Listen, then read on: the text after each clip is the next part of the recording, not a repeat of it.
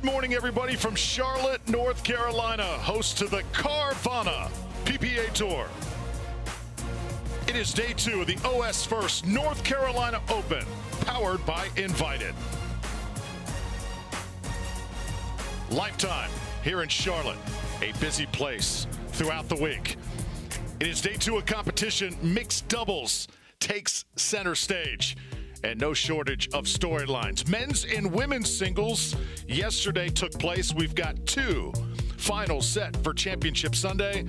Today, it's all about the mixed doubles. Tomorrow, the men's and women's doubles will compete, making way for Championship Sunday. When you talk about mixed doubles, Jack Sock pairing with Annalie Waters. All eyes will be on them here this morning. Also, Catherine Parenteau, Tyson McGuffin. They are the number 1 seed. And blood thicker than water, Jorja Johnson and JW coming off a big win in Newport Beach. Can they repeat that success here in Charlotte? We're absolutely thrilled you are with us, everybody. I'm thrilled to be alongside Dominic Catalano, and I'm Drew Felios. Dominic, it's day 2, my friend. Let's go. I mean, you hit it on the head, right, with our storylines to lead here as we see Jack Sock right there, front and center, warming up as he's playing with Annalie Waters. That is our first matchup today against Jill Braverman. And she is teamed up with Jake Kussmeiter. You see Jack Sock 6'3", out of Lincoln, Nebraska. But again, the storyline, obviously, this whole weekend has so far been Jack Sock. But the interesting thing is because of their seed, Drew. They are the 6th seed in this draw, as you see Annalie Waters right there. So it's an interesting and tough 6th seed in this draw, where you have Parenteau and McGuffin, your 1 seed, Kovalova and Wright, your 2 seed, and then the Johnsons lurking at the 5 seed. So again, some interesting seeding, but again, it's off of points. And so obviously Jack coming in, Sock that being, doesn't have many points, if any, coming in. So it's tough for them to get a higher seed than 6. And they're kind of riding the coattails of Annalie's points there to get that. Big return for Annalie Waters yesterday. She had been out a while, but came into singles play in top form. She's got a spot in Championship Sunday, and this young man, Jake Kussmeiter, he wowed the crowd as he was the one who eventually took down Jack Sock. Yeah, he did in the quarterfinal matchup. Sock actually battled back. He took game 1 in a close one, 11-9.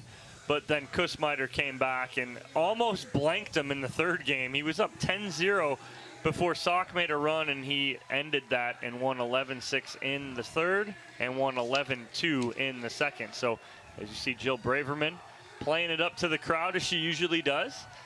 So she loves this stage on center court. We are almost ready to go here. Jill Braverman, 33 years old, from Indian Wells, California. You see the packed house here at Lifetime. Not a seat to be had as Annalie and Jack come in this morning.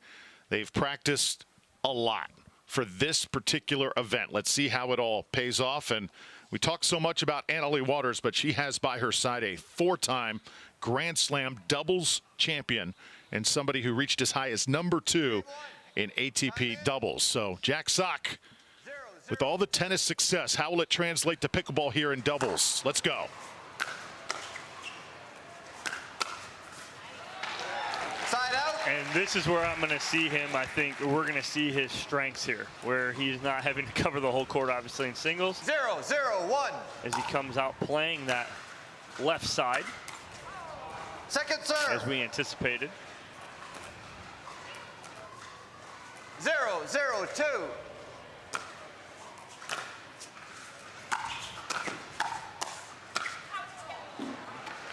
Side out. So Kussmeiter to serve. 0-0-1.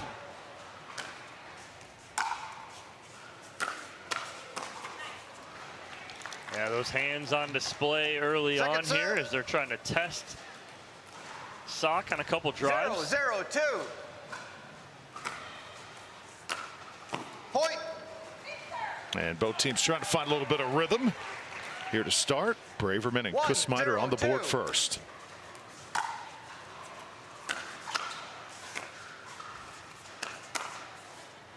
And that one goes awry. Side out back to Waters and Sock. A good trigger pull there from Sock, going right at Braverman cross court. 0-1-1.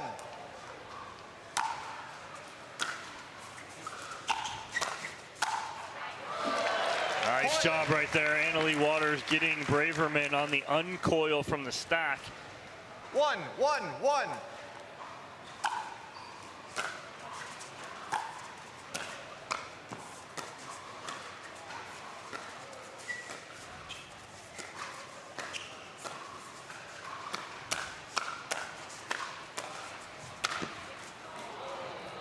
Just long off the tape right there from Sock, but a good point construction by Jack Sock right there. Just unfortunate off the tape and out.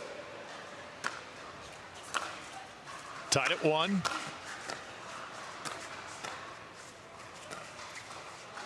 And that's into the net. Second point for Sock and Waters. Allyce Waters, of course, her regular partner, Ben Johns, not present here at this event.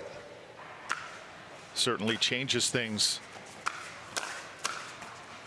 in men's doubles and mixed, and then of course in singles as well. 3-1 now. 3-1-2.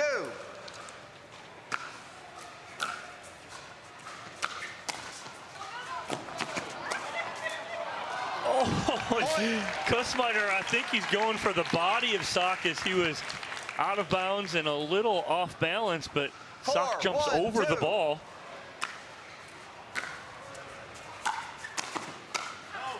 It was really cool, Kussmacher, yesterday after he won that match against Jack Sock. Jack Sock, somebody that he grew up literally watching, and the way he started the match with that point and flexing to the crowd and then eventually able to get the victory. It was really fun to watch. It was fun to watch him almost be a kid in his interview, talking about when he beat Jack Sock here in pickleball. Never thought he'd play on the same court with him.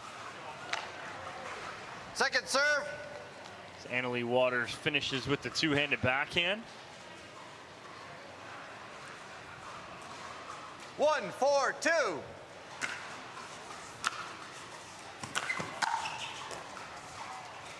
You're a little surprised, Dom, as Waters and Sock get another side out with the seeding, a 6 seed. Is that fair?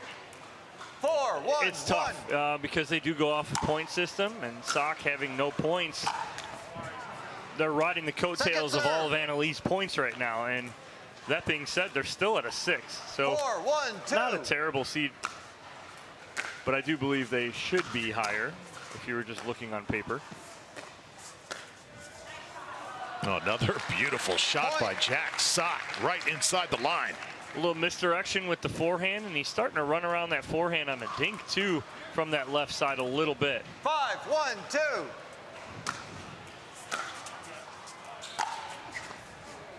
Side out. A little long on the drive from Waters. 1-5-1.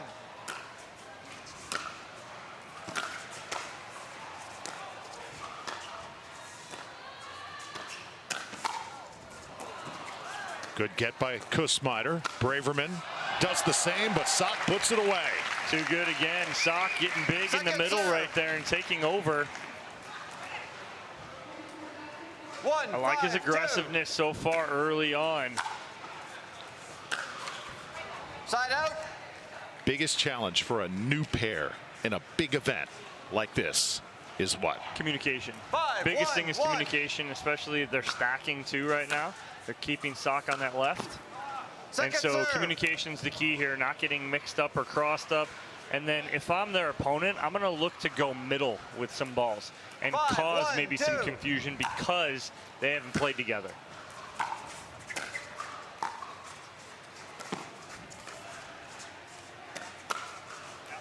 Oh, that is on the line. But right now, so far, no challenging in the middle from Kussmacher and Braverman. Everything's been pretty much sideline to sideline. 6-1-2.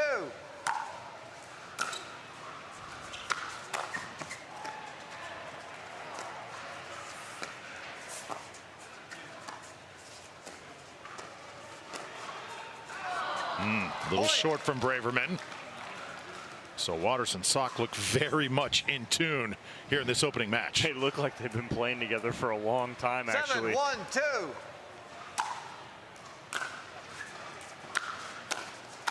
Allyce. Hello and good morning. What a good read from Waters as she comes across and takes this on the shake and bake. 1 minute. It's a great setup from Sock on the drive, and Waters knows where that's going to be. She comes over and puts away the two-handed backhand. Special buzz in the air throughout this event when you have Jack Sock making his debut. And here you see Sarah Hansberry coming over. Little instruction to Jake Kussmayer. Little coaching never hurts, right? No, absolutely not. Again, it's all about, getting a perspective from off the court, right? You could be the best coach in the world, but if you're playing and you're on court, there's things that you don't see that your coach or someone off court can actually see and help you with. And right there, Hansberry trying to help him out and give a perspective of what she's seeing that they need to do here early on in this match, as Waters and Sock have gained a 7-point lead now here, up 8-1 in game number 1. Sarah Hansberry, of course, the focus of the paddle discussion in Newport Beach. Certainly a lesson to be learned moving forward. Yeah, and again, it was people that came down on Sarah, I don't agree with at all. I don't think she was any zero intent. If you know Sarah Hansberry, that is not what she is about whatsoever. It just happened, and 1-2. there were consequences, and we're past it. 8-1 here in game 1. Jack Sock is just teeing off right now. He comes in and creates his own shake and bake on his own with the forehand drive, getting Braverman again on the uncoil, and able to put away the 5th. And that's just wide. Side out. So a chance for Braverman and Kussmayer to build a little momentum here. 1-9-1.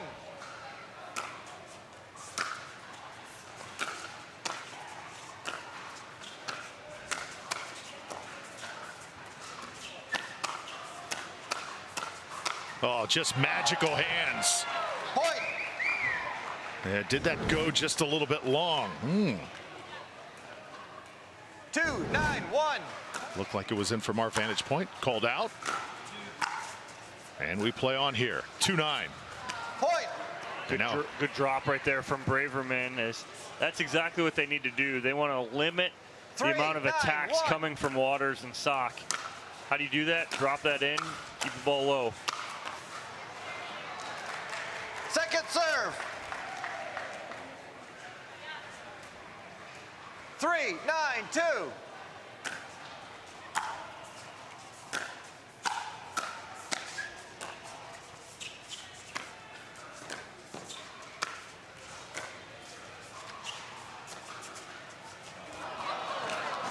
Good get by Braverman. Kussmayer keeps it alive. But Sock, how about that? Side out. Wow, just what touch right there on that finish right there from Sock. As nothing Braverman can do. She applauds herself with a smile.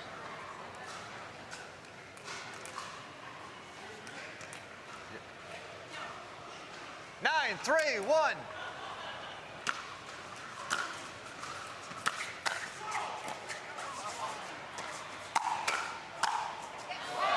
Couple from Allyce, and it's 10-3. Just too much power there from Allyce Waters as she, nice little 1-2 combo.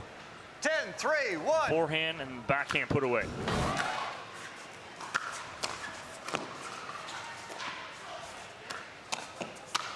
Jack Sock putting on an absolute clinic here in this first game in Charlotte. Wow, very impressive in his first doubles matchup here with Allyce Waters.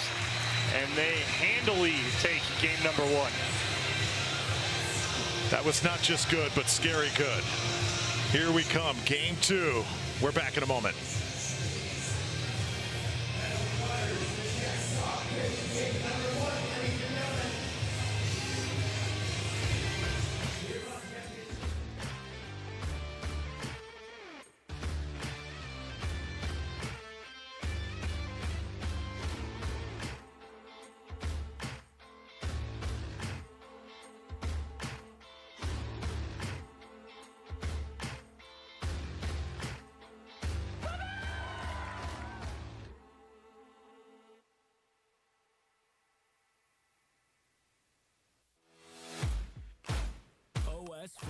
the official sock sponsor of pickleball. Stay in the game with OS1st socks with purpose and compression bracing designed for comfort, injury prevention, and improved recovery. OS1st is the official sock brand of pickleball and the PPA Tour. Visit www.thepickleballsock.com to learn more. My name is Lee Waters, and I'm a professional pickleball player. My daughter, Anna Lee, is my doubles partner, and her 16th birthday is coming up. It'd be great to get her a car, and Carvana has helped us make that dream come true. They have thousands of options, and I'm a mom, so of course I want Anna Lee to have something safe. Anna Lee has absolutely no idea about this car, so I told her we're going to Carvana's vending machine for a photo shoot. I think this belongs to you. Oh my gosh, what? Happy Sweet 16, Anna Lee. Experience it for yourself at Carvana.com.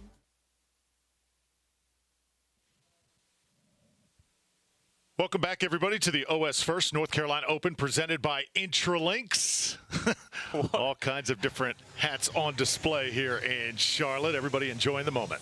Yeah, absolutely. They're having fun out there and enjoying a very impressive first game from Annalee Waters and Jack Sock. 11-3 victory. They look impressive. Jack Sock looks scary. Like, they look like they've been playing together for a long time. You would never know that this is their first game they've ever played together. Game 2 underway. Side out. That's my fault right there. As soon as I say that, he dumps one in the net. Jake Kussmayer 0-0-1. to serve. Second serve. So Kussmayer looked very much at home in singles play yesterday. He has looked a little bit shaky here out of the gate. See if Braverman and Kussmayer can offer a little bit more resistance Side out. here in game 2.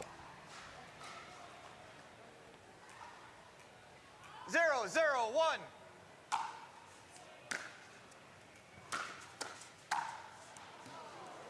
Second A little serve. overhit there from Annalee Waters, but a good move. 0-0-2.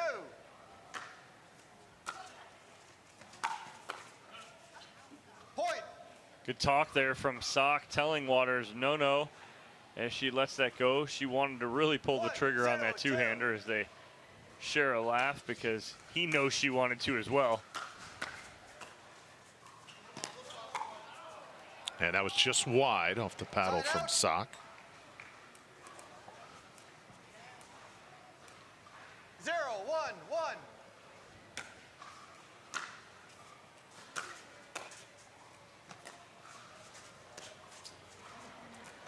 First lob.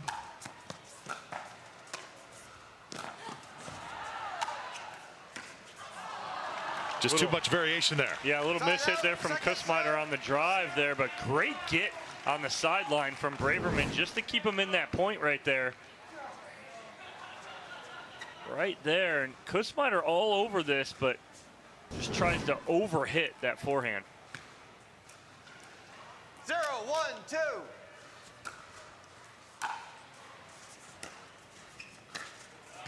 Point. That's a good drop there from Kussmayer, and I said it in game 1. That's going to be their key to victory here is trying to slow the game down, get that ball at the feet of Waters and Sock.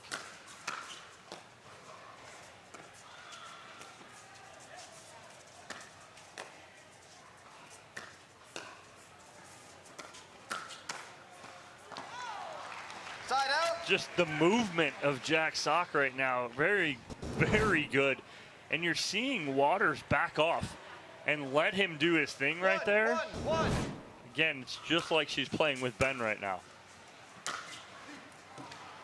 As far as movement goes, right? She's giving up that spot to let Sock take over. 1-1-2.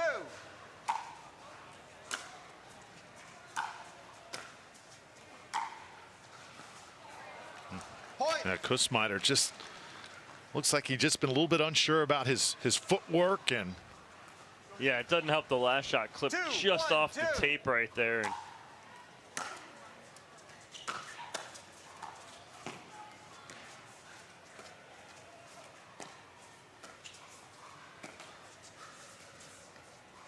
just a little wide.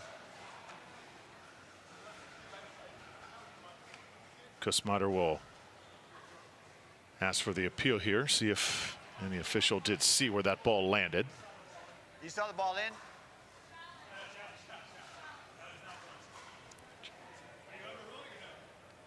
Wait, what was the call? The call was out? You said it was in? Clearly in? Okay. I could not make a call. We don't have a challenge. We don't have a challenge. So right now, Sock called the ball out. Right, Sock called the ball out.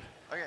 The So referee nearest overruled it and calls it in. so we got so it's 2-1 side out, right? From that angle, Yep. looked If he sees it, he sees it. possibly out, but again, we're not standing over the top of it. Side out. And then you hear the chatter about a challenge. There is no challenge available until the quarterfinals. Call was over. So side we out. must play on here at 2-1 here in game 2. One more look. Tough right there because Sock's kind of in the way of that review, but 1-2-1. in the end, it's a side out.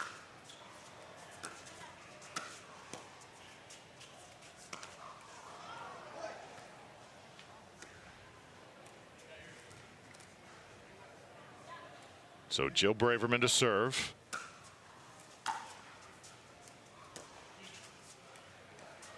That's wide as well.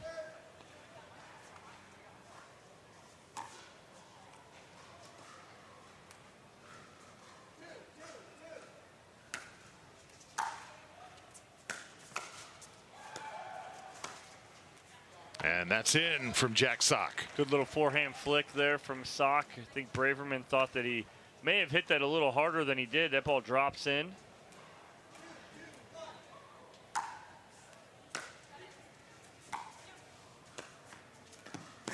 Well, Sock goes and gets it, little poach, but maybe a little bit too much done that time on that point. Upset with himself right there because he set up exactly what he was looking for, but just overcooks the forehand. Little wink at the crowd. Firm control so far as Braverman hits another into the net.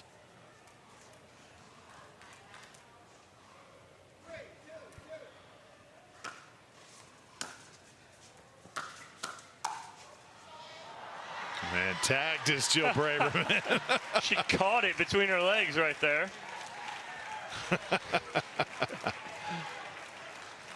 Plays it up to the crowd a little bit. I like it. Good grab, Jill. As competitive as things get here on the Carvana PPA Tour, it's always nice to have a little moment, right? Jill has plenty of them. She is always has a smile on her face, always having fun, and really does play it up to this center court crowd.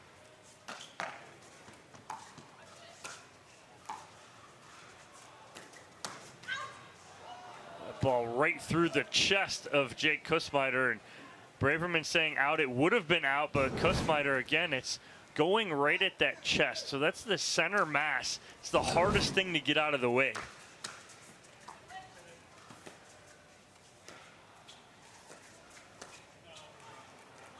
That's a good ball from Braverman. She went middle there with that. And again, that's where I want them to go a little bit more.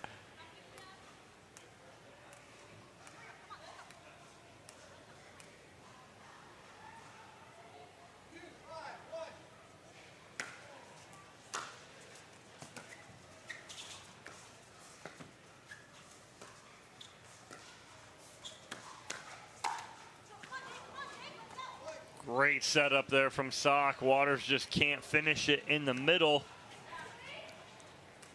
Here, Braverman trying to get Kussmeiter going here. They're within 2.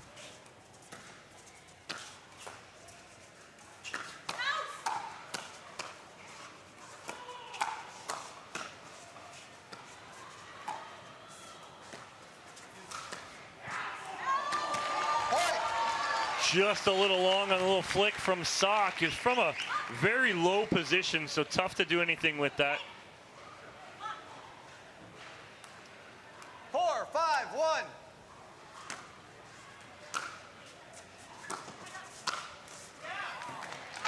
Second serve. Second serve on the way from Jill Braverman. 4-5. 4-5 here in game 2. Much more competitive than game 1 thus far. Good move there from Braverman on the little shake and bake off the drive of Kussmaiter.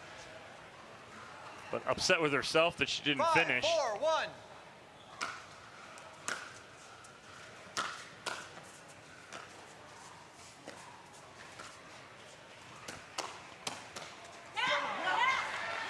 Kussmaiter winning that hands battle.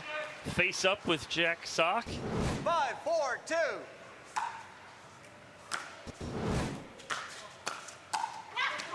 And now another. So starting to build a little confidence on that other side. Yeah, quick side out, and you're starting to hear a little more chatter from Jill Braverman.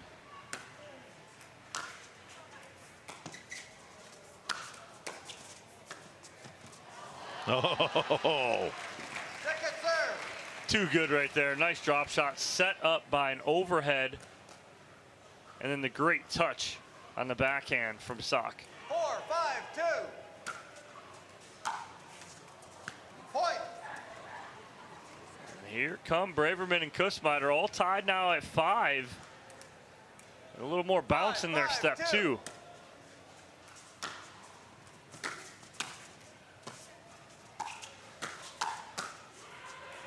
Braverman going toe-to-toe with Annalie Waters. Hits it just long. Side out back to Waters and Sock. Jill Braverman, former tennis player, Pepperdine University. Was playing at home a couple weeks ago in Newport Beach, now across the country. And Annalie Waters once again puts it right down the middle. Well, as soon as you think you have an opening because you pull Waters to the sideline, she just closes so quick. 6-5-1. And that hole in the middle that you thought you saw is closed. Point.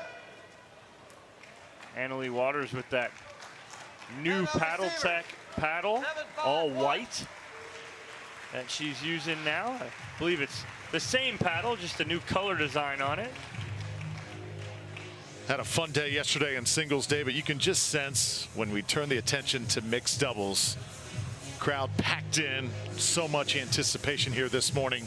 Jack Sock playing in his hometown of Charlotte, and doubles all together in the sport of pickleball, just a different buzz in the air. Yeah, it really is. You know, people look forward to doubles. Not saying they don't like singles, but it's all about doubles really for pickleball, especially on the professional side of things. All the teams, you get different matchups every week, you get different partnerships. So a lot of fun as you see a packed house here at Lifetime in Charlotte, North Carolina. Jack and Annalie with a 2-point lead are looking really loose here, though. This venue is absolutely enormous. I'd like to thank all the sponsors, Skechers, huge in the sport of pickleball, the difference they have made. Incredible, comfortable shoes. Dom, I know you love to wear them. I'm a shoe guy, Drew. You know that. Oh, yeah. Shoe game is always working. Jack Sock, meanwhile, it was working for him yesterday.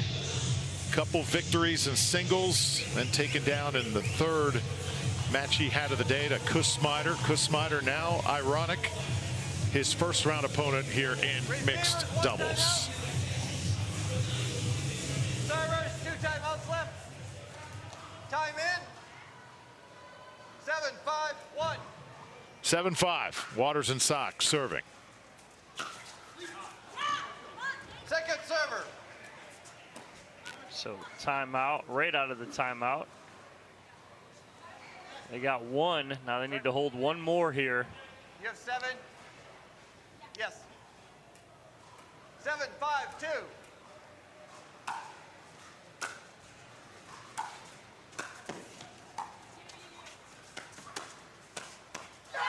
Kussmaiter, nice speed up. Yeah, good job by Kussmaiter stepping in the middle as Braverman went for an Ernie. 5-7-1. Wasn't there. Kussmaiter covered in the middle and ends up finishing, and Point. they get a free point off the paddle of Sock. So momentum here clearly shifting. See if Braverman and Kussmaiter can keep it up. 6-7-1.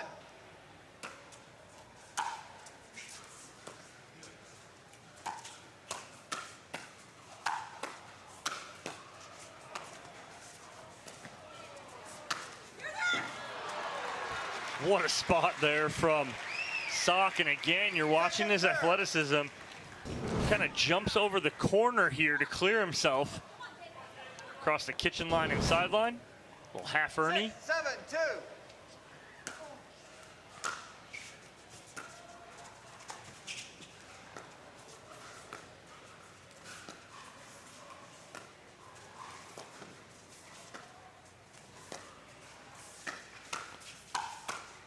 So far, passing the tests of those dink battles, isn't he? Yeah, he really is. But again, that's a good setup and not a bad play from Braverman. As she went inside and out on Sock. 7-6-1. Was there for that last one, just can't convert.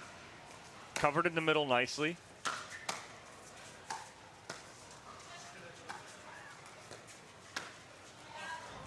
Point.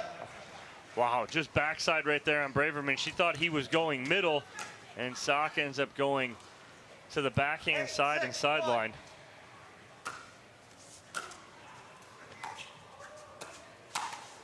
Allyce into the net. You see, Dom, with Jill Braverman, that first match of the day, sometimes it can be a challenge to create that energy, right? She's really doing her best to bring that right now. Yeah, done a lot better job here in the second game, too, as they're in this one. Wide. Side out. You might think that it was a bad pull of the trigger from Braverman on the first ball to the forehand of Waters, but it wasn't because she anticipated well that Waters was going to go middle on the second.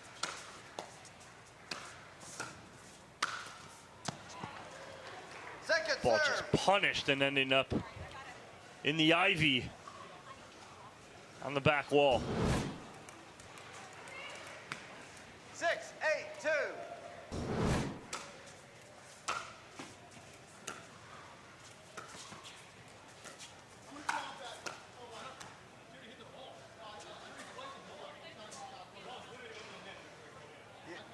You called it out after the ball was played. No, the ball you call was spade too late. It's got to be before So the ball was played on the court. Official steps in, makes the call. Side out. But because the ball was played clearly, and it looks like from that vantage point, the ball was on the line. Yeah, and you're watching, and I believe you don't see Kussmeyer saying anything until after Allyce Waters is pretty much hitting the next ball. 8-6-1.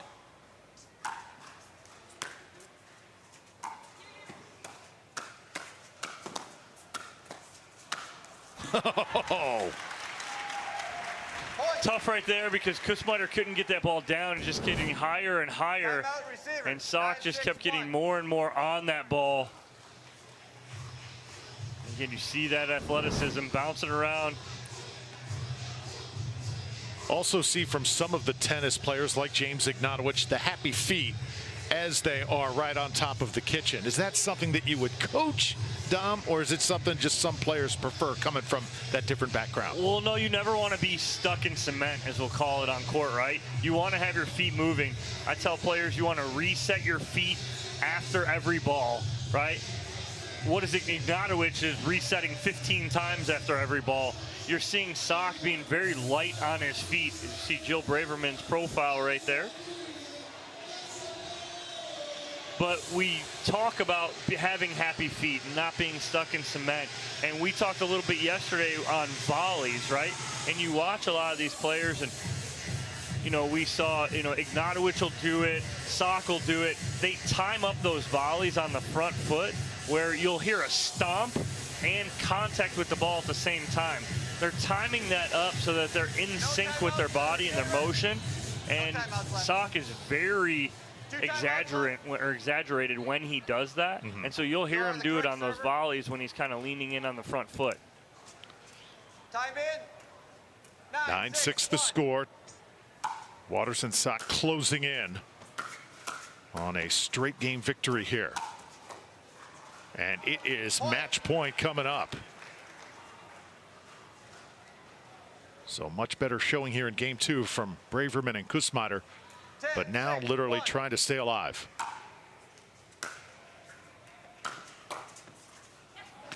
Oh, Braverman with the catch and release right there, almost like she caught it on the backhand side and just threw it down. 10-6-2.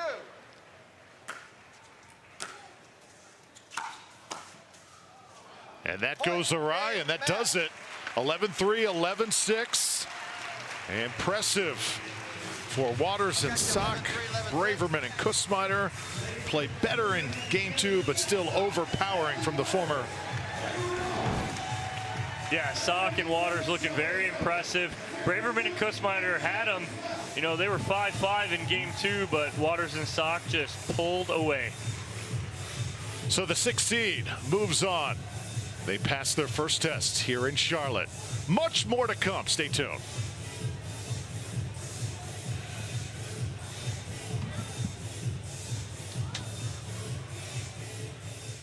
Official footwear of the Carvana PPA Tour. They're ultra lightweight and responsive for incredible speed. They have Goodyear rubber outsoles with a specialized pickleball design for increased side-to-side stability and agility.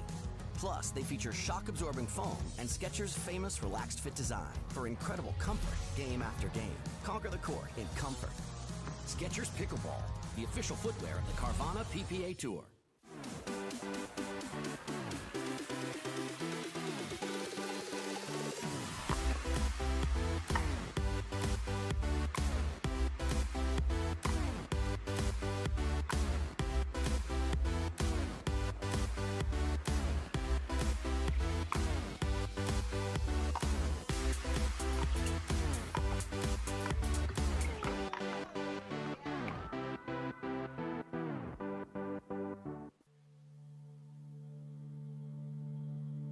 Pioneered by revolutionary technology, backed by relentless research, we bring you an unmatched quality of product, made right here in the USA.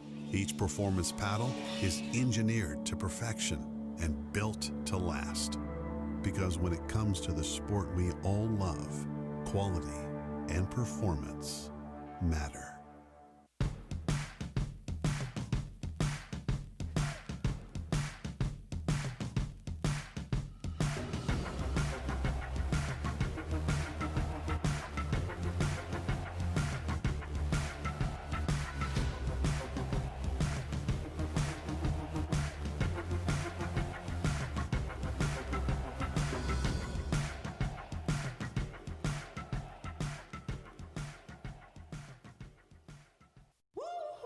I don't think she's feeling it right now. I won't be on my phone all week.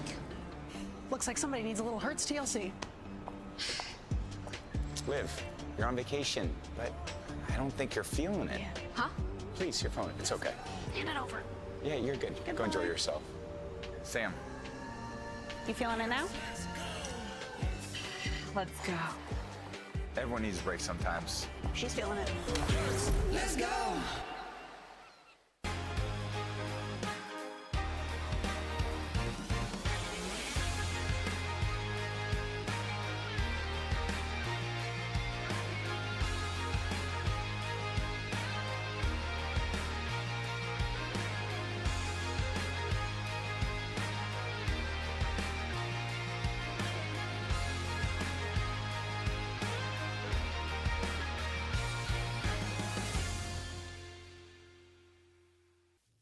The OS1st North Carolina Open is brought to you by OS1st.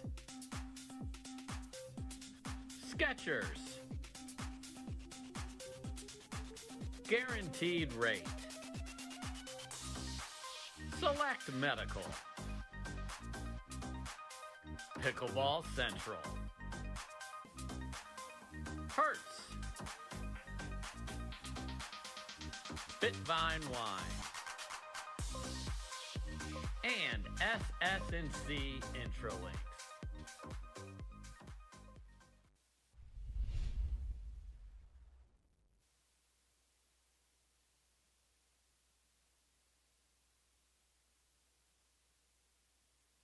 For many of us, we just charge ahead because planning for your future takes time.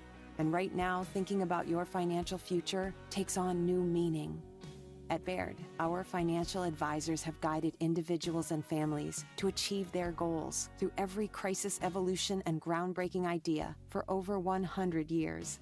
That's the difference between thinking you're ready for what lies ahead and knowing you've planned for it.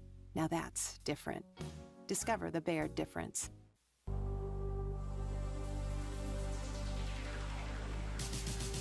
Gearbox introduces the all-new CX-14 Ultimate Power with SST Core. All-new power band technology, delivering controlled, effortless power. All technology, every shot.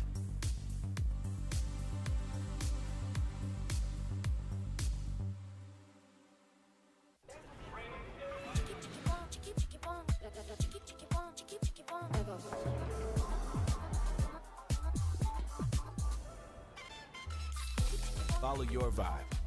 Busy Hard Seltzer, flavor for every vibe.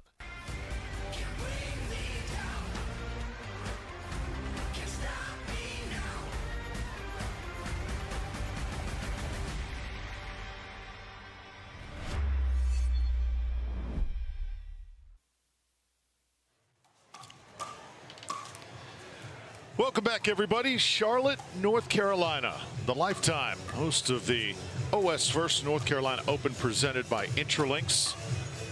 First match in the books, now headed to match number 2. Colin Schick playing in his home state with Judith Castillo by his side.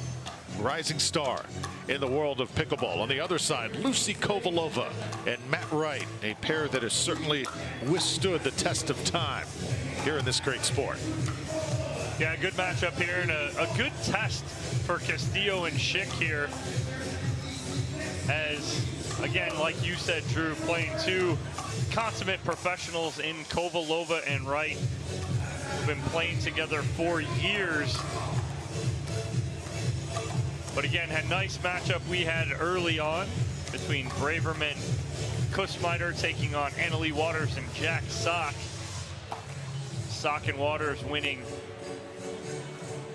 2 and 5 in that one, and now another first round matchup here on championship court. Lucy Kovalova, one of the legends of the game. What a run she has had. Just continues to build her legacy. Turned pro in 2016. Been a great ambassador to this sport. No matter the partner, Kovalova has come through. But Matt Wright has been her man. And at 45 years old, no signs of slowing down. Those hands are as fast as ever. No, big thing with Matt Wright and his fast hands is he doesn't take a huge backswing. Everything's played out in front of him. No big backswings, plays the paddle out in front, uses his flick. And again, just lightning quick hands. Good luck trying to get a ball past him or through him and him not getting a paddle on it. Lots of enthusiasm he brings to the court as well. Judith Castillo, meanwhile, grew up in Spain. You see her name more and more in tournaments, getting deeper and deeper, competing, taking on the best. And Colin Schick, the darling of Daytona. Never forget what he did in singles. Came out of the draw out of absolutely nowhere and set up a championship Sunday date with Ben Johns where he took the first game. And now it's a kind of up to Colin Schick now if he can stay on top of where he is right now. You know, just signed with Selkirk, so they announced that this week. He is now with Team Selkirk, as you see him from basically head to toe in the Selkirk gear and paddle. But it's up to him now. What can he do? Can he make a name for himself on the double side? We know all about the single side. We know what he did in Daytona. But now he's got to become more than just one-dimensional. It's got to be two-dimensional, three-dimensional in pickleball, knowing you got to play mixed doubles and you got to play gender doubles. We haven't seen the success so far translate or correlate from the single side to the double side, but we're looking forward to that very soon, hopefully. Colin Schick, solid career at NC State, playing for the Wolfpack in tennis. Doubles record there of 38 and 41. Now currently a med student at North Carolina, so Tar Heel and Wolfpack represented. Isn't that illegal in the state of North Carolina? Like, you can't do that. I guess not. But Colin Schick certainly can. Just a really fun young man. Mild-mannered. Great to have him here on the Carvana PPA Tour. Judith Castillo to put it in play. And here we go.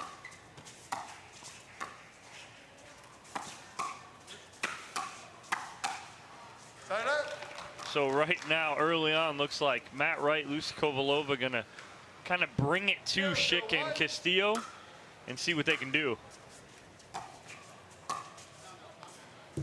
Point.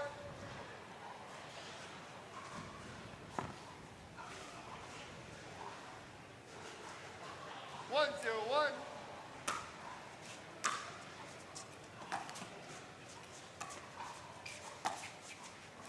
Second serve. Just a little bit long, coming off the tape from Matt Wright. Second serve now from Matt. 1-0-2.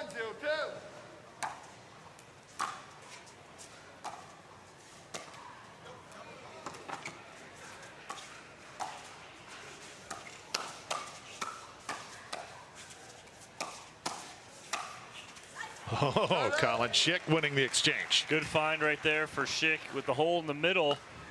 Almost like a little mishit down the middle, though. 0-1-1.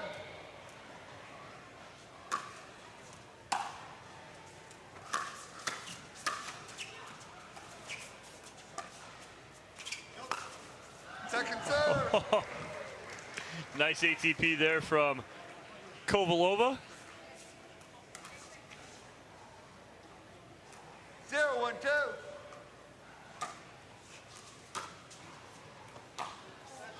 And that one goes awry from Schick. Kovalova had a good chat with her earlier this week. She says with all the business side of competing in pickleball, the places you have to be, the things you have to do, just being on the court, what I enjoy the most, getting a chance to just let it all go. Seeing her with Callie Smith when she is emotionally into a match. 1-0-1. How well her team competes. 1-0 lead here. And nobody's happier than seeing Callie Smith and Lucy Kovalova play well than the Milwaukee Mashers. With one more event to go in San Clemente and MLP, they like to see them gelling and make a run in San Clemente.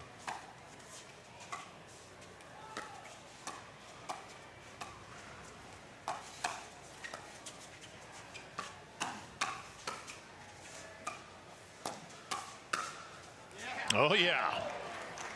And Matt Wright telling everybody about it as Kovalova hits the winner and he just walks straight across that kitchen line going, yeah. That's all Matt Wright right there.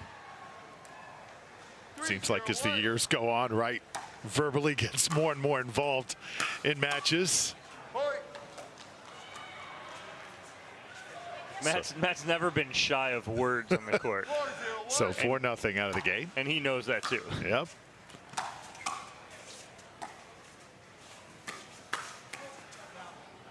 And you mentioned that classic match last year with Matt Wright and Julian Arnold on the other side. Probably the most heralded trash-talking match in the history of the Carvana PPA Tour. As that one goes just wide. Julian Arnold, Matt Wright going back and forth. It was a classic. 5-0-2.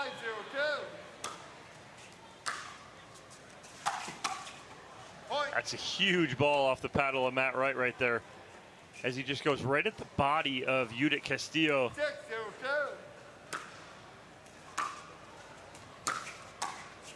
6-0-2. Two unforced errors from Castillo, one off the paddle of Wright, the other Kovalova, and Kovalova and Wright rolling here in game number one.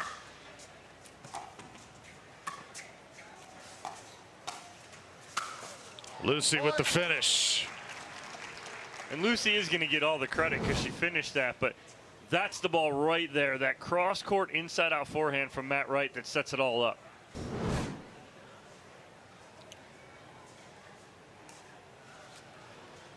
So an 8 spot on the board for Kovalova and Wright.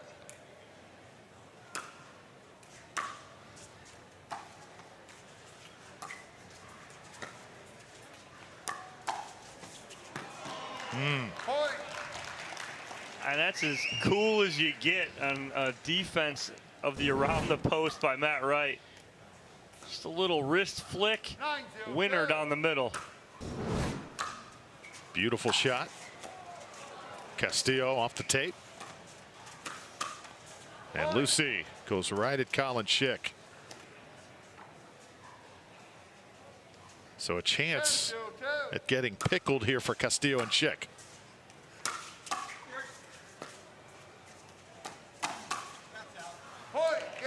So that heads out 11-0. An opening pickle here for Kovalova and Wright. Castillo and Schick will try and rebound. Lucy Kovalova and Matt Wright just getting better, withstanding the test of time here on the Carvana PPA Tour. Starting servers staying the same, as you know. Don't let discomfort slow you down. Try Penetrex. Penetrex is different than other products with no greasiness, irritation, or unpleasant odors. Made with unique ingredients, it's 100% satisfaction guaranteed. Penetrex, the #1 online rated joint and muscle cream.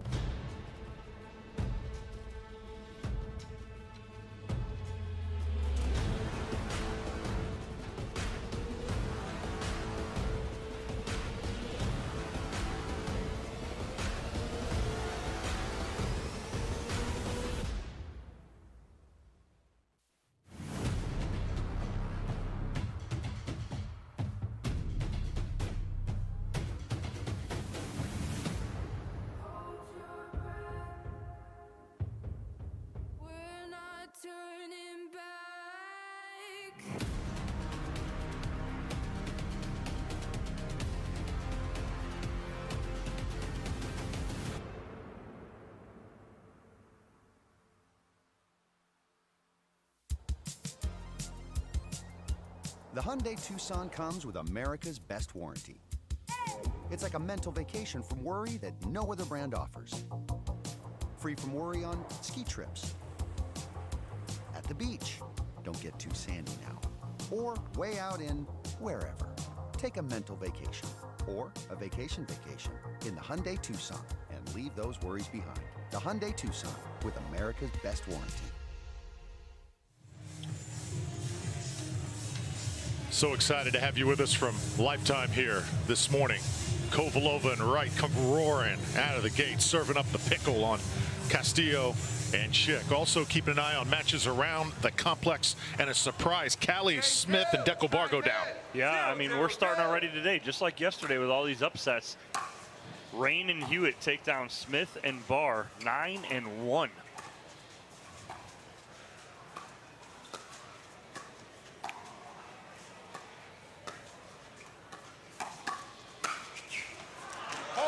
Right now, everything working for Kovalova and Wright. Yeah, Kovalova and Wright do not want to get bit by the upset bug here. And they are reeling, picking up right where they left off. Kind of saw it with Kusmider in that first match. It's one thing to come out in singles and have your way, but doubles such a different challenge here. And pickleball. As Schick trying to make those adjustments here on the fly. Matt Wright going at him. It's just cool, calm, and collected. Matt Wright just having his way, going sideline to middle, finding holes.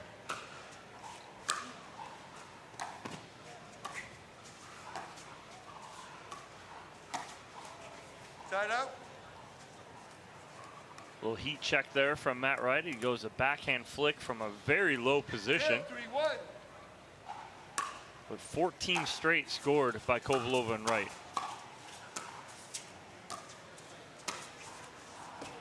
Lucy Kovalova just carving it up. Yeah, good spot there from Kovalova as she gets the thumbs up from partner Matt Wright.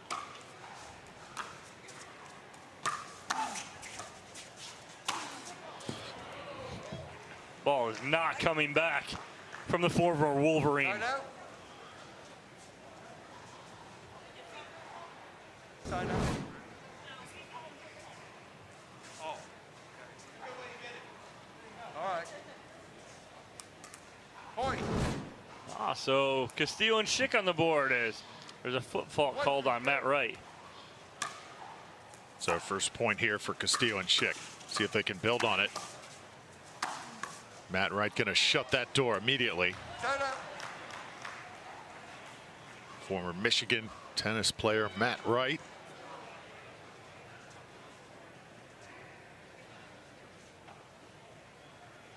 Saw Lucy compete with a different partner in Utah, the Red Rock Open. Dekel Bar was by her side for that one.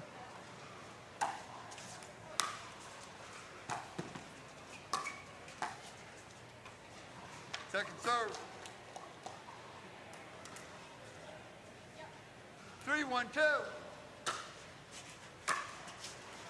Point. Lucy and Matt were eliminated early in Newport Beach. A little bit of a surprise there. 4-1-2. Just have the feeling that they could be due here in Charlotte. Yeah, if this first game and match are any indication, they're playing very well right now.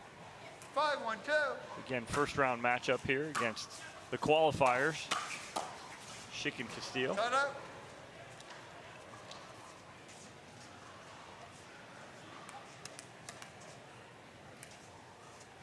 One 5-1.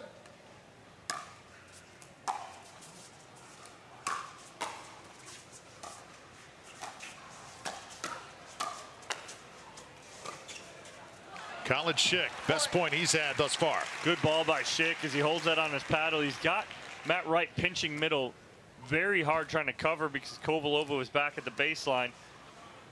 2-5-1.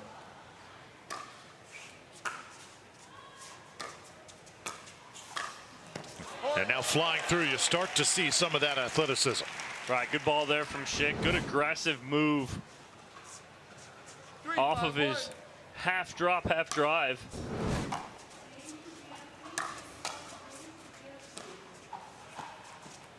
And there's another good drop there from Colin Schick. And now, all of a sudden, 4 straight from Castillo and Schick.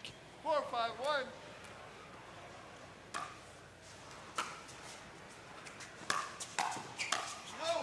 Though this crowd is going to get behind Colin Schick if he can string some points together here. Second serve on the way. 4-5-2.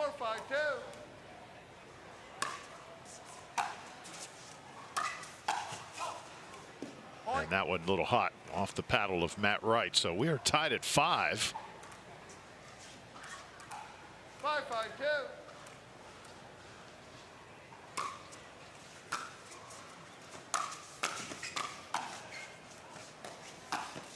Oh. Good footwork there from Matt Wright as ball off the tape, and then you watch him shuffle to his left and clear that forehand, able to get on top of it, put it down. 5-5-1.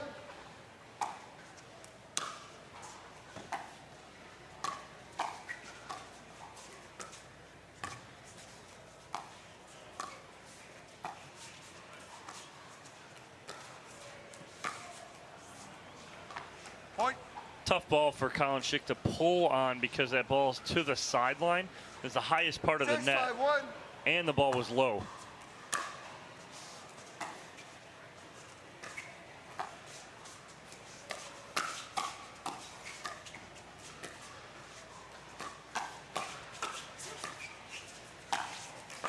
Well, good point.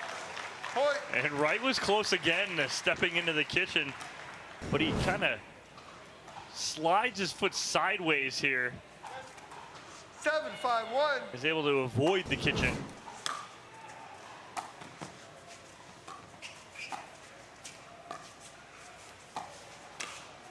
Oh, Colin Schick pulls one out of the bag.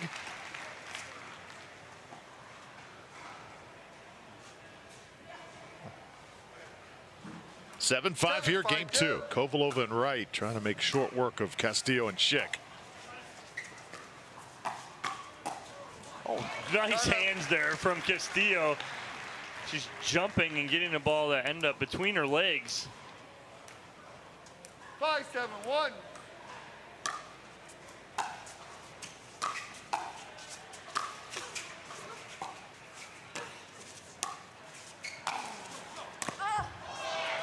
Great get by Castillo, keeping things alive until then. So she tries to drop that last one in, and she was there. But again, the ball bouncing up so high and moving upward as she hits it. Very hard to kind of keep that low and flat and drop it in. Not enough to overrule. No. Call stands for me. Not enough to overrule. So point.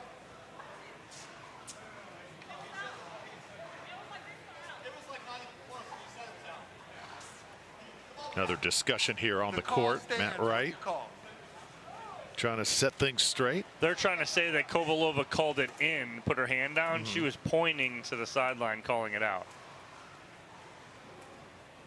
Did you score 6 or 7? 7. 7, 5, 1.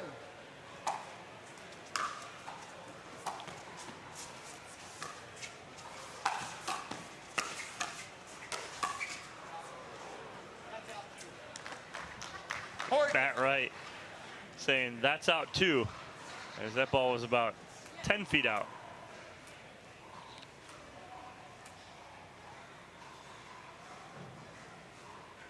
After a 5-0 run from Castillo and Schick, Kovalova and Wright answer with a 3-0 run of their own. Matt Wright waits for the green light here. 8, 5, 1.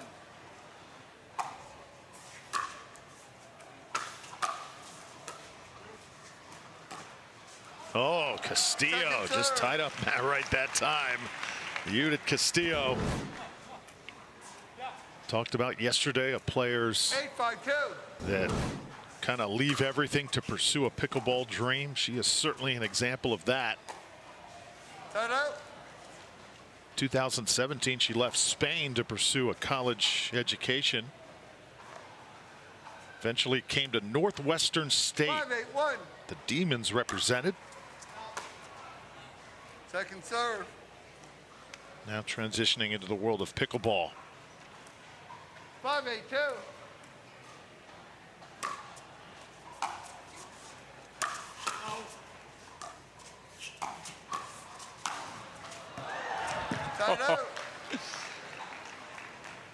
Nicely done there by Matt Wright.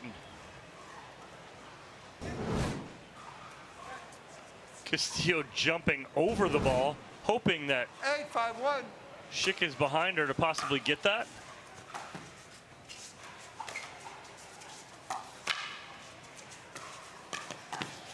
Colin Schick went for it.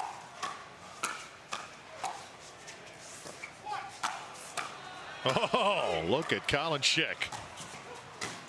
Oh, yeah. Do it for the home crowd.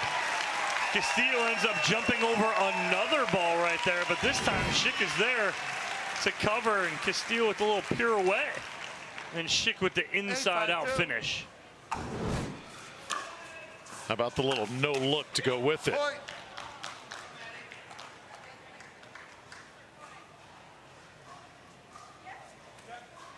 9-5-2.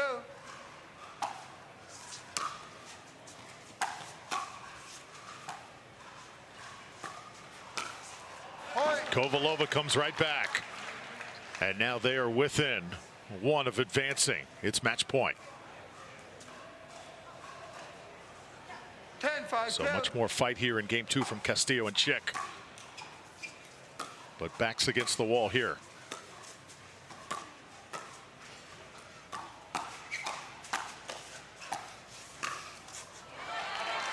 And Matt Wright kept stepping over a little further.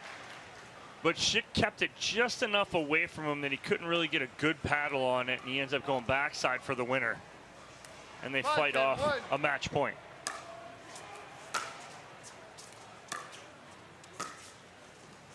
And Lucy hits it wide, so another point.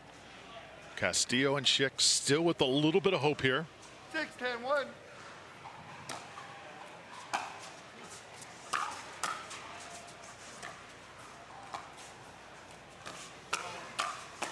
Schick getting a little confidence. You can just sense it. He is. He's got a little bounce to his step now, Drew, and he's kind of feeling a little better. That first game, there was just no rhythm for Castillo and Schick. Now they've kind of found a little bit here.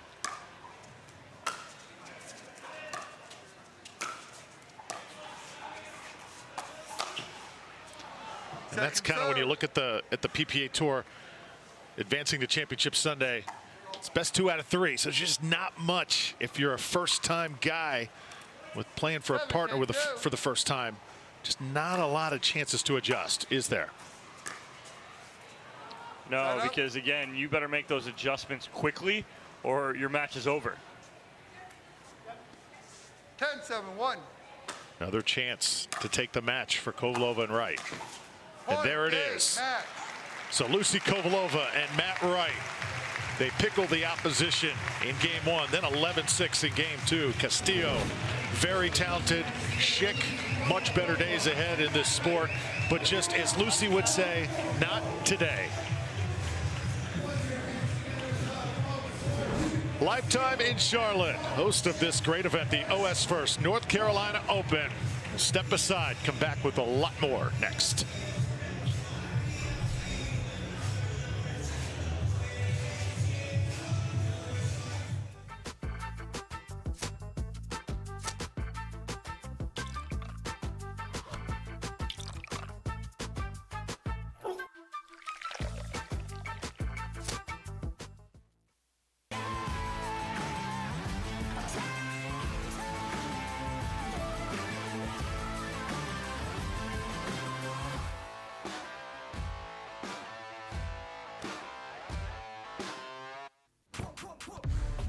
See that thing John Morant has? That's a hypervolt.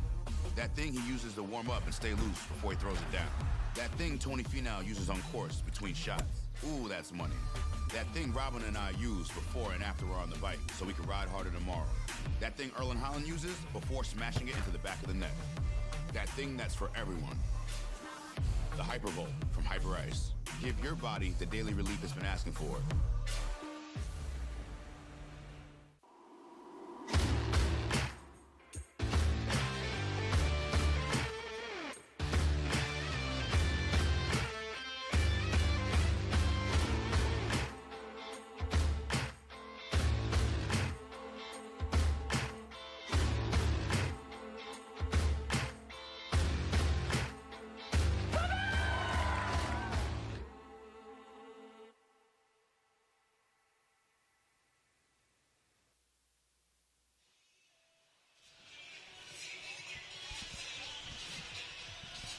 In Charlotte, the OS1st North Carolina Open presented by Intralinks. As we continue our coverage of mixed doubles, Matt Wright and Lucy Kovalova, perhaps the longest running team here in this great sport in mixed doubles. And Matt, let's start with you. How did it feel out there being back here playing indoors in Charlotte? Yeah, it's great. We had a great experience here last year. There was a fun match against Jesse and Julian that I think a lot of people were able to watch. Had a lot of fireworks and theatrics, and it's always good to be here. I love playing indoors, so it's a treat to do that. The game plays a little bit faster. I like faster conditions, so one down and hopefully several more to go.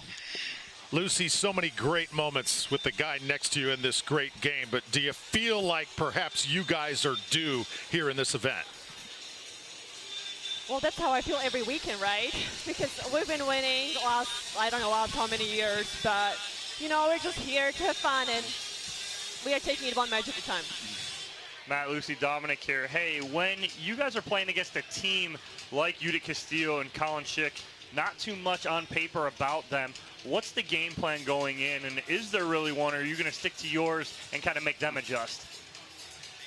Yeah, Dominic, you obviously know what you're talking about, because we were walking out on the court and didn't have a game plan, and I tried to sneak a few peeks as them warming up, and I looked at Lucy and I said, I didn't really gather much from the warm-up. Let's just come out here with our first few returns and feel the situation out. I don't know who to return to. So yeah, in a situation like that, for a newer team, I think it has advantages for them, because I can only assume they've seen us play, you know, a number of times. We've never seen them, so we were feeling it out on the fly. Well, congratulations, guys. Moving on to the second round. Thank you guys so much for joining us, and hopefully we'll get a chance to talk to you guys later on. Thanks, guys. So 11-0, 11-7. Matt and Lucy moving on. Much more to come from Charlotte. It is bouncing here at Lifetime. Don't go away.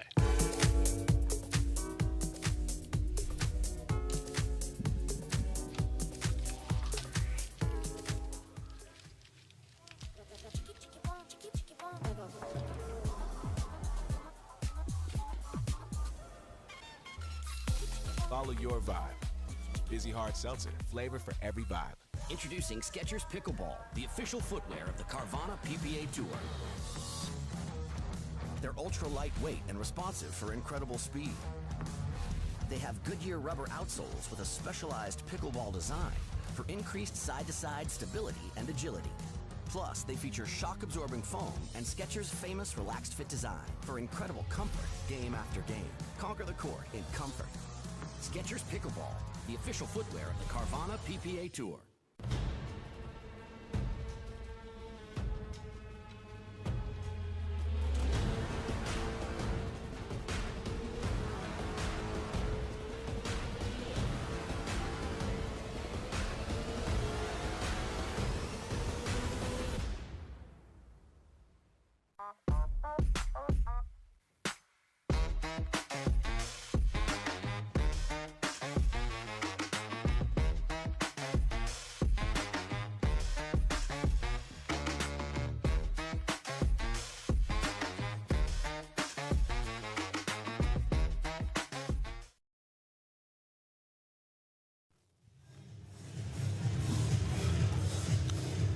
OS1st North Carolina Open, presented by Intralinks, continues.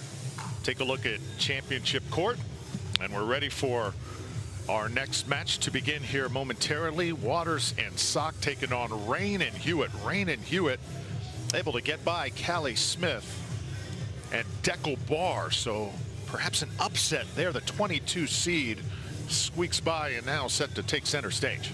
Yeah, again, on paper, again, it's an upset, but Hewitt and Rain both are very exceptional players. So I know that matchup, that first one, 11-9, that had to be an absolute battle. And when you see a game like that, 11-9 and then 11-1, it kind of leads me to believe that Barr and Smith may have had a lead in that match, lost that lead, and then they go down bad because can't recover to game two. All right, Tom, tell us about Milan Rain, a young 24-year-old, recently signed by Eula.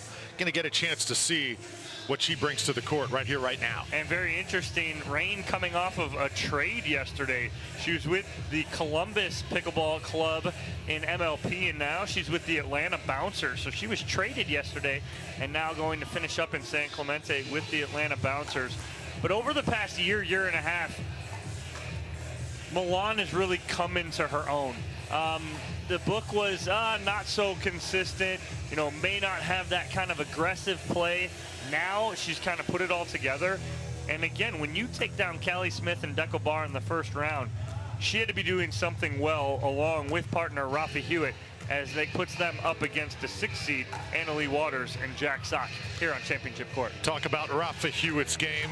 Powerful, mixes it up, very emotional player. When he has it working, he is as good as anybody here on this tour. Yeah, and that's his MO, right? When Hewitt's hot, he's hot. But then he can go into some funks every once in a while. He wants to stay out of those funks right now, especially against Jack Sock and Annalie Waters.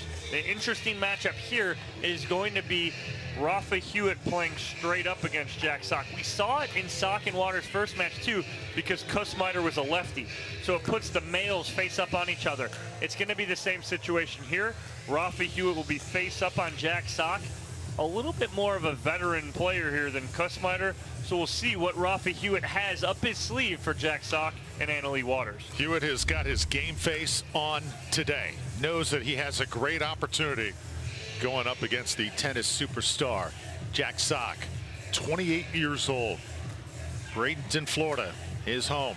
Nick Bollettieri Academy, IMG. He has put in a lot of time there in his tennis background. Has Rafa Hewitt really exploded on the pickleball scene last year in Atlanta when he went toe-to-toe with Federico Staxrud there. So a couple players that call Florida home with Milan Rain and Rafa Hewitt. Jack Sock and Annalie Waters, meanwhile, on the other side. Sock, in moments in that first match of the day, looked absolutely dominant. Annalie Waters sort of getting adjusted to him, you could see, as that match went along. Yeah, absolutely, and he is playing nice and big right there. In the middle is Jack Sock. Annalie Waters giving him his room to do what he does, very similar to what she does with Ben Johns, playing a similar kind of style and game plan here with Jack Sock today. No, Rafa Hewitt's going to bring the emotion Get this crowd going here in Charlotte. These are two been warming up with. And first time we've seen Milan Rain in this type of situation. Let's see how she responds. She calls Boga Raton home. Another young up-and-comer in this sport. The ladies, emerging talents on the women's side in pickleball, really incredible here in 2023. Annalie Waters Game one. now to serve, and here we go.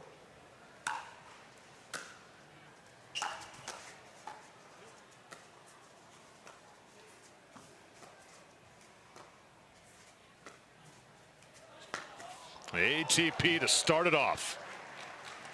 So a little roll off the net from Rain. Nothing that she could do on that, but sock good read goes ATP right between the legs of Rafa Hewitt. Point.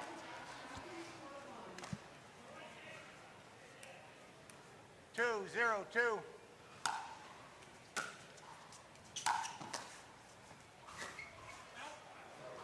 Side out. And good job by Rain that time to just get out of the way. Yeah, sock trying to go right at the body of Rain. Able to get out of the way, and ball sails wide and long. 2, 1.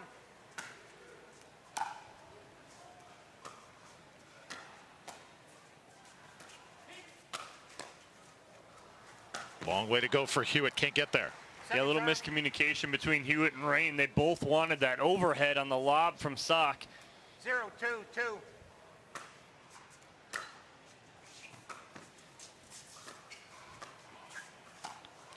Left it up, and Annalie took care of it, kept those toes off the line as well. A little inside out two-hander going backside on Hewitt. 2-0-1.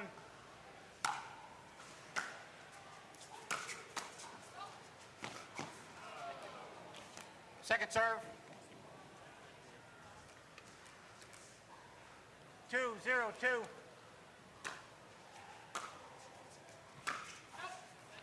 That one sails long from sock as he shakes its head, and side out now for Rain and Hewitt.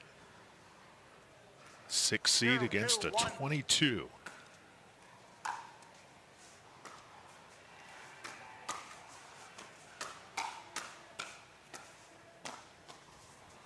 Sock able to hold his own in a hands battle. Again, keeping that pedal out in front, not getting too big. Very impressed with 0-2-2. the hands and the paddle position of sock early on. Side out.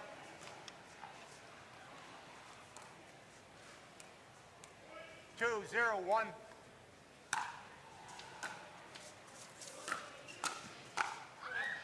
Annalie hits it wide.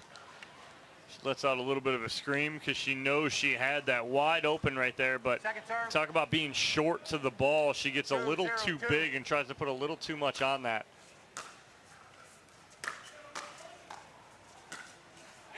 And Rafa Hewitt with a winner.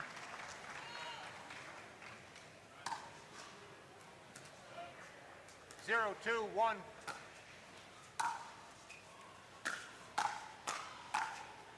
Annalie comes right back.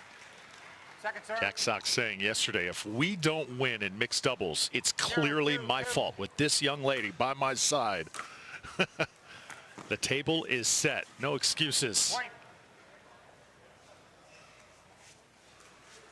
High expectations here in Charlotte this week.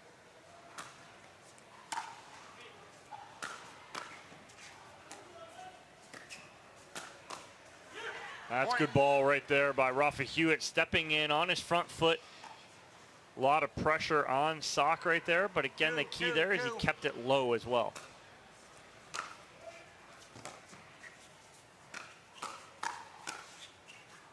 Oh, Hewitt nearly pulled one out there just wide. Is the best antidote for Sock. Just attack him down constantly. Yeah, I mean, but you got to attack to anything below his knees. You got to get it low, got to get it to the shins or the shoe tops. Second serve. On that one, I talked earlier about how short and sweet he is. Right there, gets a little too big. 2-2-2.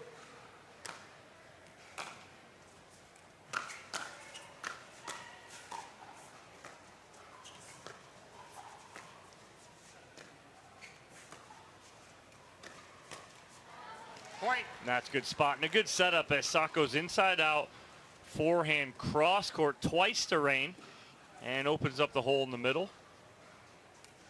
3, 2, 2.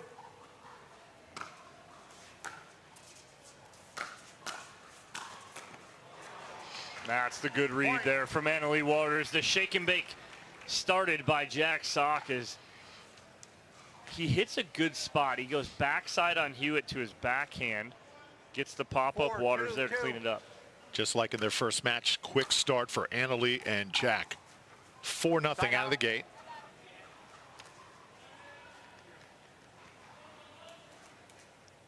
Two, 4, 1. 2-4.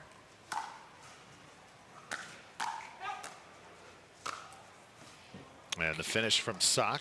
We'll get that score corrected here. Yeah, huge there we angle go. right there from Jack Sock, and that's the key.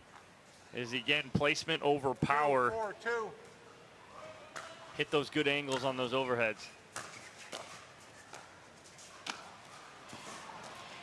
Again, athleticism on full display right there as Sock's spreading those feet out and clearing his left foot outside the sideline and kitchen.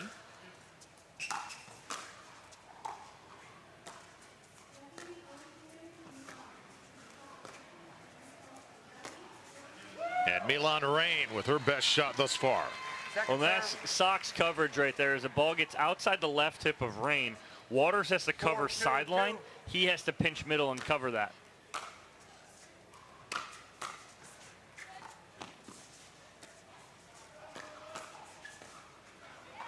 That's good hands there from Rain as Sock tries to speed up right at her body, but she's able to clear her body out of the way, get that ball down at the feet of Sock and cause the error.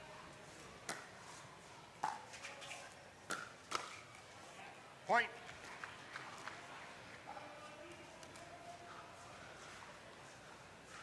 Three, 4, 1.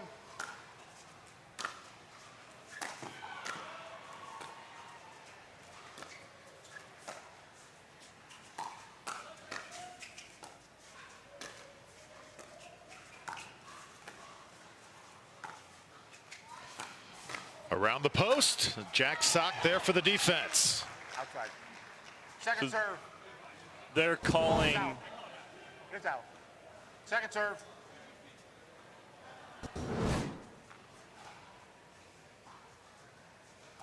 Believe they called Hewitt's 3, 4, 2. ATP out.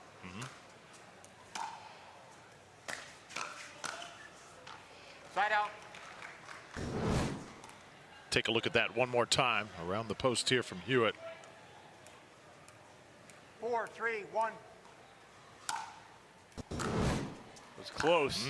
Very close. Point. 5-3. Annalie 5, Waters. 3,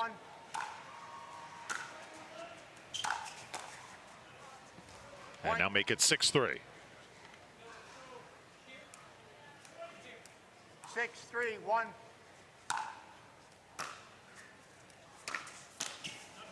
And there you see a little miscommunication that comes at times with a new partner. Yeah, Hewitt just trying to do a little too much there. I know he's trying to anticipate and get his forehand.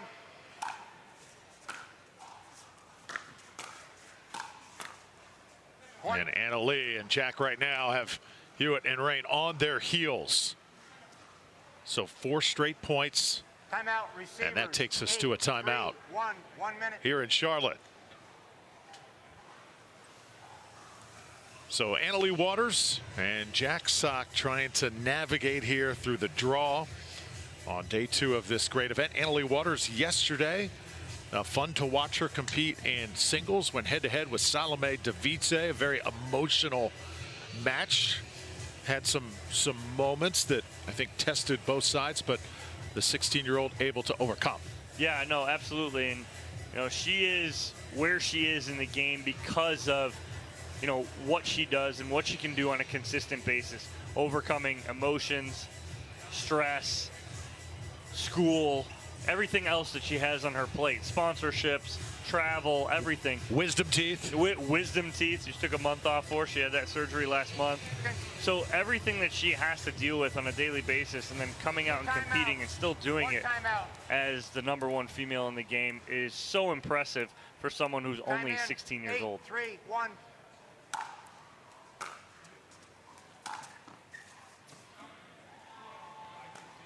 That ball just a little bit wide, called from Rain. 8-3-2.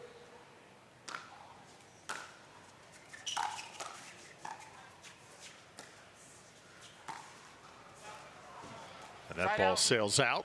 So side out coming back to Rain and Hewitt here.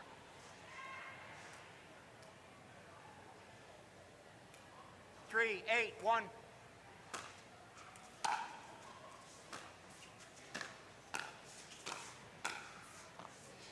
Second serve. Anything you see that maybe Rain and Hewitt can do to have a little more success? Again, it was close early on, getting that ball down. Again, it's may sound tedious, but all those balls right there are chest high, waist high for Sock to punish. And it's the same thing against Annalie Waters too. You've got to get the ball down, right? You cannot let them tee off on balls like they are. Right there, that was it. It started with a ball that was down at the shins of Annalie Waters, and it allowed Rain and Hewitt to attack. 8-3-2.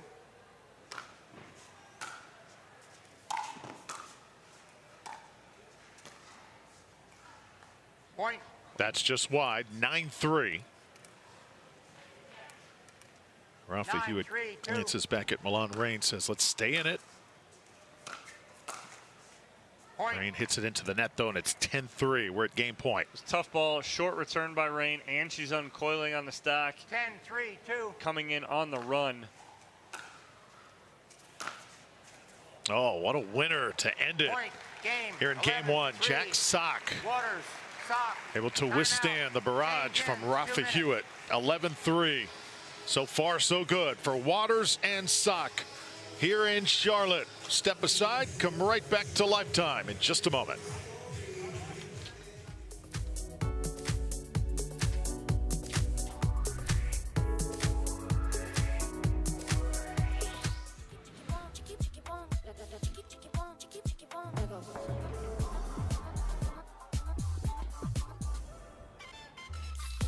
Follow your vibe.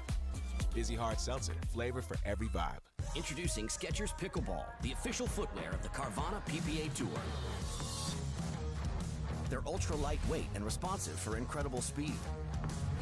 They have Goodyear rubber outsoles with a specialized pickleball design for increased side-to-side stability and agility.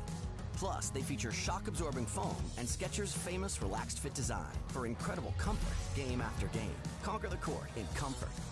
Skechers Pickleball, the official footwear of the Carvana PPA Tour.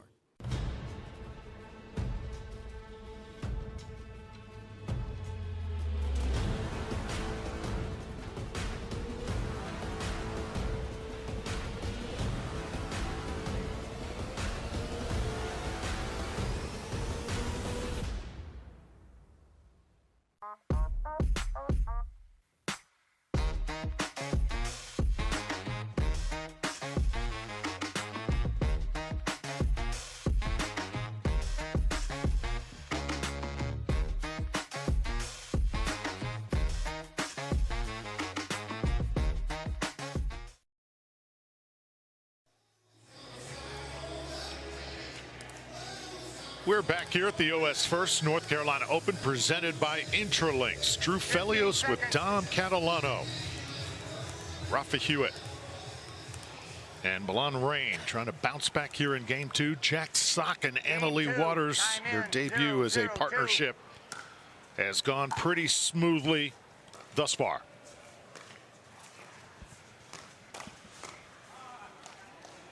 Yeah, so far so good, Drew. They've been in control of every one of their games. Got pressed in game 2 by Braverman and Kussmeyer, but figured it out. Just so good. Such good footwork there from Jack Sock. Again, reading that he can get around that kitchen and get to the Ernie. 2-1-1. Referee error. Correction. Call the score incorrectly. Score is 0-1-1. I'll recall it. 0-1-1. Referee called 2-1-1. It's 2-0.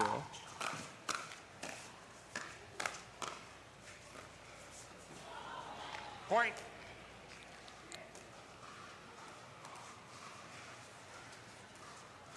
One.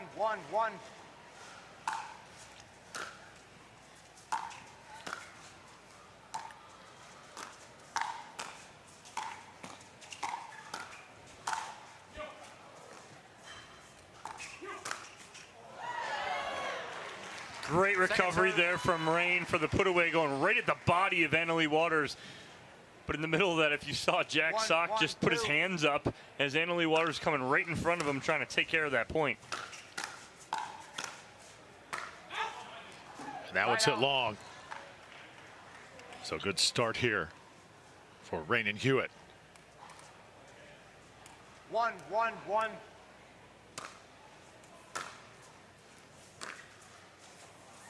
Second serve.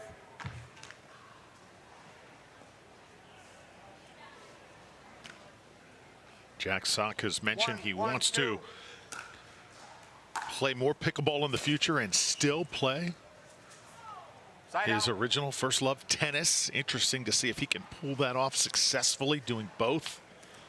Kind of redefine.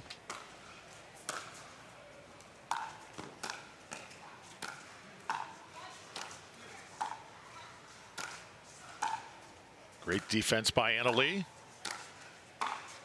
Sock there to help out. Rafa still trying to test that middle.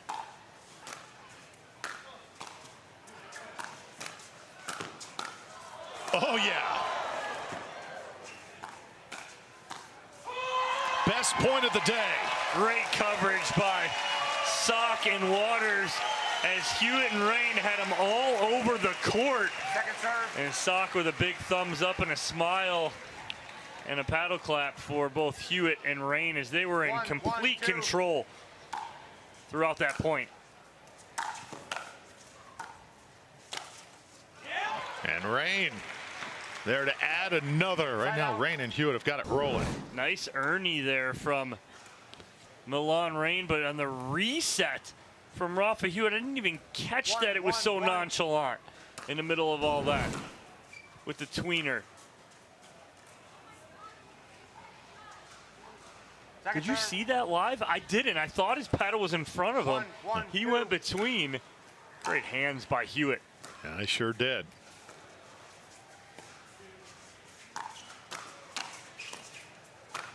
Tried it again, but this time, and not the same success as Jack Sock there to put it away. 1-1-1. All this action, we're still at 1-1. Second serve. And now second serve on the way. 1-1-2.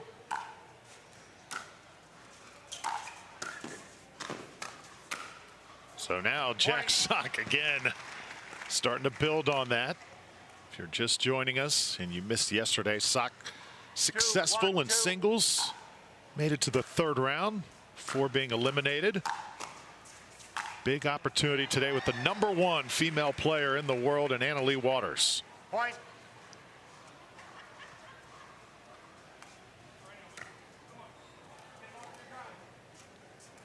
Three, 1-2.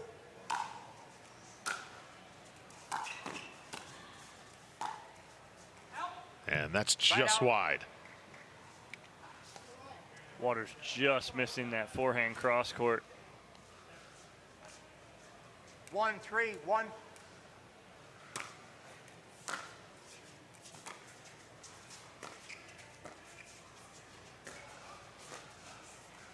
Second serve. You watch Sock too when he hits these dinks. He does rear back. He takes a big backswing, almost trying to bait you into thinking he's going to pull the trigger.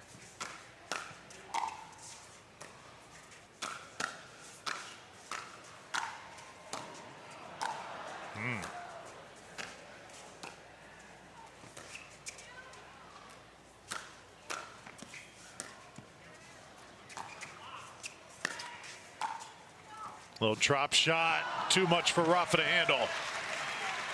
Hewitt goes around the back, and Sock gives him a little high five in between points right there. It was a perfect reset around the back. 3, 1, 1.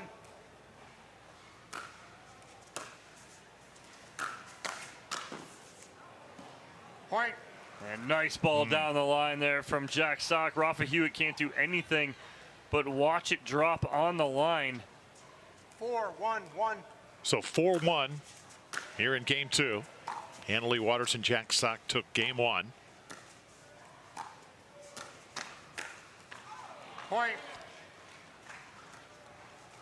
I believe we got a timeout here as we heard Rafa Hewitt call it. 1 minute. As it is, I believe, 5-1 now.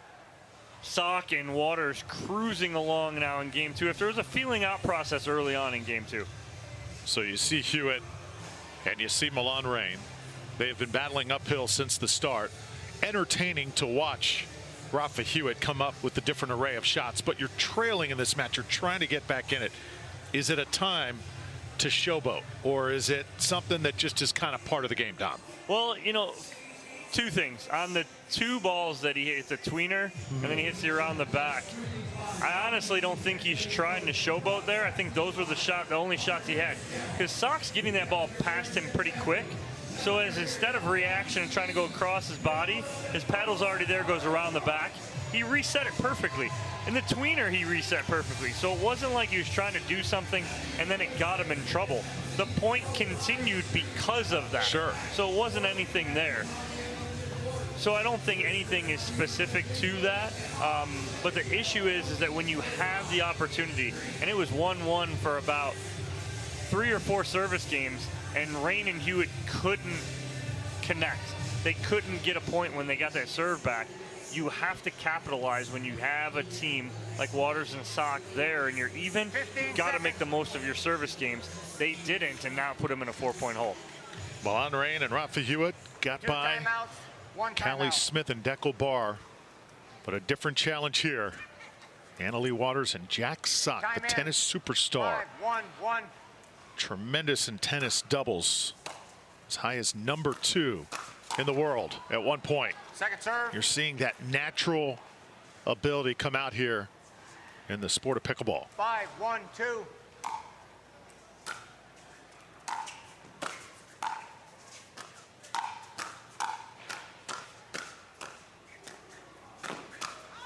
How about this? That's good ball there from Rain, as she had Waters pinching just enough in the middle that she could go forehand side. 1, 5, 1.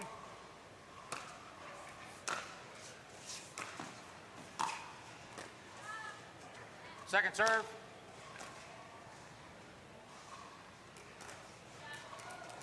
One, 5, 2.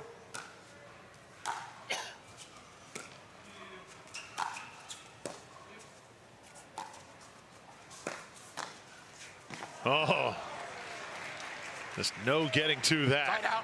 That shot right there, Dom, he has pulled it off seamlessly over the last few days. Yeah, he's reading that when that ball is going flat down the line, he can create such a good angle. It's dangerous to go down the line on Sock when he can do that with that angle. Oh, great defense from Annalie.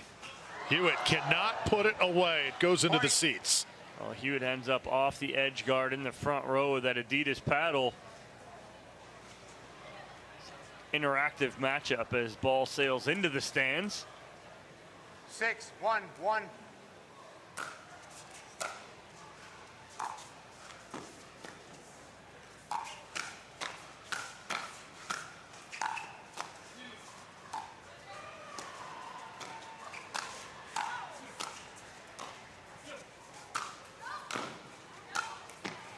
Oh, finally, Hewitt puts it away.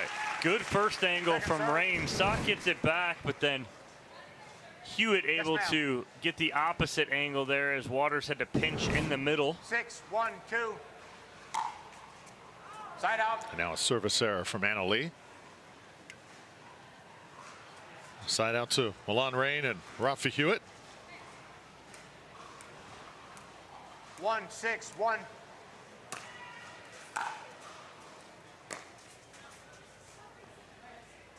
Second serve. Rain upset with herself right there. She missed that so wide. 1-6-2.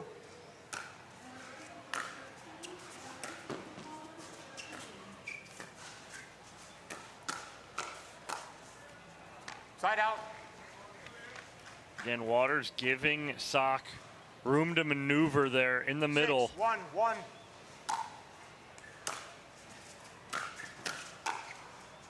Second serve.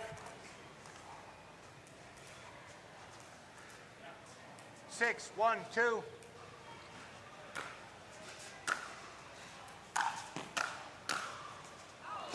Point. Another winner from Jack Sock makes it 7-1. So Sock and Waters firmly in command here in game 2.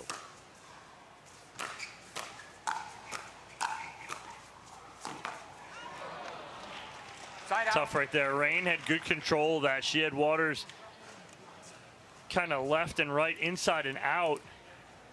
Gets one off the edge of the Allyce Waters paddle, and the winner for Rain.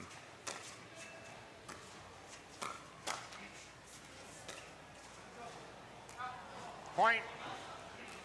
Just long from Sock. 2-7-1.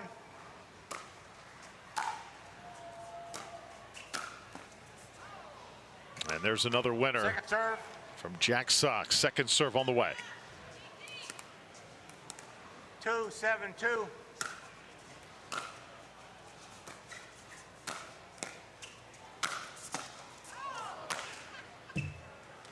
Hewitt gets one back that almost hit him in the left hip, but a little too much there from Sock, and we'll get another timeout here from receivers. Rain and Hewitt. 1 minute. As Sock and Waters are here in control in game number 2 still. Stands are packed here in Charlotte. Lifetime facility buzzing for the debut of Jack Sock here on the Carvana PPA Tour.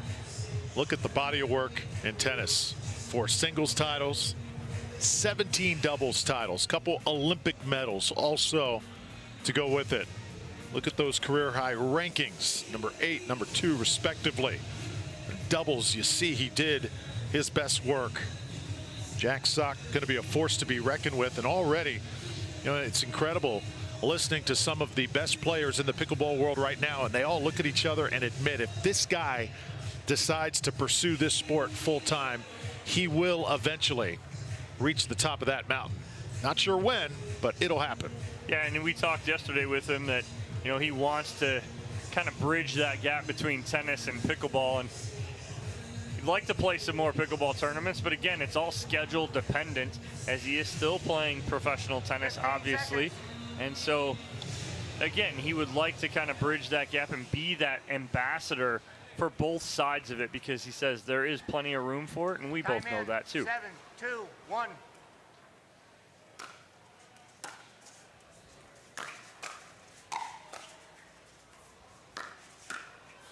Around the post from Sock. Good defense by Rain.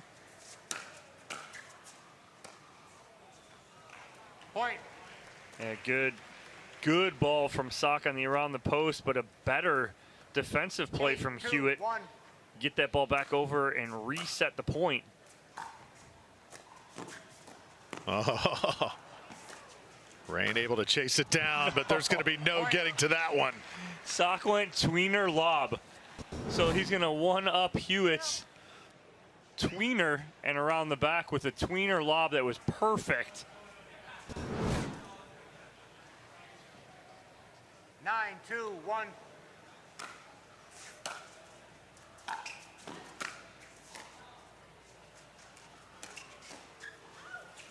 Oh, how about this? Allyce with the ATP attempt. But Sock called it out before Allyce Waters could hit the ATP. He took her ATP away. And that brings us here to match point. There it is. Jack Sock and Allyce Waters. Sock. Get a sense they're getting better and better with each point here in Charlotte. The 6th seed over the 22nd. And they cruise on to round number 3. Crowd having fun here at Lifetime.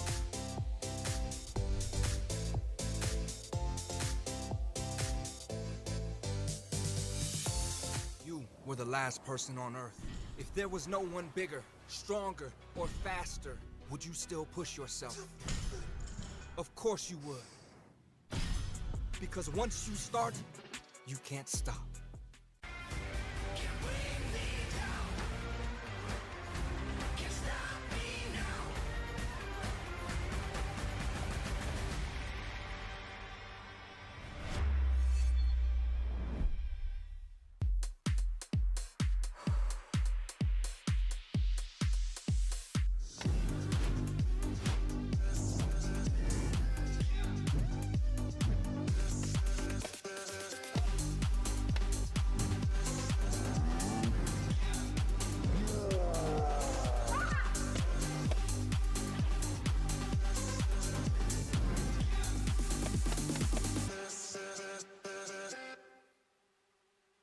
To make it to the game, it takes dedication and training. To stay in the game, it takes grit and stamina. To win the game, it takes strategy and skill. You keep focus on your approach, drop, and champion shots, and we'll help you stay focused on your strength, flexibility, speed, and downtime. Having a sports medicine partner in your court is key to helping you make it to the game, stay in the game, and win the game. Select Medical is proud to be the exclusive provider of physical therapy of the PPA Tour. The OS1st North Carolina Open is brought to you by Pickleball Central. Fila Pickleball. Selkirk, we are pickleball. Chase. Carvana. Baird. Vizzy Hard Seltzer. And Engage Pickleball.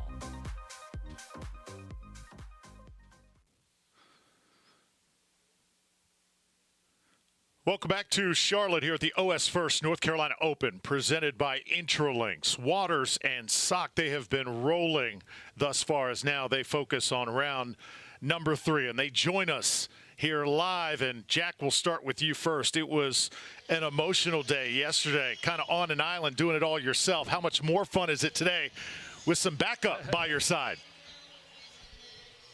Yeah, this isn't going to make a lot of sense, but I love team sports. I love the team atmosphere, so I'm not sure why I chose tennis as a kid, but no, it's a blast being out here. Obviously, doubles for me in my career has been, and tennis has been just unbelievable. I've had some of my best moments by far playing doubles, and I get the honor of playing with the little goat over here who's dominating the sport, and she was gracious enough to play with me in my first tournament, which is going out on a limb for her. She obviously expects to be playing on Sunday every week, so I'm hoping to carry my weight, and we'll keep going. And Annalie, what has it been like preparing for this event with Jack Sock, getting ready with the guy who's played big-time tennis at the highest level? Yeah, well, I don't think I had to prepare Jack for playing in front of a crowd, so that was a good thing. But I came up here on Monday. We trained a little bit indoors. I haven't played indoors in over a year. I think Jack plays indoors a lot, so I think that's to his advantage. But I was just kind of, I think I'm here more for the strategy aspect and just let him go out there and be a beast. Annalie, Jack, Dominic here. Question for both of you guys. Coming into this, Annalie, you're used to playing next to Ben. When you're playing next to Jack now, it seems like you guys have that same strategy. You're giving up a lot of that middle and letting Jack play big. Was that your guys' strategy going in? Yeah, I think so. I mean, mixed doubles, that's kind of what the game plan is, kind of let the guy take forehand middles, and I'm all for that.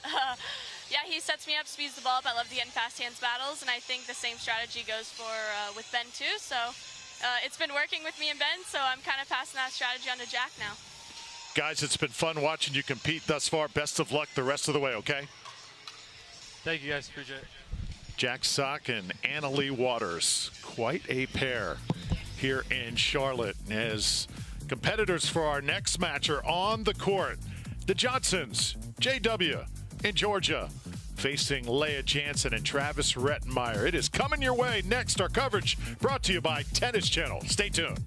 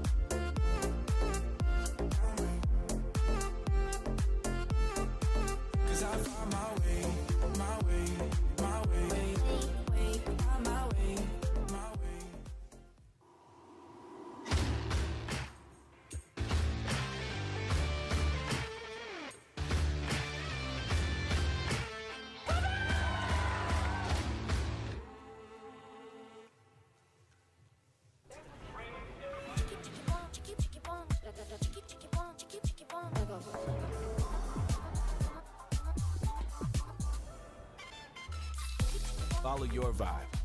Busy Hard Seltzer, flavor for every vibe.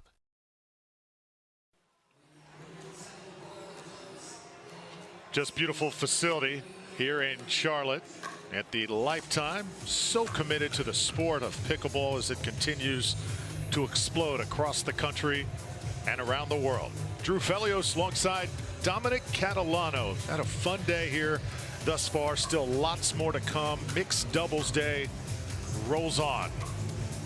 You see right there, Brasha and Patrick warming up on the near court, having some fun.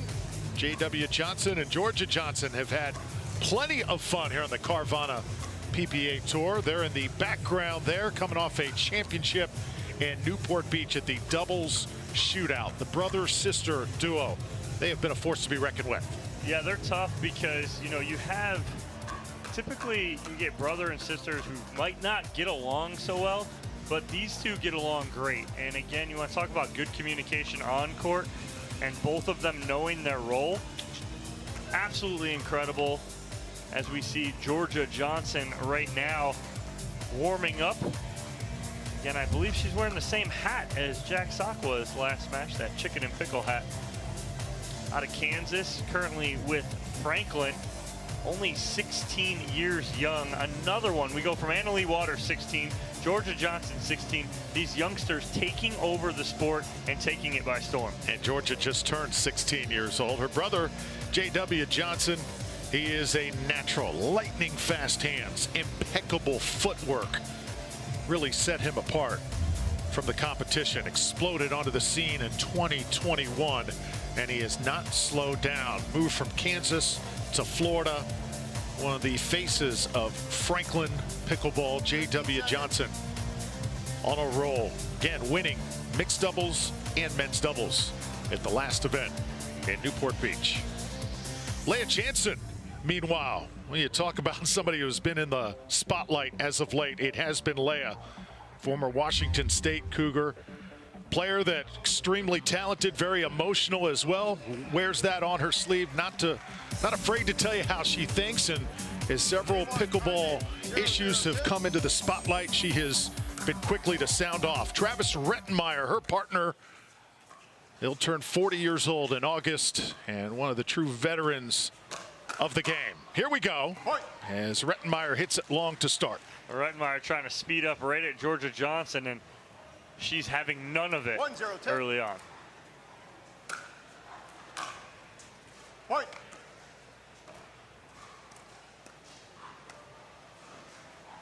Two, 0-2.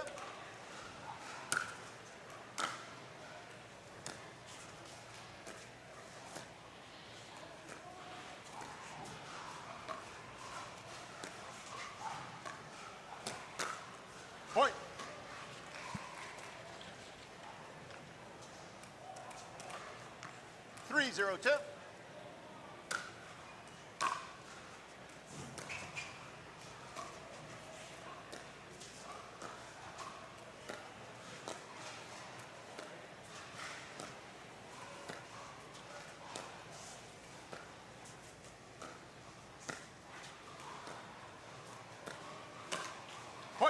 And Rettmeyer into the net. Quick 4-0 lead for the Johnsons. Travis Rettmeyer, UCLA Bruin.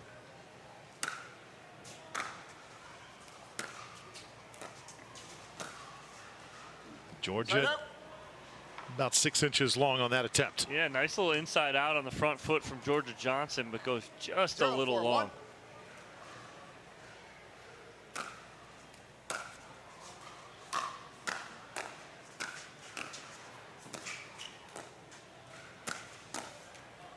Second serve.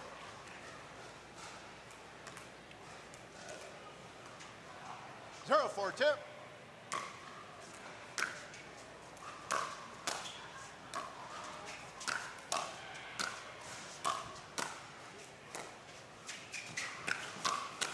Stepping in on JW, and JW makes you pay for it. Again, like a little fly swatter there. Johnson just swats that speed up from Rettmeyer back behind him as Rettmeyer was pinched in the middle.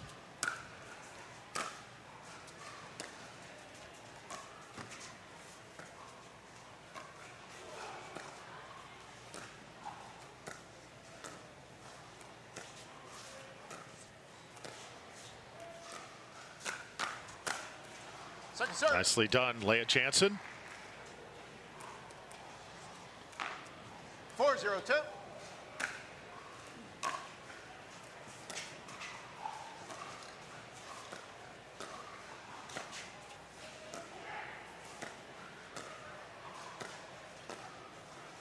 Point. Again, what Jorja Johnson does so well is she mixes up the spots on her dink. She'll go inside, then outside. She doesn't go to the same spot more than 2 or 3 times in a row. And she keeps you guessing when you're going cross court from her. Rettmeyer brings the hammer. Saw Jack Sock in the last match. He was once a #2 doubles player in the world in tennis. Travis Rettmeyer as high as number 57 in the world. Just to give you an idea how hard it is in the world of tennis to move up those rankings. But Rettmeyer very well accomplished. He is, again, fallen in love with this game. Good ball there from Jansen. Again, not trying to do too much with that. She just finds JW Johnson cheating in the middle just a little too much.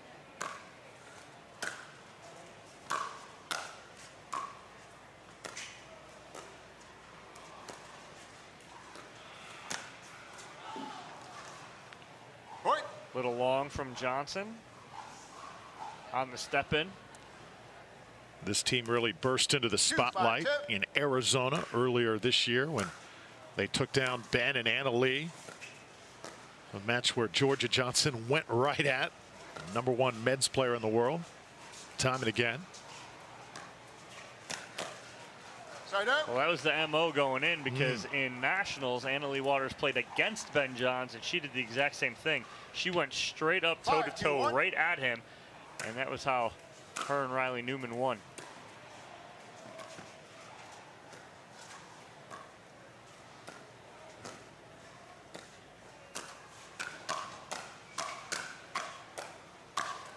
Quick hands on both sides.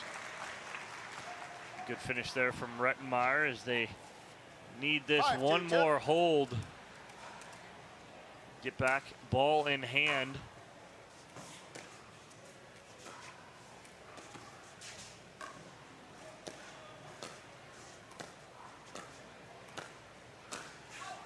Jorja Johnson, though, so skilled.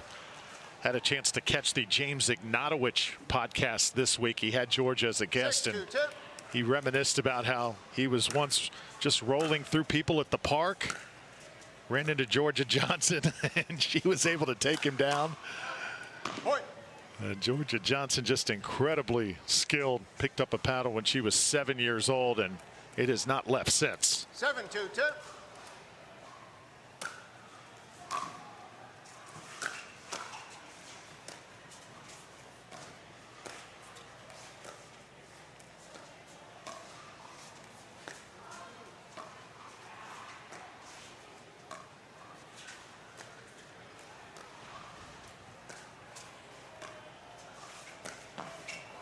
Side up. Good patience there from Rettenmeyer and Jansen, not trying to get into that firefight with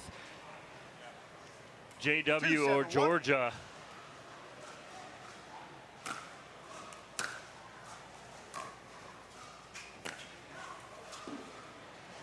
Point. Johnson overhitting that one too. He's had a couple opportunities to put balls away. He's gone a little long with the little forehand flick.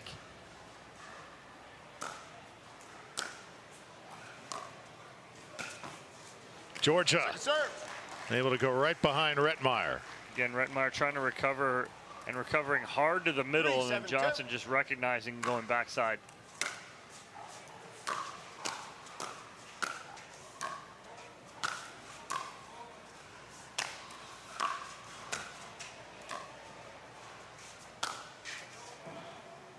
Oh, that ball looked like it was in. Just inside the line. Point. Call was out from Rettenmeyer. It was out.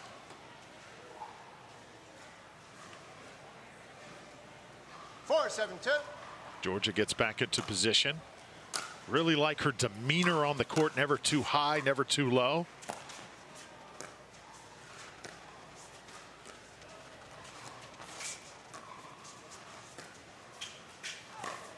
Rettenmeyer tries the around the post. Jorja decides to play it, and Travis gets lucky. The best was JW. After Jorja hits it, he puts his hands up like, what are you doing?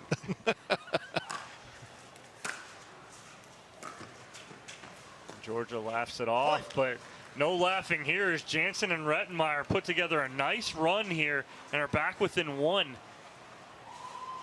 6-7-2. Point. And now it's 7-all.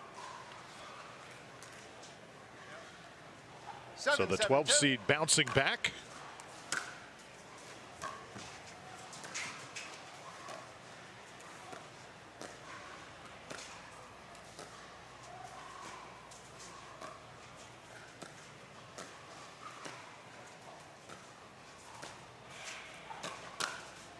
Side up.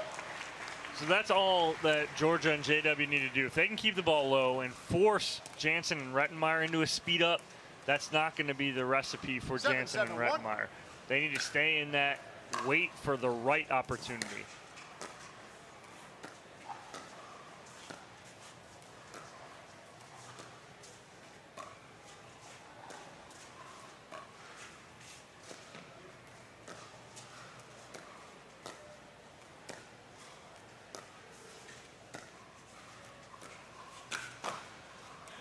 Led Jansen, winner.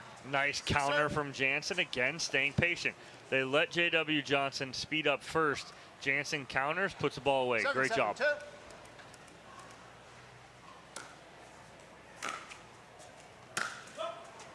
Side out.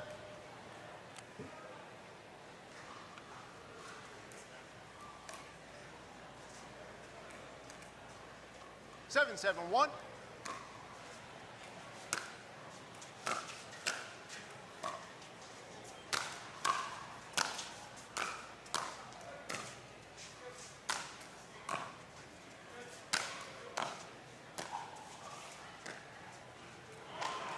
Good initial drop from Jansen. She can't believe she missed the second one.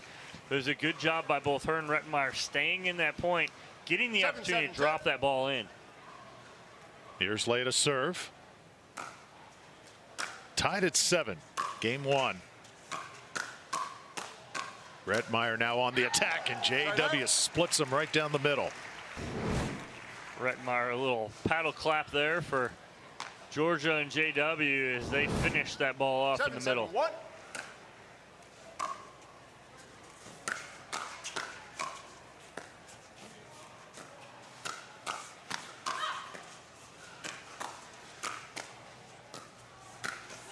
Hands battles getting better and better, aren't they? Yeah, and that's the problem. And it's not that Rettenmeyer and Jansen can't win these hands battles, is that Johnson and Johnson are looking for the hands battles.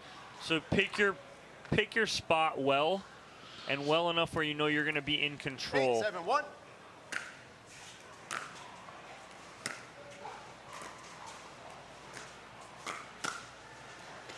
Point.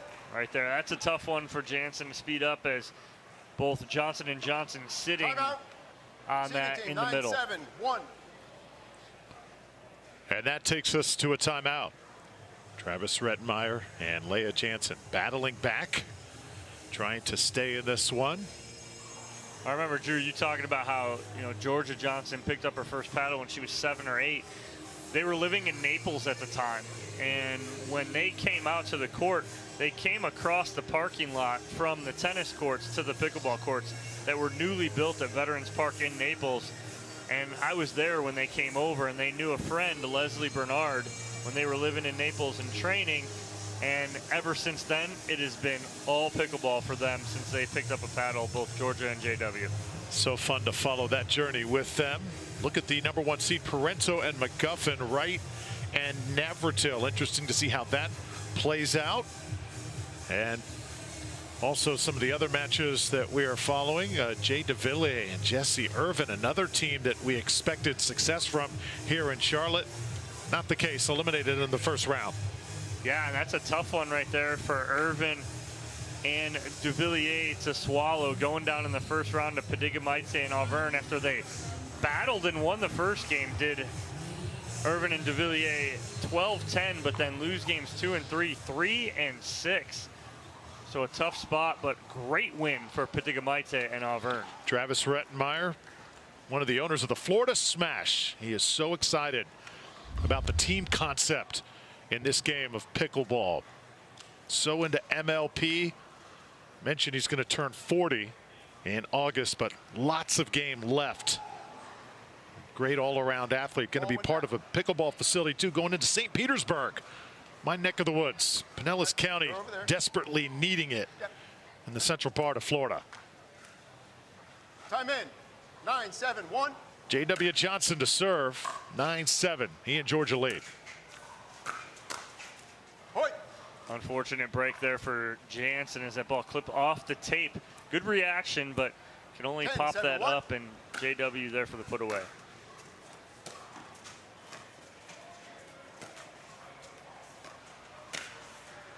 And there's JW with an exclamation mark to end game number 1, 11-7. So Jorja and JW continuing to roll after the win in Newport Beach. Mixed doubles day continues from Charlotte after this. Hold on for game 2. Are they showing the correct servers and stuff? Yeah, they're not changing. Just leave them. Just leave. Barry, I used to play professional basketball. Now I'm into pickleball.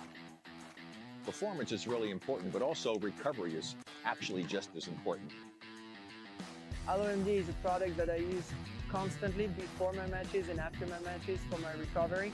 Great for inflammation, great for recovery. I keep coming back to this. AlloMD all day long, baby. I use it. I use it. I use it. I use it. I use it. AlloMD, acute relief cream.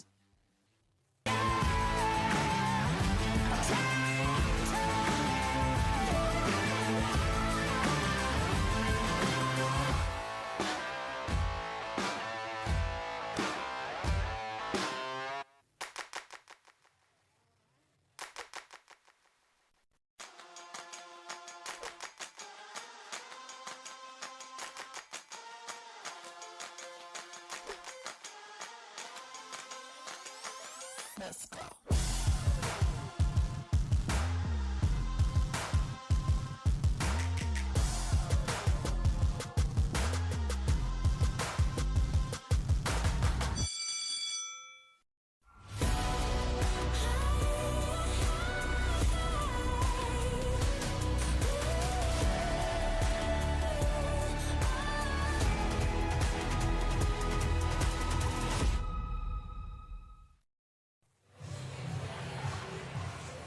.920 players have come to Charlotte vying for championships. 4 of them on center stage right now.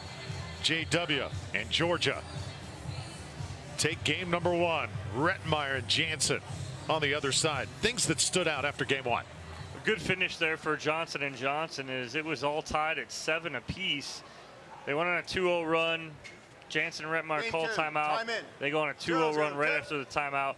So good finish to the game for Johnson and Johnson. Rettmeyer and Jansen just need to stay patient, wait for their opportunities here, Side out. play that dink game, let the points come to them. 0-0-1.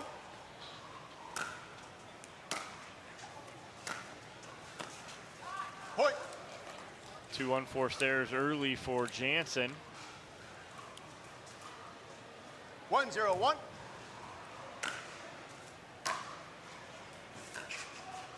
You mentioned JW and Jorja and their times jumping into the world of pickleball, trying to improve in the sport, becoming the pros that they have become. Side out. Also got to mention the mother, Julie Johnson, the time that she has put in with these kids. It has been such an incredible body of work, hasn't it?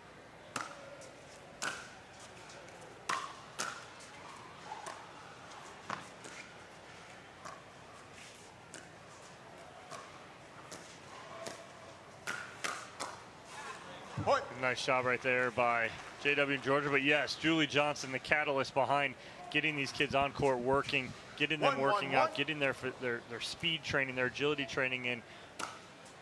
Julie does a great job with them.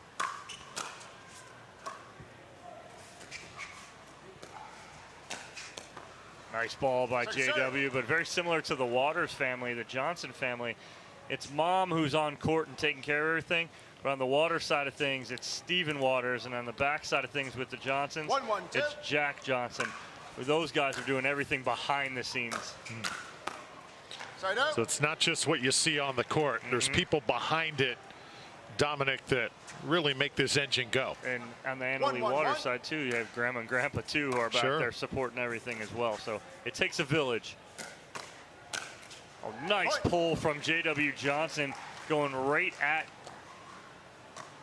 Leah Jansen at the body. Jansen able to clear herself, but not really get a good paddle on it. And Johnson with the finish.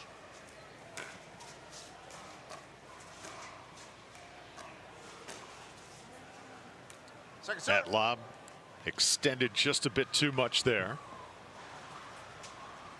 So we'll have second serve on the way from the Johnsons. 2-1-2.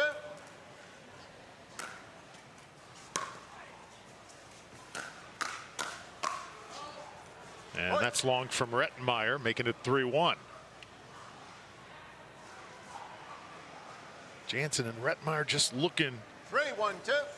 for some points to build on here. Not been able to string it together thus far.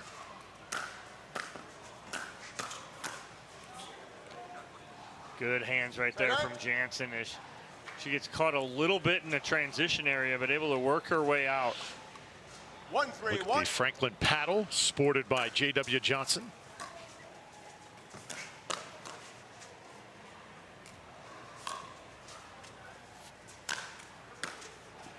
Now looking up into the ceiling has presented some challenges for some of the players on championship court thus far. Yeah, looking up into the lights and into the white ceiling caused a little bit of an issue, especially on lobs or mishits like that one from JW.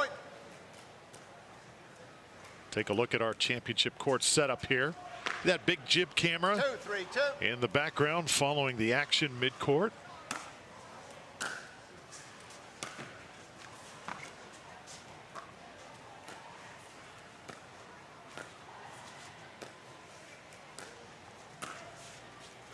Yeah, so no sun issues here, of course, for indoors, but still something you have to be mindful of. Players yesterday in singles trying to adjust, looking up into that light. 3-2-1. JW Johnson puts it in play. 3-2, game 2.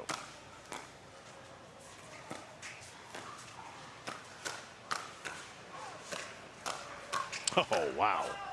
Second serve. The fact that JW got one of those balls back where he was chicken winged so bad by Leah Jansen. 3-2-2. That one right there. And Jorja not able to finish on that next ball.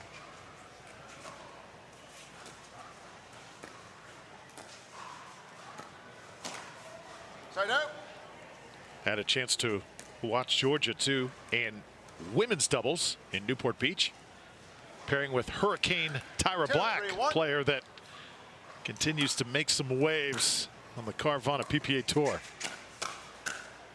Certainly has the name, doesn't she? No, absolutely. And Tyra Black has really started to improve over the last month or so. You see her at tournaments. It was good. On second serve. Almost every weekend, she's finding a tournament somewhere. 2-3-2.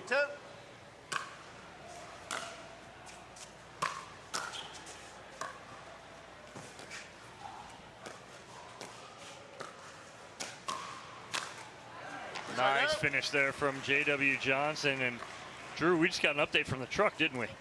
Yeah, it looks like Hurricane Tyra Black and Tyler Leung were just victorious in game 2 over Riley Newman and Allyce Jones. So we'll continue to follow that match going on the grandstand. So that was an 11-6 count. So into game 3, we'll continue to keep you posted. 4-2-1.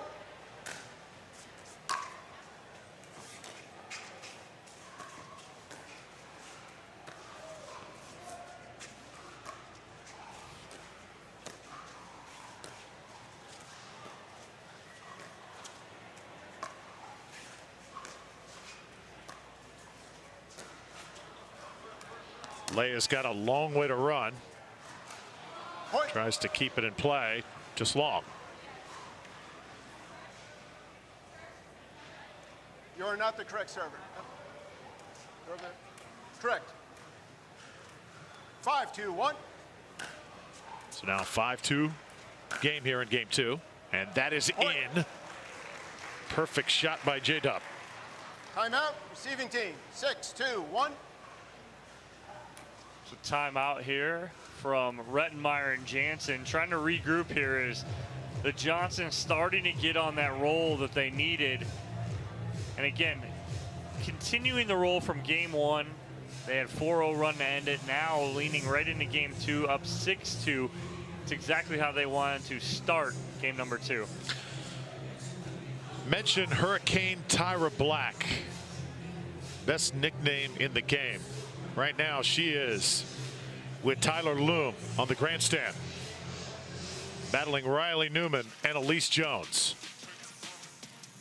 Riley and Allyce eliminated early in Newport Beach, trying to have a better showing in Charlotte. And it is nip and tuck on to game 3 here. 3-0 for Newman and Jones.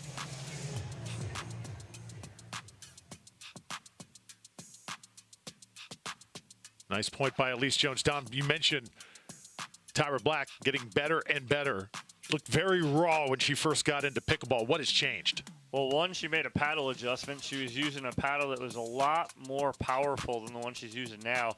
And that kind of hurt her game, where she was trying to create a lot of touch off a ball with a paddle that had a ton of power. It was very difficult for her. Now she's made that adjustment. That was 1. And then 2, she's putting in the court time. She's turned into literally a court rat.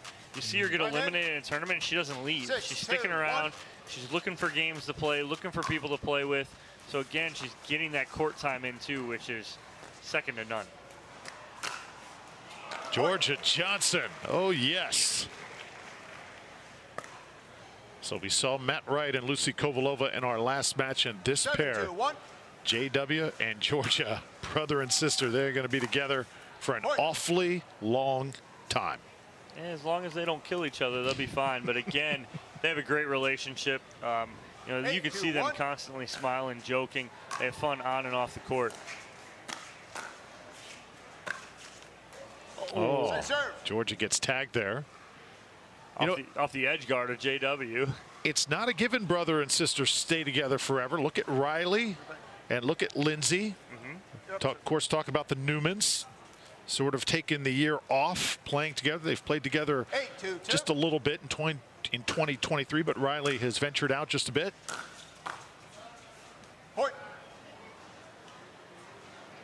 And now that decision kind of came upon when Lindsay was married, got pregnant, had a couple kids.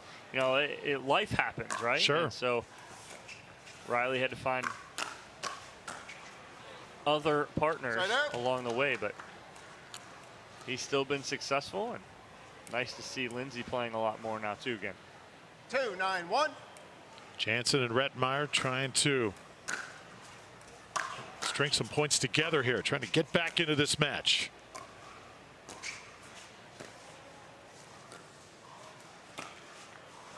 Point. J-Dub tagged off the tape.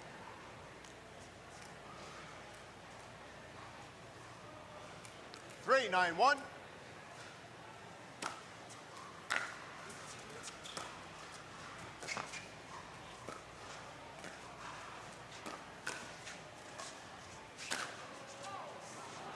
Second serve. Oh, Redmeyer came up a little lame on that. Right when he went to go get that ball. 3-9-2.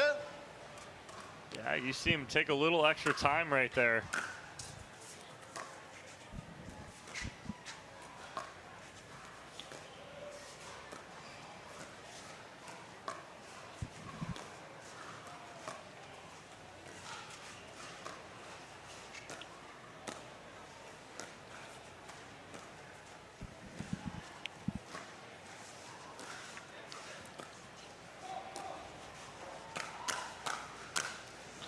JW hammering away. You mentioned Rettenmeyer coming up a little bit gimpy.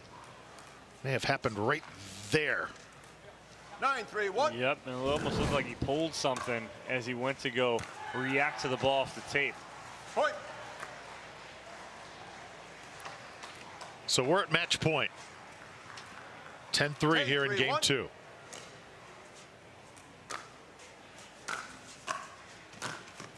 Second serve. J-Dub went for the kill. Yeah, trying to make something happen. I don't mind it at 10-3. 10-3-2.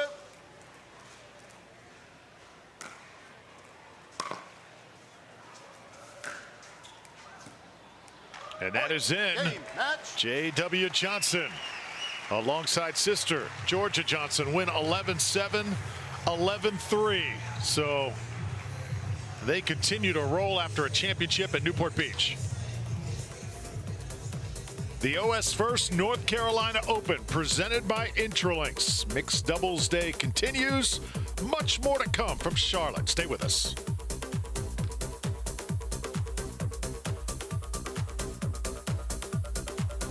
I used to play professional basketball. Now I'm into pickleball. Performance is really important, but also recovery is actually just as important. AlloMD is a product that I use constantly before my matches and after my matches for my recovery. Great for inflammation, great for recovery. I keep coming back to this. AlloMD all day long, baby. I use it. I use it. I use it. I use it. I use it. AlloMD Acute Relief Cream.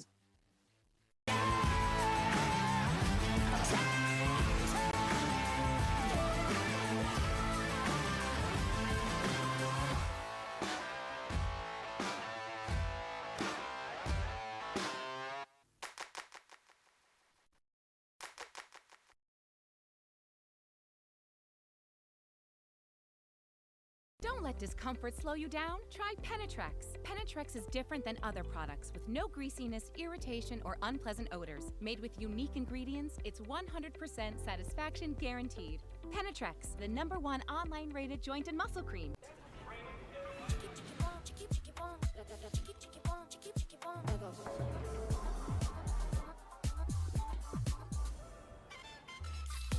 Follow your vibe.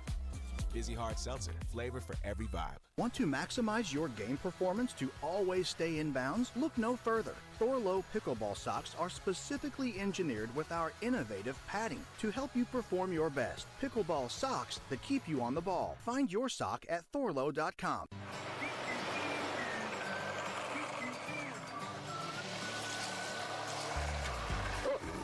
Ready yet? Not yet, buddy.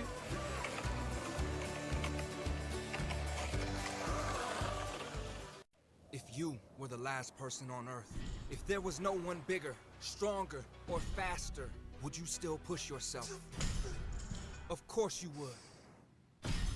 Because once you start, you can't stop.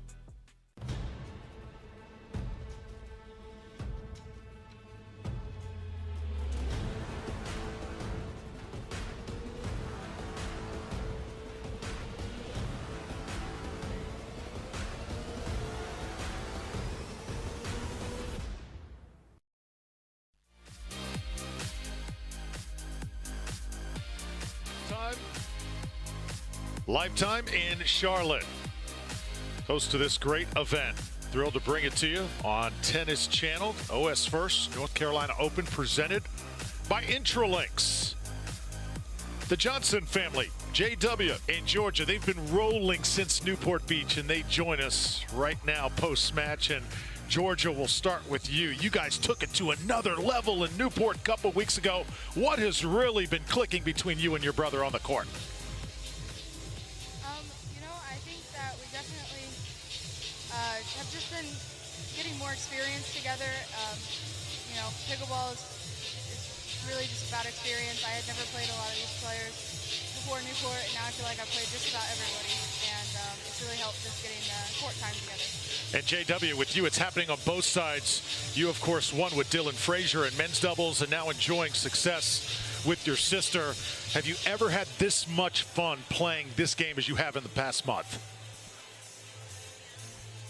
Yeah, no, it's extremely fun, especially doing it with the whole family. It's a lot of fun, especially practicing at home a lot with the family. So it's a lot of fun.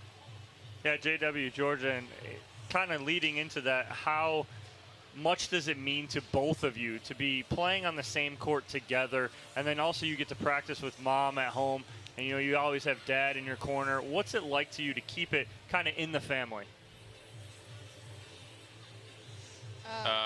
Yeah, I mean, especially having mom get to coach us from the side from time to time, and all the parents getting to come and watch us play. So it's a lot of fun doing that, and at home just getting to train a lot. So it helps a lot. Yeah, and it's really special to be able to play with my brother.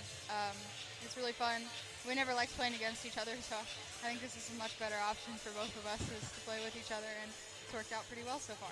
You guys not just playing great, looking great as well, color coordinated with the Franklin, of course, on display. Tell us about your sponsor and what they have meant to both of your games.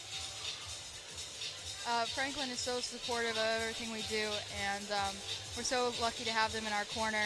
And then, of course, Yobo and Chicken and Pickle and Day One.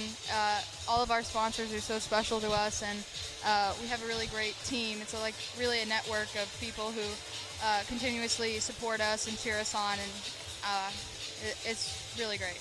Jorja and J-Dub, listen, continued success. Okay, best of luck the rest of the way. Thank you. Thank you. All right, great stuff from the brother-sister here in Charlotte. We'll come back to Lifetime in just a moment. Our coverage of the OS1st North Carolina Open continues.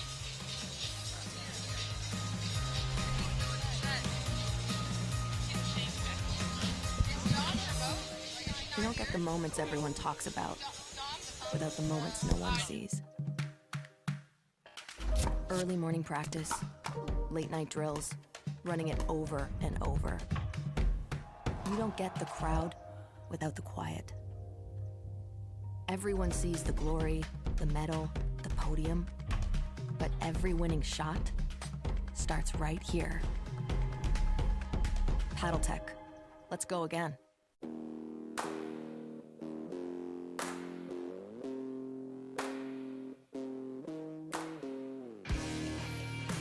This spring, you don't have to be a baller to buy like one.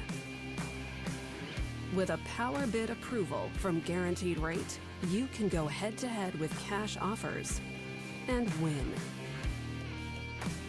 Call a Guaranteed Rate loan officer today.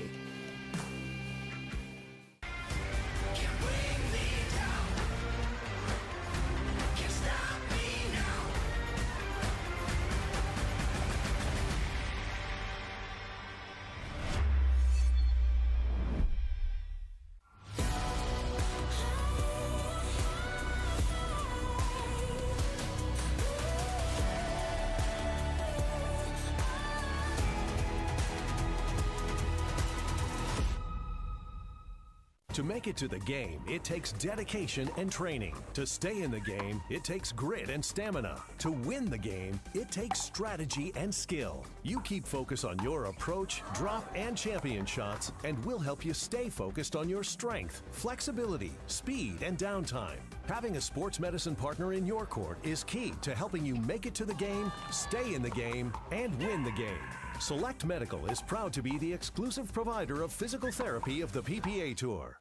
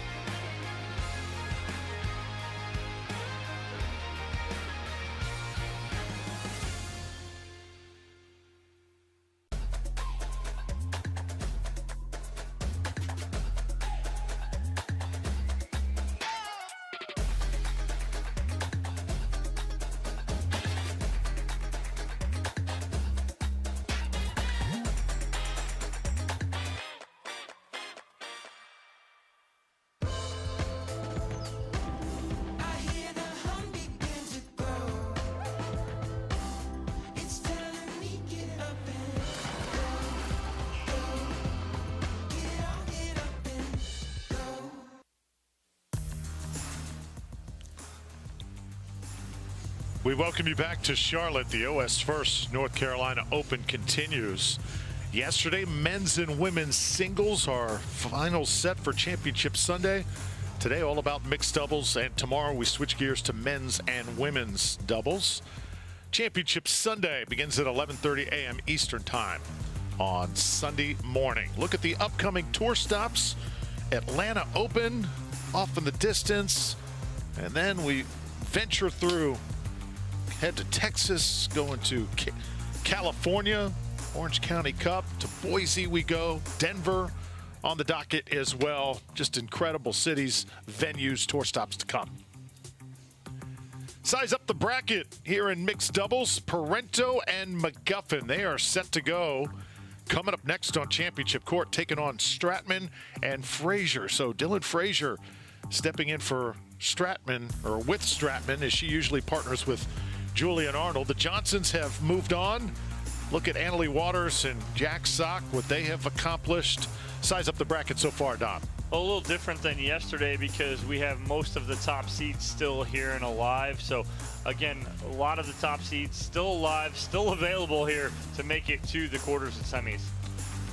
So we'll step aside, come back to Charlotte in just a moment.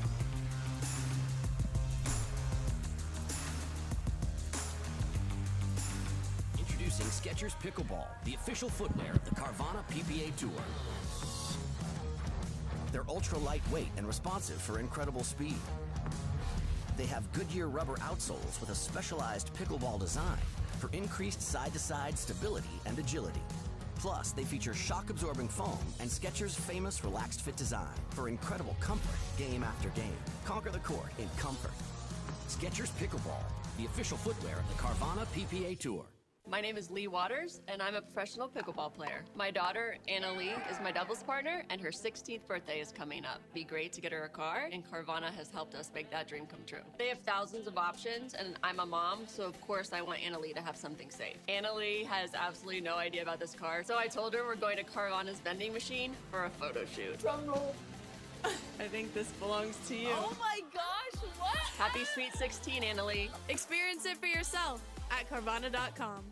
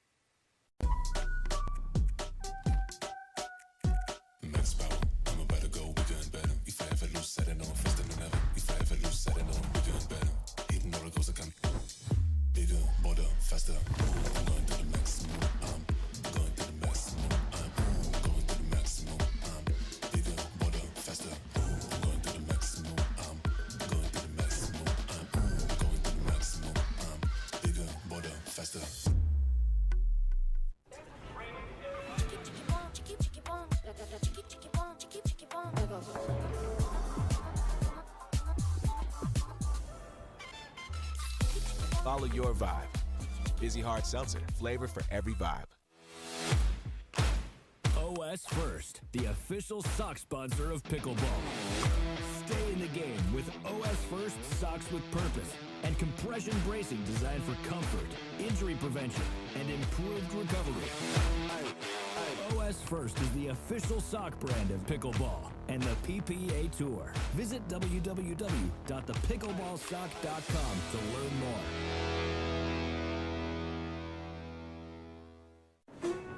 We'll take you to Europe and take care of everything else along the way. Have the time of your life in Europe. Visit hollandamerica.com or call your travel advisor.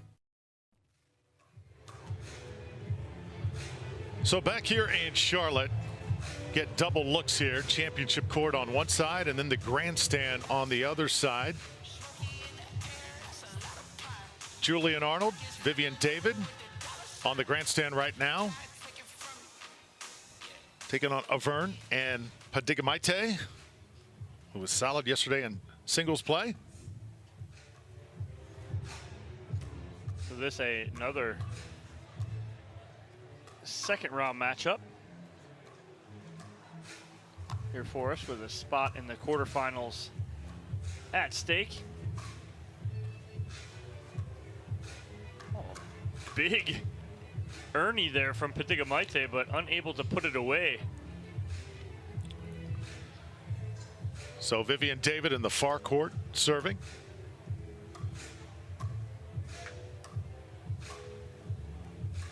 See Julian Arnold playing there. Julian Arnold. We reminisced about that classic with Matt Wright last year on championship court here in Charlotte. What a match that was. If you never saw it, go to YouTube, look it up, relive the memories. You brought it up in the live stream, and then Matt brought it up in the interview. Maybe not the best sportsmanship, but certainly the best in entertainment value on that day. Always looking for good entertainment.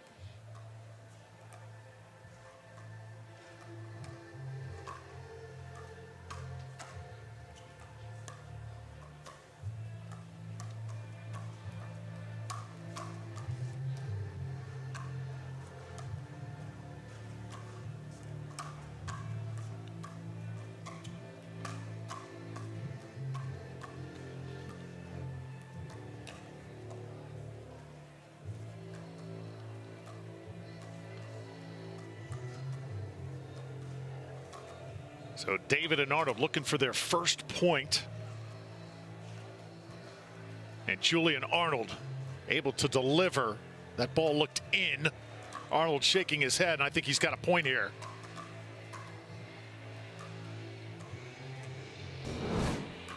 Let's take one more look. Yeah, the ball clearly in. Not even close. And this is going to cause definitely a stir.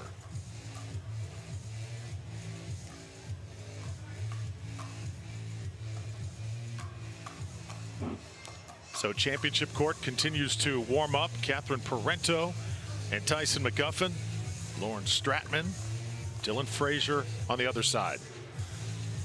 Back to the grandstand now. Vivian David, solid in every aspect of pickleball and the consensus nicest player here on the Carvana PPA Tour.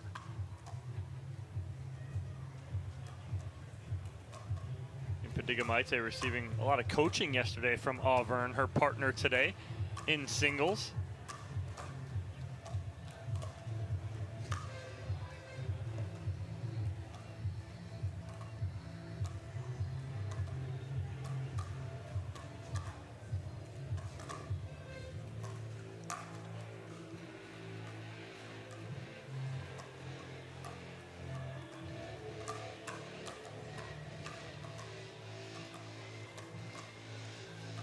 Championship court continues to warm up. So Frazier, Stratman, Parenteau, McGuffin. Here as we continue our coverage in mixed doubles. Catherine Parenteau, Triple Crown winner here in Charlotte 1 year ago.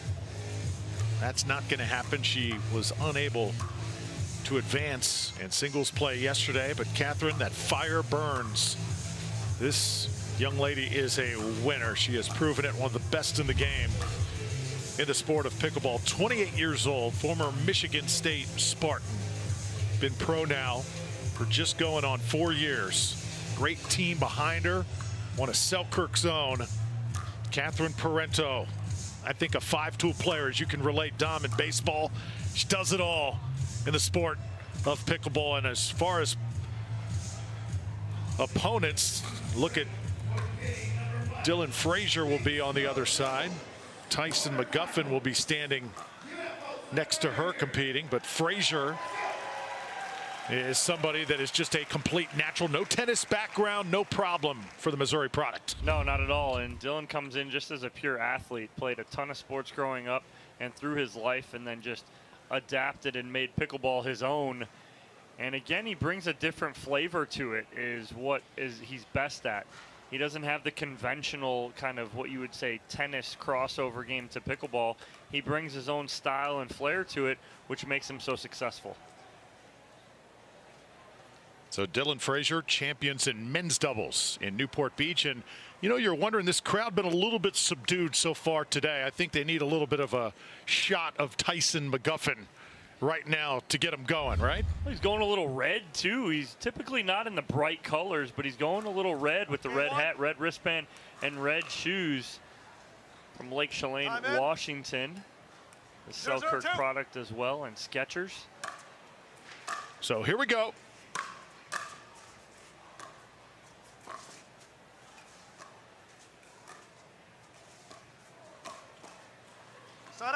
It's a whole lot of Selkirk paddles on court right now, Drew, with all 4 players swinging them. 0-0-1.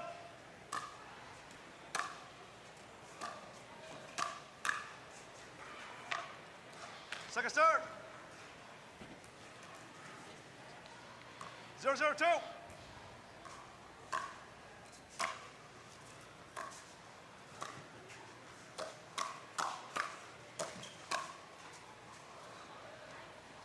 Just on the line there from Frazier.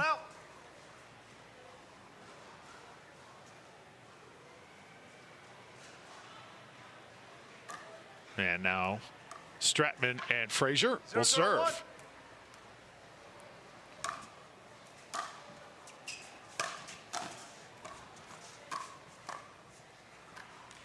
Nice ball by McGuffin right at the feet of Lauren Stratman, putting a lot of pressure on her right there. And 0-0-2. still a feeling out process for all 4 of these players here early on in game number 1.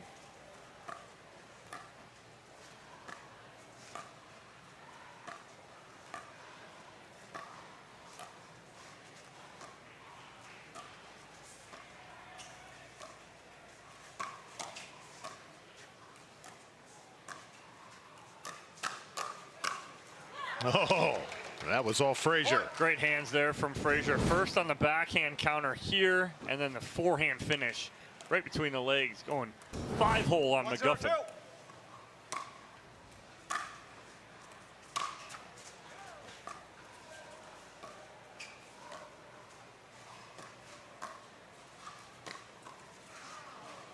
And good little wrist flick there from Dylan Frazier on the forehand side of McGuffin, catching him just a little off guard. 2-0-2.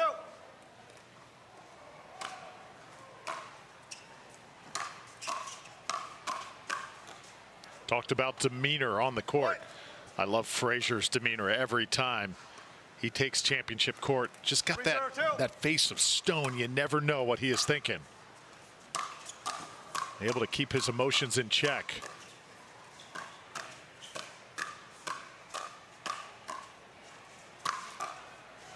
Oh, great defense from Catherine, and Parenteau wins out. Oh, Frazier trying to go a little cute drop shot right there. Can't convert, but good defense there from 0-3-1. Parenteau and McGuffin.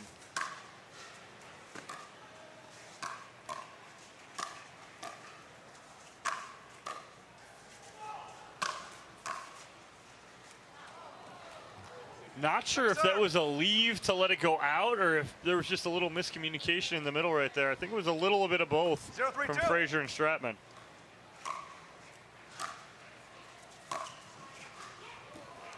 Nice ball there from McGuffin, finding the back baseline.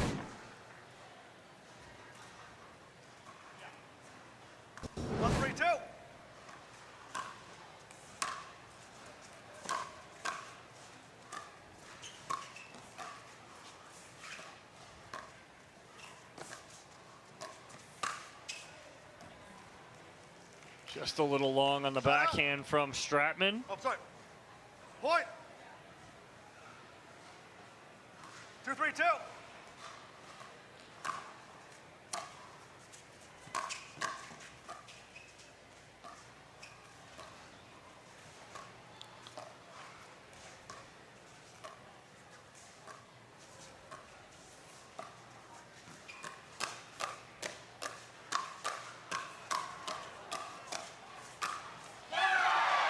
Wow, what a hands battle by McGuffin and Parenteau, just going toe-to-toe with Dylan Frazier, finally getting the ball away from him and at the feet of Lauren Stratman, and she cannot dig that out. 3-3-2.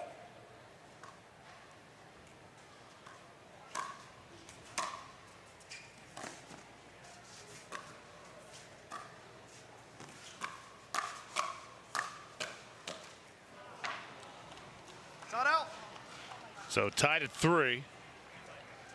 Stratman and Frazier serving here. Championship court in Charlotte.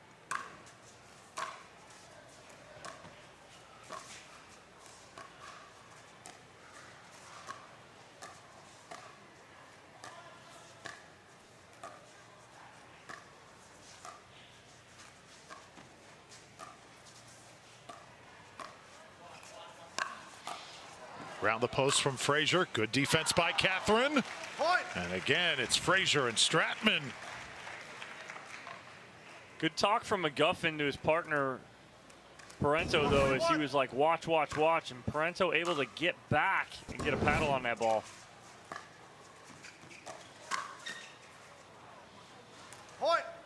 Just gets away from McGuffin there. Another point, 5-3. Stratman and Frazier setting the pace here early.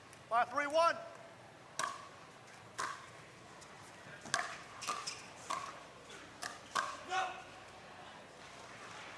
Just a little long on that counter from Frazier. Parenteau and McGuffin one hold away from getting this back and trying to even it up here in game 1.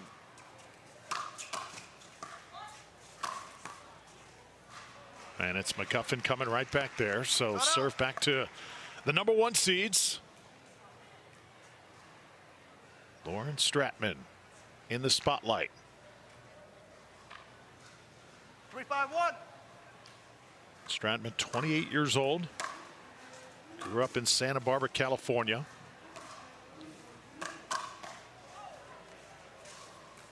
And that lands out as well. Stratman trying to speed up at McGuffin. He was ready for it, and now Parenteau and McGuffin back within 1.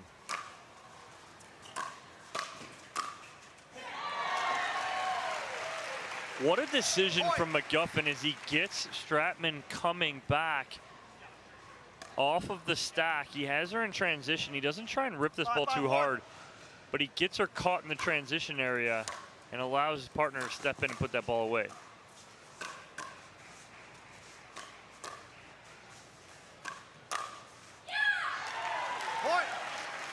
Great job there from Parenteau, finding the hole in the middle, and just like that, it's a 6-5 Parenteau McGuffin lead.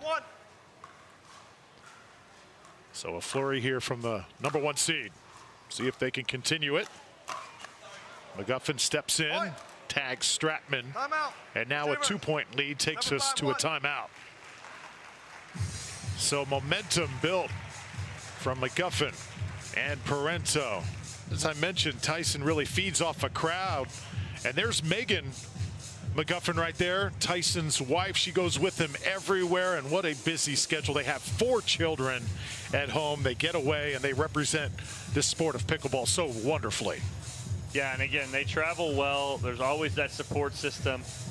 And you also have Athena there supporting Catherine. So they're sitting next to each other. You got the partners on the court and the partners next to each other in the stands on full support here in Charlotte. So a good start, a good little run here for Parenteau and McGuffin to get back in this. They were down by 2, now find themselves up by 2. Nice 4-0 run. See what Frazier and Stratman have coming out of this timeout to slow it down. Lord Stratman, sponsored by Chicken and Pickle, 28-year-old, Santa Barbara, California, about 4 years pro now. Played collegiate tennis at Westmont College, Bachelor of Science there in kinesiology. Lots of success she has enjoyed. Resides in Austin, Texas. Great place to be for pickleball as of late. 7-5 here, game 1. And nothing Stratman can do right there. Ball pops up on the speed up from Frazier off the tape. McGuffin able to get a good big forehand on that. 8-5-1.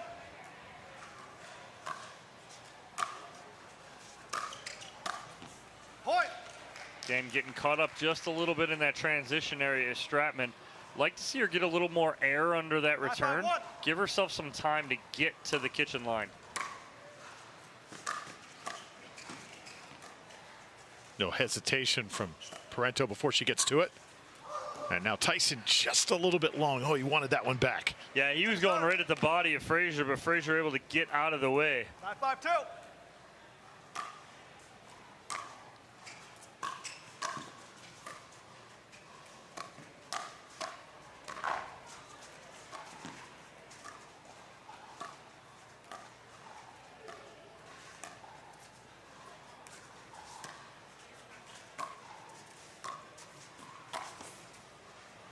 Stratman can't do anything with that one. Handcuffed that time. Great lob in the middle of that point from Parenteau as she found a hole. The only reason that was successful going over the right shoulder of Frazier is because he was pulled to the sideline. Nice job by Parenteau.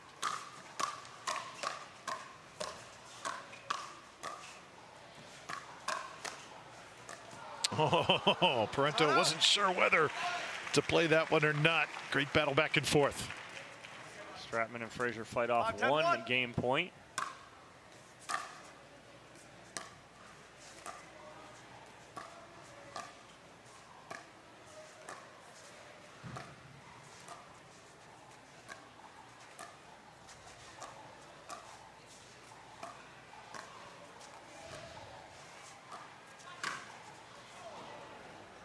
And a gimme right there for Frazier. He just overhits it a little bit.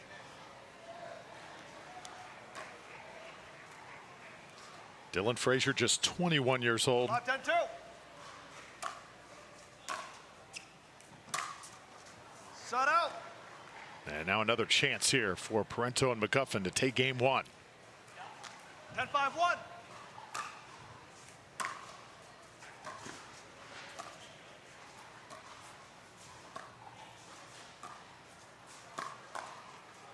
Oh, McGuffin able to squeeze one in, the paddle up just in time.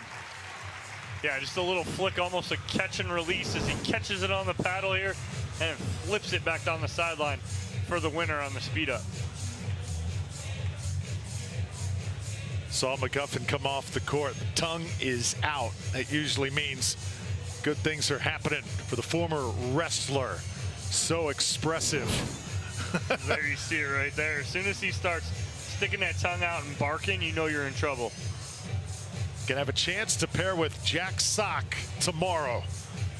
But right now it's all about Catherine Parenteau, one of the greats of the game, a product of the great Simone Jardim. Michigan State got into the sport of pickleball and has never looked back. Stratman and Frazier got lots of work to do in game 2. They looked good early on, did Stratman and Frazier. Took an early lead. I believe they were up 4-0, 4-1, and then just got into a funk. Parenteau and McGuffin found their groove and took game number 1. We'll see what Stratman and Frazier have as far as an answer here in game 2. Packed crowd here in Charlotte. Not a seat to be had. We're expecting standing room only here over the weekend. And Dominic, if it's on your bucket list to attend a Carvana PPA Tour event live and in person, what's the biggest thrill about it? I mean, just the action you get on championship court and around the venue.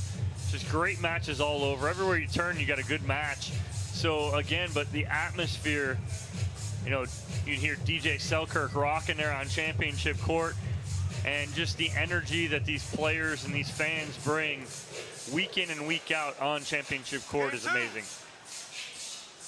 Time in. Parenteau to serve. Game 2.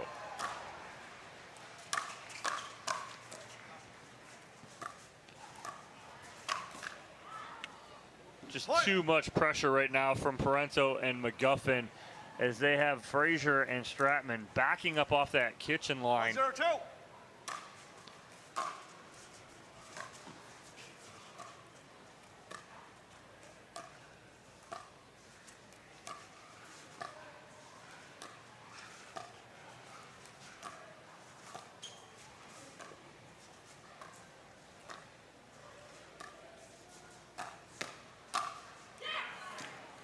Finally, good 1-2 combo there from Stratman, and you hear her, the big yes afterwards.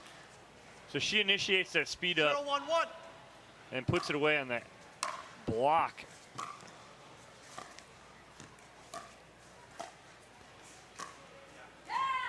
Point. And the winner from Dylan Frazier. Well, another good start here to game 2 as they 1-1-1. started off game 1 well. Did Stratman and Frazier. Point. McGuffin trying to speed up right there on a very low ball. 2-1-1.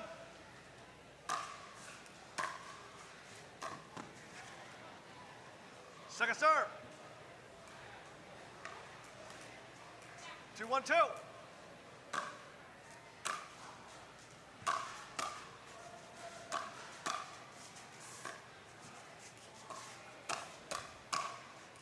And Dylan Frazier right now in the groove here in game 2.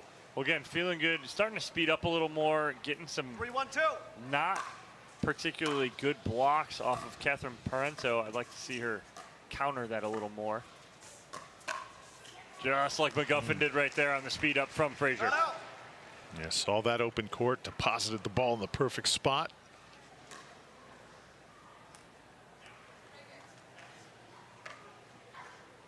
1-3-1.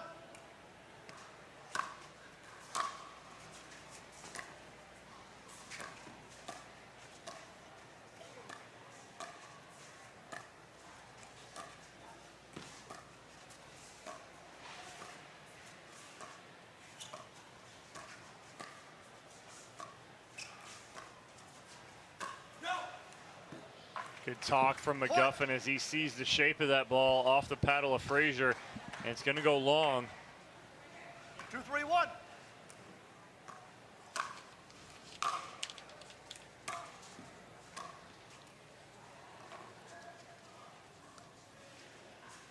Point. 3-3-1. 3-3-1.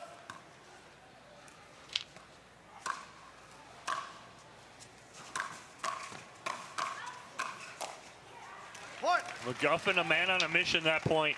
He stepped completely in front of Parenteau to take that third ball and then finishes it on the 5th and 7th.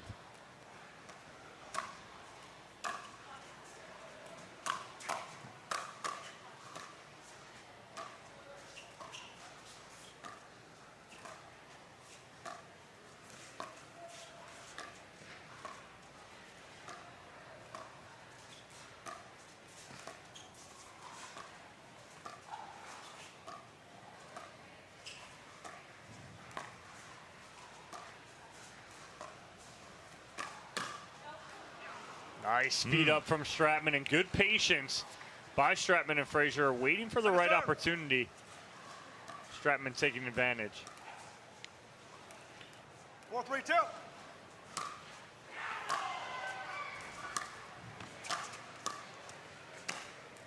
And nicely done by Dylan Frazier, able to get side out. Side out. Trailing by just one. 3-4-1. Game number 2.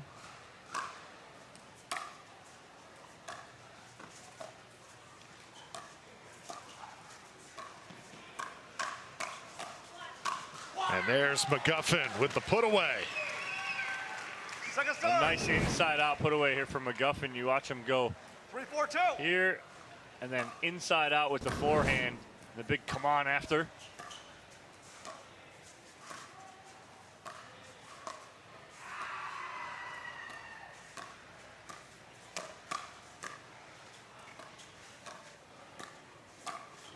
Oh, Lauren Stratman finding her spot. She gets credit for the finish right there, but it's her defense about 3 shots prior to that that kept them in that point and allowed her to finish that there in the end. Lauren Stratman's favorite event, mixed doubles by far.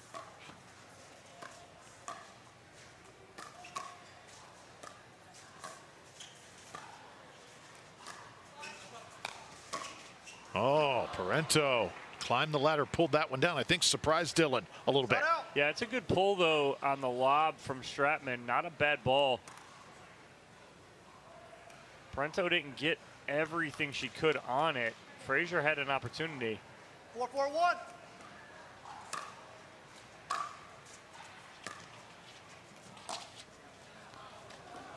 Wow, Stratman catching McGuffin, leaning so far to the middle. She hits a clean winner 4-4-2. 3 feet inside the sideline.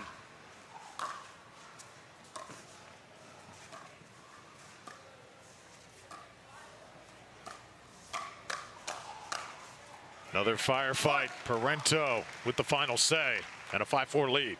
Not sure what happened here at Frazier. It almost looks like he lost this ball. 5-4-2. Didn't even get a paddle on it.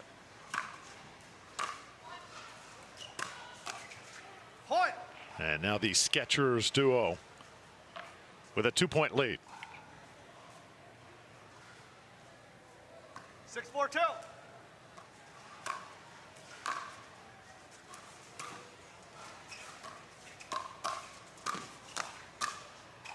Full attack mode here. Parenteau shoots it just long. Good coverage from Parenteau as McGuffin poached over and ended up out of bounds on that poach that he didn't put away.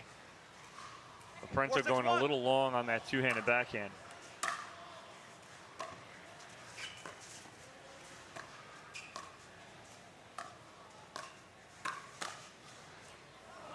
Nice finish down the line from Parenteau, and Frazier wants that one back.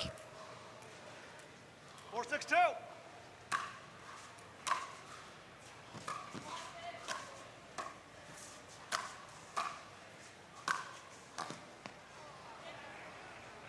Just too much Tyson there.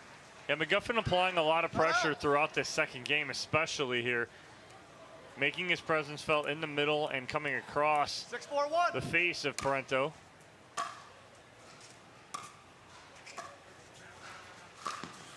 Oh, tried the around the post. Left it just a little bit wide. The court mic picking up McGuffin going around, telling Parenteau that it's there, but she just doesn't hook it back enough. Side out.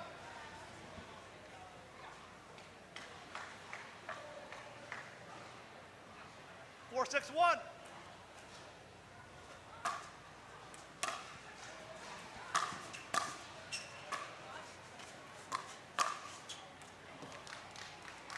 Second serve. Again, Stratman shaking her head as she walks back to the baseline because it's a missed opportunity. She had what she was looking for there on the speed up initially, but just overhits the next ball. So now a point for Stratman and Frazier. They're within one. Be a huge boost here if they can tie this match, and they will, at least this game rather. Knotted at 6s here in game 2. 2 return to serve errors from Parenteau and McGuffin get Stratman and Frazier back to a tie.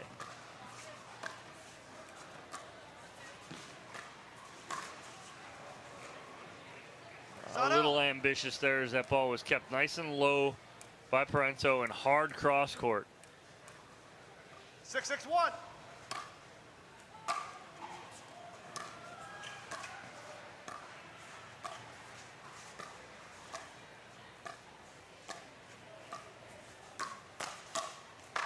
That's much better there from Frazier, waiting for the right opportunity to attack. He does, finds the hole. 6-6-2.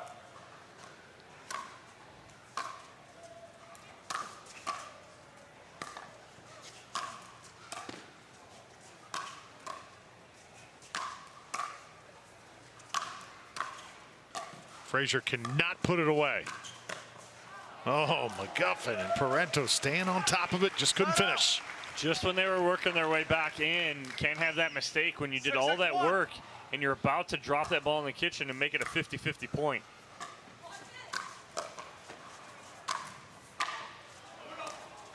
Paddles collide. Catherine can't do anything with it. And the lead back to Stratman and Frazier here. Parenteau and McGuffin almost ran into each other, and I think we're going to get a timeout here from Parenteau and McGuffin as Stratman and Frazier will take a 1-point lead. So it appeared that McGuffin and Parenteau were about to pull away, but that hasn't been the case. Frazier just too good on the other side. And Lauren Stratman gaining confidence as this match goes along. We mentioned the Selkirk effect on the game of pickleball. I own 2 Selkirk paddles at home, just getting into the game. And Dom, you're sporting some Selkirk gear here in the booth as well. Yeah, absolutely. They've been a great company to me for the past 5 years. Rob and Mike Barnes and the family that goes along with it. You don't get just Mike and Rob, you get the whole family, and they've been a great family to work with, and I'm proud to call them part of my family. Look at the quarterfinal draw. Parenteau and McGuffin, Stratman and Frazier, the match we're watching. Jones and Newman able to get by. Hurricane Black and Tyler Loong there. The Johnsons moving on. Kovalova and Wright awaiting on the winner there. And then you've got Bright and Ignatowich, Waters and Sock. That'll be the next match here on Championship Court. So Big Papa Jimmy with Anna Bright taking on Big Jack Sock and ALW. Hang on for that one. Ooh, that's going to be a good one. That's going to have a lot of spice in that one between Anna Bright and Annalee Waters, who know each other really well, and James Ignatowich, who is no stranger to a little talking and having some fun on the court, playing against Jack Sock. Wherever you're watching, however you're watching our Tennis Channel coverage, we're thrilled you're here. 7-6-1. From the Lifetime in Charlotte, jam-packed. Stratman and Frazier trying to build on their lead.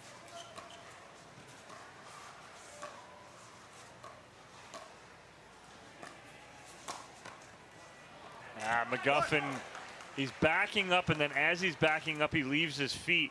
And so he's kind of off balance trying to block that. He needs to stay on his feet.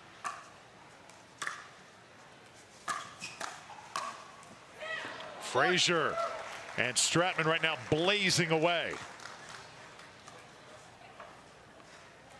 9-6-1.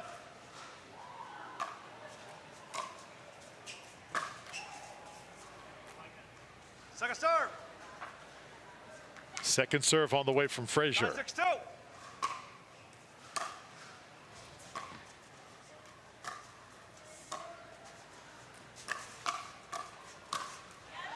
Dylan Frazier, easy pickets. Great hands there from Lauren Stratman, sensing Parenteau is going to speed up. She slides to her right, 10-6-2. creates some space, and is able to set up her partner Frazier. And we're going to get the second time out here from Parenteau and McGuffin, as it is game point for Stratman and Frazier here in game 2. So Tyson McGuffin looking to really blow the roof off this place at Lifetime, but that celebration is put on hold because you got Frazier, you got Stratman, a pair that has come together. You look at Dylan Frazier, he is a guy that is in high demand when it comes to partner requests. Why do you think so, Dom? Well, again, just his consistency, right? And then also what comes into play too is that he plays just a shade unconventional, right? And that's always tough to defend and play against because he doesn't have that typical conversion from tennis to pickleball game. He comes in as an athlete, played a ton of different sports, but comes in as an athlete and has his own style of play. So when you have someone like that, it's tough to play against them, so that's why they want to play next to him. It's been a bit of a bumpy ride here in game 2 for McGuffin and Parenteau trying to sort some of those issues out right now. This is what partnering in pickleball is all about. When you have a challenge or an adjustment that needs to be made, you come together, you make it happen.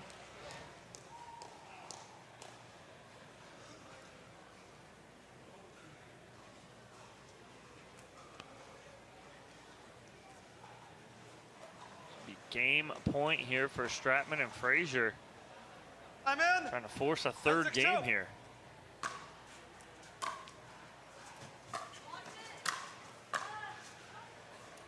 And that one, good let by Tyson McGuffin. So now 6-10 with Parenteau serving.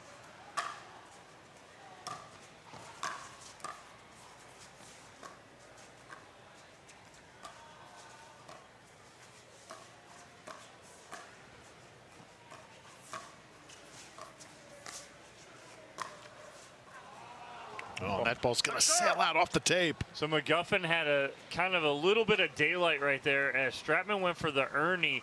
Didn't get a ton on it. And McGuffin trying to go to the vacated area, but clips the tape and it goes out.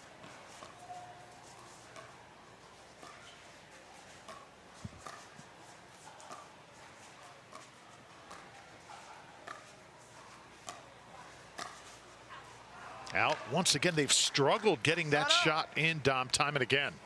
Yeah, again, just overcooking it a little bit, and it'll give Stratman and Frazier another opportunity.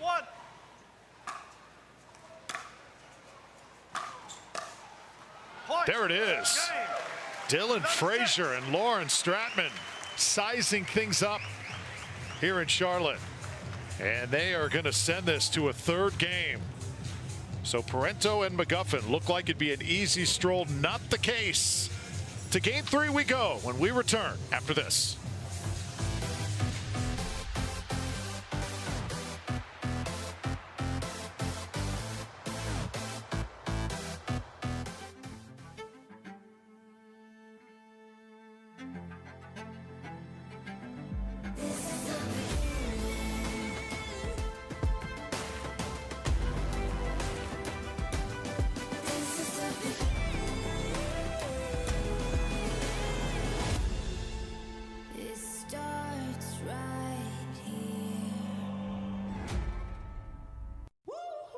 I don't think she's feeling it right now. I've been on my phone all week. Looks like somebody needs a little Hertz TLC. Liv, you're on vacation, but I don't think you're feeling it. Huh? Please, your phone. It's okay. Hand it over. Yeah, you're good. Go enjoy yourself. Sam. You feeling it now? Let's go. Everyone needs a break sometimes. She's feeling it. Let's go.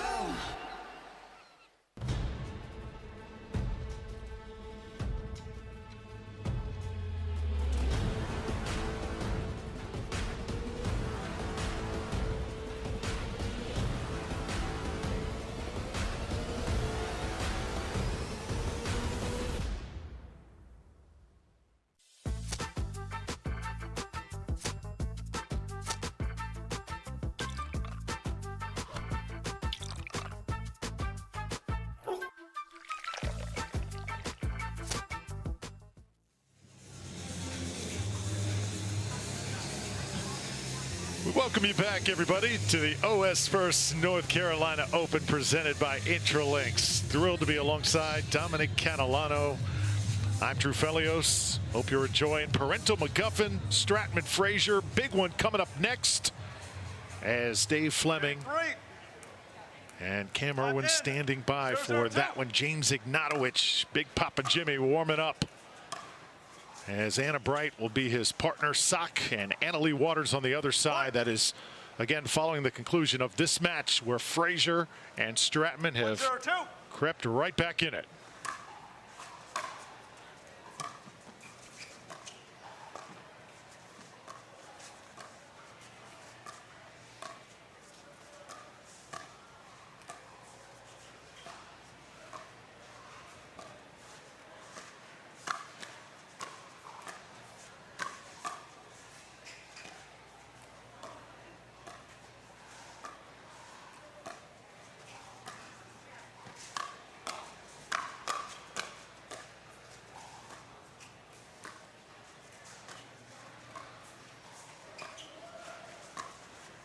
Longest point of the match, and Tyson hits it wide. McGuffin just missing that sideline, but that was a reset clinic put on by Catherine Parenteau, including one off her hand that she dropped in perfectly.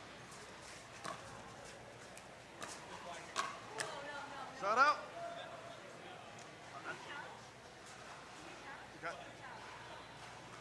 So we are into the quarters, so we can challenge here. And Stratman was very adamant that that ball was timeout. We have an appeal not on the out. call. With the out And call, so we will have our first 2-0-2. challenge of the day. We're now They proceeding to tried to have review. a challenge in the first match this morning, but didn't work early on. They cannot challenge until we get to the quarters. See if we can get a glimpse.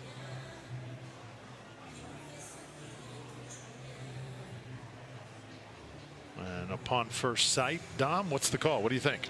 Well, if we can see one more time. Ball does look out. So I believe that is the correct call from Catherine Parenteau, but I've seen things before that I've been incorrect on, so don't quote me on it.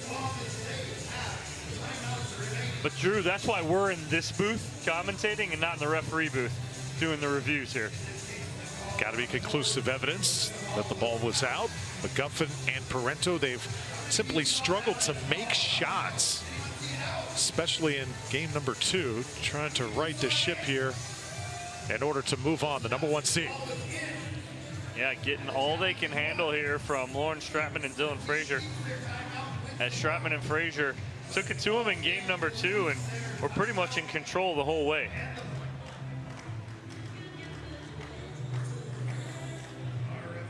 Officiating crew gathering. Parenteau and McGuffin cruising in game number 1. Stratman and Frazier, though, tremendous defense. They've really tightened it up. Not many openings to exploit on the court right now. And let's get the call. After review, the call stands, and the challenge is lost. The timeout is lost. We will now resume at 0-0-1. So the out call will stand from Catherine Parenteau as Lauren Stratman digs in. Time in. Leading 2-0 over Parenteau and McGuffin here in game 3.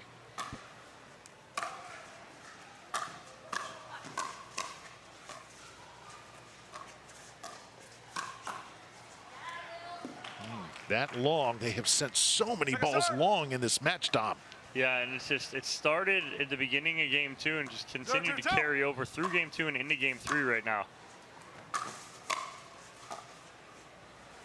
A little bit of Parenteau thinking that McGuffin was going to take that. He doesn't, and she gets a little shocked by it. 2-0-1.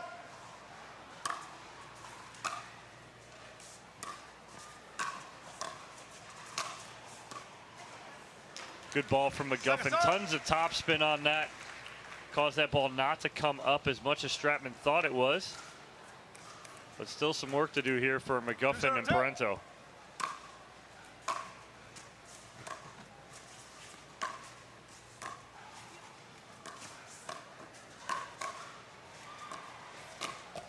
Well, McGuffin went right at Frazier, able to shield his body that time. I mean, his reaction is just flawless, isn't it? Just lightning quick hands by Frazier, and then he turns that defense into offense immediately.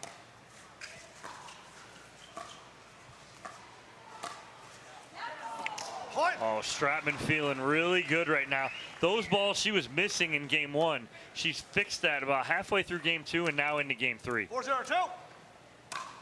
Just tremendous adjustments made by Stratman and Frazier.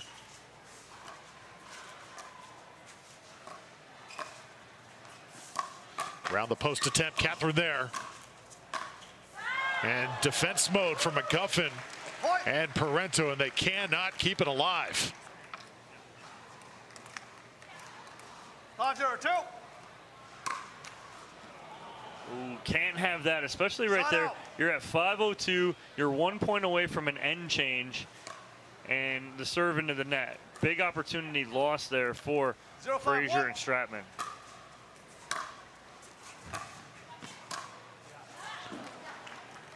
And McGuffin watches one go right by him. He didn't read that at all because his paddle never even moved to attempt at playing that ball. 0-5-2.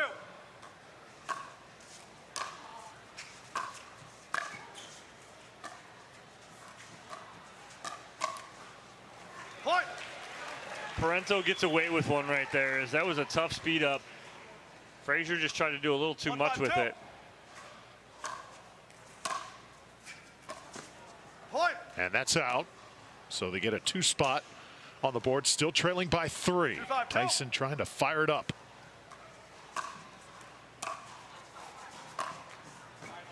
And that would have come off the tape. Stratman frustrated.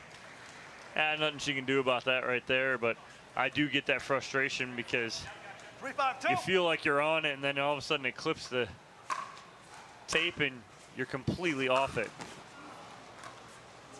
But nice run there from Parenteau and McGuffin to get back in this and put a 3 spot on the board. 5-3-1.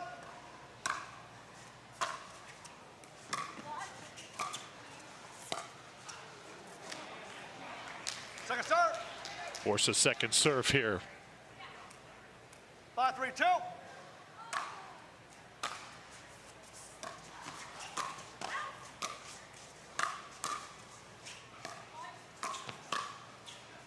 And that ball's out. Shot out. Crowd now starting to get behind the #1 seeds.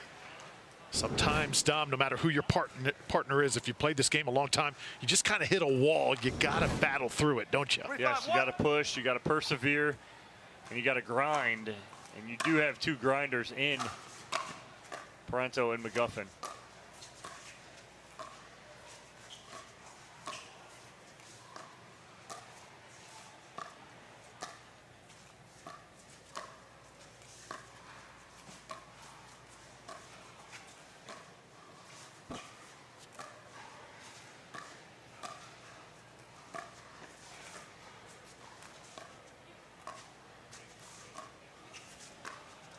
Lob. And that's just out. McGuffin, I believe I heard him say he's going to challenge that. Challenge. Yep, paddles down. They're going to challenge the out call here on the lob. Second serve. So Dylan Frazier on the run. Did this ball clip the line? Let's see. Oh, Stratman's going to block the shot there. Not going to be able to see from that angle. That was tough from that spot to see. And of course, if you can't see from our angles that are picked up from our cameras, then the call is going to stand. It's got to be video evidence. And if there's not enough video evidence to overturn,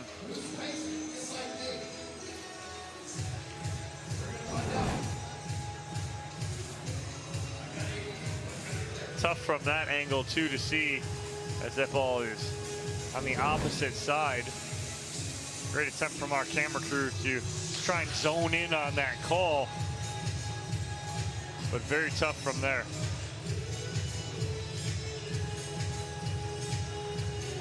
So if I were to guess, I'm going to say the out call stands. Not really enough evidence to overturn anything. Tyson McGuffin, tremendous in singles yesterday, trying to follow that up in mixed doubles. But he and partner Catherine Parenteau have gotten all they can handle and more from Dylan Frazier and Lauren Stratman. Pivotal moment here. Had one challenge in this match where the call was upheld. Let's see if this one perhaps gets overturned. But credit Stratman and Frazier. They have really tightened things up defensively, made every point really difficult on Parenteau and McGuffin. Tremendous adjustments, really digging in that second game, Dom. And they have had the better of the action. Let's get the call here. After the call stands, the challenge is lost, and the timeout is lost. We will now resume play at 3-5-2. No timeouts. So call One timeout. stands. The out call stands. Time in. 3-5-2. Parenteau and McGuffin will lose their challenge and a timeout.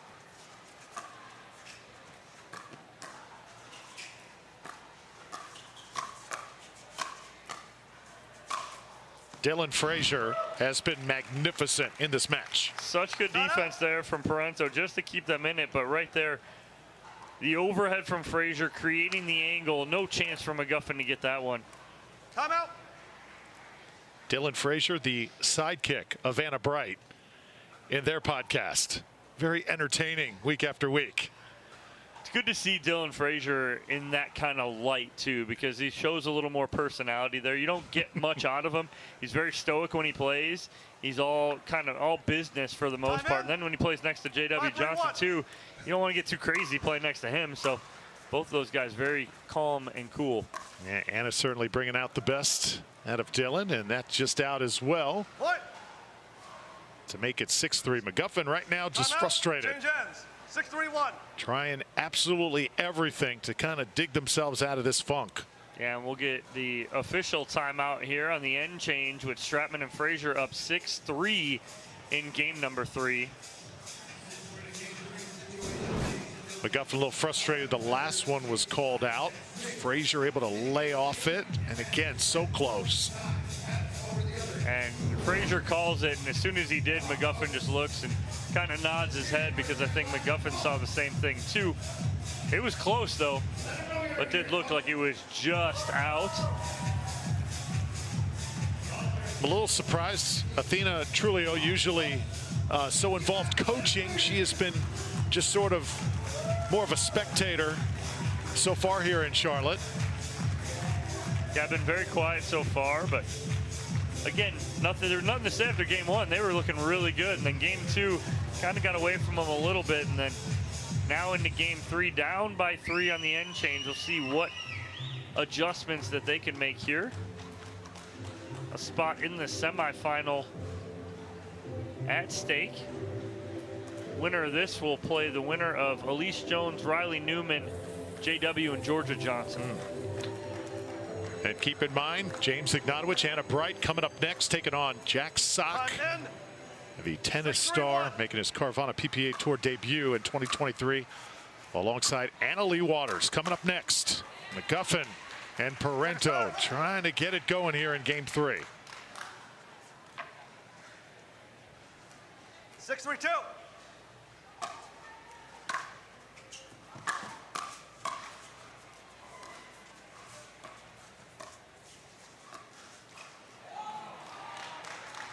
Nice hold on the end change here for Parenteau and McGuffin, but the 1 seed's got some work to do 3-6-1.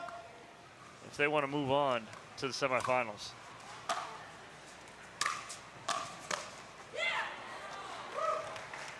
McGuffin about a half step slow right there. You see him step with the right foot, but the left foot never finishes and comes with him.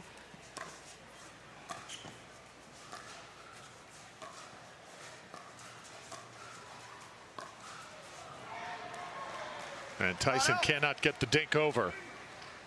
Another chance for Stratman and Frazier to build on their lead.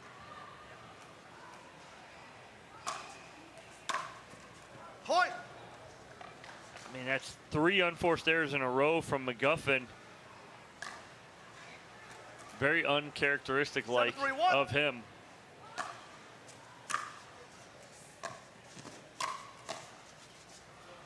And he fixes it right there, but need to get one more here and get that ball back in hand and get some points on the board.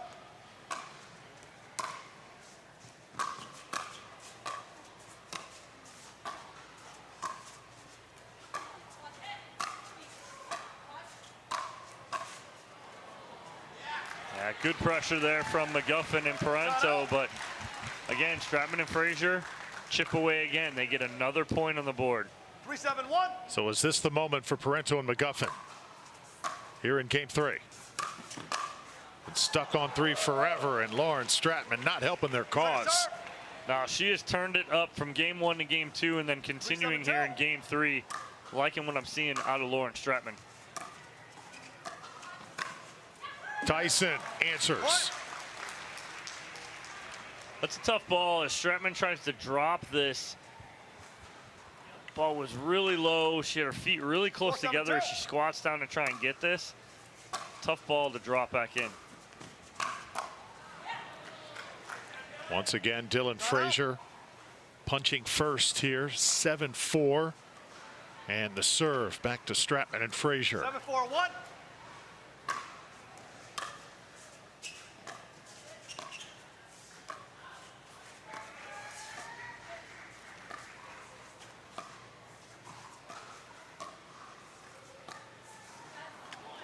Point. Uncharacteristic dink miss there from Parenteau as well. 8-4-1. Parenteau and McGuffin, serious danger here.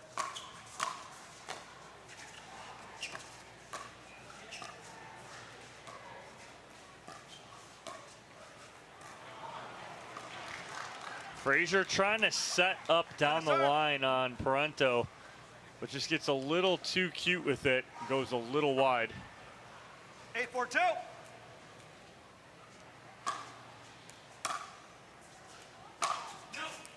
And that is long. Good let by Parenteau. Dodged that like a speeding bullet. Coming right at her.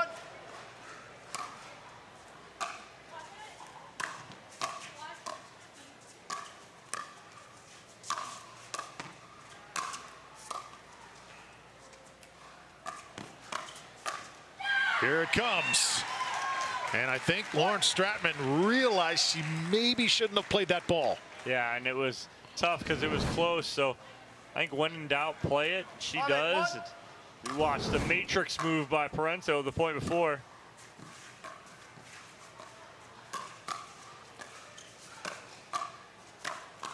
And you sense a run on the way.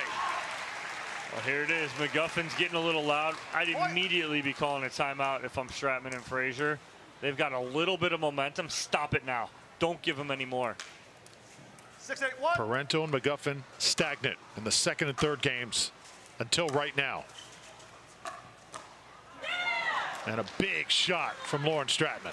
She's found that spot a couple times here between games 2 and 3 with McGuffin pinching hard in the middle.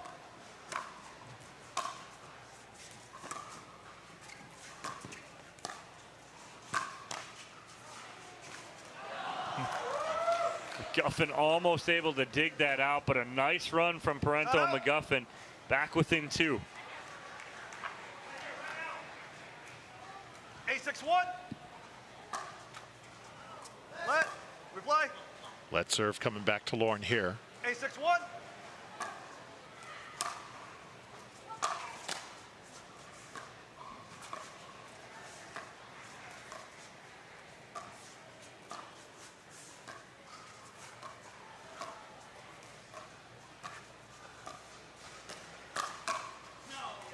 And that is in. Dylan Frazier, big shot after big shot today. I think McGuffin told Parenteau no on that, and she lets it go and drops in. 9-6-1. 9-6 now, 2 points away. Tyson's got a little bit more left in the tank. Second serve. Huge point. 9-6-2.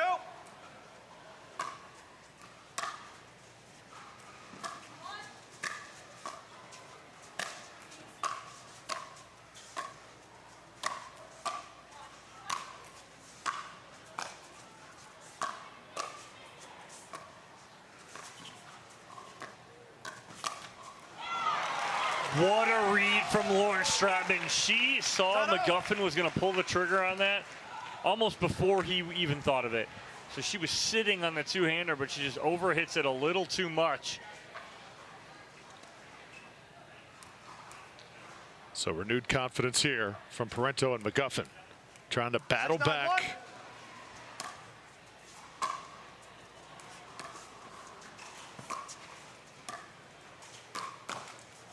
Oh, Tyson went for it. Second serve. He was leaning 2 shots before that and didn't get his opportunity. Gets it there, 6-9-2. but can't convert. And it goes off the net and into Stratman that time for a point. Lauren Stratman has had some tough breaks in this match. She's battled through them. 7-9-2. 7-9 score. Still work to do for Catherine and Tyson. And that is wide. Going to be made a little bit easier here. Wow. A 1-point game.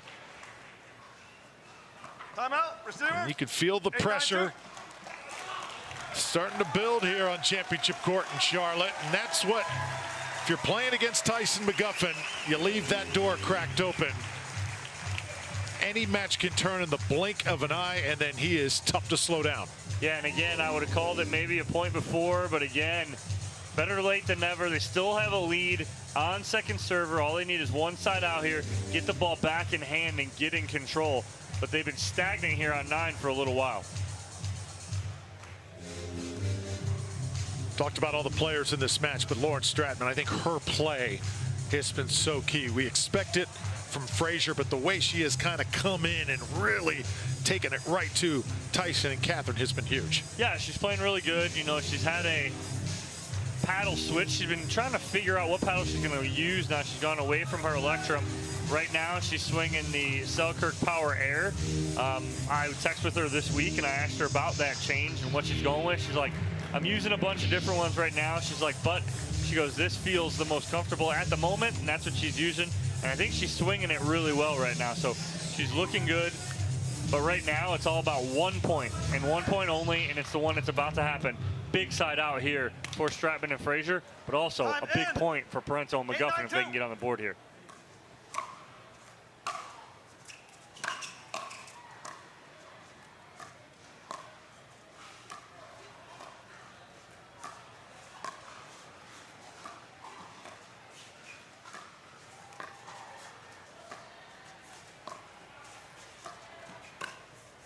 McGuffin with the winner. We are tied at 9 here in Charlotte.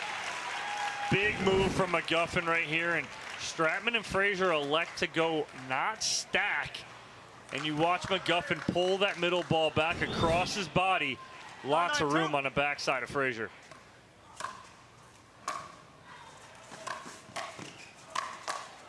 Pressure. The stars of the Carvana PPA Tour, it brings out their best, and it's doing it right now with Parenteau and McGuffin. They say pressure's a privilege, and you're seeing it right here from Parenteau and McGuffin. Match point. Oh.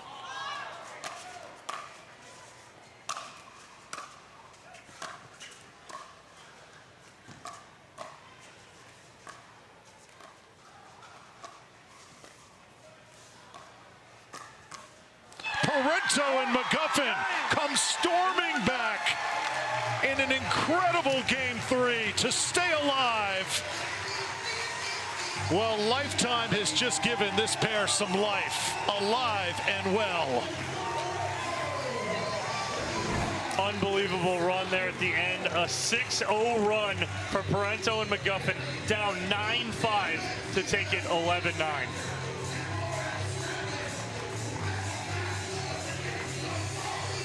Nothing was going the way of Parenteau and McGuffin in that third game. They looked all but defeated, but they are true champions. And it is never over until it is over here on the Carvana PPA Tour. What a match. What a comeback. Mixed pro doubles.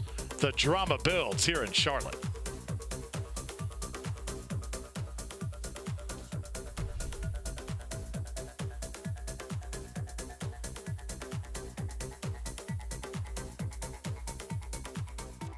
Want to maximize your game performance to always stay in bounds? Look no further. Thorlow pickleball socks are specifically engineered with our innovative padding to help you perform your best. Pickleball socks that keep you on the ball. Find your sock at thorlow.com. Don't let discomfort slow you down. Try Penetrex. Penetrex is different than other products with no greasiness, irritation, or unpleasant odors. Made with unique ingredients, it's 100% satisfaction guaranteed. Penetrex, the #1 online rated joint and muscle cream.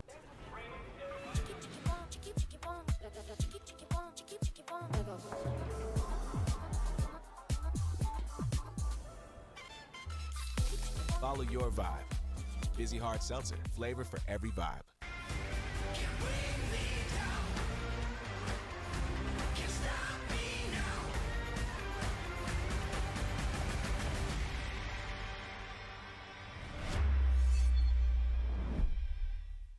If you were the last person on Earth, if there was no one bigger, stronger, or faster, would you still push yourself? Of course you would. Because once you start, you can't stop.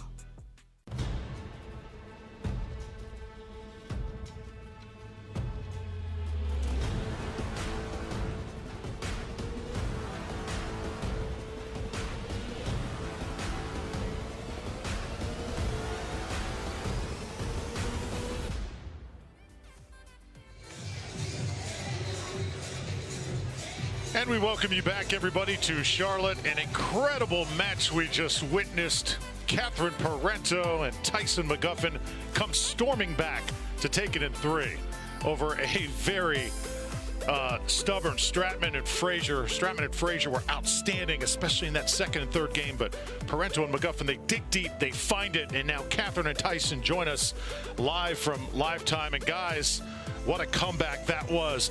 Catherine, it looked like you guys were about down and out. What changed there in that third game? I think we just made more balls, and we actually, instead of driving, I started making more third shot drops. Tyson just took off. I mean, it was driving and just moving forward, and his energy was like on point. And I felt like we fought pretty hard, and I think that's what gave us a W today. Tyson, this crowd has been a little bit subdued. It's maybe a little tougher to get fired up here than it was in Newport, but you were able to get those juices flowing in Game 3, weren't you? I certainly was. You know, Catherine played great. Kudos to Dylan and Lolo. It's a very good team. Dylan's got a lot of upside. Lolo's also a great player. Catherine and I were just a better team today. But yeah, kind of late there in Game 3, I started serving a little bigger, using the forehand, kind of similar tactics that I use in singles, and it worked out to our advantage.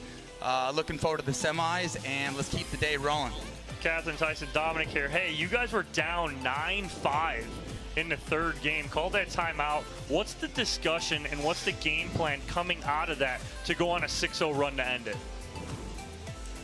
Yeah, I think it's, focus on things that are inside of our control, focus on the patterns that were successful kind of early on in Game 1, which was, I think, serving a bit more aggressive.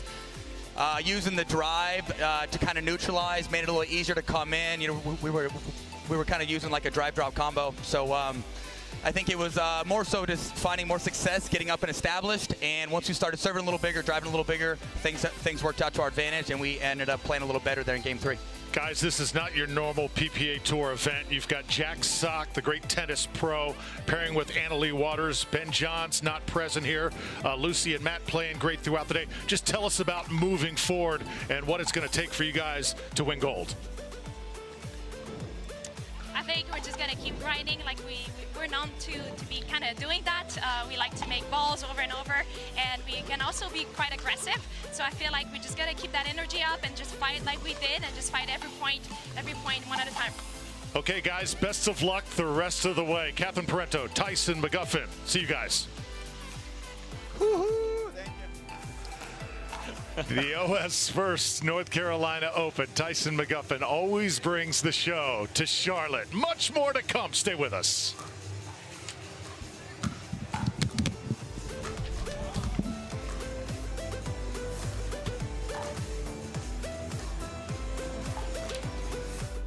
Skechers Pickleball, the official footwear of the Carvana PPA Tour. They're ultra lightweight and responsive for incredible speed. They have Goodyear rubber outsoles with a specialized pickleball design for increased side-to-side stability and agility. Plus, they feature shock-absorbing foam and Skechers' famous relaxed fit design for incredible comfort game after game. Conquer the court in comfort. Skechers Pickleball, the official footwear of the Carvana PPA Tour.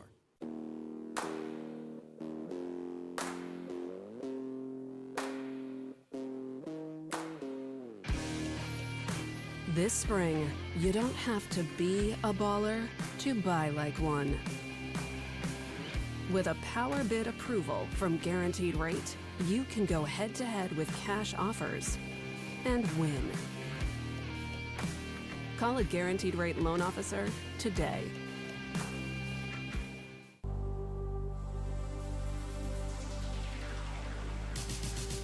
Gearbox introduces the all-new CX-14 Ultimate Power with SST Core. all-new power band technology, delivering controlled, effortless power. All technology, every shot.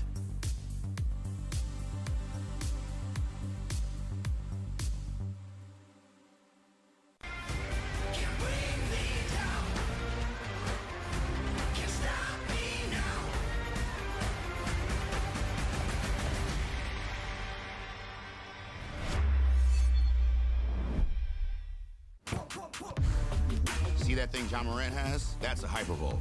That thing he uses to warm up and stay loose before he throws it down. That thing Tony Finau uses on course between shots. Ooh, that's money. That thing Robin and I use before and after we're on the bike so we can ride harder tomorrow.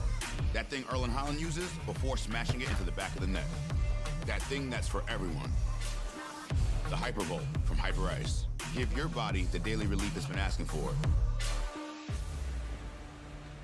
Don't let discomfort slow you down. Try Penetrex. Penetrex is different than other products with no greasiness, irritation, or unpleasant odors. Made with unique ingredients, it's 100% satisfaction guaranteed. Penetrex, the #1 online rated joint and muscle cream.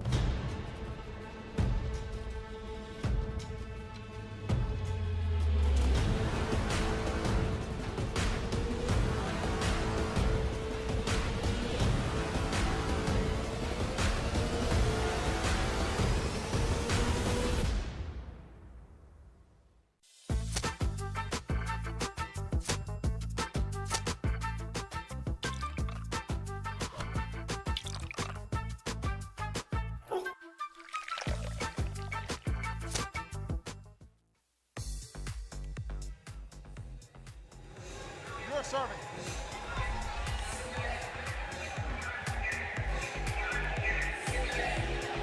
Lifetime in North Carolina, Charlotte to be exact, for the OS1st North Carolina Open on the Carvana PPA Tour. I'm Cameron Irwin alongside Dave Fleming. And Dave, it has been a fun mixed doubles day to this point. Walk me through what has happened thus far. Well, we've got quite a first match, Cam, so it's great to be here. Jack Sock and Annalie Waters playing against Anna Bright and the birthday boy. It is James Ignatowich's birthday today. So what will he have in store for us? Hopefully he gives pickleball fans some presents. And then the Johnsons, blood is thicker than water. Let's see how well they do. And then you saw a great rally from Parenteau and McGuffin. I mean, it was a 6-0 run to close out game number 3 for the #1 seed, Catherine Parenteau and Tyson McGuffin. But Dave, you talked to me about having some presents. It's James Ignatowich's birthday for this first matchup that we get a chance to call. It's James Ignatowich playing alongside Anna Bright versus Annalie Waters and Jack Sock. I mean, what can you tell me? I mean, this is going to be epic. Jack wants to build on yesterday. He feels very good, and Jack has a different paddle than yesterday. He's got the Perseus in his hands, and he's feeling a lot more comfortable with that today. I've been texting with him all morning. He is ready to go. Is that a present from Ben Johns? It's not his birthday, but it's going to feel like it if he takes out Mr. Ignatowich. The 4-time Grand Slam winner at the professional tennis ranks, Jack Sock, now making his professional pickleball debut here in North Carolina. Special place to him. Got a chance to see him in action yesterday for singles, and it's interesting. We had a hopeful, anticipated matchup as Jack's continuing the lateral motion across the kitchen line. And it was supposed to be Jack Sock versus James Ignatowich. Yeah, and then that man right there even texted, you've got to be ready against everybody. He was not ready, and he got run over in his first match, and we didn't see it. But as draws work, here they are again. And if things work out tomorrow, if they both win a couple times, they're in the same quarter again. So we might see it again, but long way to go to get to that.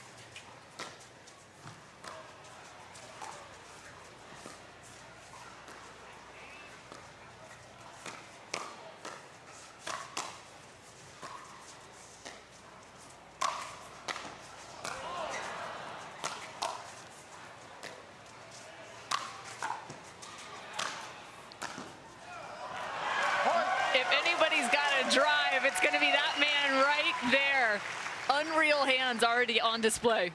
Yeah, and he's throwing up defensive lobs just like there are no degree of difficulty points. Perhaps I should have let Jack know that you just get one for that. But good job by James and Anna. Side out. We saw a tweener lob from Jack Sock today. Sick. One of the best shots in the history of the sport. And I didn't think those two things could be combined, no, but lo and behold. Kitchen. From the kitchen.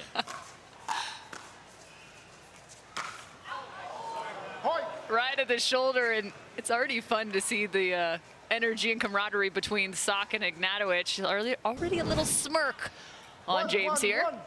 Yeah, that was intended for the body, but not that part of it. Oh, and there's the second serve. The shake and bake watching throughout the day for these two, Annalie Waters and Jack Sock, is definitely something of an approach and strategy.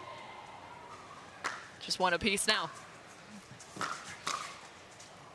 Because what you have is somebody who's been poaching all his life. He's literally the best doubles tennis player if you asked anybody who they'd like to play. So he's used to reading the paddle and making that move. It's anticipation. And this man has apparently had a call to A.J. Kohler. How can I lob more than you, brother? It's up a lot today. 1-2-1.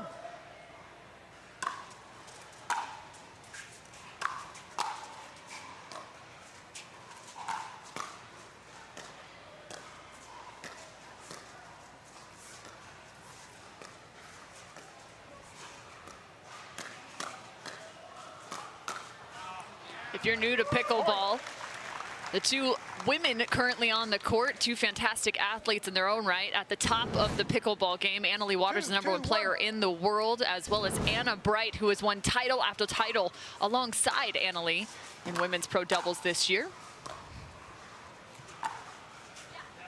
And a perfect location for the #1. Perfect setup for your intro there. She threads it down the line, and you know that's why this match is so interesting. You have literally two of the finest women in the game, and then two big hitting, long reach guys.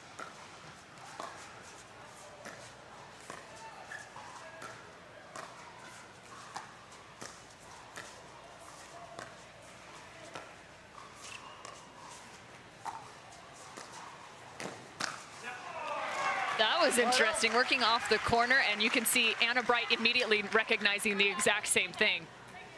Yeah, and the question was, would Jack hold up at the kitchen line with the dinks? We knew his hands would be good, the big forehand. Annalie Waters with a massive poach. Jack on the right. Yeah, after the poach, and that was one of the questions, Cam. Would Annalie play the right or the left? So far, it's been all Jack on the left side of the court.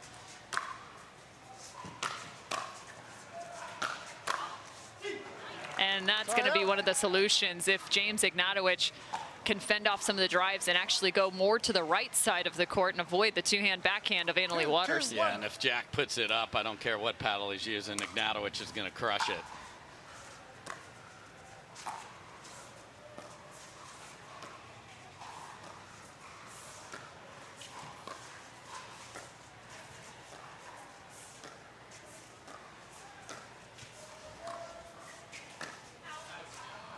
Almost feel like I'm watching Rafa Hewitt just in terms of how many times Jack Sock is working to find that forehand 3, 2, 1. on the backhand side. Yeah, and I think that's going to be the pattern. Wright and Ignatowich are just going to keep putting it on the ground in front of Jack and see what he does with it.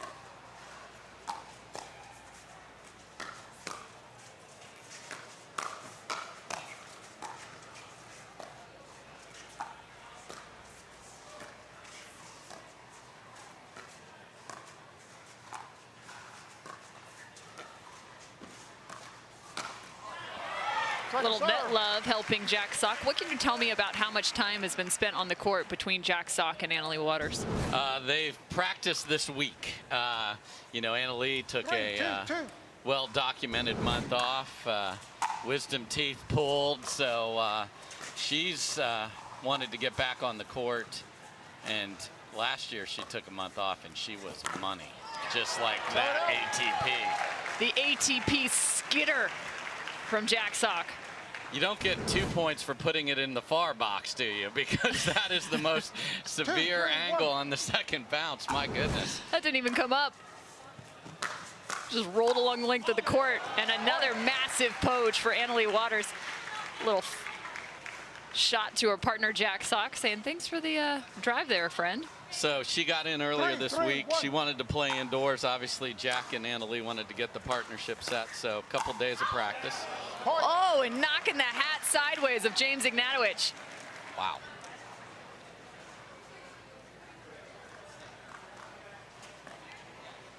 So that drive and crash is going to be the theme. It's a great shot.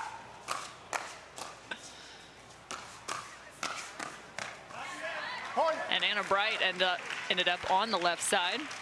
So they are not looking to unwind the stack here. And Jack with a little chatter over there. We're going to keep an eye on that. And this is the hard part. When you got a team turning and burning just in terms of that shake and bake, you have to pay attention to unwinding the stack. It just creates so much added pressure. On everything, Cam. So I see so many mixed doubles matches where you look at how the scoring worked and you gave up so many points when your team was on odd because you're trying to deal with exactly what you just talked about. I played a high-level rec game earlier this week. I asked the team we played against, how many points did we score when you were odd? Every one of them. It just happens because you're trying to figure out how to keep that return deep and get the cross. So these people love their paddles. And what's the best place to get a paddle, Cam? Pickleball Central. Because you know what they have? The world's best selection, curated by experts. 30-day test drive, Cam. You get to see, is this paddle perfect for me? And you can talk through, hey, did you come from tennis? Do you need a two-handed backhand with a longer paddle? You need a little extra pop. So go to Pickleball Central for all your gear. Paddles, balls, nets, the whole thing. You gotta find the right weapon to compete against these top-tier pros. Anna Bright and James Ignatowich picking up their first title together in pro mixed doubles. It came where, Dave Fleming? Earlier this year. St. George, Utah. Yeah, they had a very good experience in the altitude. Now we're indoors. And they have got to improve their returns or these two are going to just keep teeing off.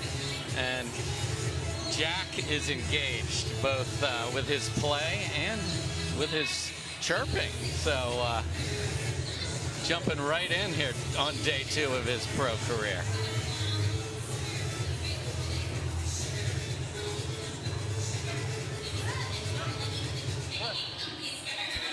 Time in.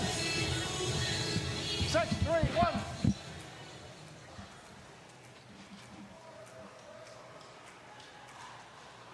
Six, three, one.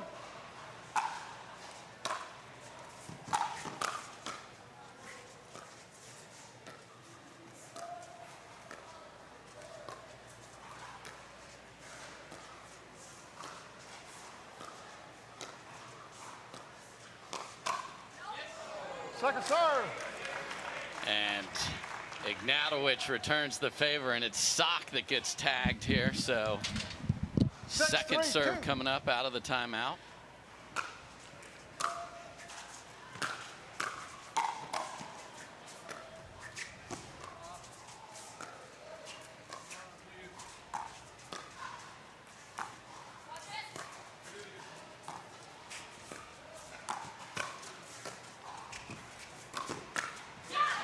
The Ernie from Allyce Waters, but then again, you always have to watch out for that two-hand backhand roll from James Ignatowich, one of his best shots and most deceptive.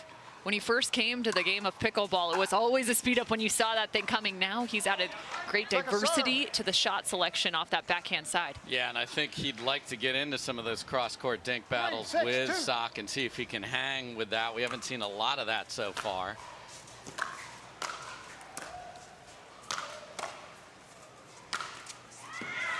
And right through the middle, went airborne. I don't know if he needed to, but I liked it. Showtime. little extra emphasis on that one. Left, replay. Replay the 6, left serve 3, that 1. makes the court.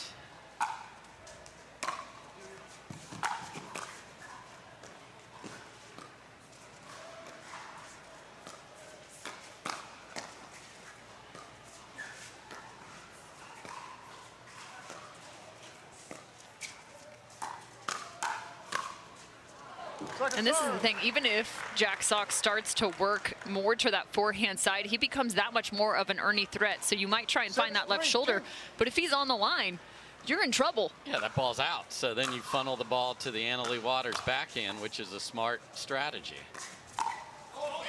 Did you say something about the backhand? She's rewarded us twice here when we've talked about her bag of tricks, and they are many. 7-3 here in the quarterfinals for pro mixed doubles.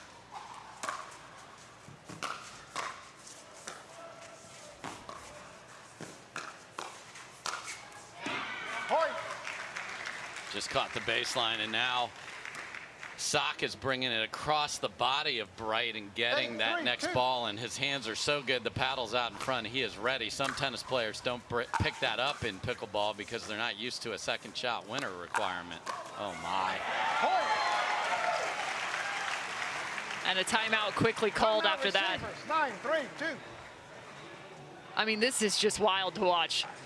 We knew Jack Sock was going to be a threat coming out on the pickleball court. But this defense from Annalee Waters, unimaginable. Yeah, I mean, that's a great low ATP. And just to give the fans at home an understanding of how much this man loves pickle, he will play in the middle of major tournaments. He plays Indian Wells tennis, and while he's there, he plays pickle. I played with him last year. They won the doubles title, him and John Isner. So he talks about bridging this gap between tennis and pickleball. He is the perfect person to do that. I want the kumbaya between the two sports, and so does he. And he is showing how his talents translate. They have a nice lead here. He is going to see a lot of balls on the ground now because the speed ups have been in their favor, and this is an engaged duo playing very, very well. Haven't seen a lot of Anna Bright in this match so far either. Just she needs to find a way to get her best stuff engaged here as well. Well, Dave, I think it might be time to grab potentially a quart of wood for you in terms of building that fire so they can sing Kumbaya, because we're ready to see tennis and pickleball come together. Maybe grab a guitar, grasped hands, I don't know. But nonetheless, we're so thrilled that these two sports have found one another, and the athletes continue to come from one side to the other. Time in. 9-3-2.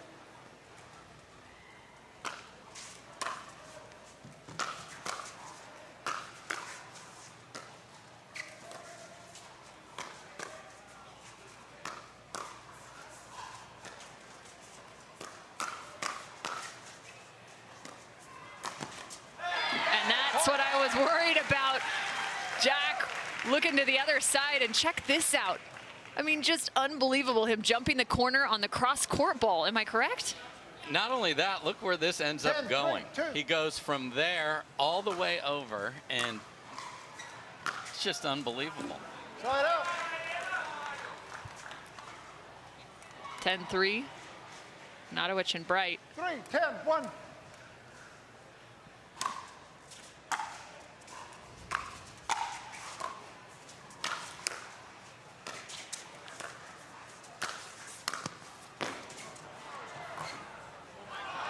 Second serve.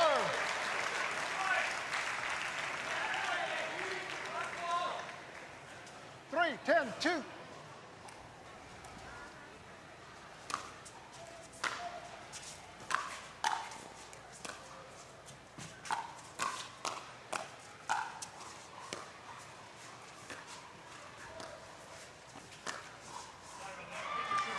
Got the shirt of Ignatowich. Side out. So a side out now, I believe, for Waters and Sock. Yeah, and this has been a great job by Sock of taking any 10, ball 3, that 1. is a dink that's sitting up, and he's just attacking. And here's another game point.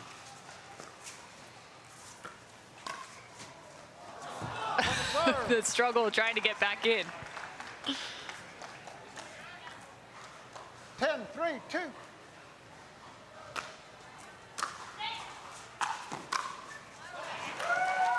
There's a little something from Wright and Ignatowich. Anna Wright, just 23 years of age. From Boca Raton, Florida.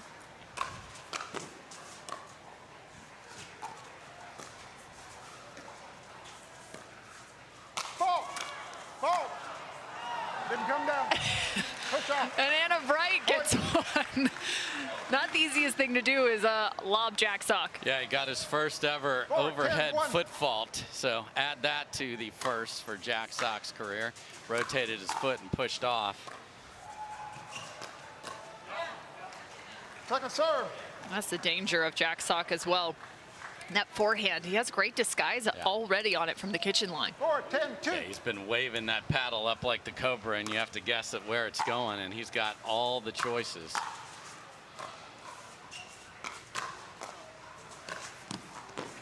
That's a great play from Big Papa Jimmy.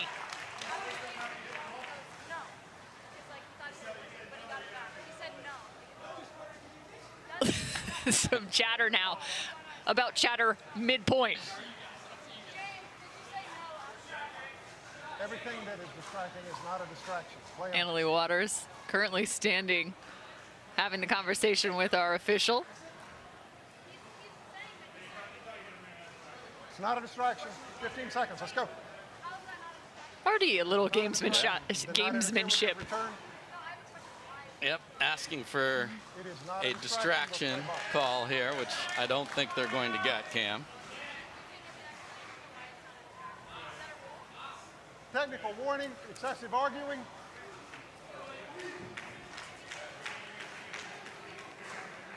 Yesterday, we saw her get feisty, and it was lights out after that. So we'll see 5, if 10, 2. it's channeled here again.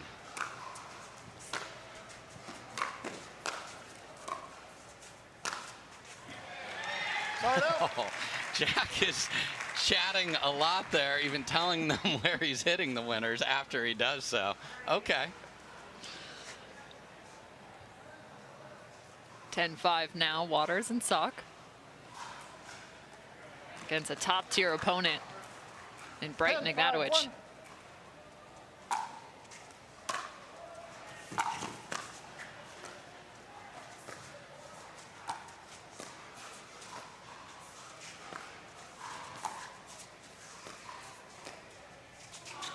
Second serve. And that was one of the first backhand dinks we've seen from Sock. Yeah, he's done a great job of running around it. He's not happy to miss that. Another chance to close this out here.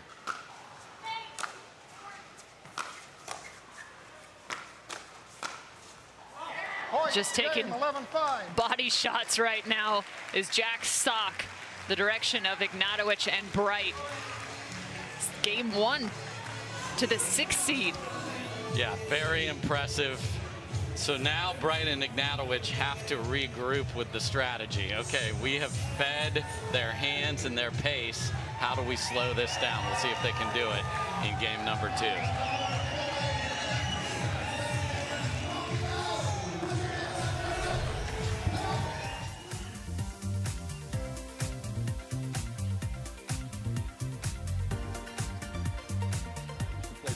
Basketball, now I'm into pickleball. Performance is really important, but also recovery is actually just as important. OS1st is a product that I use constantly before my matches and after my matches for my recovery. Great for inflammation, great for recovery. I keep coming back to this. OS1st all day long, baby. I use it. I use it. I use it. I use it. I use it. OS1st Acute Relief Cream.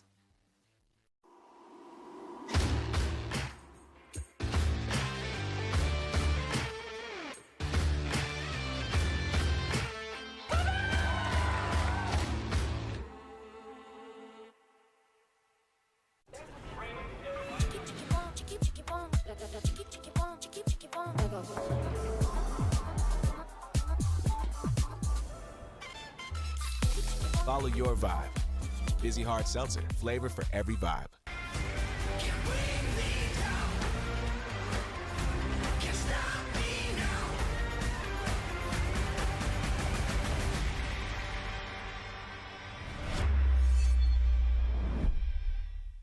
If you were the last person on Earth, if there was no one bigger, stronger, or faster, would you still push yourself? Of course you would. Because once you start, you can't stop. Anna Wright and James Ignatowich have found themselves in a tough spot here against the number 6 seed and Allyce Waters. And get this, Jack Sock at the OS1st North Carolina Open presented by Intralinks. This is a quarterfinal matchup, and Dave, there's got to be a response here from Wright and Ignatowich. Where does it begin? It begins with putting the ball on the ground on the left side of Jack Sock's body and making him dink. Can they do it is the question, and can they stay disciplined to that?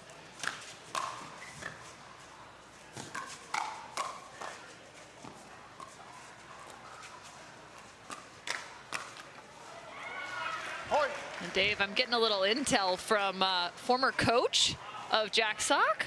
Mr. Monroe? Yes, Mr. Nick Monroe. And we wouldn't believe just how much pickleball this guy has actually been playing. Get this. It says we were playing pickleball on Monday and Thursday nights from 7 to 10 p.m. all of December after our tennis training, which was from 9 to 10 a.m. in the gym and then 1 to 4 practice. In January, it was Monday, Wednesdays, and Thursdays. Side out. That's an out call. Jack is in disbelief now. They're considering a challenge, but that's what I said. Like, this guy isn't just showing up off the tennis court hoping to do well. I mean, he has gone fully 3 days a week training in January on top of his tennis training. 1, 2, 1. Said he played alongside some folks in Charlotte at the River Run Country Club.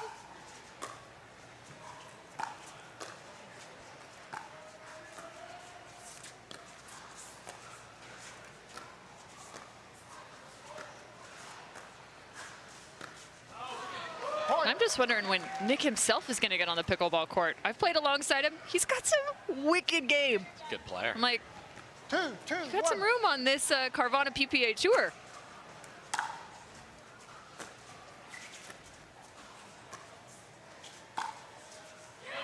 A clean winner for Allyce. Yeah, and you saw Anna Wright say, my bad, and, you know, that is another point. We talk about it a lot. The forehand does not always have the middle. That is the backhand's responsibility coming cross court from the right side.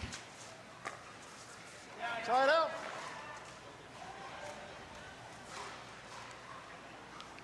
Two apiece now. 2, 1. Second serve. Great tennis pedigree between Anna Wright and James Ignatowich. Yes. Anna out of Cal Berkeley. She graduated in 2021.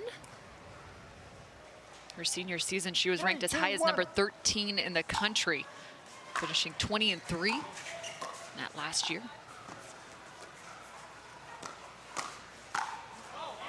Allyce Waters just 16 years old. And Allyce is loving this because Jack's speeding up the forehand and just setting it on a platter for her.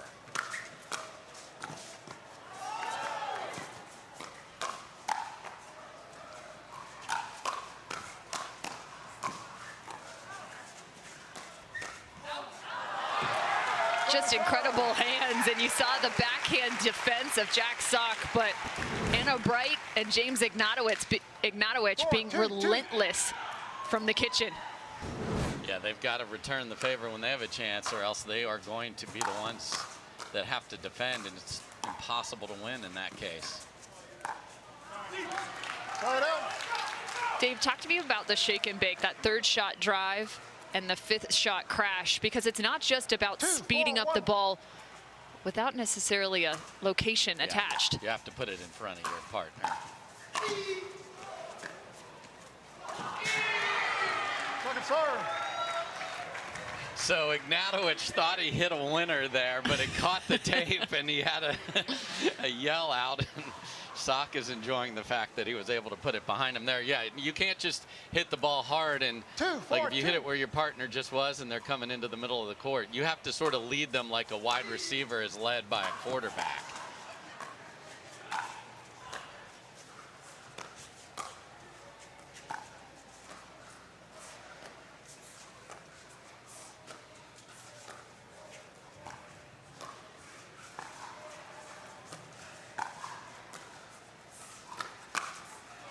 Side out. Right set up for Anna Bright. She tosses it back. Little frustration on her side. Yeah, there's not a lot of disguise from Jack. Big wind up, you just have to be ready. Now he can choose different sides of your body. And there he goes. Second serve. Great defense from Ignatowich there as Sock couldn't get the poach down on the ground. 4-2-2.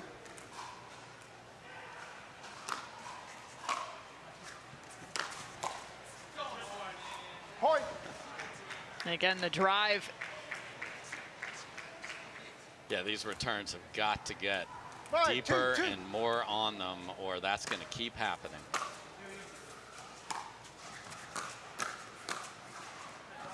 Point. Well, and it's so hard. That ball's up. You know, if you're Anna Bright, you want to attack and put some pace on. But is that the right decision, Dave, in terms of going up against somebody like Jack Sock right now? I mean, I want to put the ball on the ground. You know, again, discipline of your strategy is what's so important.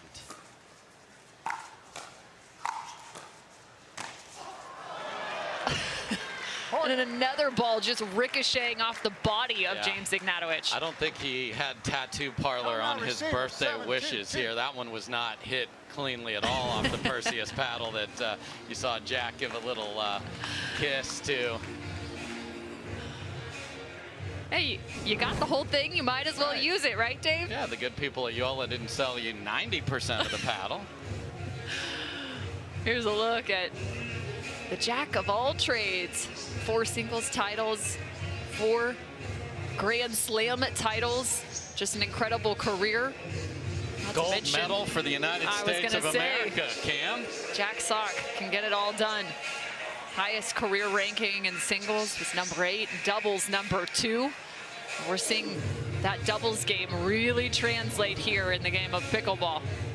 Yeah, so you take that plus his just passion for the sport. He loves playing, as you mentioned, the amount of training he plays while he's playing tennis. I always wondered about that because the racket and the paddle are so different, but his game, because it comes from a doubles specialty, is a perfect match for doubles pickleball. He loves to talk about the handsy stuff that he can do. Well, and playing alongside one of the all-time greats at just 16 years old. She had 45 medals. So that's gold, silver, and bronze in 2022 alone.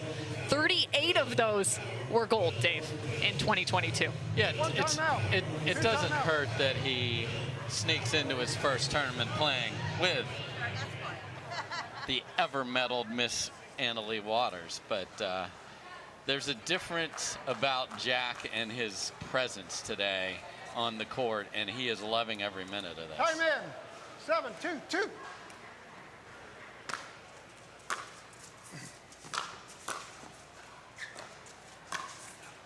Side out.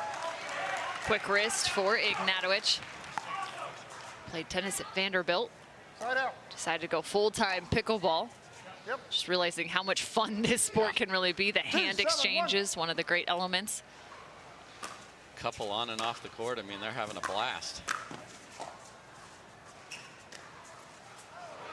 Second serve. A little bit of a tougher moment now, though. Yes.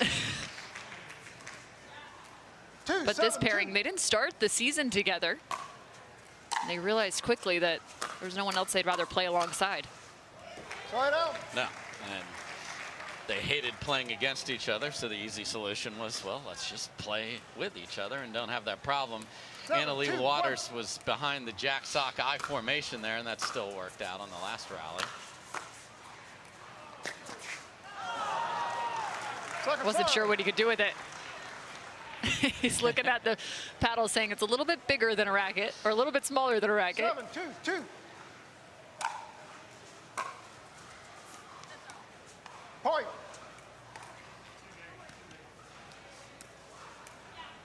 Eight, 2-2.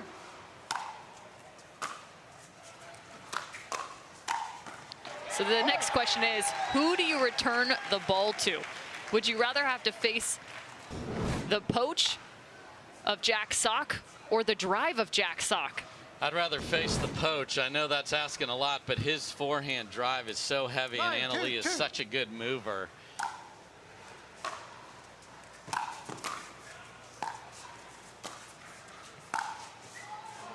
Side out. But this score is stunning. It's daunting. 2-9-1.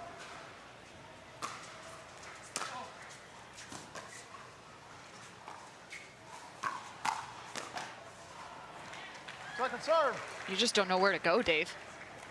On the ground. I know. mean, We've said again, it a few times. There is a place to go. They're just not doing it. And Point. Catching Annalie Waters. Just off that left side, not much you can do. 3-9-2.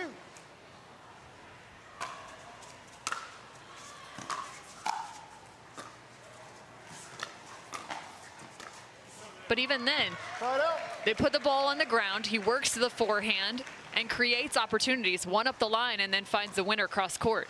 yeah, the next one's got to be on the ground. I mean, that's this guy's special. 9-3-1.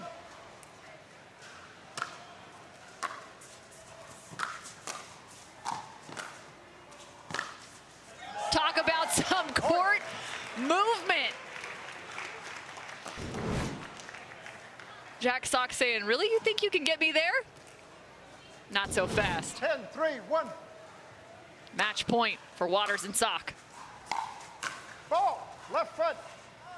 Point. Game. Match. And on a foot fault, the match to Annalie Waters and Jack Sock over the number 3 seed, 11-5, 11-3. Unbelievable performance, stunning. Wright and Ignatowich just never got their stuff going here. That is a dominating performance. We'll talk to him after this.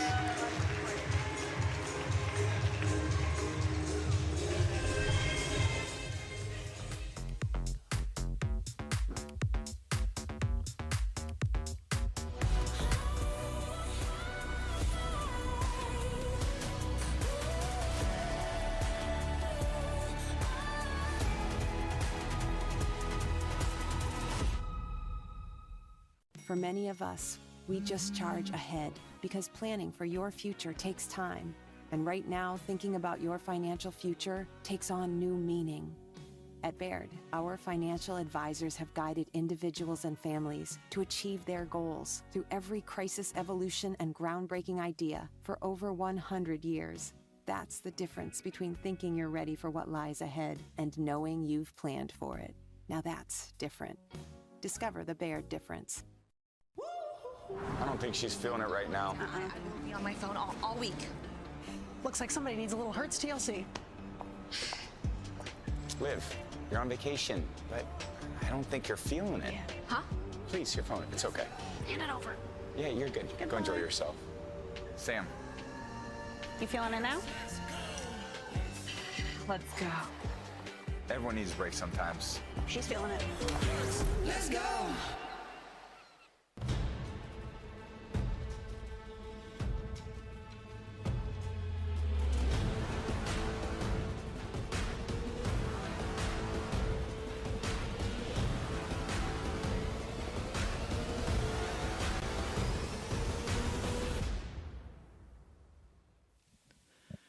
Jack Sock and Annalie Waters victorious over Anna Bright and James Ignatowich in quarterfinal action. So they are moving on to the semifinals. They're currently standing courtside with the third member of our crew. Great to see you, Cameron Blackwood. Let's have some fun. Thanks, Cam. Jack, what an incredible performance from both you and Annalie out there. We want to talk about up at the kitchen line, you running around that forehand dink right there. What were you looking to create? I don't know what I'm doing. That comes from tennis. I've never had a backhand in my life, so I'm not going to start now. I'm going to run around everything and try to create. I try to disguise it a little bit to help out. Sometimes it works. Sometimes I screw myself a little bit over there, I think. But I got AL this weekend to pick me up when I'm not doing the right thing.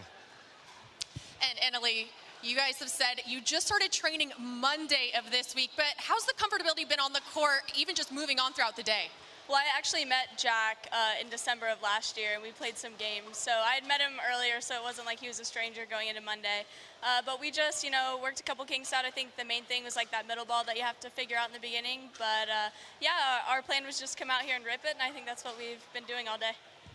And Jack, you did say if you guys don't win this title, it's your fault. Are you still feeling the pressure? Because it doesn't look like it out there. Did I say that?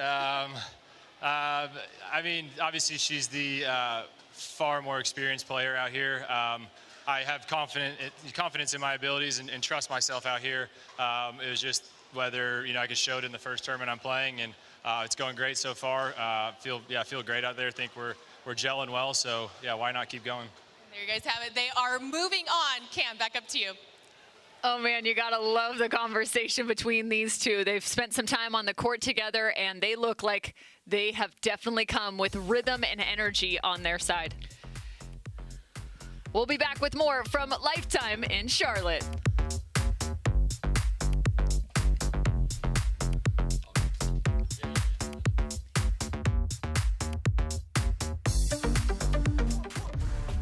See that thing John Morant has? That's a hypervolt. That thing he uses to warm up and stay loose before he throws it down. That thing Tony Finau uses on course between shots. Ooh, that's money. That thing Robin and I use before and after we're on the bike so we can ride harder tomorrow. That thing Erlen Haaland uses before smashing it into the back of the net. That thing that's for everyone. The Hypervolt from Hyper Ice. Give your body the daily relief it's been asking for.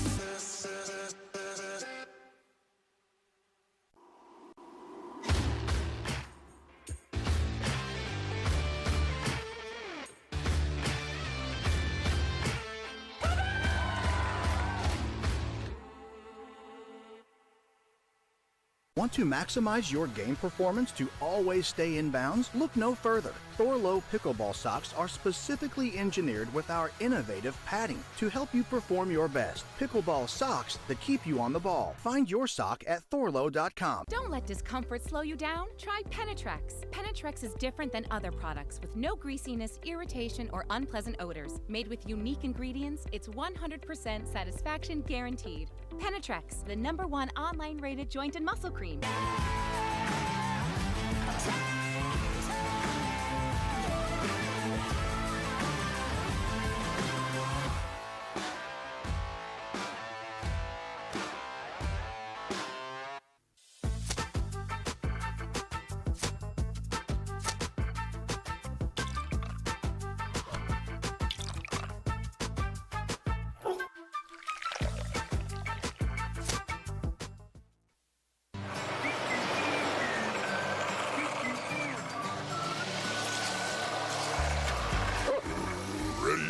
Not yet, buddy.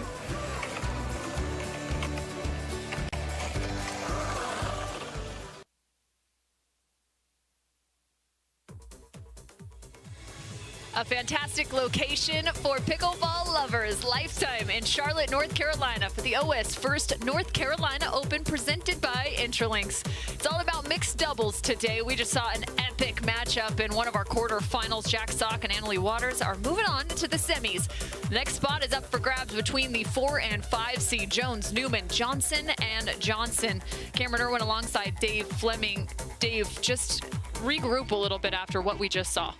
Yeah, well, we have a sock sponsor as the title company to our event, and Jack Sock is putting on a show here in this match. It's unbelievable how well he just played. I mean, those are two terrific players, Wright and Ignatowich, trying to figure out what they need to do in the future against him. But here we go with Riley Newman. Yeah, I mean, a guy that can find solution after solution. Riley Newman, just 30 years of age, looking for a solution to find a mixed title. His second in 2023. His first came alongside Anna Wright. But now he plays alongside Allyce Jones for the second time this season. There's a look at Allyce, and they will face off against the brother-sister duo of Jorja and J.W. Johnson. I mean, Riley Newman is one of the most athletic and physical guys on the court in terms of his court movement. Allyce Jones is a backboard. But what do they have to do to pick up a win against the fast hands and the ever-offensive Jorja Johnson and J.W.? Yeah, there's a good look at Allyce right there. She is going to be diving. She's going to be showing that just fierce determination. What happened to them in their last tournament is they got overpowered a bit when Allyce was trying to exchange fast hands battles. They do not want to do that here, because not only are the brother and the sister two of the most offensive players bringing those hands, but they're coming in out of their first title. So this is a team that is ready to roll, and that man won everything he could win in Newport, Cam. J.W. Johnson won not only the mixed title alongside Jorja, they're coming off their first ever as a duo in Newport Beach, but he also won men's doubles against, get this, Riley Newman and his partner, Matt Wright. As you look at Jorja Johnson, she picked up her very first title in mixed pro doubles at just 16 years old. Yeah, see, it's weird seeing a Pittsburgh up there without an H on the end, but those are the good people of Kansas there. Good people of Kansas. So this is going to be interesting because Riley is desperately wanting to play more on Sunday in both doubles.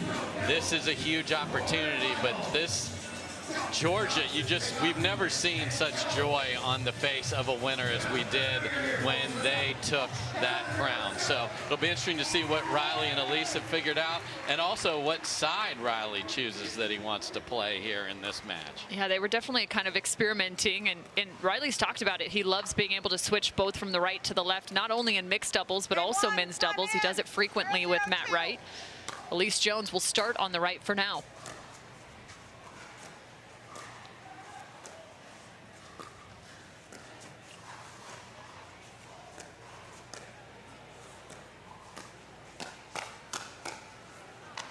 There's the quick hands. We always note him early because J.W. Johnson with the first shot. Yeah, that's what he wants. He wants you speeding it up at him through the middle, and he is going to absolutely dominate that exchange.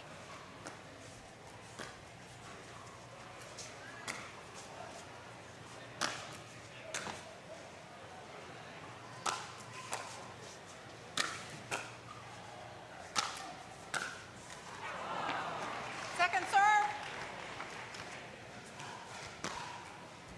0-0-2. Riley Newman overhead practice there, worked out for him. Nice shot from Allyce Jones. And Dave, we've had the conversation just within the last few tournaments in regards to mixed and having the female be able to create opportunities. Yes. Jorja Johnson is a big reason they find success in this mixed partnership. Yeah, all year long she has been banging away at whoever. I mean, she's speeding up the ball. I don't care who you are. Point. And you'll see the contrasting style, the great defensive play of Allyce Jones. She'll shift over to the side of the court, defend her section, and set up her partner, more importantly. That's a great example right there. Yeah, good job. That's what they want. They want Allyce, if she's going to get into that, to get one down or make J.W. Johnson switch sides of his body, and then Riley is going to give away the backside all day. Second serve.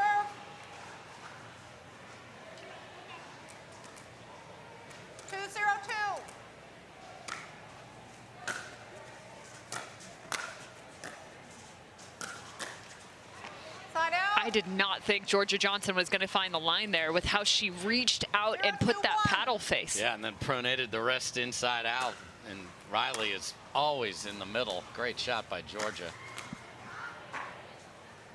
Second serve. 0-2-2.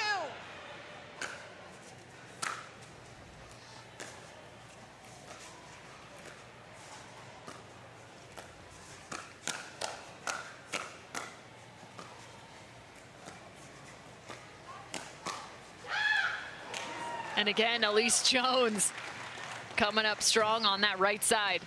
Yeah, that's twice she's beaten J.W. Johnson on the backhand side with a counter. Well done by Allyce. Point. So an early start for Jones and Newman, 3-0. 3-0-1.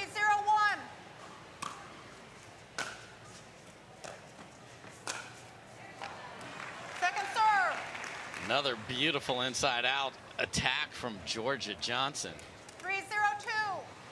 Johnson and Johnson took down Jansen and Rettenmeyer to get here.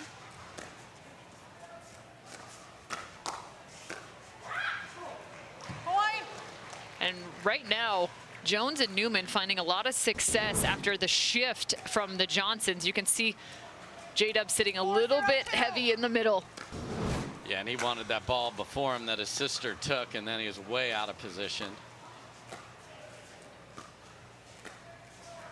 Point. Allyce Jones known for her varied dinking. 5-0-2. She'll move the ball around quite a bit, Anya. Point. This feels like it needs to be a timeout. This is a runaway train to start out here in the quarters, and that is indeed what the Johnsons will do. Paddles have been set down by Jorja and J-Dub. But for now, let's take a look at what we saw on the grandstand earlier today. This is Riley Newman and Allyce Jones going up against Hurricane Tyra Black and Tyler Leung. Hurricane Tyra Black has been working on her game coming from the professional tennis ranks, and it is showing.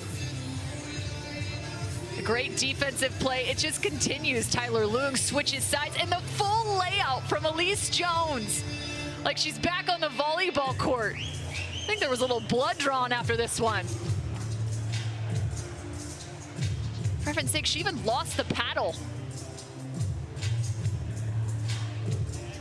And she lost the point, unfortunately, but we're not surprised. Yeah. Look at her elbow, Dave, right now.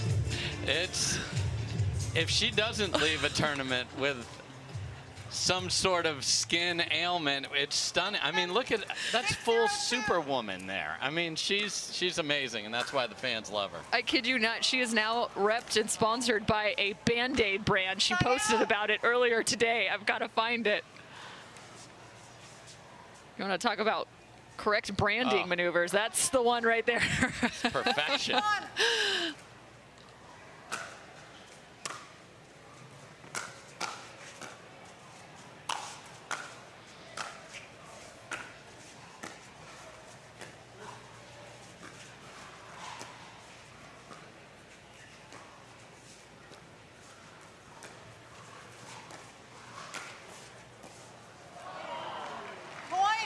Dave, what are your thoughts on dinking? And the reason I ask is because we just saw Jack Sock play, and he talked about how he doesn't hit a backhand dink. And I'll continue this thought after this point. But I also think it's relative to Jorja Johnson. She loves to sit and hit that cross-court slicing forehand. And you think of so many players great at one very specific dink. Doesn't mean they don't have the others, but there's great consistency with it. I think at the amateur level, so many athletes try and find, oh, we got to have the backhand roll. We got to have that backhand slice. We got to have every single shot. But is that necessarily the case? I mean, I think you need to get comfortable, and that's why we talk about sides. Like, if Jack's going to play the left side all day, then he can dictate and run around. And, you know, he's been very public about the fact that he doesn't have a backhand, and he loves to just rip forehand. So at the kitchen line, if you have the movement and the athleticism to fill in the hole that you're running away from, then absolutely. Because there's a lot of people that don't feel comfortable dinking with one side or the other. And get one of them going and then work on the other one. So you need to have a foundation, your kind of go-to, but I even think about being able to create on the left side as a female athlete. That's been one of the big discussions with one hand. And we've seen so many female athletes add that to their game, trying to find different shot selections. That's more at the speed up rate, but I don't know, I'm always just curious from a dinking standpoint. Yeah, I mean, ideally you've got everything because positioning is so important. But if you know what you can and cannot do and accept the limitations of that, then that's great.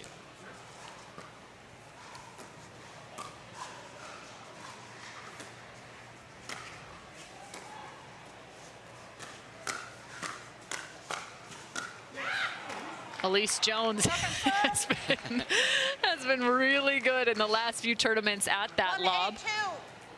Yeah, and if you are going to take a high five, or your hand better be in shape because it's coming 100 miles an hour. And she is winning all day against J.W. Johnson in front of her today, which good for her. I was going to say, I don't know if anyone said that sentence before. No, but it's true. Man or woman. Yeah.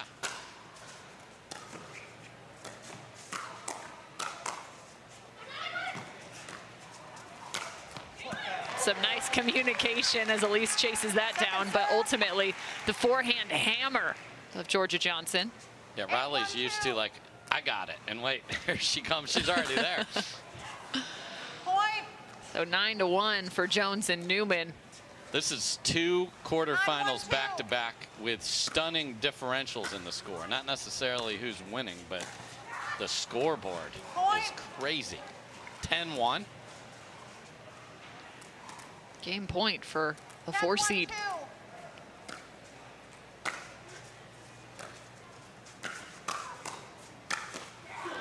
Jones didn't even have to stand up. Her partner finishing the rally.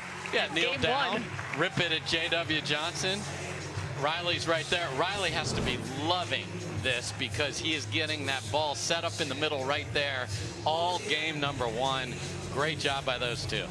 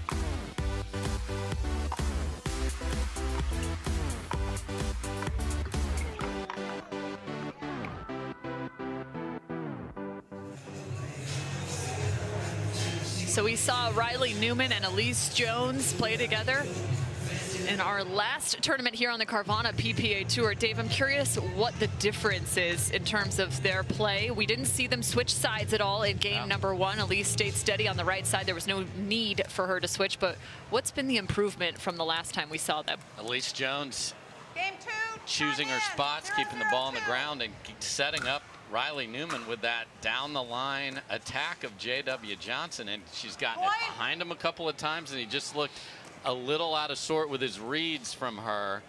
I expect that to change here. We'll see if she can keep it going. 11-1 was game 1 score in this quarterfinal matchup.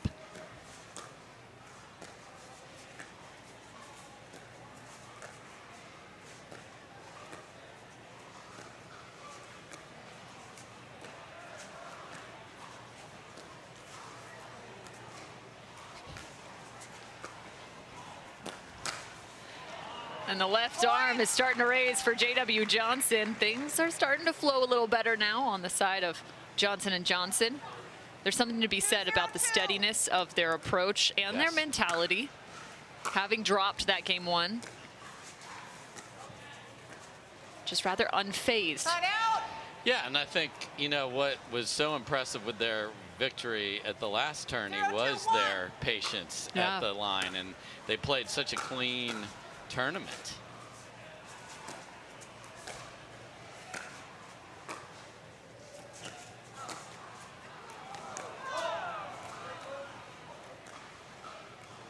And a foot fault on JW? No, on Riley there.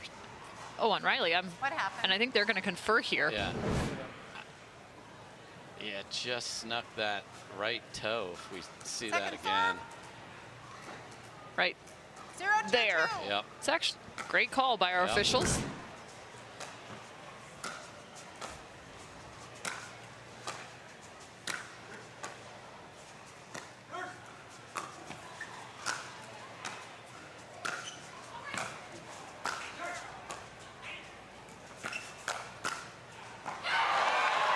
And right through the canyon in the middle.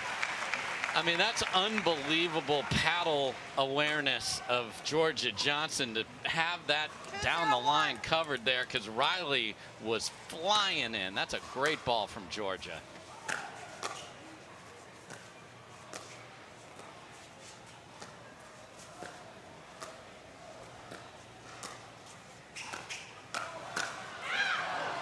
Jorja ends up taking that out of the air. I thought she was going to let it bounce for the drop. Yeah, lobs for Allyce Jones continue to be effective.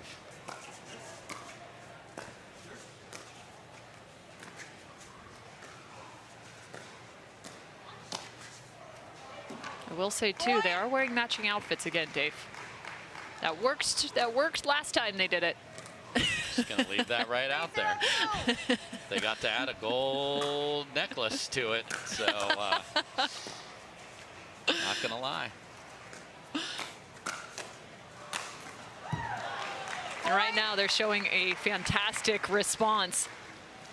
Yeah, sometimes when you just get run over, it's like, all right, everything went their way. You just talk yourself into that. They got every break. Let's, you know, we're not done by any means. Let's go. Side out. I think back to Arizona so often with this duo, Johnson & Johnson, as they beat Annalie Waters and Ben Johns. That was a momentous moment for them. They weren't able to pick up the win, actually taking the loss to Riley Newman and Anna Wright in that tournament. However, seemed like a shift in gears for these two. Yeah, it's a huge confidence boost, and then they had to get that title, and that's what they got last week. So that now they are ready to go for the balance of the year. Taking enough pace off, Allyce Jones. And that's a great, if you're going to hit an offensive lob, get your feet directly to the kitchen line. Don't let them off the hook. They're not going to hit a huge overhead. It's a great job by Allyce. Don't back up if they're backing up. Allyce Jones, the former volleyball player out of Utah Valley University. Go Wolverines.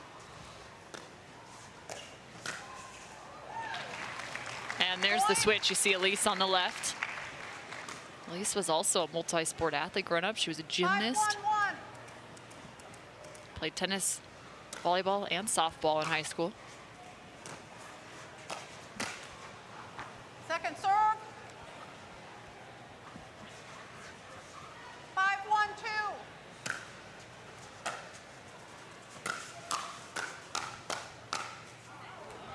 Quick hands for Riley Newman. Yeah, that's the no-fly zone right there. That unique grip we love to talk about. The right side, you know, we say, hey, attack that paddle side hip. Not that dude.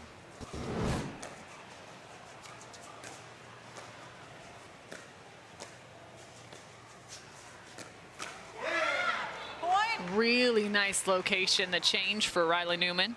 Yeah, and he saw the J.W. Johnson paddle was guarding the middle and went to that vacated spot. Well done.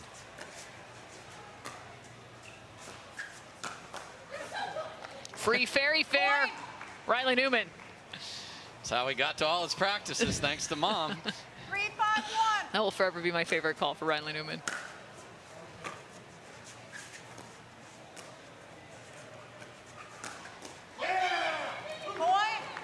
He said that's two, and that's exactly right. The exact same location, the speed up. And going at J.W. Johnson, when he shifted all the way directly in front of him, that minimizes the time he has to react. Shortest distance.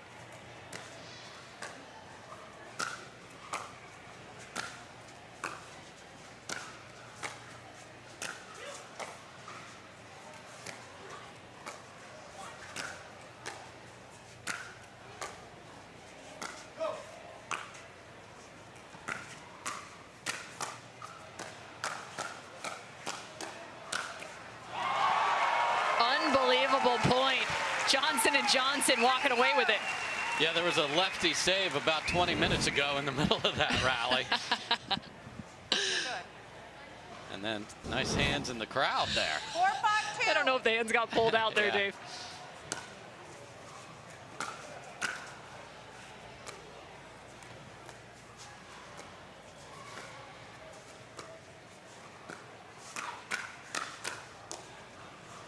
Side out.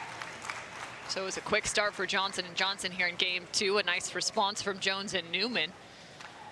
5-4-1.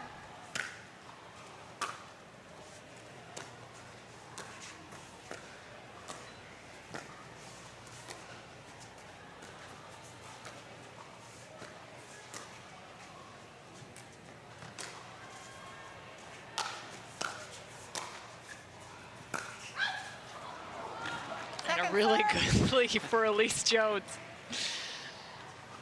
Lobs are perfect. Indoor, no wind, so you should be able to judge it just right, and she certainly has.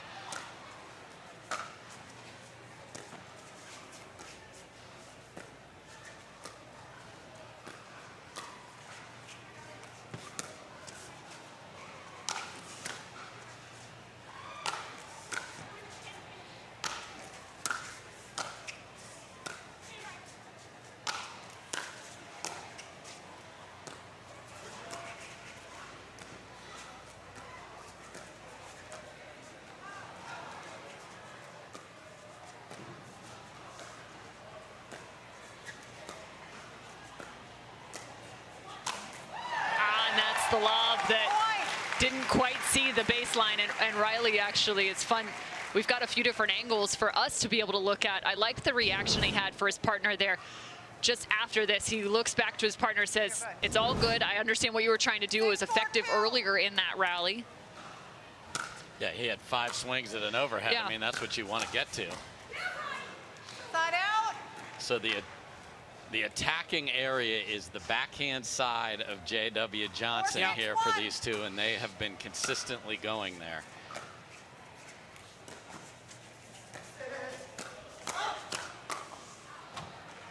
Well, and sometimes it's kind of that off speed to the backhand side. I remember there was a time that a lot of athletes were looking in regards to Ben Johns potentially having some success, just that off-speed speed up on the outstretched backhand side. However, now Ben's got the two-hand, and you got to watch out. He quickly adjusted. Yeah, players saw that all he's doing is resetting that ball, so keep going there and you'll get something. But that's a change situation. Point. Wow, just feisty. 6-6-2.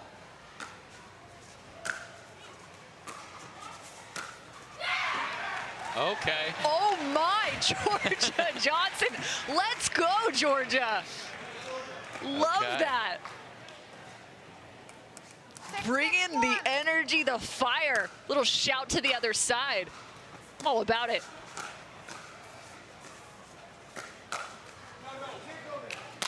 And now everyone is engaged. If J-Dub starts talking trash, this is going to be epic. Can't go there, says Riley. All right. I'm adjusting my seat here, Dave. This is getting fun. Same spot. Exact same spot. This is what I talk about, discipline of a game plan. This is what Jones and Newman decided they were going to do. Got them game 1, and they're tied in game 2, and they're staying with it.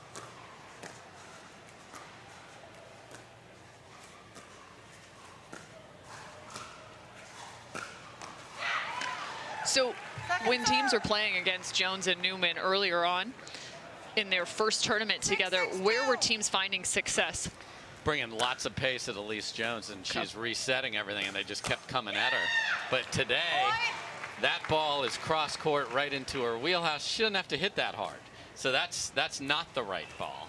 And great job by Allyce. She's pulled that behind J-Dub, and she already knows that's her target, so nothing has to change.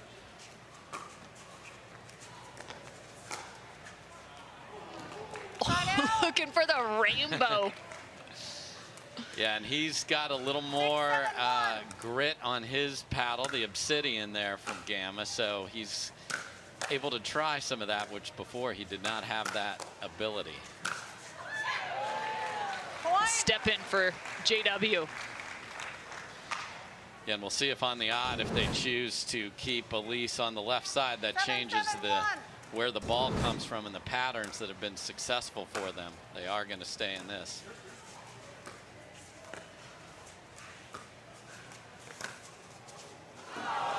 J.W. Johnson.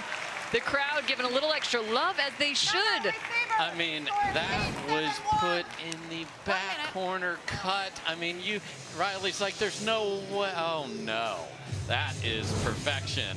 And Riley went directly to his seat after that. That's a timeout, and nice job by the Johnsons. We've got a very good game 2 here in the quarterfinals between Johnson, Jones, and Newman.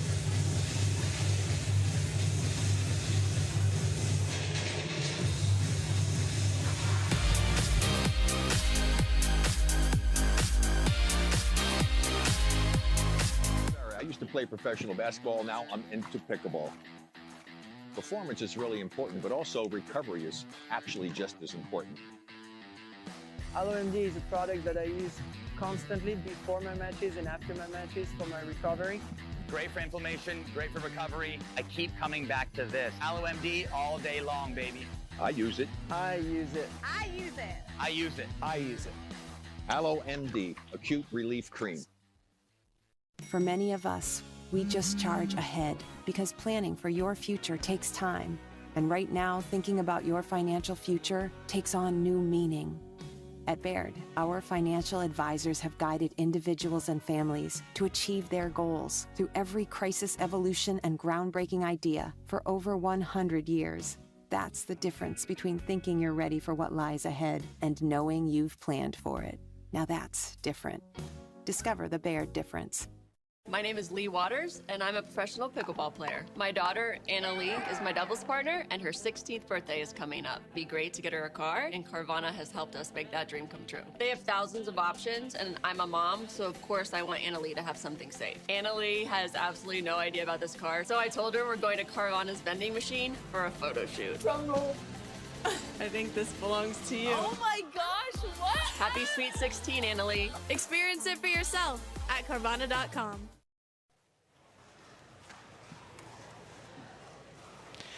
Jorja Johnson is playing very well right now against Riley Newman and Allyce Jones.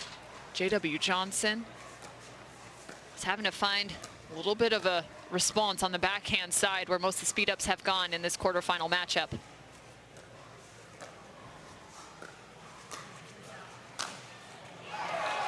Nice read from J-Dub. That is a tremendous overhead because you have to get back and then flick your wrist with the ball behind your head. That usually sails out. That's a great job by J-Dub right there.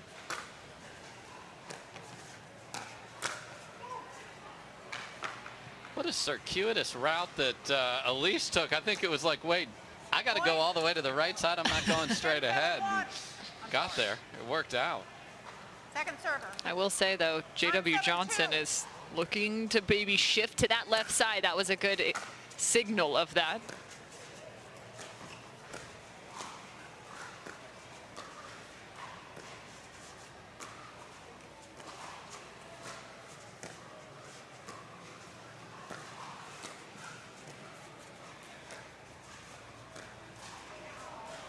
Side out. Yeah, you saw Riley waving the elbows there like something big's coming, but just laid it into the middle and got the mistake. 7-9-1.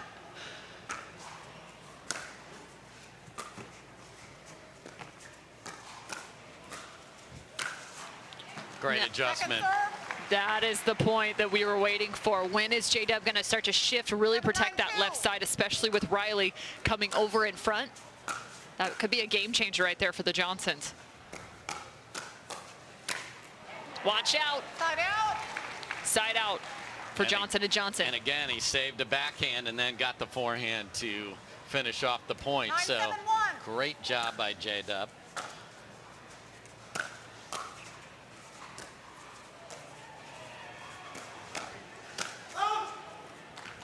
Point. I think Allyce agrees, but the problem was her body was in the way. So look at this. Game point for the Johnsons. Looking for game number 3.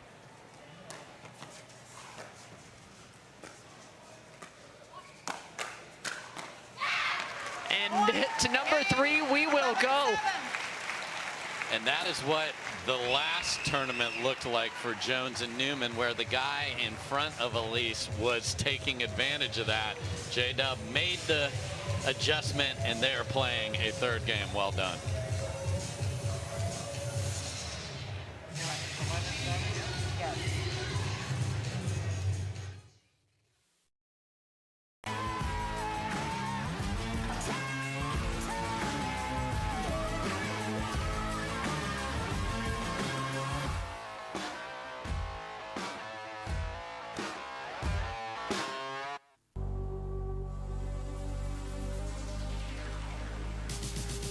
Gearbox introduces the all-new CX-14 Ultimate Power with SST Core.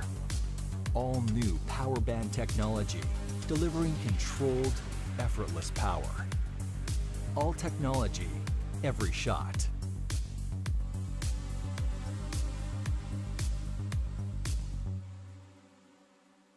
I don't think she's feeling it right now. I will be on my phone all week. Looks like somebody needs a little Hertz TLC. Liv, you're on vacation, but I don't think you're feeling it. Huh? Please, your phone. It's okay. Hand it over. Yeah, you're good. Go enjoy yourself. Sam. You feeling it now? Let's go. Everyone needs a break sometimes. She's feeling it. Let's go.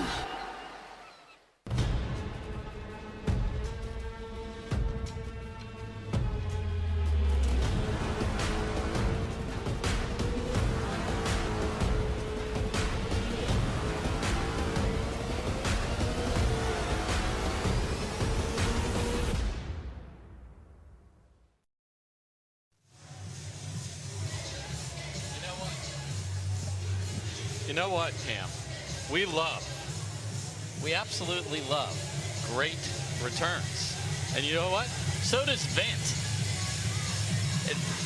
It's an investment platform, Cam, that is working to provide returns through alternative assets. They make it possible for investors big and small to diversify their portfolio with fine wine and rare spirits. That's right. SEC qualified offerings that you can add to your investment portfolio. Learn more at vint.co. Thank you, Vint, for being a part of the PPA Tour, and let's see some more great returns. Let's see what returns we can find here in game number 3. Newman, Jones, Johnson, and Johnson, a quarterfinal matchup. The spot in the semifinals is up for grabs, and Jorja Johnson, I love that. The initial strike and trying to get their team to a successful quarterfinal. Yeah, just a little attitude in the middle of that match kind of changed things, and now she's been swatting winners.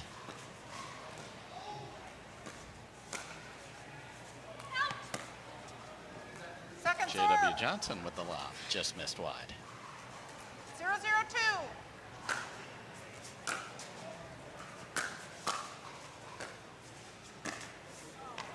Point. J-Dub's third shot drive is very calculated. Doesn't take a massive swing at it. He even just kind of takes one step in. It doesn't get quite to the middle of the transition zone beyond that to drop the fifth. He just likes to be able to get that 3 feet within the baseline. Well, they know that Allyce isn't going to hurt them, so they can get to the kitchen easily off that drive. And there is Jorja Johnson with that tucked inside out forehand winner, and they are looking great to start game number 3. Side out. Yeah, that's one that J.W. Johnson wants to take because he can hit that same mid-pace forehand, get the fifth, and they are consistently getting to the kitchen line. That's big.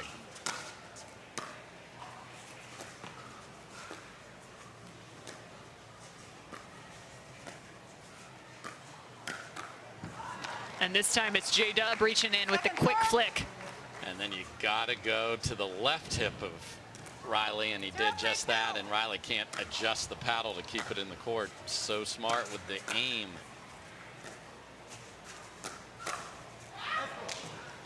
I don't know how many times we've seen Allyce Jones load up that backhand and just pull it back to the line.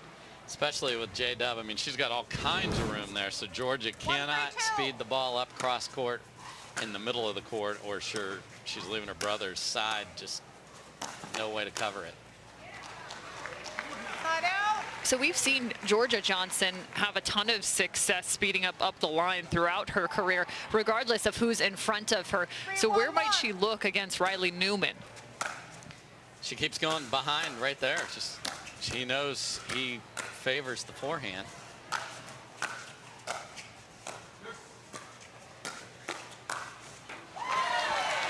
And that again is J-Dub was not on it in game number 1 with the heads up with Allyce Jones, but he most certainly is now, and that's going to be a problem for these two.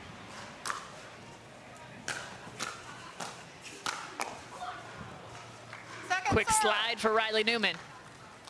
Yeah, J-Dub is frustrated with his location of his third shot drive there. He's got him unwinding the stack, so you should easily be able to get them to the kitchen.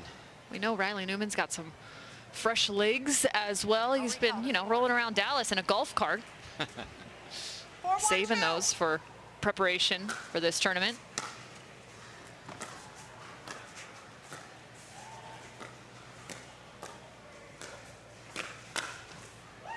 And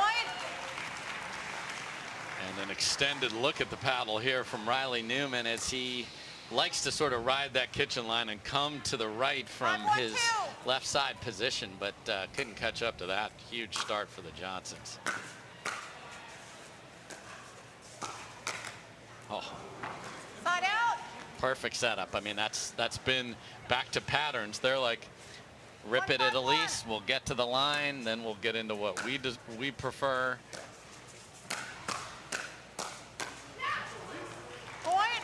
And Allyce, even from the transition zone, just watch how low she gets. She's only 5'2", guys, but she still is dropping her body and able to generate good power from a loaded position.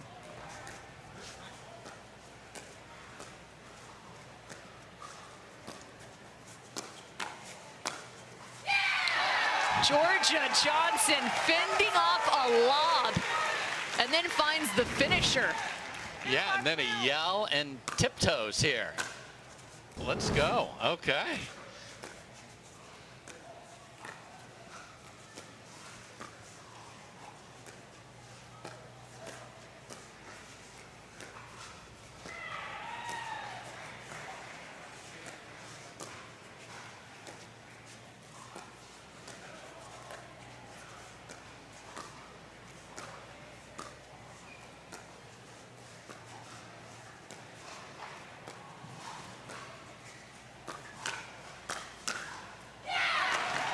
Another movement.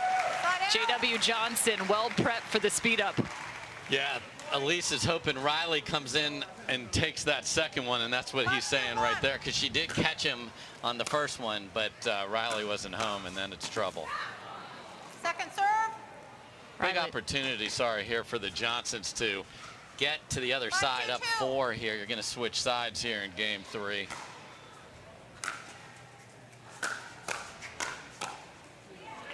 That's right on the right shoulder. 6-2 and a change of end here in game number 3. Jones, Newman, Johnson, and Johnson look to find a semifinal. The victor will have to face Parenteau and McGuffin.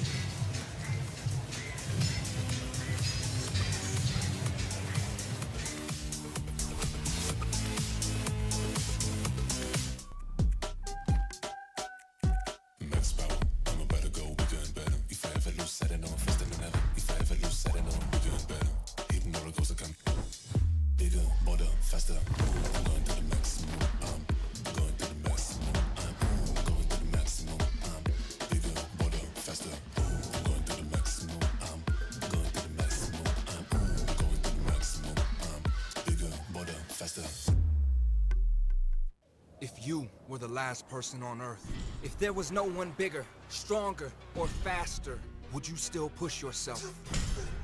Of course you would. Because once you start, you can't stop.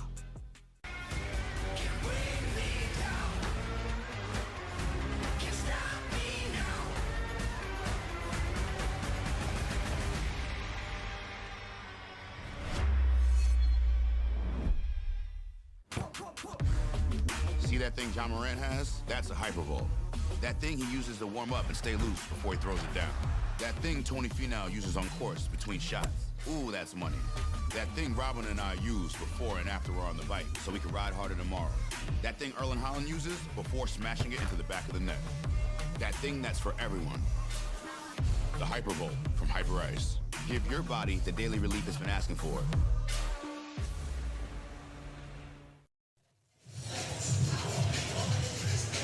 Game 3 has been Johnson and Johnson with the advantage, up 6-2 over Newman. That's Riley Newman out of the Pacific Northwest, and Allyce Jones, the Utah native.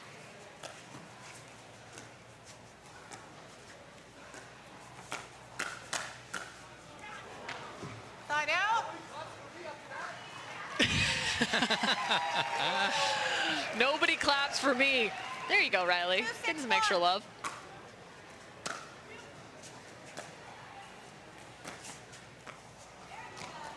Second serve. And now he's getting clapping for a ball that he misses off his feet. He asked for it. It's packed in there, Cam, but they haven't been boisterous, and I think that's what Riley's trying to find anything to get himself going. Side out. Well, somebody has got J.W. Johnson's hands going, that backhand now becoming that much more of a weapon. Yeah, Riley came in for the next one there, Cam, but now J-Dub has seen 3 games worth of this, and he is on it. Just his whole demeanor is improved here.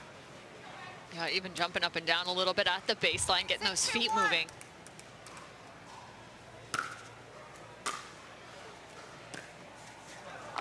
Second serve. We do have another quarterfinal to be played. David, Arnold, Kovalova, and Wright.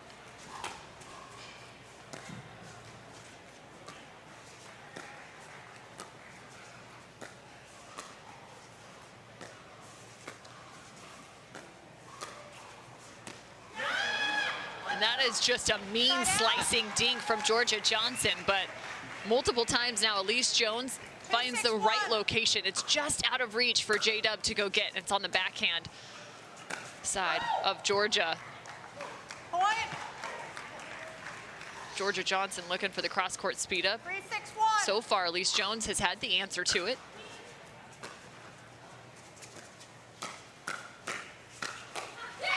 Not that time. Second serve. And the ladies are a little chirping at each other. I love it.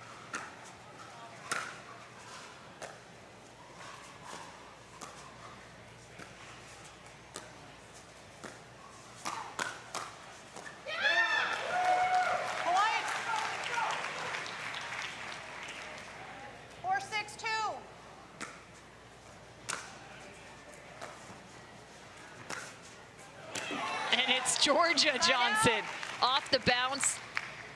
Really smart there. If you see a high looping topspin third, let that get to its apex, step back and crush it. Don't reach in and make that shot more difficult. Tremendous choice there by Jorja. And that spells trouble. Off the net, plenty of space and angle. Yeah, Allyce knew that was trouble, yelled at Riley to watch it, but all he could watch was a great ATP from Jorja. It was 2-6 on the end change, now 8-4. And I don't know if I've seen this much fire from Jorja Johnson. At least outward emotion in that regard.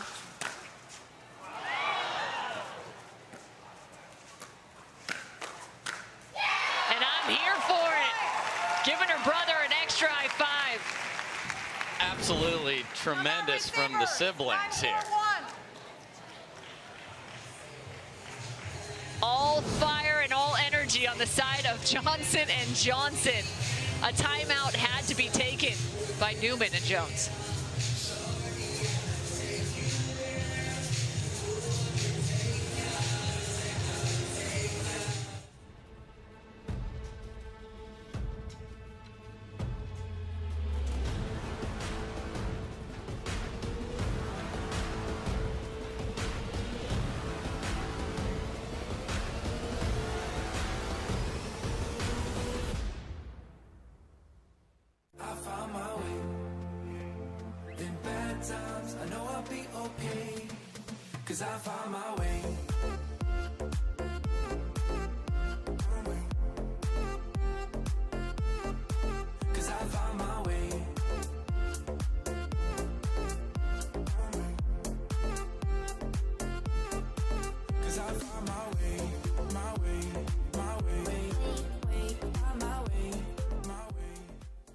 Introducing Skechers Pickleball, the official footwear of the Carvana PPA Tour.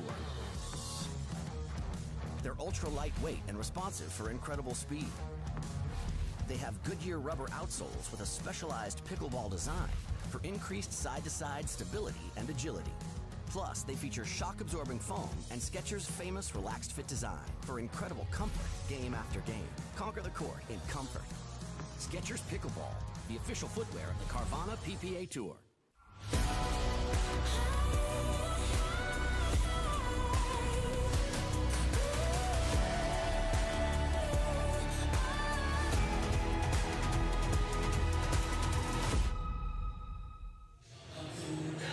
North Carolina loving this Carvana PPA Tour stop. 920 total athletes. But we focus in on 4 of these fantastic pros. I know, Dave, it's wild. 920. Love it. Largest tournament in North Carolina history for pickleball. And they go back to what had been working for Jones and Newman. Yeah, J-Dub was on that one there, got a little unlucky off the tape.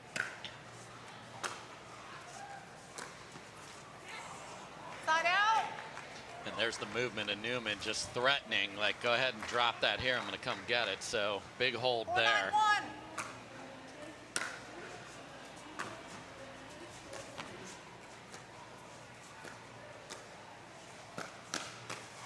Knocking that down is Riley Newman. He's got a fan in particular he's pointing at after each of his successful rallies.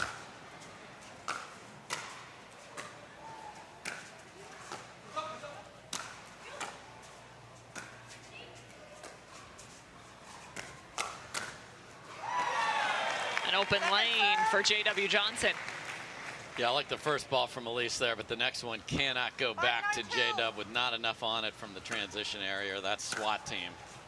Point. I will say, too, in terms of newer partnerships, there's incremental 6-9-2. moments of growth for teams. And I think we've seen Allyce Jones and Riley Newman find a massive amount of growth just from their first tournament to their second tournament. Yeah, just seeing that they have a clear strategy about how they want to go about this and execute it. Now they've gotten a couple freebies.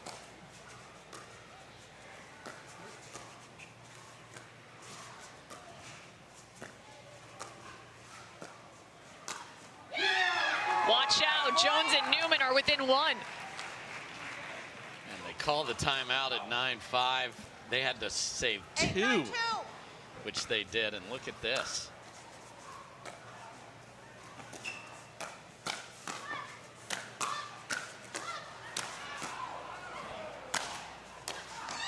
Allyce is on the ground again.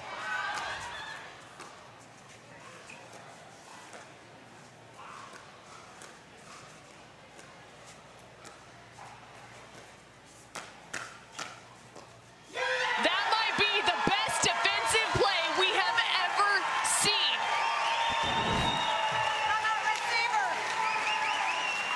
Allyce Jones giving her entire body to that point.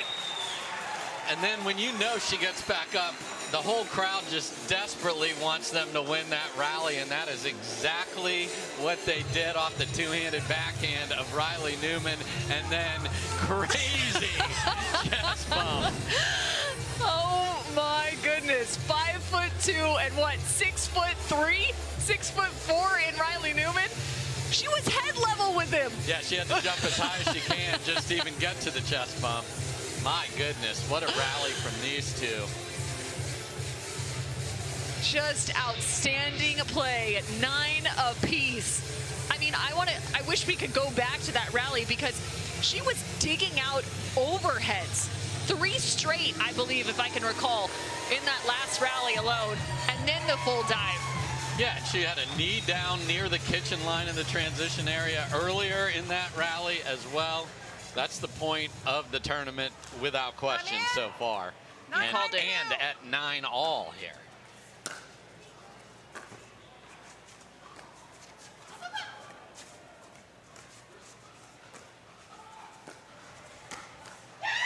And what a change for Riley Newman.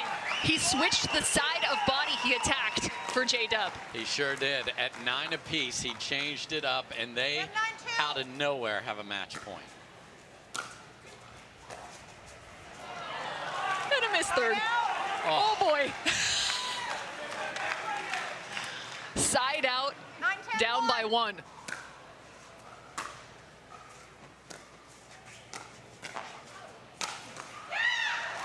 First one fended off for Riley Newman and Allyce Jones. J-Dub left the third up in the air. We'll see if they return to him again or not.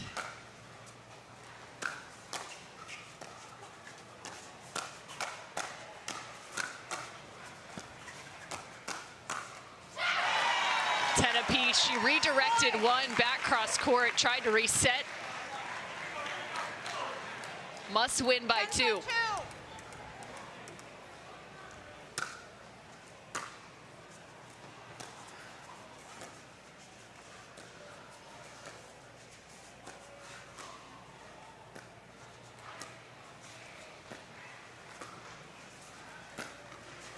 Jorja Johnson, the quick little flick, and the lead now 11-10 off the forehand side.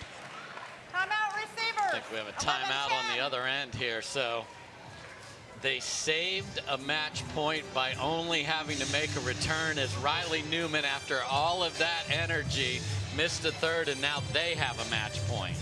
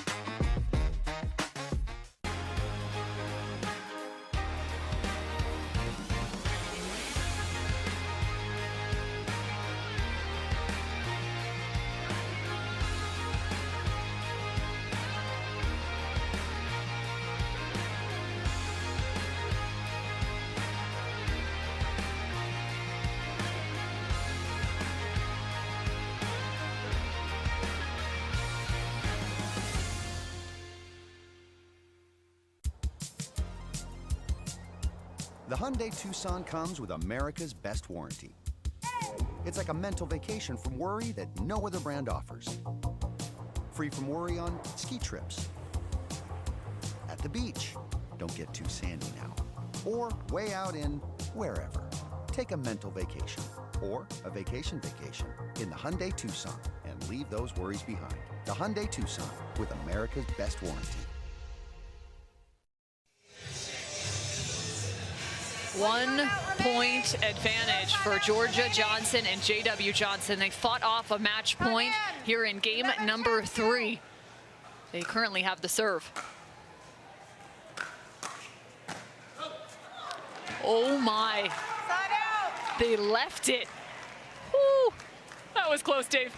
So close. J-Dub got a ball, but Allyce got it down just enough so it wasn't a sitter. Second serve. Think back to the missed third at match point. Right now, Jones and Newman, it feels as if they have to find the 11th here. Yes.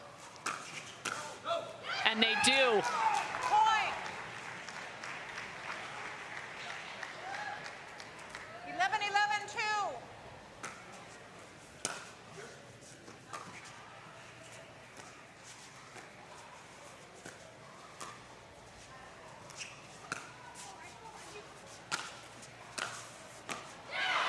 JW Johnson, a drive from the baseline, and the lob was well executed. So smart from J-Dub because Riley's baiting him to go back to the left side, and he went back to the right. So smart. Second server. So tied up at 11 apiece again. The Johnsons need to find 2 here. Dropped one side out at this point.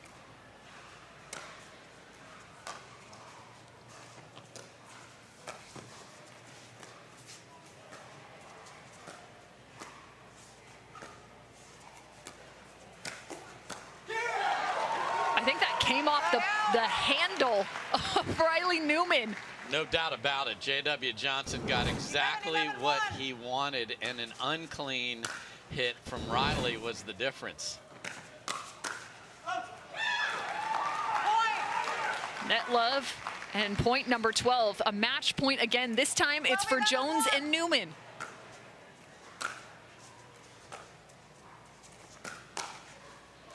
One of the best game threes we've seen. Match to Riley and Allyce.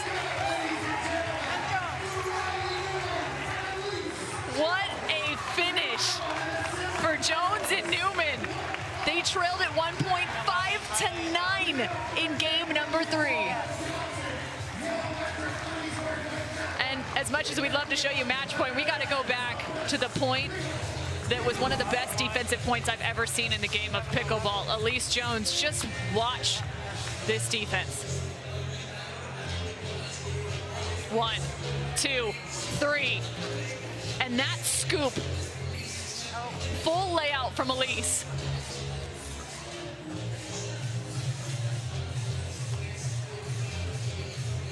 They get reset, neutralized, and then it's Riley Newman with the finishing combination. All the energy shifted in their direction. We've got one more quarterfinal left to be played. There's a little preview for you as to who's next up.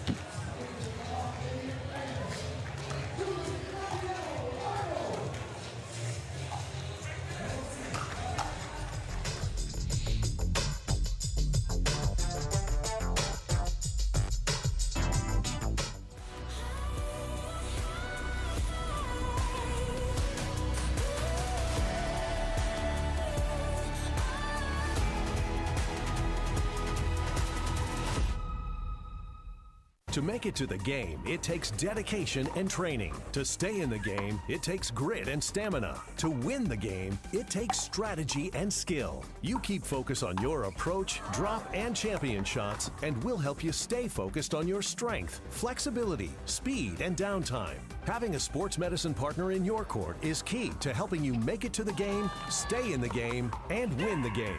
Select Medical is proud to be the exclusive provider of physical therapy of the PPA Tour.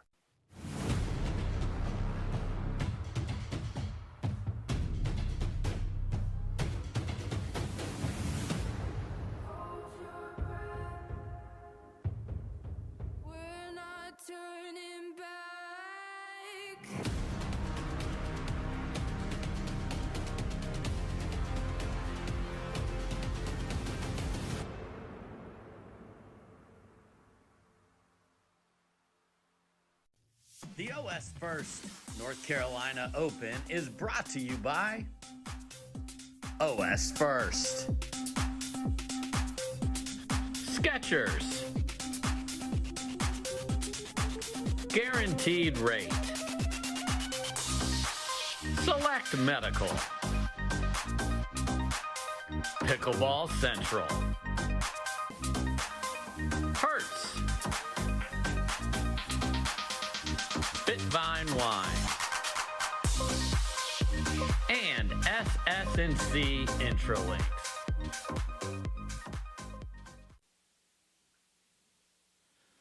Allyce Jones and Riley Newman in a 3-game battle in a quarterfinal matchup that they secured. They have moved on to the semifinal and now sit courtside with Cameron Blackwood. That was one of the best defensive performances we've ever seen, Cameron. Let's have some fun with this one.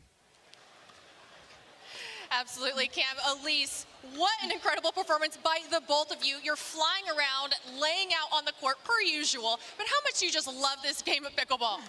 I love it so much, mainly because you get to play like freaking beasts with him right here. Riley Newman is one of the most athletic people in this world. I'm telling you that right now. So when he asked me to play with him, I was beyond stoked because playing with someone that athletic with my abilities is just insane. So he's a beast. And you guys didn't have the results you would want back in Newport, but what adjustments did you make before coming here to North Carolina?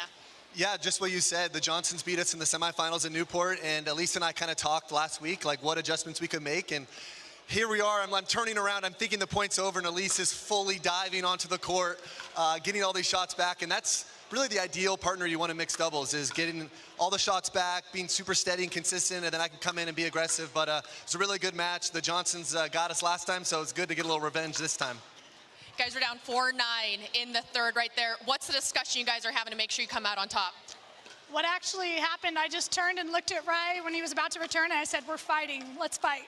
And that's what we did. You did just that. Heading into the semifinals, Cam, we'll go back up to you. That is exactly what they did. They fought back. You mentioned it, from down 4-9 in that game 3. Coming up next, though, our last quarterfinal matchup, Kovalova, Wright, David, and Arnold, 2 versus 10.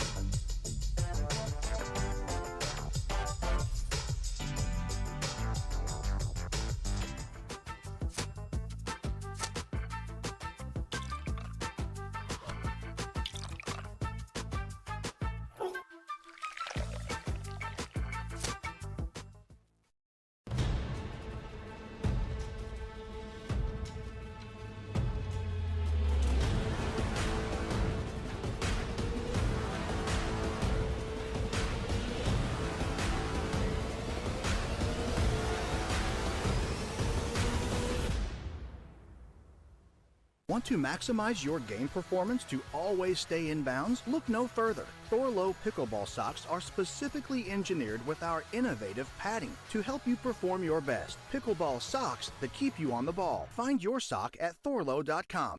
If you were the last person on Earth, if there was no one bigger, stronger, or faster, would you still push yourself? Of course you would. Because once you start, you can't stop.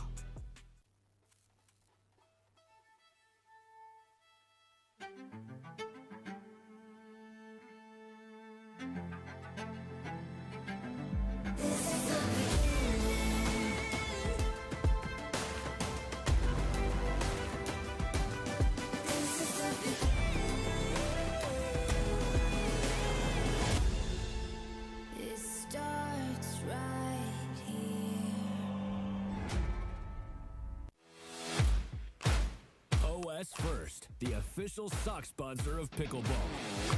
Stay in the game with OS1st Socks with Purpose and compression bracing designed for comfort, injury prevention, and improved recovery. OS1st is the official sock brand of pickleball and the PPA Tour. Visit www.thepickleballsock.com to learn more.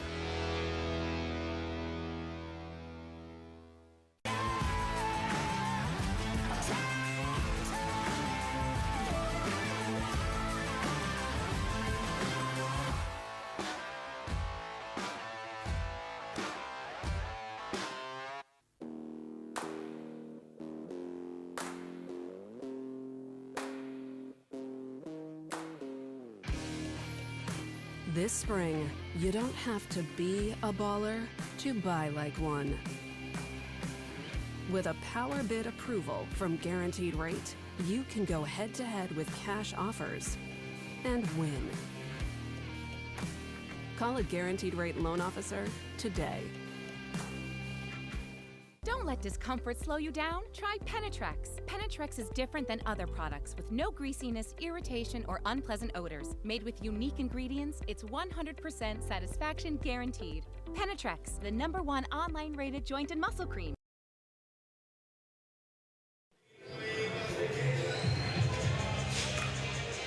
The OS1st North Carolina Open mixed pro doubles draw. Parenteau McGuffin versus Jones and Newman. That is now set for a semifinal, but highlighted now is our last quarterfinal. Kovalova, Wright, David, and Arnold. 2 versus 10, and we have loved watching Vivian David progress time and time again. One of the great defenders on the right side, but there are other fireworks to be noted. Matt Wright versus Julian Arnold, right back from this tournament. Am I right, Dave? You are dead on. I mean, last year there was the chirp fest that you'd ever seen. There were balls that were tattooing people. The reactions weren't exactly appreciated on both sides. It was Lucy and Matt versus Jesse, Irvine, and Julian Arnold. That was 9-11, 12-10, 12-10, and it was a phenomenal match. So we'll see if they can match that here. That's the only lady that was different than that last year, Vivian David. She'll be sitting there, the Canadian-born, on that two-handed backhand ready to counter. Vivian David, we mentioned it, one of the great defenders on the right side, playing alongside Julian Arnold, Mr. Andiamo himself. As you take a look, 32 years of age, out of San Luis Obispo, California. 0-0-2. As we start here in our last, I believe, quarterfinal matchup. Yep. Winner gets sock and waters here.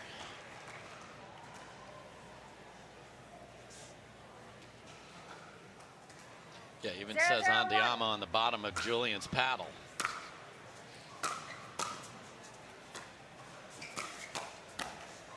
Point. Even though he was born in California, he does come from an Italian home. 1-0-1.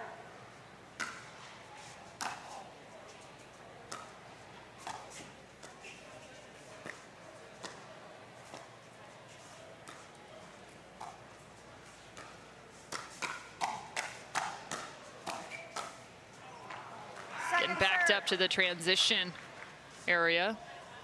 Look at Julian Arnold, the product of UCLA tennis, dealt with some injuries that sidelined his tennis career.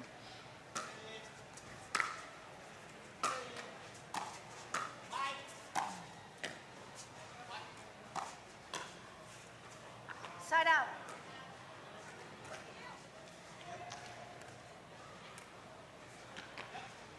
Zero, 1-1.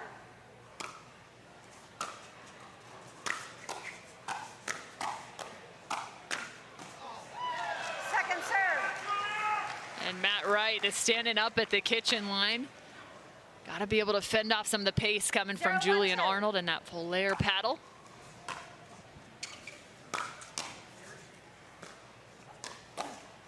Side out. Nice little inside out there from Viv. And did I just pull that off? Okay, I did. Yes, you did, Viv.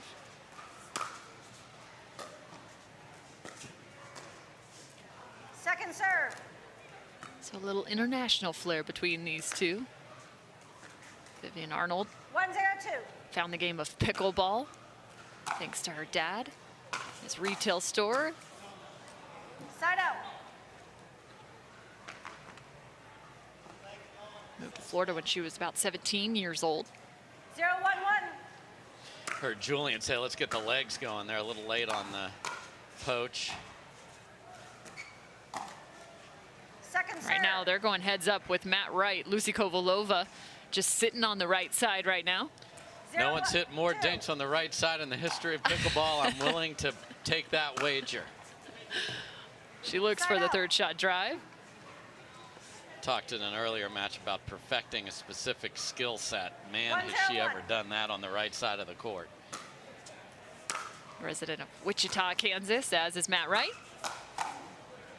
She played tennis at Wichita State. Point. Now 31 years old, originally out of Slovakia. 2-0-1. She talked about it earlier, too, in a post-match interview, saying she feels like it's time for her and Matt to get another title. She said they feel like that every time they step on the pickleball court. Love the answer.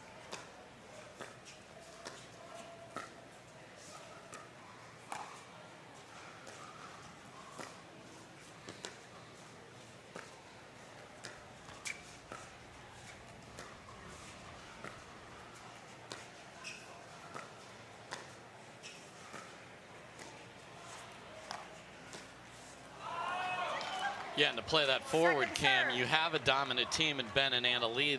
This tournament and the prior one, they are not both in it together, so you feel like the door is open a little more, and that's where you want to run in and grab it, and they see that opportunity here today. Of course, Lucy coming off her women's doubles gold from Newport Beach alongside Callie Smith. Matt Wright finished with a silver there alongside Riley Newman. Yeah, that women's match, 2 hours plus, as you recall calling that one, Cam. Just what a battle with Anna Bright and Andrea Coop.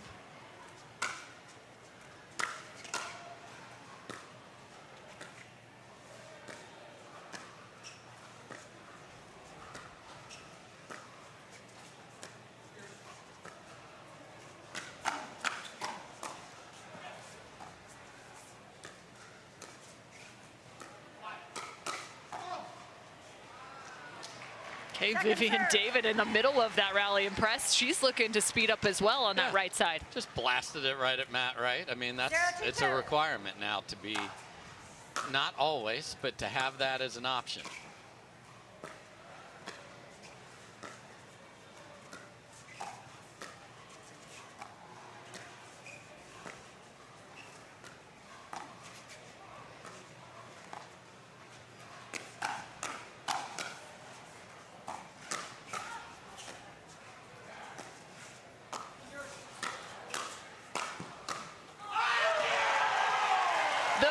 For Julian Arnold.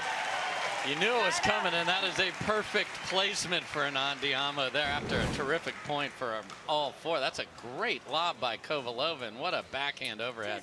You have had to play a lot of tennis to be able to pull that off that efficiently. Great job by Julian.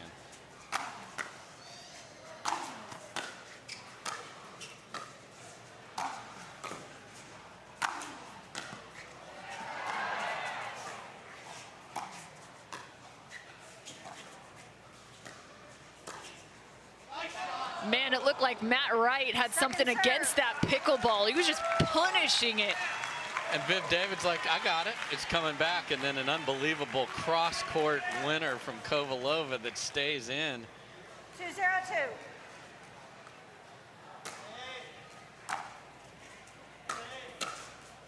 Point. Trying to cover that middle as Matt Wright approaches. So David and Arnold with a quick start.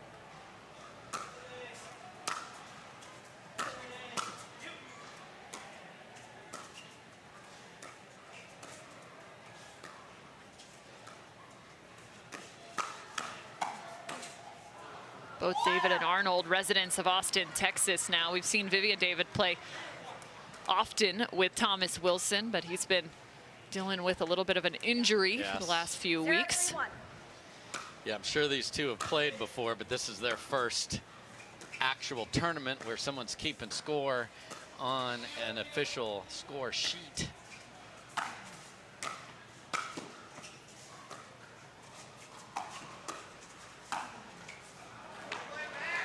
Little miscommunication in the middle of that was well handled in terms of Kovalova and Wright on the middle ball. Yeah, that was just a weird point. It's like all of a sudden Very somebody odd. hit pause and just slowly, we're not allowed to hit the ball hard, and eventually Matt Wright hits the winner. Point. It's that big drive from Kovalova. It's that elongated, uses that long arm as a lever and just smokes it flat. Great ball.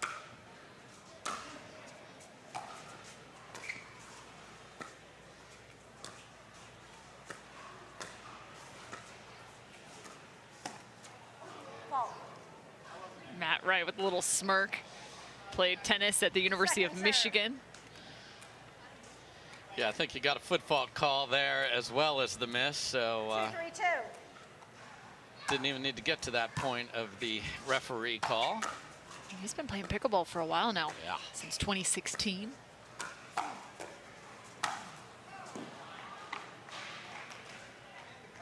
Nice job fending off the attack. Yeah, and this crowd is like, that was a fun little point there, a little exchange. And I mean, they're sitting there captivated. They're just not reacting. I think that's really what it is.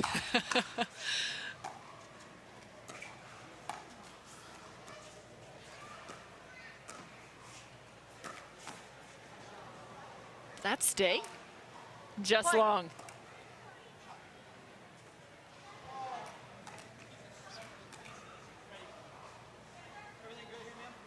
A little subdued to this point.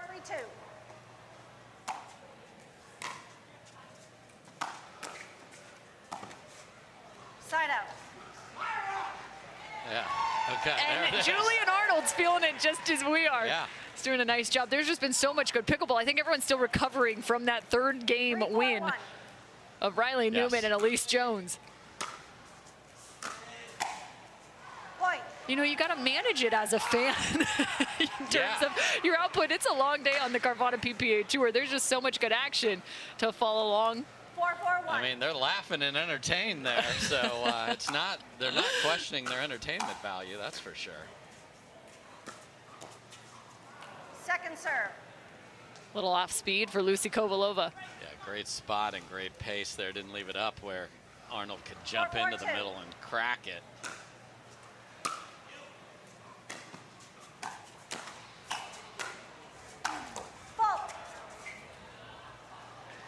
And a foot fault. We just thought we saw some really fantastic defense, but it was rewarded in a different manner. Yeah, you'll take it, whatever it takes to win the rally, and this time it is a Matt Wright foot in right there, mid-kitchen.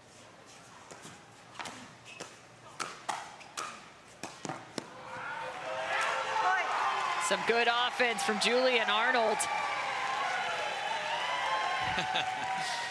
It's funny how the players can just get that sense that we had there, and he thrives off the crowd going nuts along with them.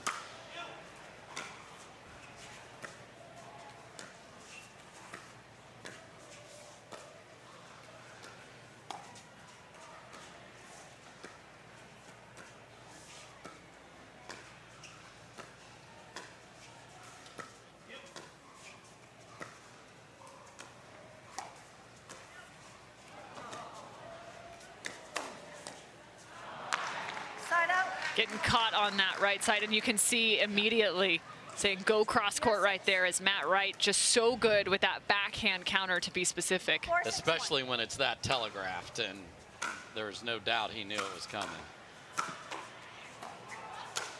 And she changes immediately. It goes to Lucy, and she ends up with the rally. Yeah. Lucky break there that she stuck the one-hander in there as Lucy Kovalova was coming with heavy pace there, but wow, these gets.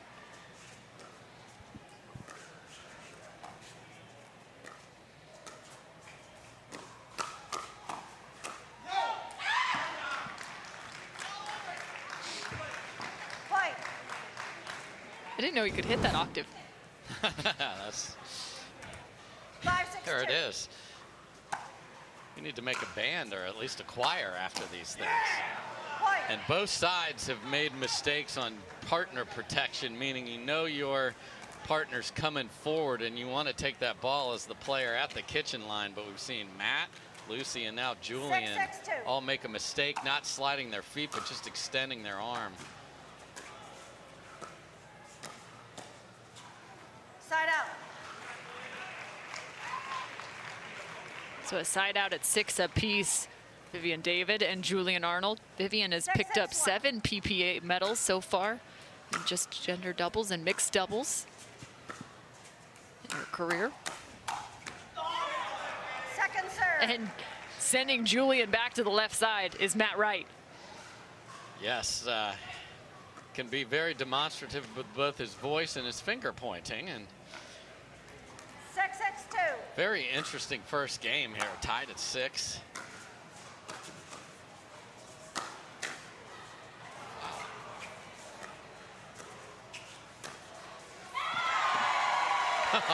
Shoots the finger gun.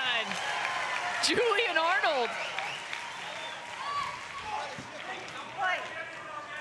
Yeah, and you saw him say there, great dig, it was indeed, or that point was over and he would never had a chance to hit that beautiful forehand winner.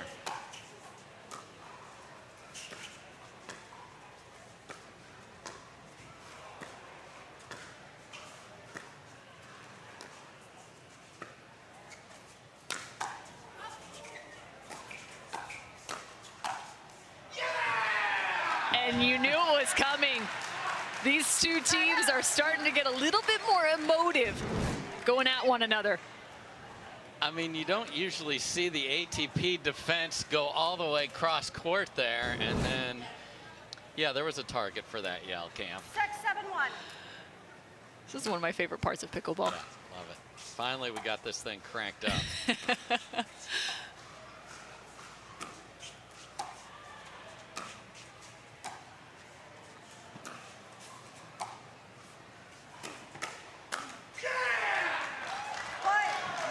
Now we're screaming on errors from the other team. I was going to say, I think that was Lucy Kovalova with a nice play there.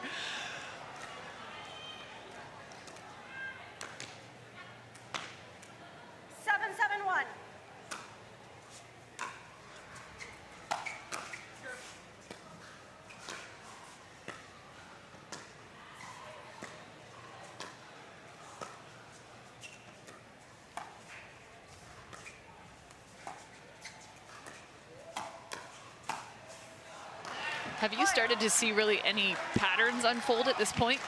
Yeah, I mean, I think the key is Matt knows that for whatever reason, and there's the finger wag again, that 8-7-1.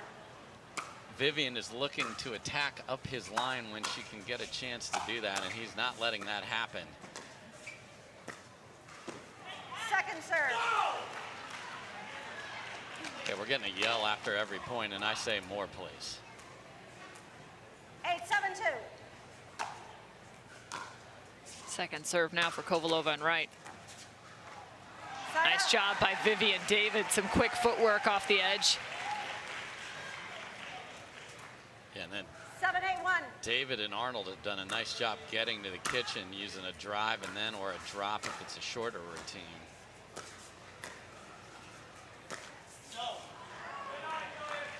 And wow, even Vivian David is sticking the finger up in the air to signal the out call. Okay, she's getting caught up. There's not a mean bone in Vivian David's body. There isn't, but she's involved, and I can't love it more.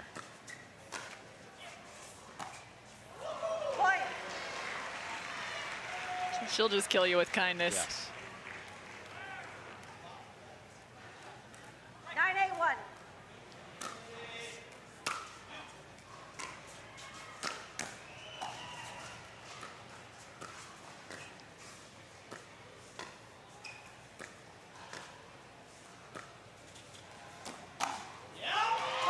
Ooh, that one made me nervous.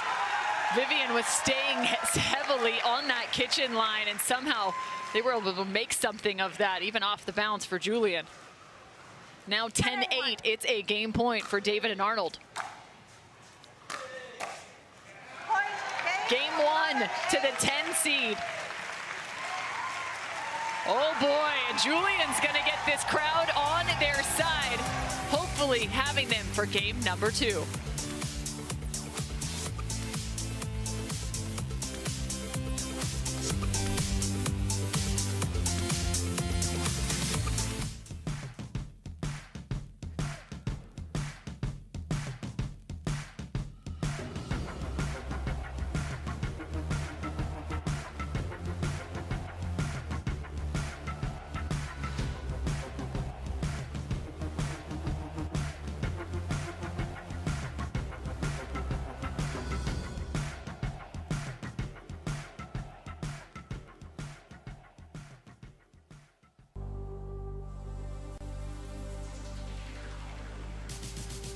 Gearbox introduces the all-new CX14 Ultimate Power with SST Core.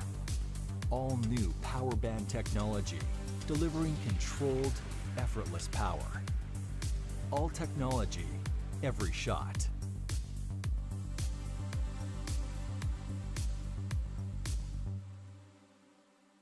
My name is Lee Waters, and I'm a professional pickleball player. My daughter, Anna Lee, is my doubles partner, and her 16th birthday is coming up. It'd be great to get her a car, and Carvana has helped us make that dream come true. They have thousands of options, and I'm a mom, so of course I want Anna Lee to have something safe. Anna Lee has absolutely no idea about this car, so I told her we're going to Carvana's vending machine for a photo shoot. I think this belongs to you. Oh my gosh, what? Happy Sweet 16, Anna Lee. Experience it for yourself at Carvana.com. Welcome back, everybody. What a day of mixed doubles, tremendous battles, and folks, yeah, we're in North Carolina, and hello, Southeast. We're coming to you, hot Atlanta.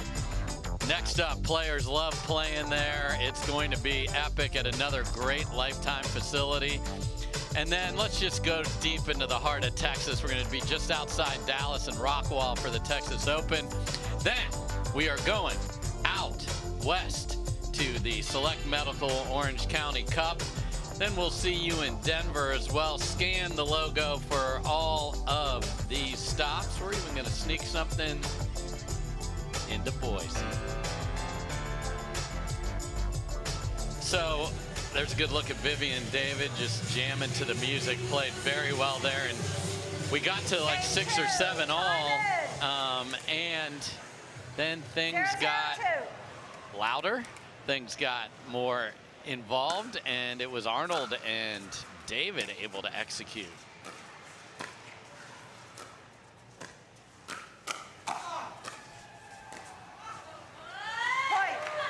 Great hands by Julian Arnold, gets them the first point of game number 2. He was in trouble. Kovalova attacked that right side shoulder, but he got the paddle in position. Not full scorpion, sort of a half scorp.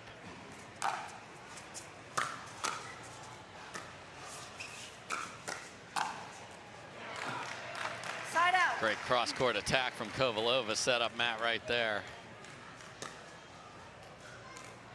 Again, quarterfinals winner gets talk of the town, Jack Sock and Anna Lee Waters in the semis.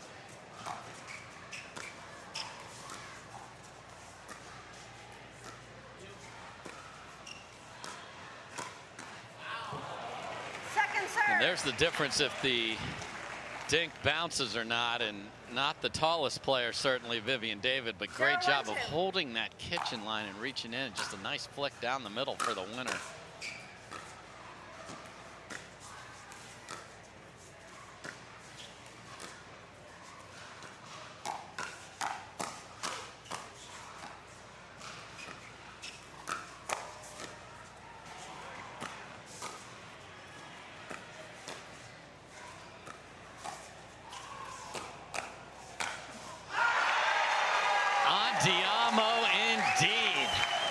Tremendous point from all 4 players, and rightfully so.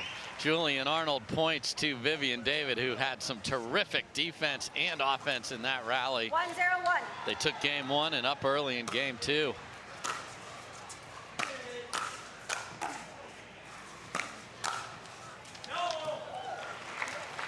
Viv's even got her matrix moves down pat. 2-0 game 2. 2-0-1.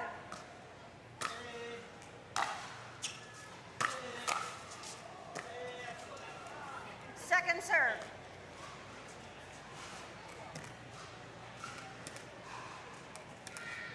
Two.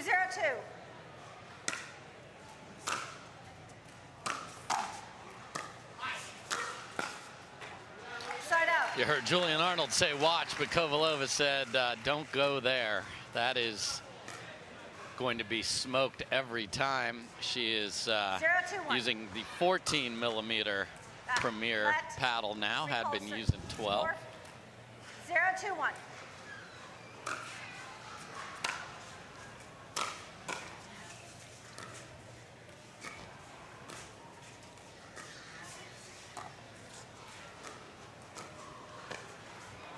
Point. And Dave, I'm actually looking back in the archives of tournament history, and I believe the last time that Matt and Lucy won a mixed title was actually back at the Hyundai Masters event in 2021.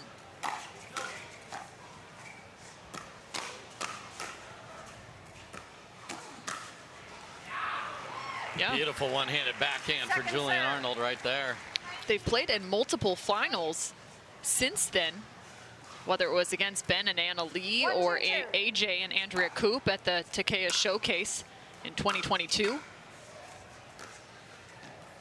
Side out. Or even most recently, it was at the JW Marriott Desert Ridge Open, where they took the loss to Ben and Anna Lee. Yeah, been in the game for so long. Obviously, so long is a relative term in this sport, but more than a year and a half is so long. And it's why when they were interviewed earlier, they're like, we want a title. We know Ben and Anna Lee aren't playing together here. This is our chance. But they have a lot to deal with what's in front of them right here for this man and Vivian David.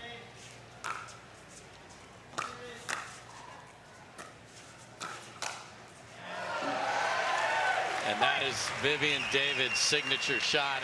If the lady across from her cross court tries to speed it up down the middle, she's just sitting waiting on it, puts a lot on that.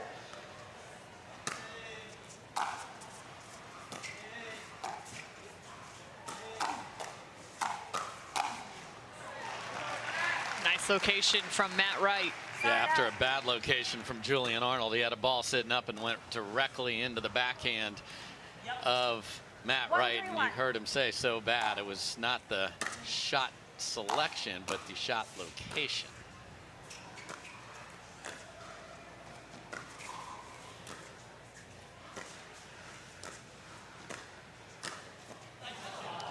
Point. A solid location from Lucy Kovalova.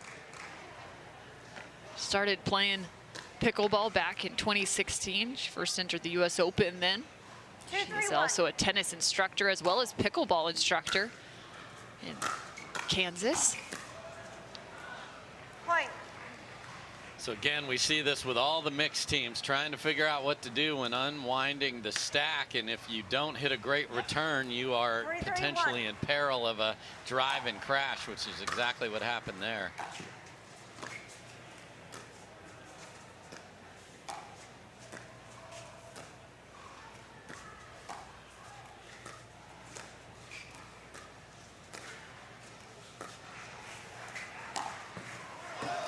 ATP for Matt Wright.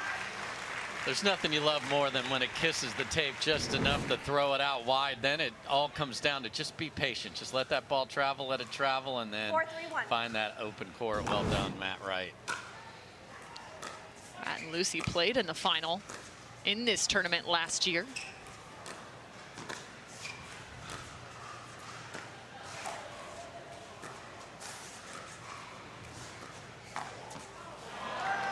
A little Ernie with the finish. And hold the pose over there, Matt Wright. ATP, one rally, Ernie the next. Okay. Is that like the trophy pose for pickleball? You know what I'm talking about? Yes, oh, I definitely know. Tennis, it's always the serving pose, but I think... Little league, you got the bat back there ready to go.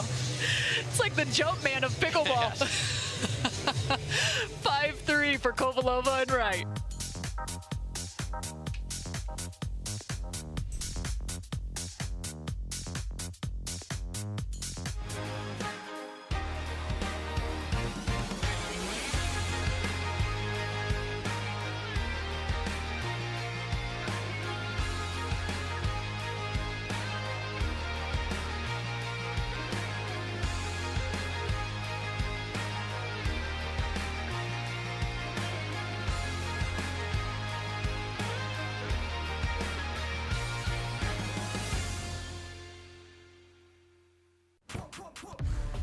See that thing John Morant has? That's a hypervolt.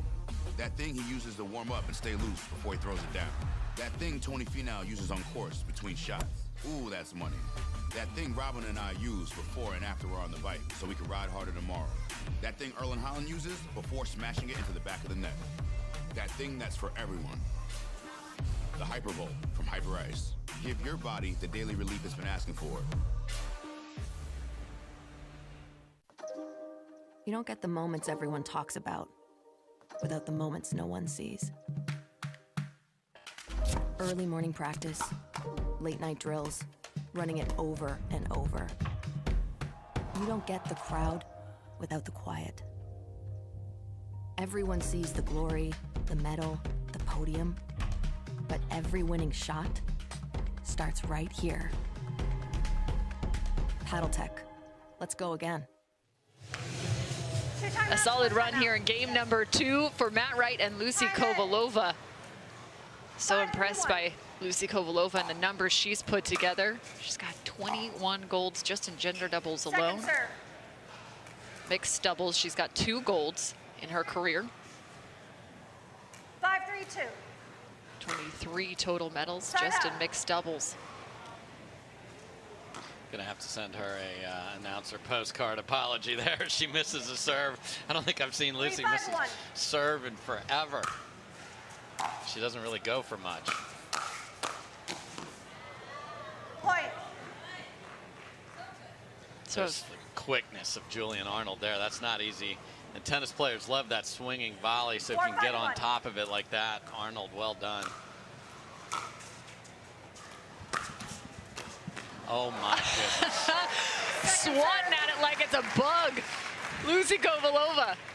To be trying to get out of the way of it to start with, and then to be able to literally put that insect on the ground there, that was impressive. It was like a no-see-em.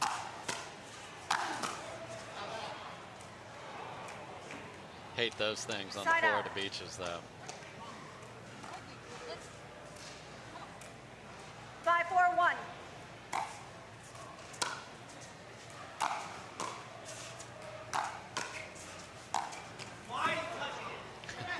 That's a good question, Julian.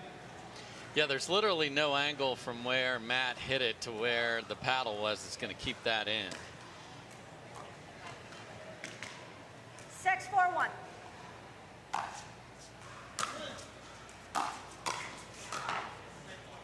Great location from Vivian David, chopping that down at the feet of Kovalova. She does such a good job of redirecting that two-handed backhand to the place she wants it that's safe. Side out. Trying to attack the attack, and you see a little hand clap from Matt Wright towards Vivian. Saying nice location. 4-6-1.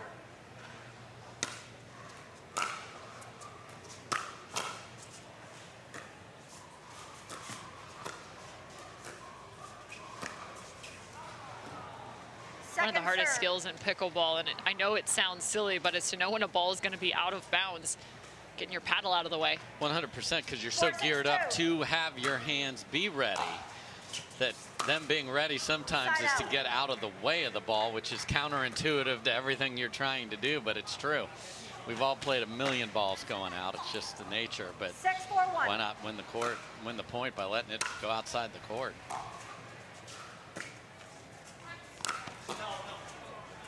There wasn't enough room for Lucy. She had the angle, but the court closed out on her. Didn't quite get enough on it, which you don't hear a lot in an ATP, but that's what happened there.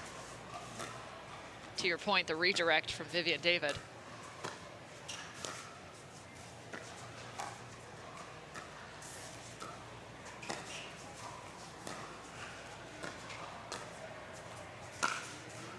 And this time it's the flying Vivian David ATP.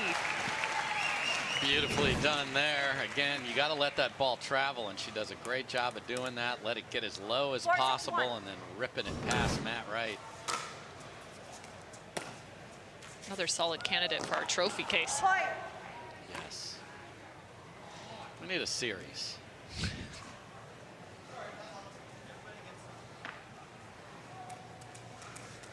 5-6-1.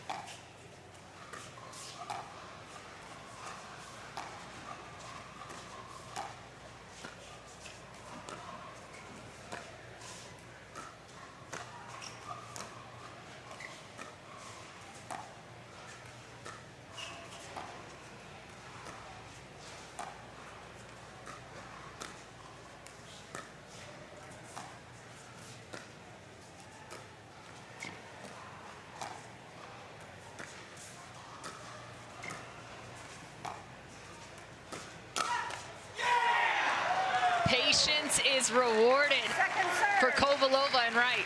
You just wondered who was going to do it because we haven't seen a point like that this entire match, Cam. No. And it was Julian Arnold who pulled the trigger on the two-handed backhand, and that focused woman right there was ready with the reply. Nice job by Kovalova. 5-6-2. We call a score. 5-6-2.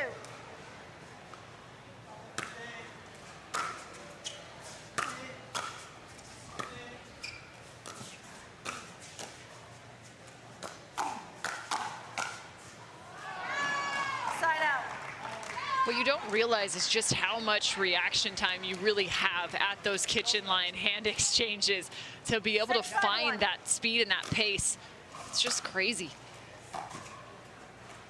Less than 0.4 of a second.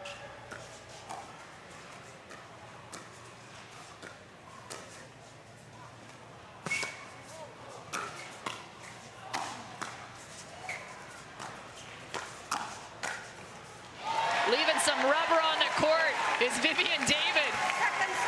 Those shoes are burning. I mean, just an outrageous point for the Vivian David highlight reel to track down a perfect lob, then to get that next ball in play, then get the ball behind Matt and finish it with the two-handed backhand. Tremendous. Lucy got one off the deflection. She's doing okay, though. Vivian David checked in on her. She comes up with another good play. Yeah, sometimes that's the scariest thing in pickleball as far as the ball hitting you when you're reaching and looking at that ball in the middle and it goes off the edge of your partner's paddle. Glad Lucy is just fine.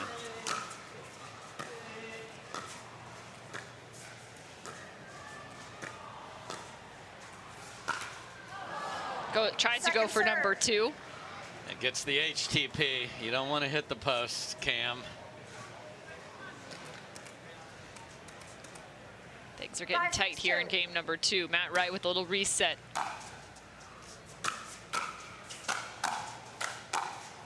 Vivian David, the double poach. Want some breakfast? I do. Let's make that bacon crispy to go with the poached egg.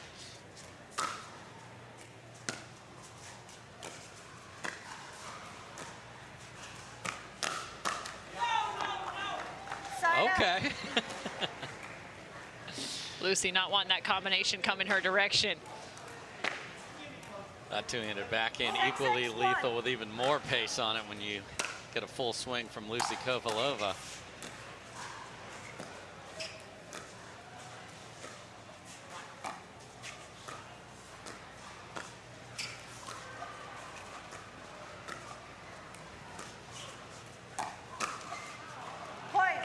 Tries to go with a two-handed backhand to counter. It's tough. You just don't have that much time when that speed up's coming your direction on the left shoulder. Especially if you haven't seen many balls in that area, because Matt Wright knows he's probably leaning forehand just a little. We saw that executed brilliantly by Newman and Jones in the prior match. It's Kovalova and Wright now have the advantage. And the one-hand roll. And Julian's ready to go. 7-6-2.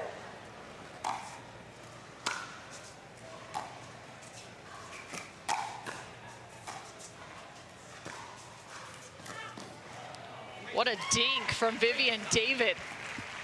Yeah, after an unbelievable protection of her body, because Matt went down the line and she still was able to fade and get a backhand on that. And they're going to call timeout on offense here just to reset here. Well done. You know, get this right. They do not want to play a third game.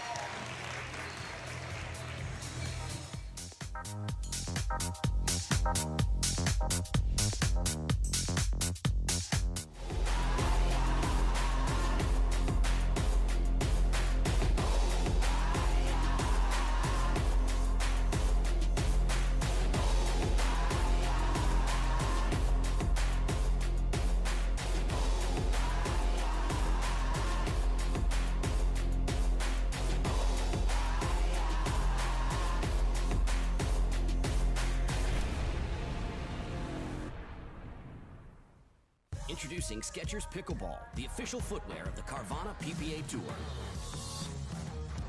They're ultra lightweight and responsive for incredible speed. They have Goodyear rubber outsoles with a specialized pickleball design for increased side-to-side stability and agility. Plus, they feature shock-absorbing foam and Skechers' famous relaxed fit design for incredible comfort game after game. Conquer the court in comfort. Skechers Pickleball, the official footwear of the Carvana PPA Tour.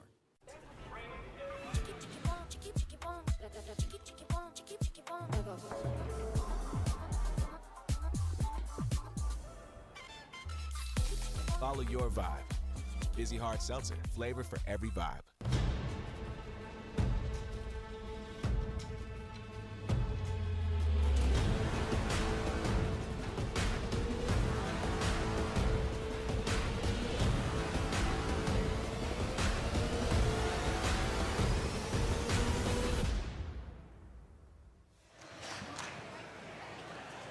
Game 2 is getting awfully close here. 7-6 as David and Arnold picked up the first over Matt Wright and Lucy Kovalova, the silver medalist in this event from a year ago.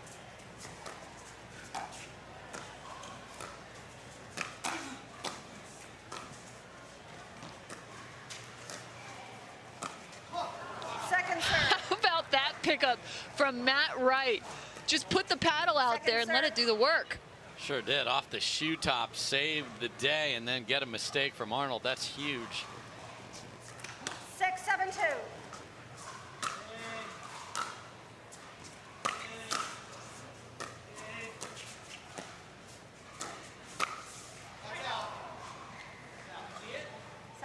No, I did not. Ball's called out of bounds. They have the ability to challenge. Matt said, challenge it if you want, knowing he's so confident in the call that takes the timeout away, and then that would be it. So they couldn't challenge anything down the road. A little gamesmanship, nothing wrong.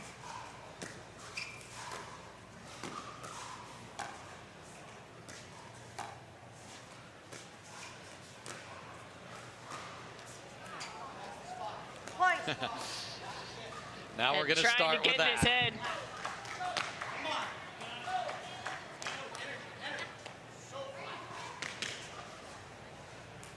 8-6-1.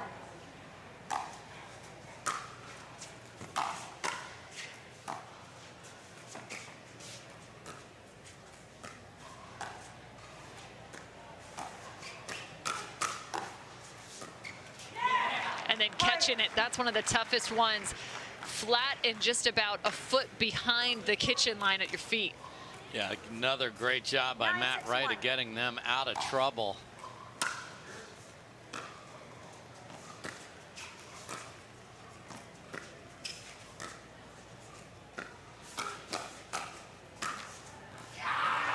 And now it's Julian coming back in. Second serve. Vivian David doing a really nice job just staying steady in her approach. She's seeing the ball come her direction, moving that dink location. Very efficient in her footwork.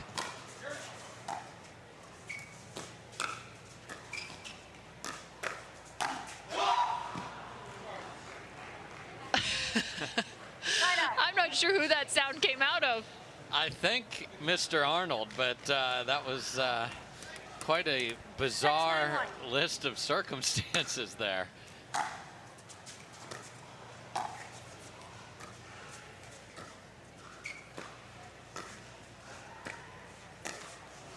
Point.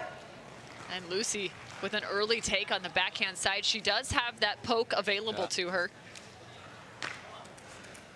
7-9-1.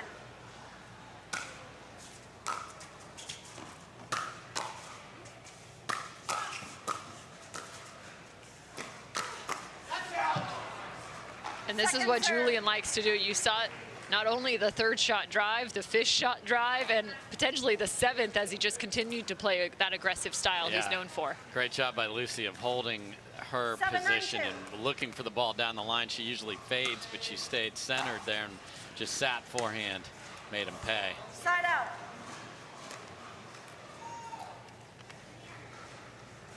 Kovalova and Wright need this game too to send it to a third. 9-7-1.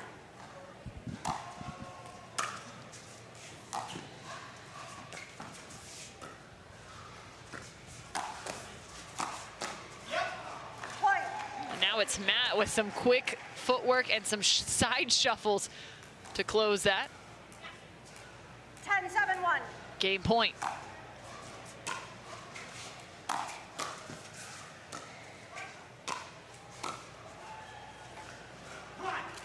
Second serve. Score is 10-7. 10-7-2.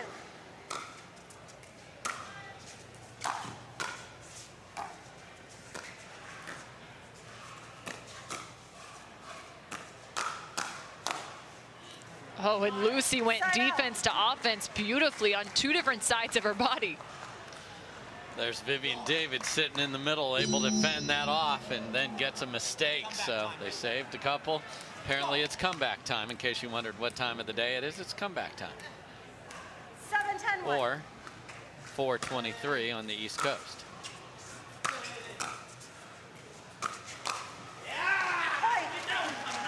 Julian trying to find that right side. And again, he's just going to go full send. 8-10-1. He's trying to get that crowd going again. First serve for them. They go back to the shake and bake.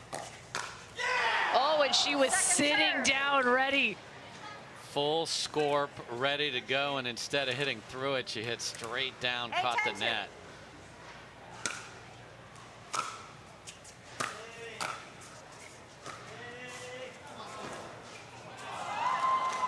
Tough ball off the top of the net to get the 9th. Second serve. 9-10-2.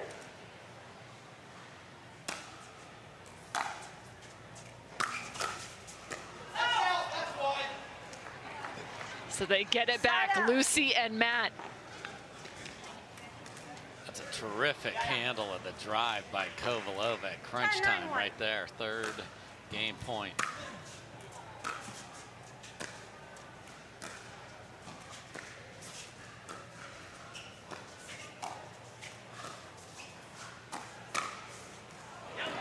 And that lands just on the baseline. So tough, and that speed up's coming to swing big at a big swing coming your direction.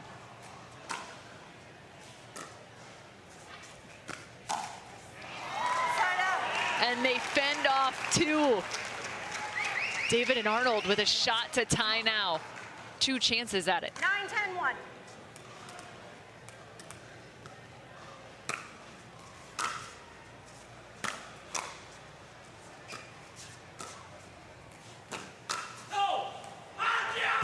A good lead, ducking out of the way. Saved 4 game points and now knotted at 10. Here we go. 10-10-1.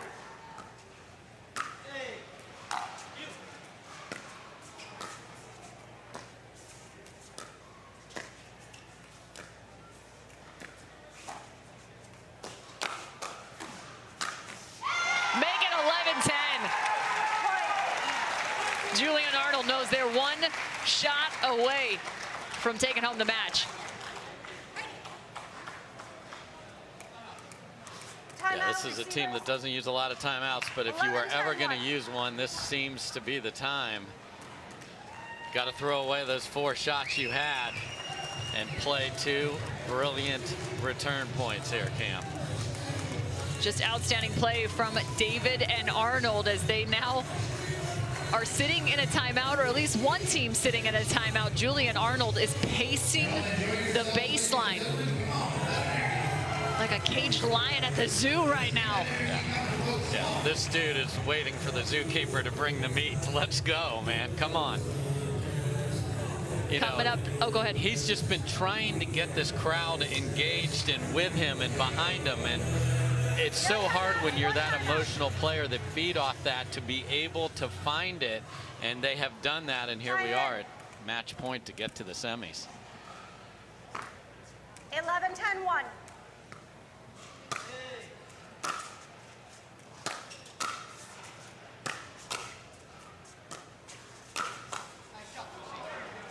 Lucy, she's so good when she's fully extended and able to generate power. It reminds me a lot of Callie Smith as well, her doubles partner. 11-10-2.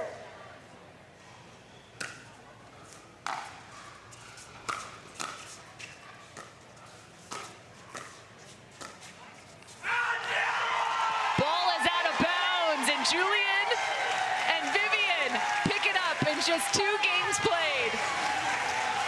Andiamo is exactly what they're doing.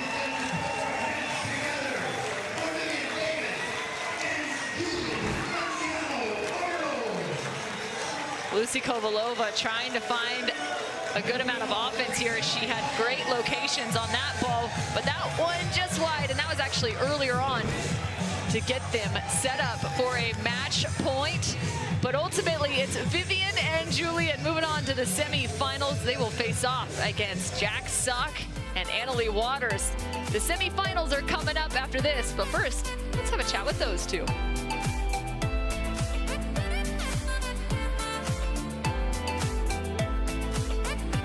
I used to play professional basketball. Now I'm into pickleball. Performance is really important, but also recovery is actually just as important. AlloMD is a product that I use constantly before my matches and after my matches for my recovery.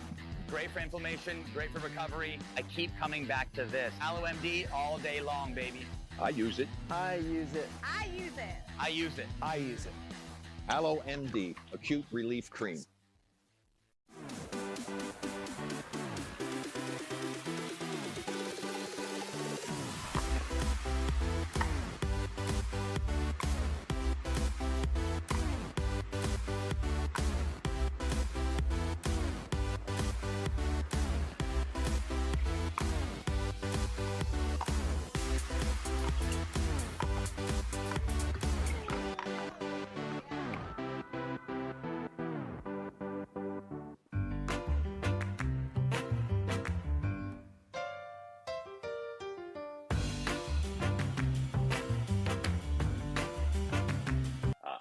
Hit the ball. I know I hit the ball a lot. So speak for more yourself, forgiving.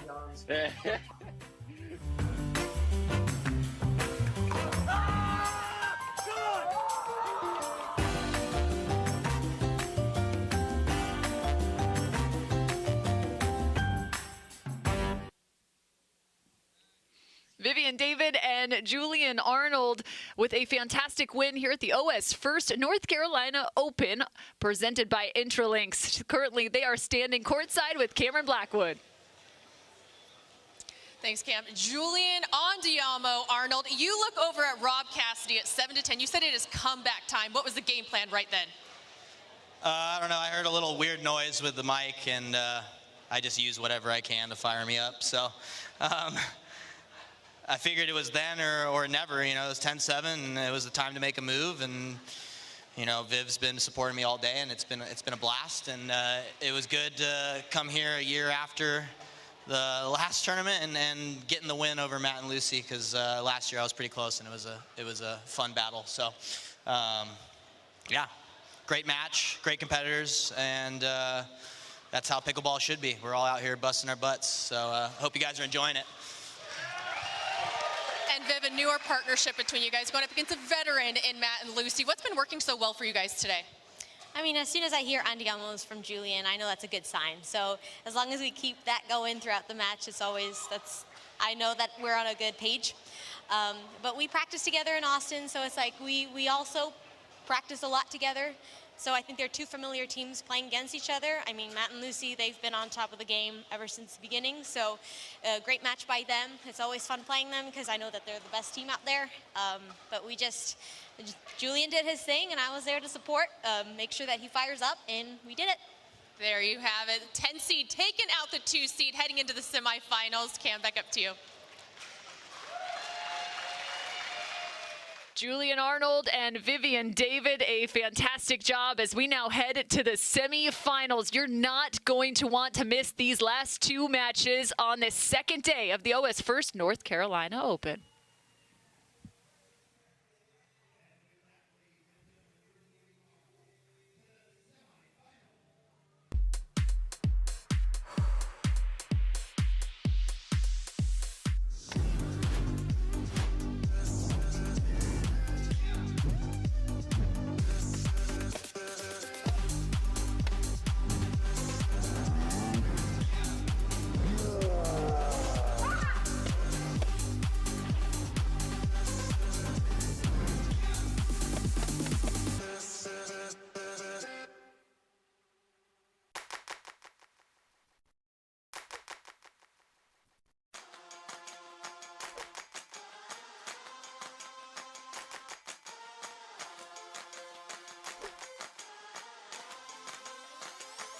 Let's go.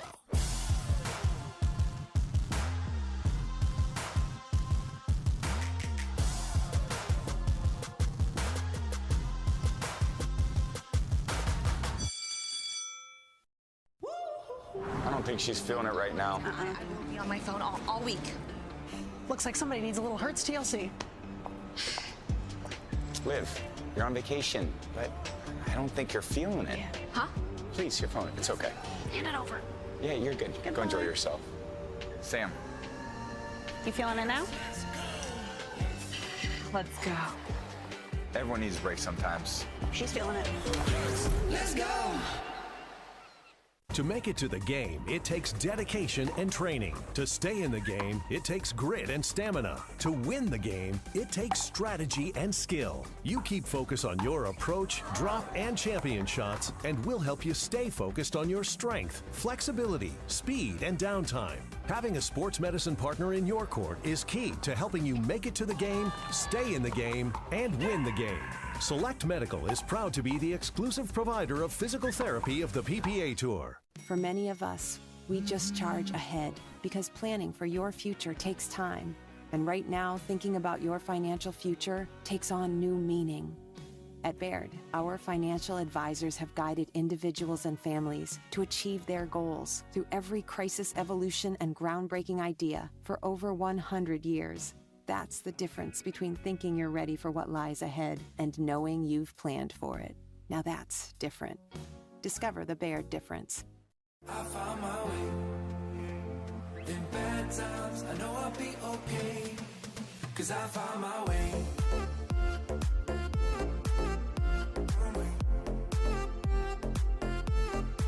'Cause I found my way.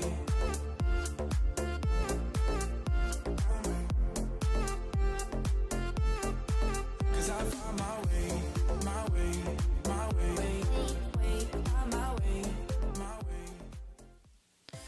The Queen City playing host to the Carvana PPA Tour for the OS1st North Carolina Open. It's time to get to the semifinals. I'm Cameron Irwin alongside Dave Fleming. The first is highlighted 1v4, Parenteau, McGuffin, Jones, and Newman. Oh man, which way do you think this could go? What's it going to come down to? It's going to come down to execution of game plan. We saw what Jones and Newman wanted to do against J.W. Johnson, which is attack that backhand. They will be slightly different against this team, as Catherine Parenteau will be more of an aggressive force there.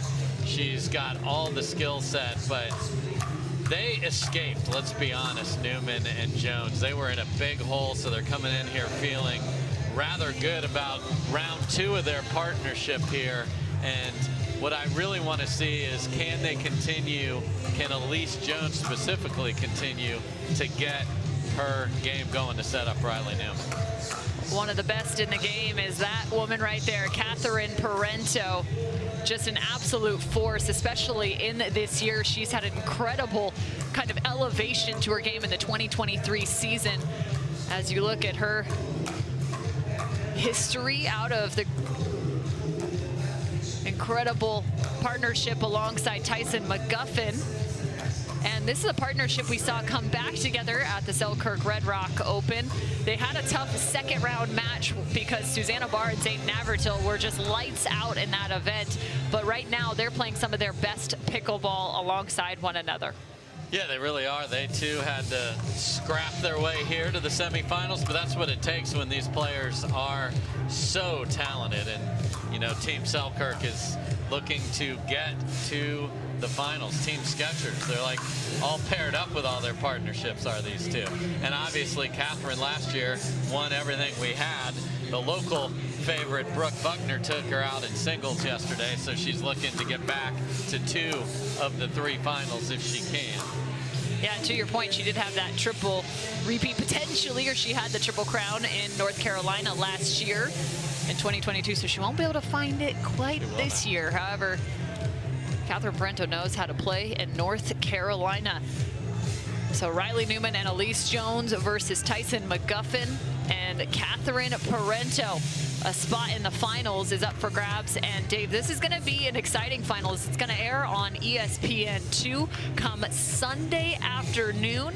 We played from 6 to 7 p.m. Eastern time. You're not going to want to miss that final, but also a big announcement coming from the Carvana PPA Tour today, May 5th, in terms of a new partnership alongside ESPN.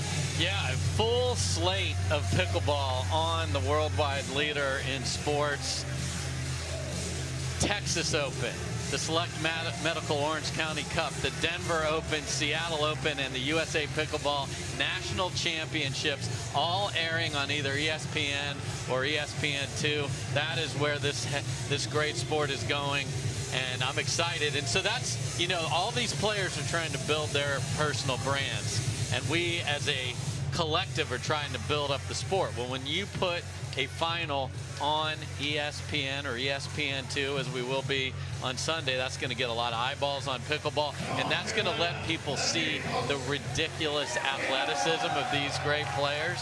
And it's a chance for two of these four are playing and will air on Sunday night. I can't wait to see these two semifinals. Well, speaking of going national, that man had just played alongside Lacey Schneeman. Yes. That was back on CBS at the Newport Beach doubles shootout. Now back alongside Catherine Parenteau as they look to find yet another title together.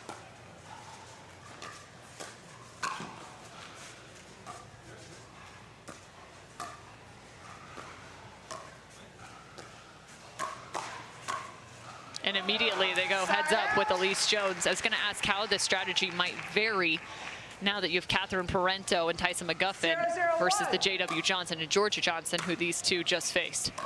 Get to that after this rally.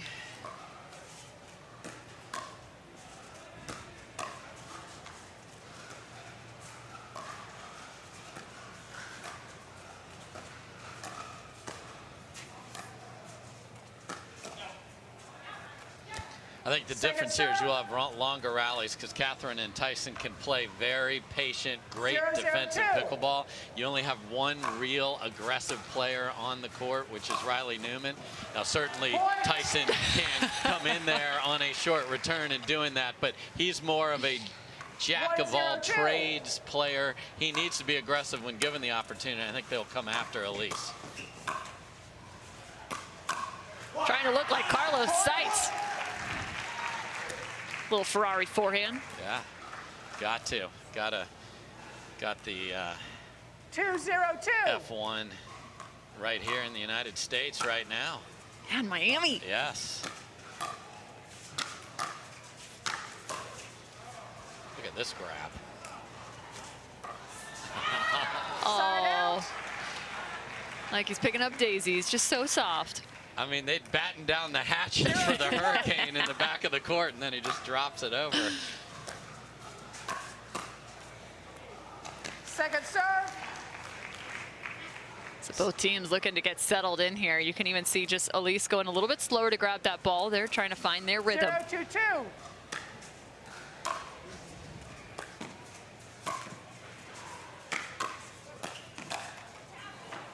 And so far, Riley Newman's found some success more at that high shoulder area of Catherine Parenteau. 1-2-2.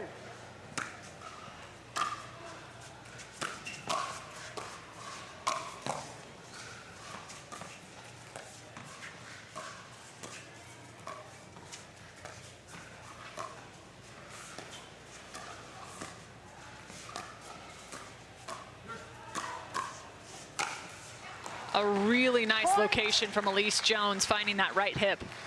Yep, and that's what they're going to feed off of here. Great job by her. And she knows that Riley, anything to the left of her, will be cleaned up by Riley. Look at him coming in there. Oh, we just need to mic up Allyce Jones. Let her call play-by-play while she's playing. 100%. It's the content we need, Dave.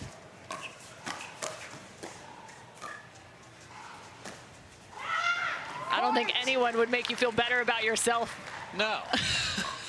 No, if you're feeling down, just ask Allyce Jones to play pickleball with you, and you will be absolutely flying afterwards with joy in your heart.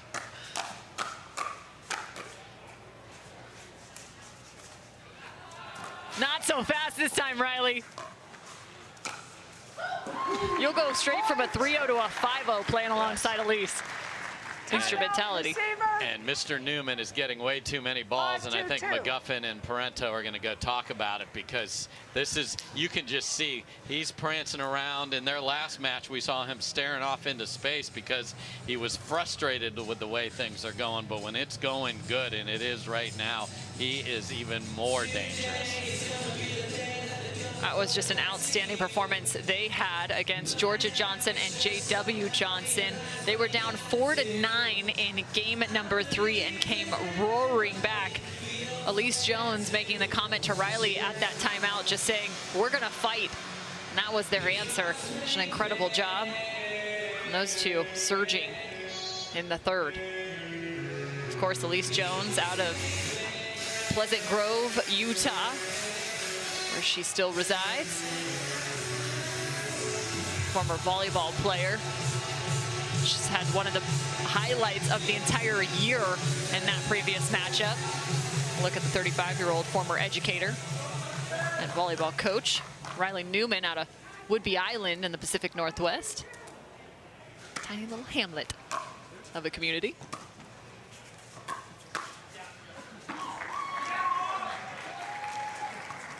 And look at Allyce Jones being ready with the forehand and just beats Tyson. Hold on a second. Riley just served to Tyson. So is the score? What are we doing? Yeah, the score is 6-2.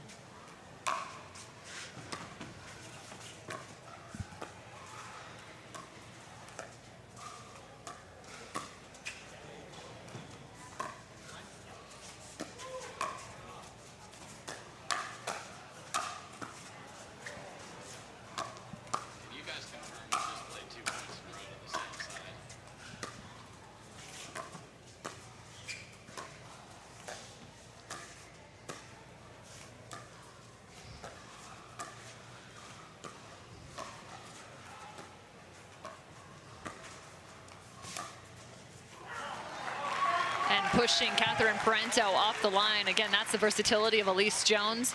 Her ability to move the ball around the kitchen line. Yeah, she's been terrific with the lob and then terrific with the angles on her dinks.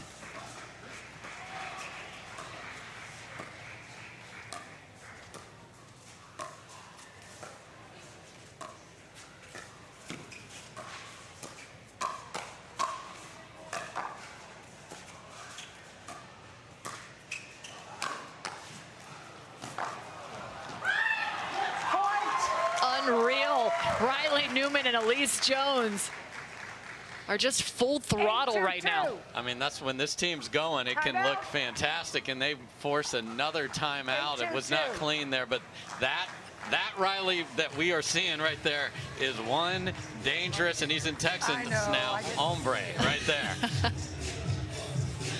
So Riley Newman and Allyce Jones with a solid start over Catherine Parenteau. Hey, and they're getting some extra coaching help. Yeah. Daughter of Allyce Jones, who, by the way, her kids are phenomenal at pickleball. Yes. I'm pretty sure they would take you and I down, Dave, pretty handedly. Just saying. It would be a battle. We'd have to play well. No, they get out there every tournament. I see them out there, and they love it. They absolutely love it. I love seeing how this sport is evolving.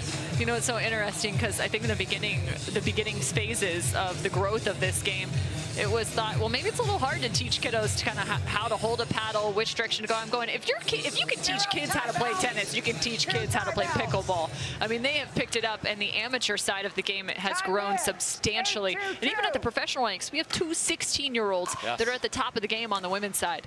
So get those kids on the court. Side out.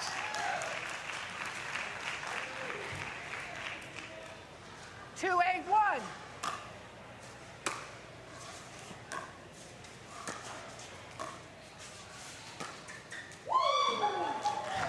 Second serve. Pew pew for Riley Newman. And Allyce is just enjoying. Look at that! Look at that face.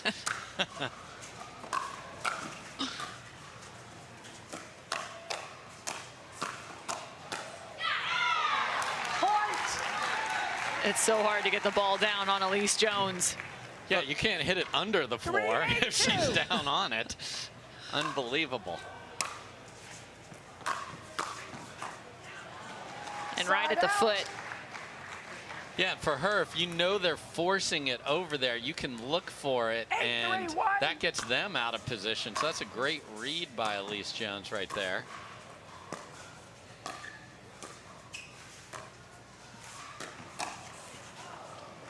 Riley Newman again. Yeah, if you put the ball on the outside of him on the bounce, he has so many different places he'll speed that up. And Catherine tried to protect with the Scorpion, and you can see they've gone with a side switch.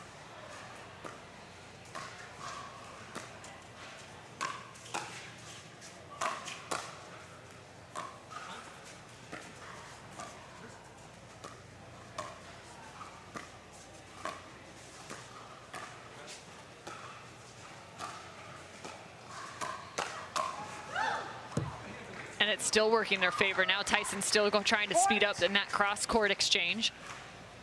9-3. We've seen some really lopsided scores and make it 10-3.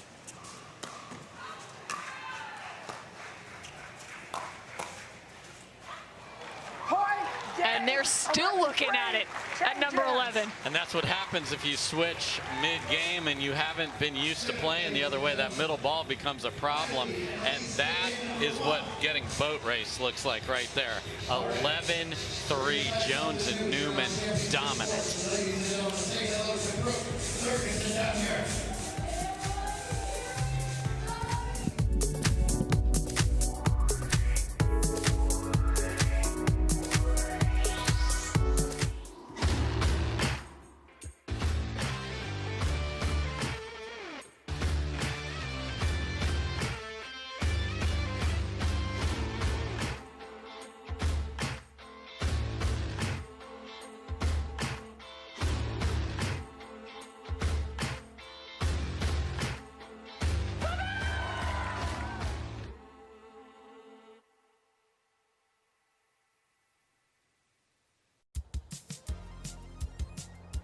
The Hyundai Tucson comes with America's best warranty. It's like a mental vacation from worry that no other brand offers. Free from worry on ski trips, at the beach, don't get too sandy now, or way out in wherever. Take a mental vacation or a vacation in the Hyundai Tucson and leave those worries behind. The Hyundai Tucson with America's best warranty.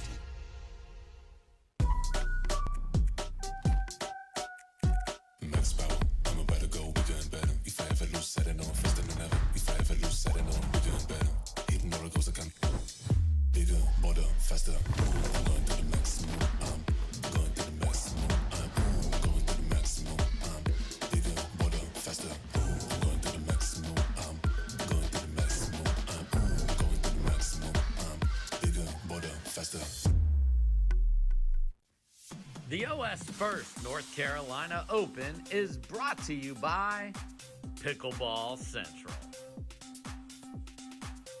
Fila Pickleball. Selkirk, we are pickleball. Chase. Carvana. Baird. Vizzy Hard Seltzer. And Engage Pickleball.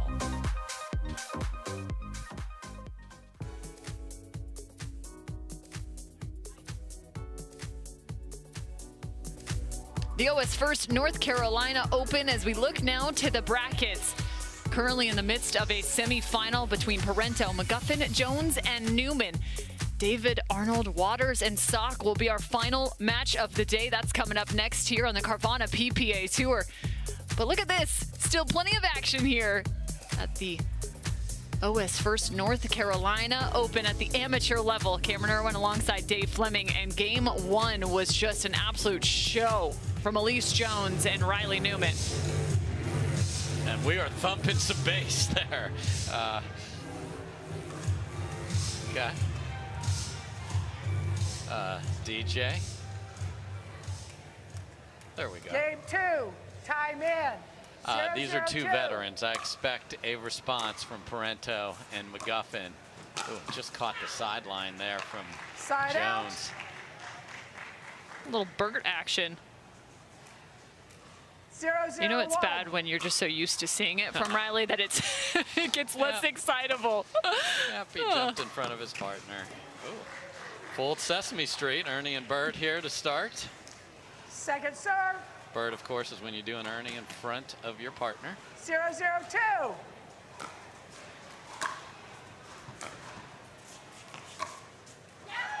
And look who it is this time. Yeah, McGuffin had a hot start to game number 1, and then it was all about Allyce and Riley.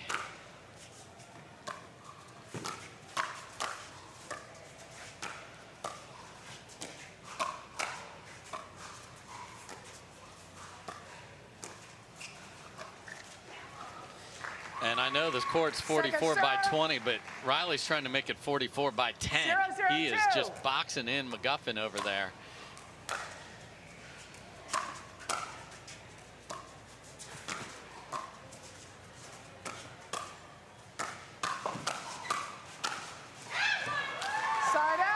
And this is the reverse of how he and Lindsay, his sister, usually played when they were winning a lot of titles, where they would box in the female on the right side with Riley playing the right side of the court. So very interesting here and very effective so far.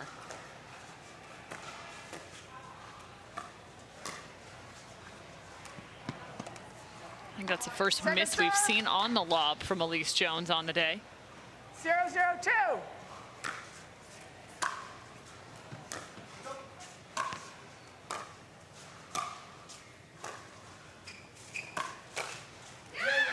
Fantastic counter, Jones. Yeah, a lot better with that than when we saw these two together in the first time in our last tournament. So again, that familiarity and where the ball's coming and at what height is huge. And you only get that through reps. Saw the spouses of both Catherine and Tyson sitting alongside one another. 0-1-1. Tina Trio, the fiance to Catherine.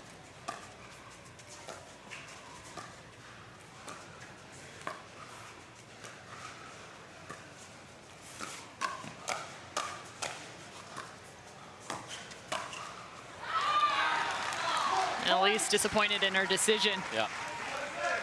But same sort of clamp idea. They're going to switch out of it here, though. They like it better with Riley on the left.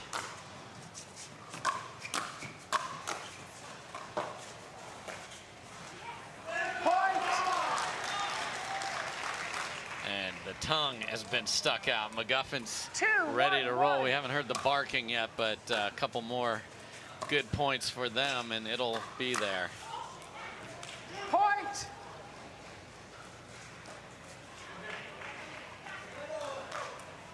Three, 1-1.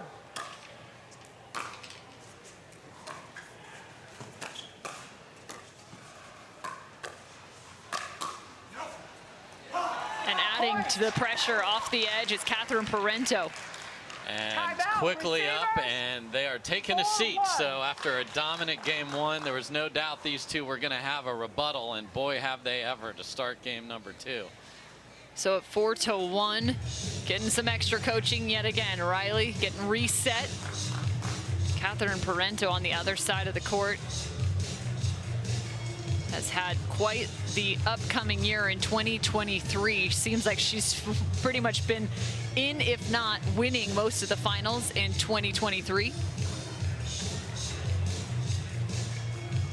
And as they sit on championship court here at Lifetime, a fantastic partner alongside the Carvana PPA Tour, there is just no other place that you'd rather be playing pickleball indoors.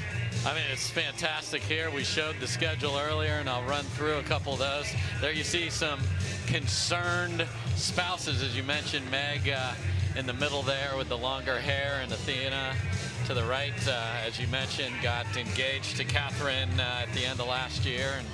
And they like what they've seen here in game 2, but back to Lifetime, we're going to go to Atlanta. Beautiful facility, and then out in San Clemente, California. got a view of the ocean off in the distance. Gorgeous setting. The players love playing there. Can't wait it. Love to be at these lifetime place to play pickleball.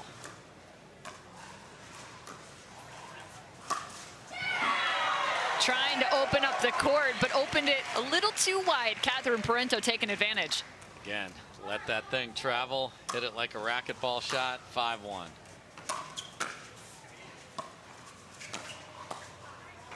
Catherine Parenteau, get this, 72 PPA medals between all 3 disciplines in her career. 1-2.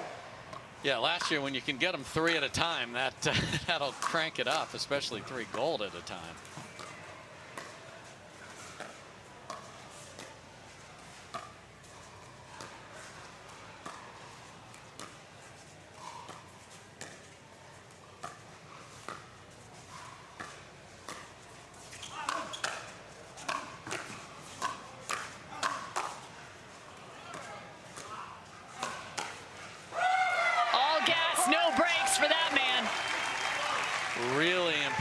There, and this is when veteran experience comes into play. Yeah, we got run over 11-3, but we feel just fine. We're going to come back out, play our game, pull the trigger when it's there. Side out. Riley with a counter punch. 1-6-1.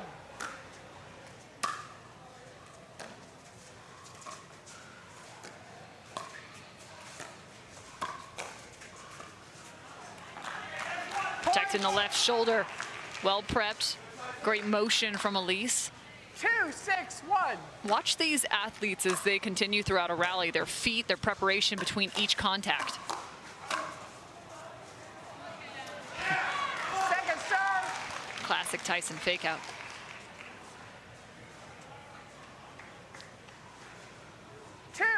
Might be like the Hugh Jackman of pickleball. For sure, greatest showman. Side out. I don't know if he can sing like him though. Thinking not. 6-2 for Parenteau and McGuffin.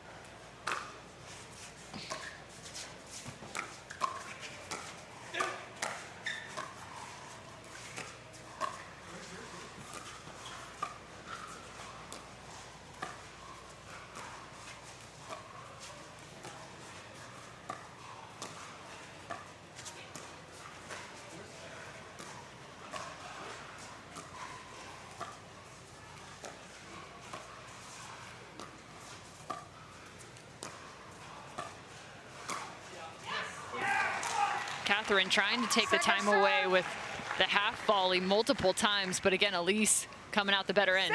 Yeah, when you do that, sometimes you can't control the amount of pace that comes off your paddle if you don't control it just right. And great job by Allyce. Side out. Remember, this is a team that came back down 4-9. 2-6-1. So a 4-point differential is something they don't fear.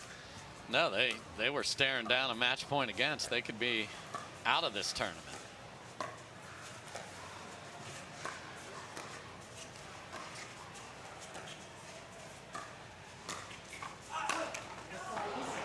And again, the lob coming up. That's a nice addition to her game. Fantastic, because she has to find offense, and you think, she does. Lob, offense. Oh, yes, that's offense. Pushes them 3-6-1. off the kitchen line and puts her team in control, and she is making a vast majority of them.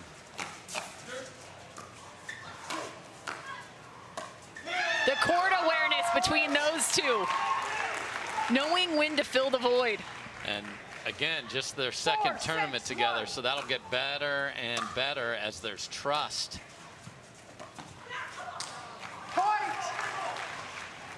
And you could feel it coming.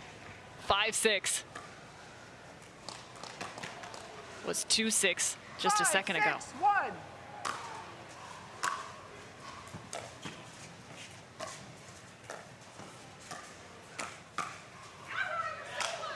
Point. Isn't it great to just be told you're so good throughout a game of pickleball from your partner? Receivers.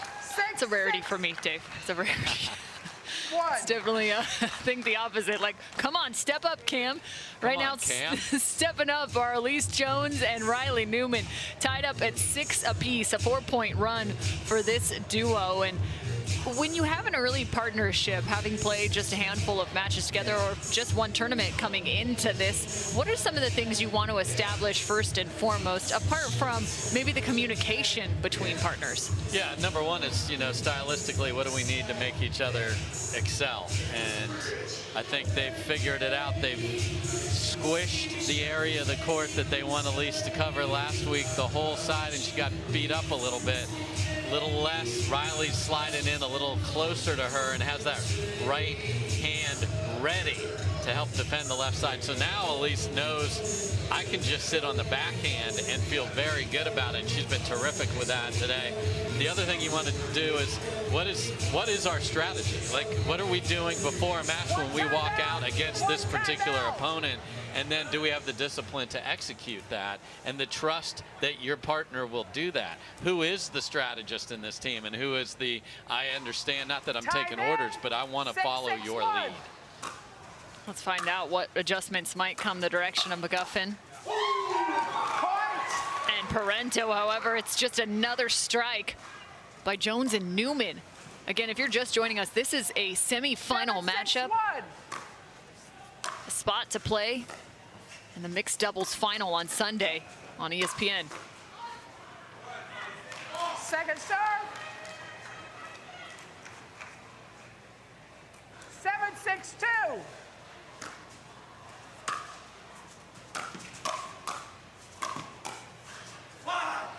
We've seen Riley come up with that time and time again. That backside of the paddle save, just couldn't quite keep it in there, but they've come back and taken the lead. Now can they keep it?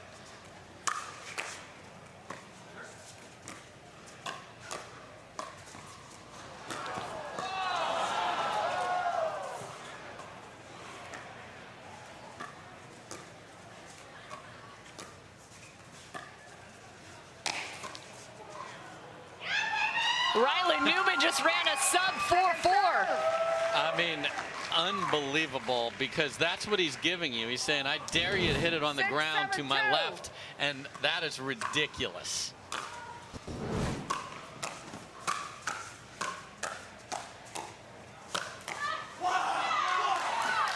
And I like it. Tyson starting to get engaged, 7 apiece. So again, that veteran medal, we had the lead, we lost it. No big deal, we can get it back, see if they can keep it. She looks like she's breakdancing. Point. And to your point, they earned the lead, 8-7. 8-7-2.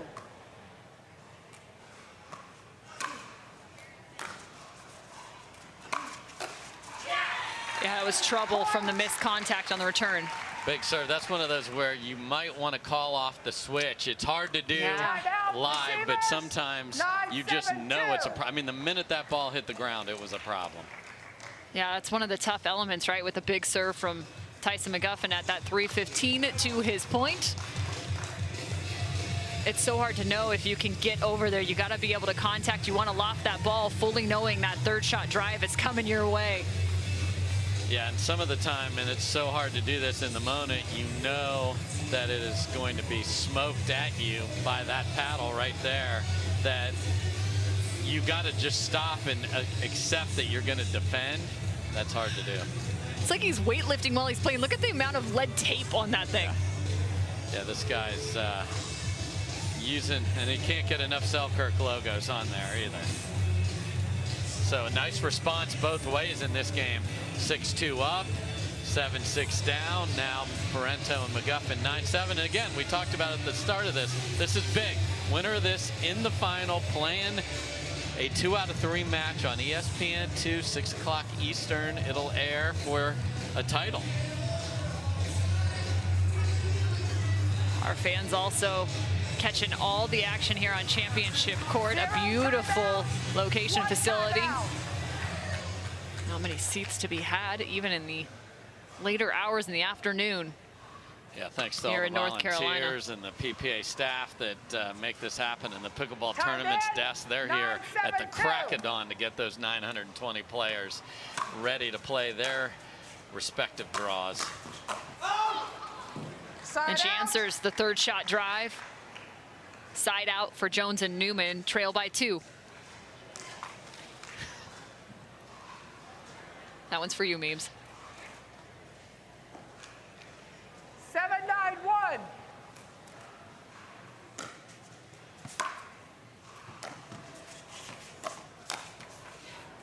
Second serve. 7-9-2.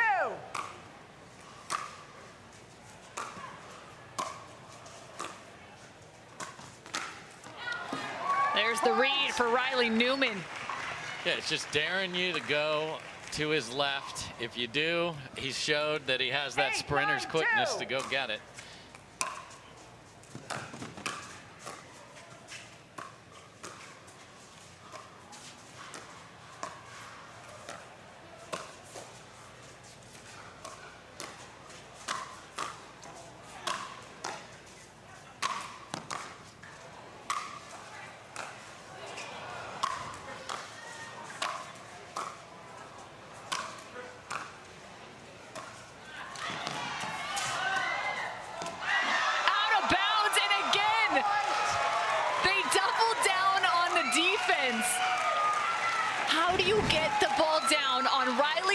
Allyce Jones, it's near impossible. And she was ready for the full chest bump again, and Riley was looking out into the crowd, but they seem to be winning all these wild rallies today, too. I think they changed sides like 6 times in that rally.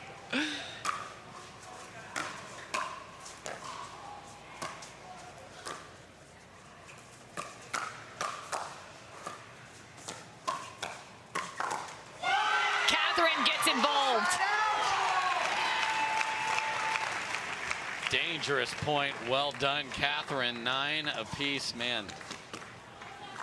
We've had some blowouts in game 1 and then some epic recoveries throughout the day. That shows how chestnut checkers, again, people figuring it out on the fly.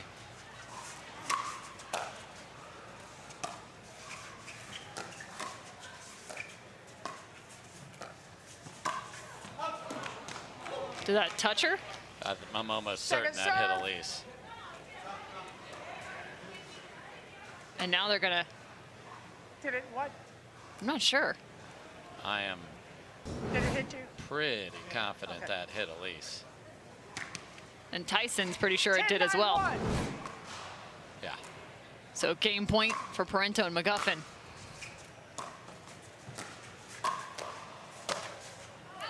Oh, no way. And you know what's interesting, too? He went with a third shot drop instead of the drive, a little bit of a lower bounce for Tyson.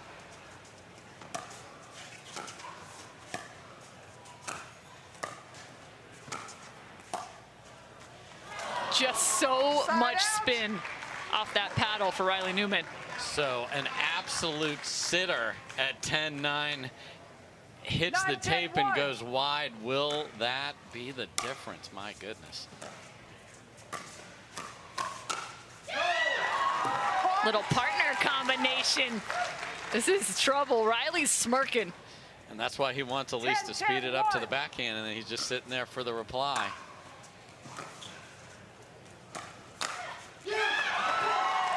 Putting the hammer down, Allyce Jones. A match point now for Jones and Newman. You have to take a timeout here. 100%, because the recency of that sitter that McGuffin had has got to be flushed right now. You got to play 2 brilliant points on defense here and get this chance back. And this is exactly what Jones and Newman did in their last match. They saved it, got it back, and then were able to make the difference. And how can you not love that scene as a mom? I mean, come on. I just love the level of focus from Allyce Jones right now. Yeah. I think she screwed that water bottle cap on about 6 times in this one timeout alone. Yes, whatever it takes to get that nervous energy out of your body.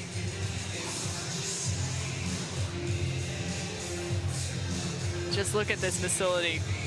These pickleball fans, there is a reason they love this sport. It only takes you about 5 minutes to fall in love with this game, whether you're playing or you're tuning in. Some of the most dynamic professional athletes you'll see.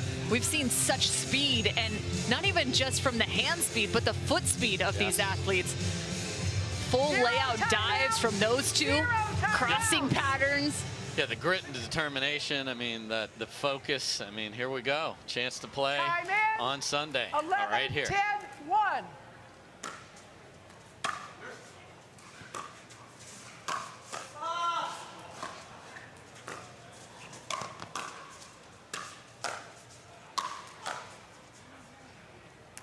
I think that was nearly 3 flippas in a row. Yes. Am I right?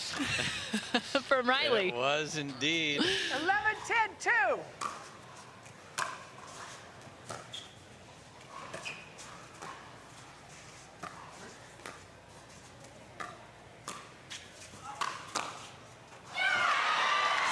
Oh my, off the lob, Tyson. What a grab from him. So 2 are saved on the other side. My goodness. 10, 11, 1. And don't forget, they're going to have to unwind the stack here, which is more important when it comes now to Tyson's serve. Yeah. This is the same position they were in that got a little scary for Riley Newman and Allyce Jones. Better return. This time it goes to Catherine. But it still fouls up the mechanism enough, and it's going to take at least 13. 2.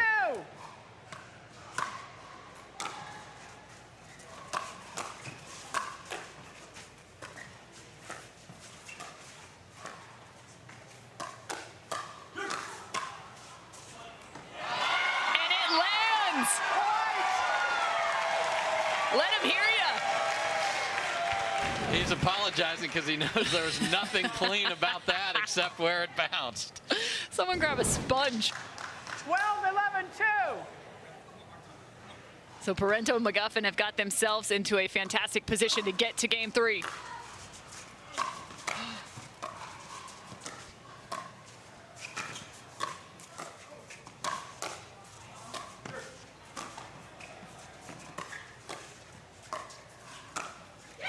That's just off willpower alone. Unbelievable. What a game we are witnessing here. 3 saved by Jones and Newman. 11, 12, 1.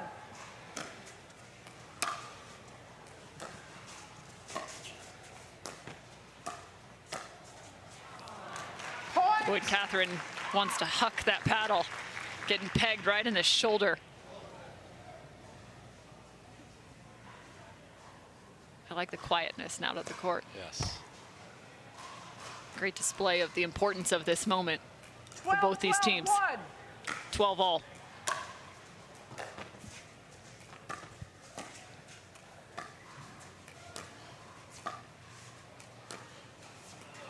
Second serve. And I think everyone felt that dink. Yeah, so now everyone is invested, and you hear the groan of the missed dink right there.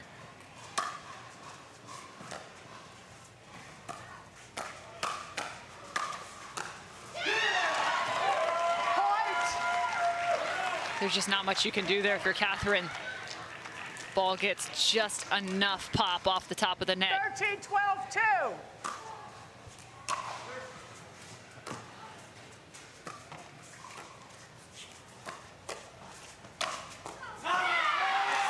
And again, these two teams just in an absolute fist fight right now. Yeah, just a great job with the footwork of McGuffin to run around the backhand and pull the forehand down the line.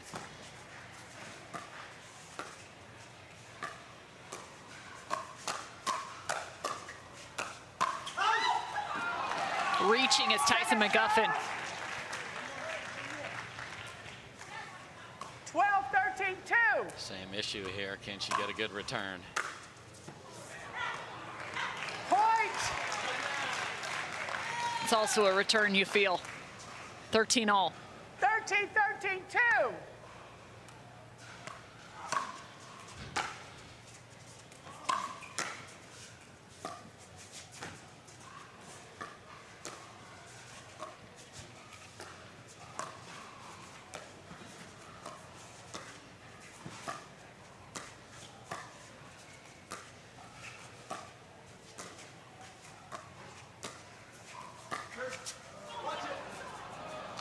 Well tracked as Catherine looks for the lob. Well, this didn't start out as a game to 15, Cam, but that's where we're at least. 13, 13, 1.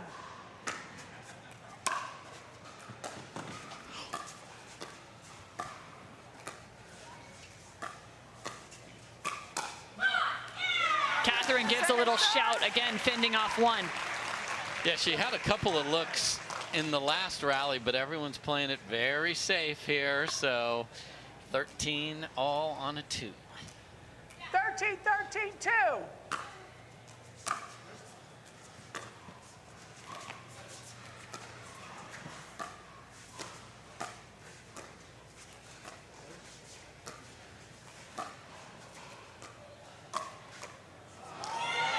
And a little extra loft to that from Tyson McGuffin.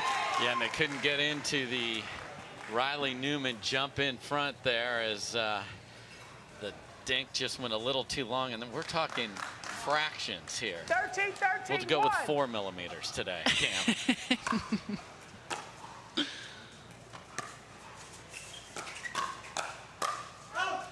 Riley Newman looked like he was just swinging a baseball bat.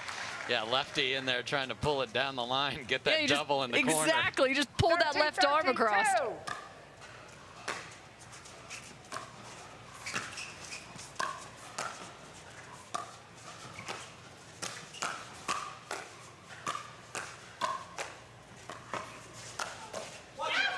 Get one more ball back. Riley Newman's got to be looking at his partner saying, way to play. I mean, tremendous from Allyce Jones, who was under siege there, Cam, 13, and kept the ball 1. down. We're still knotted at 13 apiece. This time she changes the reset, goes back to the line. Well, if she knows she's going to get it. 14, Here we go, 13, 4th 1. try. Match point.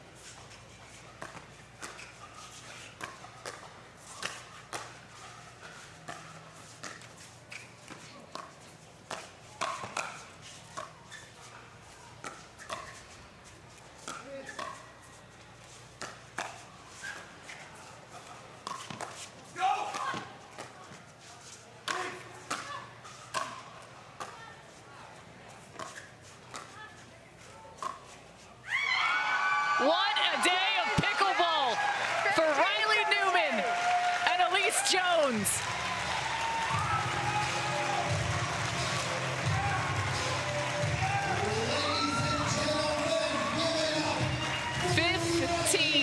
To 13 in game 2. Dave, remember that call? It was 2-6 they trailed. They are the comeback king and queen of the day. And they are in the Queen City, so that works out rather well.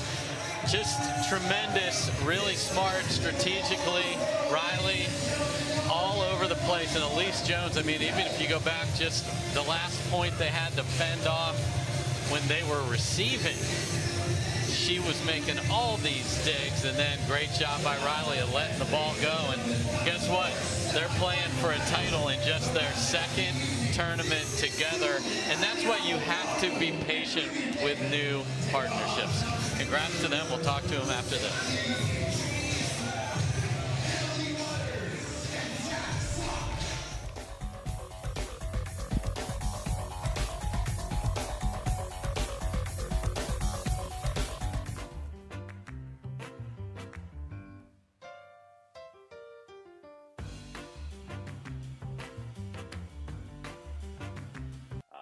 Hit the ball. I know I miss hit the ball a lot.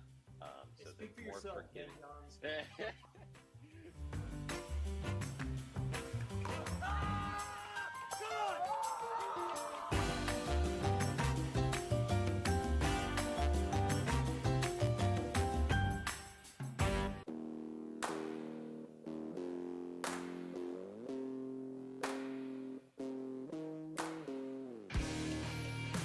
This spring, you don't have to be a baller to buy like one.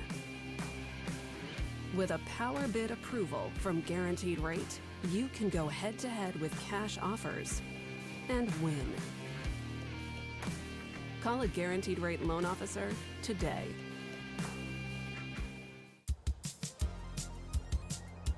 The Hyundai Tucson comes with America's best warranty. It's like a mental vacation from worry that no other brand offers. Free from worry on ski trips, at the beach, don't get too sandy now, or way out in wherever. Take a mental vacation or a vacation in the Hyundai Tucson and leave those worries behind. The Hyundai Tucson with America's best warranty.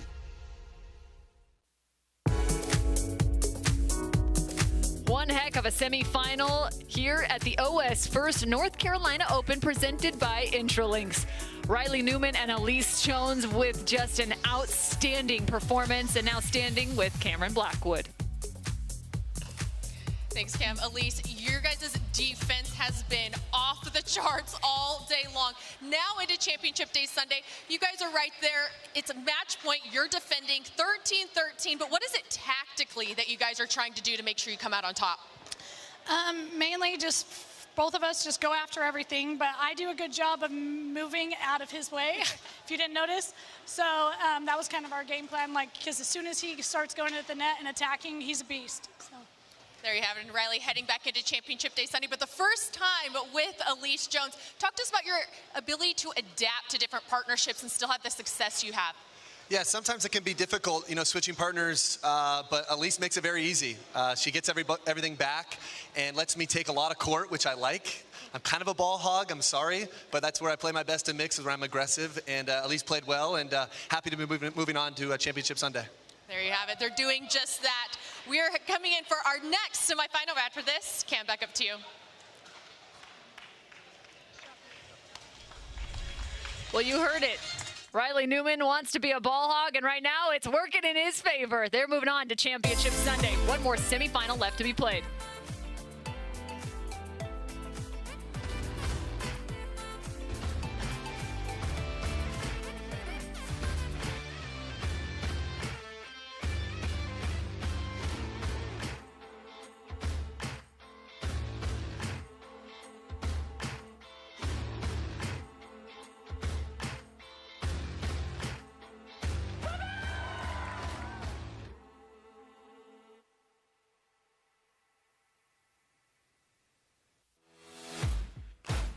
OS1st, the official sock sponsor of pickleball. Stay in the game with OS1st Socks with Purpose and compression bracing designed for comfort, injury prevention, and improved recovery.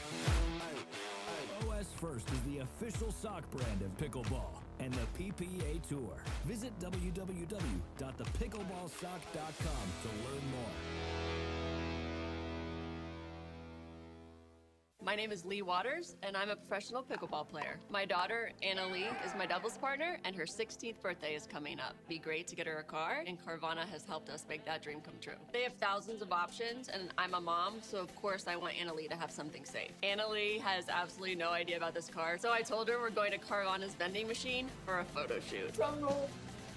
I think this belongs to you. Oh my gosh, what? Happy Sweet 16, Anna Lee. Experience it for yourself at Carvana.com. On the Carvana PPA Tour, Jack Sock, Annalie Waters, Vivian David, and Julian Arnold. One more semifinal left to be played, and if it was anything like our last, we are in for a show. Jack Sock making his professional pickleball debut this weekend in North Carolina, where he resides here at the OS1st North Carolina Open, presented by Intralinks. I'm Cameron Irwin, alongside senior pro Dave Fleming, and Jack Sock has been impressive from yesterday and on to today, now playing alongside Annalie Waters. Yeah, and he's already savvy enough to make a paddle switch, so he switched to the Perseus that he has in his hand there. I was texting with him earlier, and he said he's got more feel, more pop coming from that, so look out. playing alongside Annalie Waters. I mean, you want to talk about a weapon. Annalie Waters has more than won the #1 player in the game of pickleball at just 16 years old. Now residing in Florida. I mean, she is a threat in every area of the game. Yeah, she wants a triple crown. She doesn't have Ben to her side. She's got that guy right there who is playing off the chart. You don't think he wants to play on Sunday on a national TV audience and show all his tennis buddies? You darn right he does. You make a great point. Originally out of Lincoln, Nebraska, just 30 years old. And pro since, well, not just 2023, but really this Yesterday. weekend.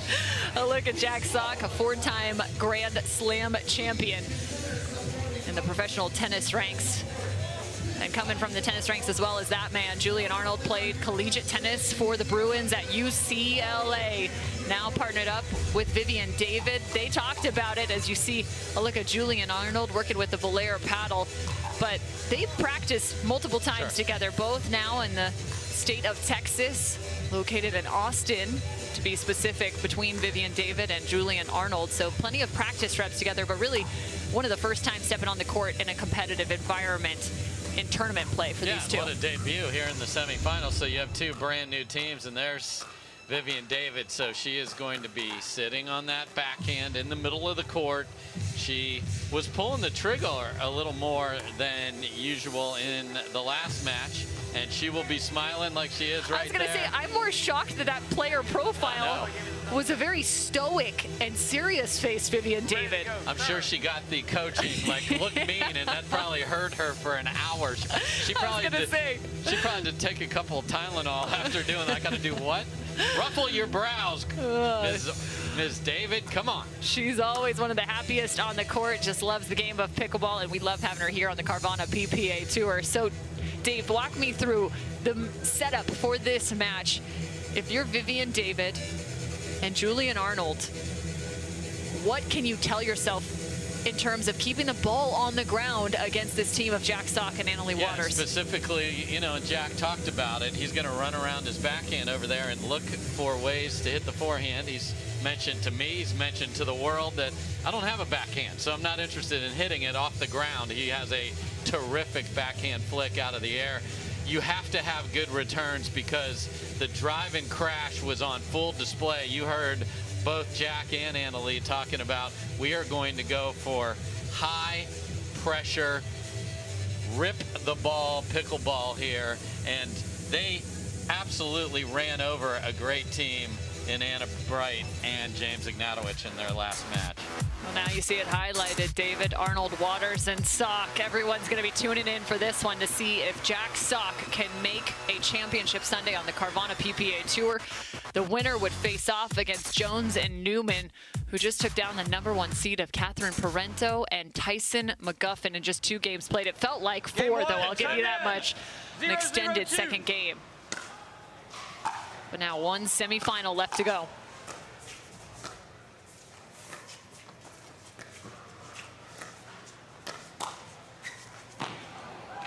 And early finding that backhand. The deflection from Vivian David. 1-0-2.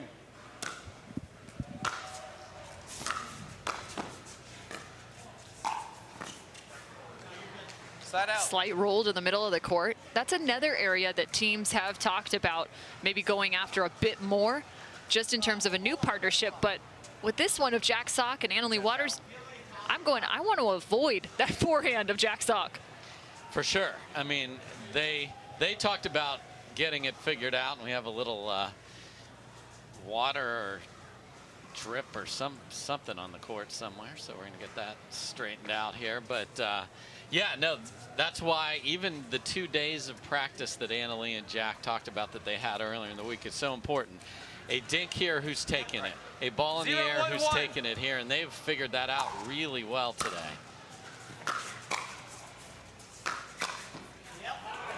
Yep is right. Sitting on down.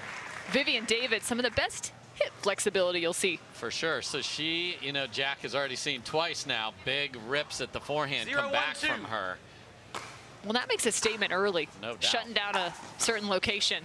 As there's a rip from Annalie Waters, and we talked about it in their quarterfinal match. Where do you return the ball? Who do you want to not have to deal with up at the kitchen line versus the baseline? And it's really a double-edged sword with this team. Sure is.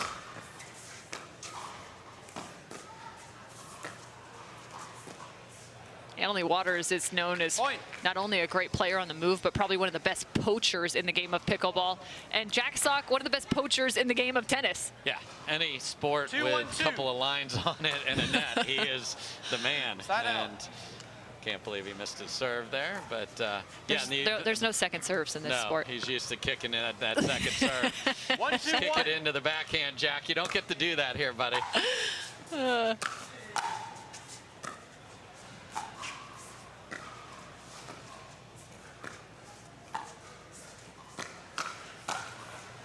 That's a really nice move from Jack Sock. That's a pickleball move right there. It really is, and he is learning as he goes here too. That's what's exciting to see.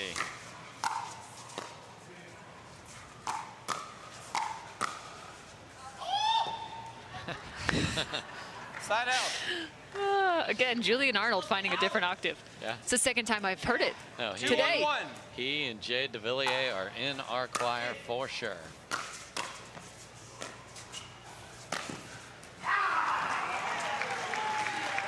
I like that from Julian Arnold. Yeah, because this is how Jack is learning the game. He sees Vivian David going for the earning and throws it over her head, but then he let the overhead go. There's driving crash. Here we go. Point. Most people prefer to do that with her forehands, but it's Annalie with that two-handed backhand. It's just lethal.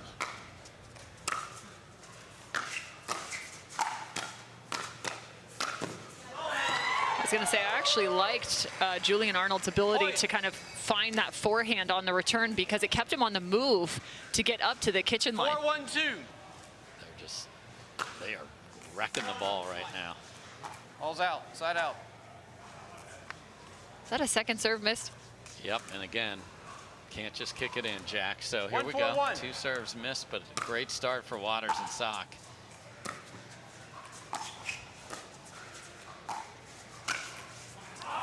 Getting up is Vivian David.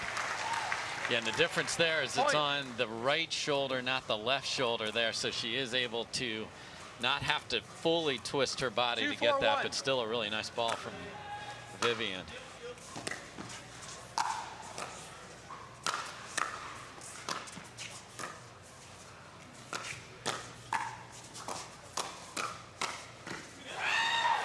I mean, talk about the ability. That was a great angle for us to see Jack Sock really redirect that ball to different locations with the same paddle. Yeah, and that's what most tennis players are not going to bring over to this because they're going to be used to their tennis volleys, and he has pickleball volleys, meaning he doesn't have to step into it and cut it. He gets on top of it and rolls it.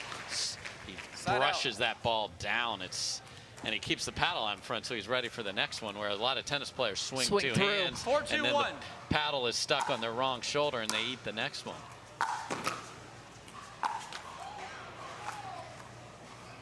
Second serve. Annalie Waters in the transition zone looking for the 5th speed up. 4-2-2.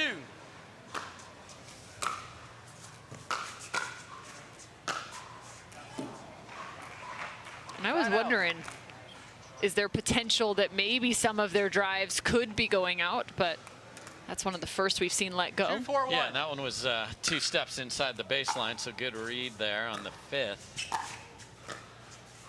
No. Point. Good leave on a ball that I don't know how Vivian would have touched it to leave it off the tape there. Again, Julian Arnold trying to get this Charlotte crowd revved up.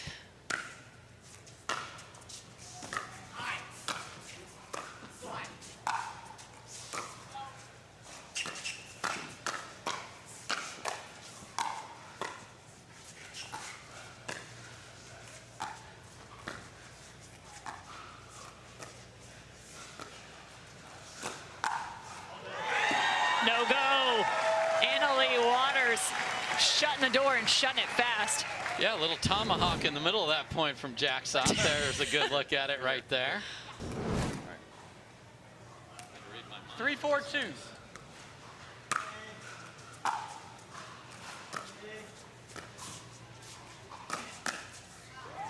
Cross-court speed up from Julian Arnold. Point.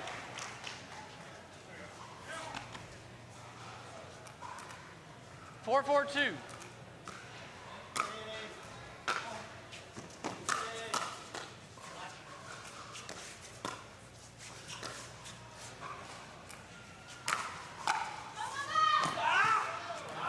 Arnold let it fly. Side out. He said he's never had a ball to bounce. 4-4-1.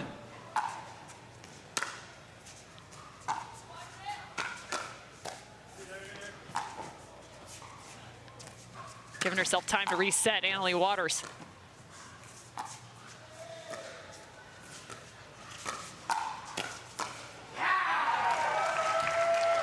So what are you seeing? What's working for Arnold and David at this point? Doing a good job of, at the kitchen line, not letting these two tee off. They're keeping the ball in unattackable spots. I really like it. You know, they've lost their points on this action right there. That's where the 5 has come from. Point. That's why the return is just so crucial against these two, and there's no 5, safe 4, 2. half. It's just lesser of two evils.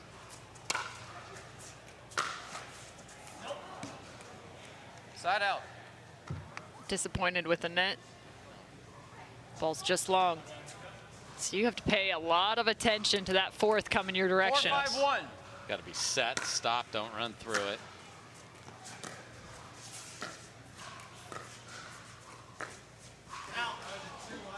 Point. He talked about it. He was looking for some more disguise because he does work with that forehand. Yeah, he said 2 lines in a row, so it must have skidded off that kitchen line there.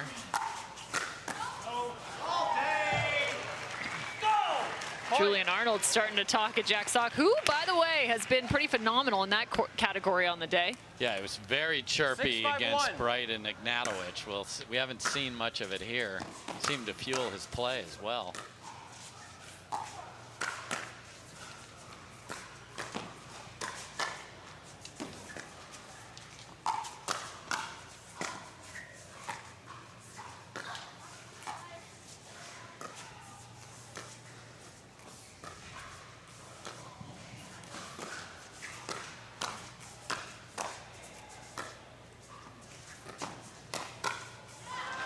Jack Sock from the baseline transition to the kitchen line. Second serve. Has an impact. Yeah, and the big, tennis reset is not a thing.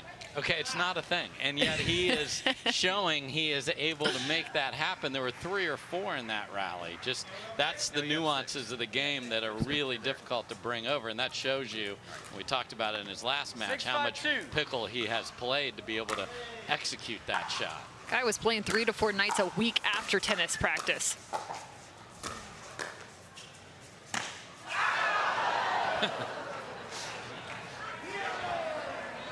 Side out. Sock enjoyed calling that one out. I don't think he had to call it out. No. I think that one left the building. 5-6-1.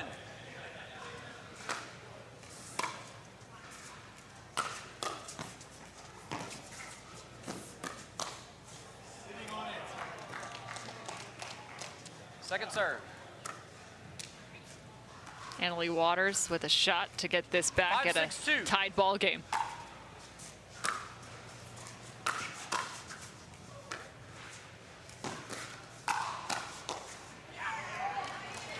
Really impressed right now with Vivian David. Her heads-up ability versus Jack Sock has been on point.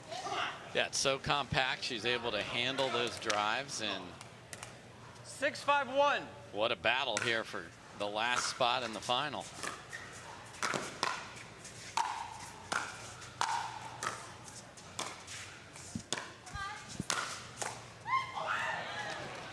A little too much pop.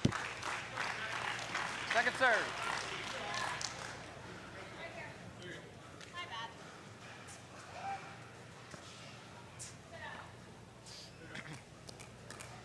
6-5-2.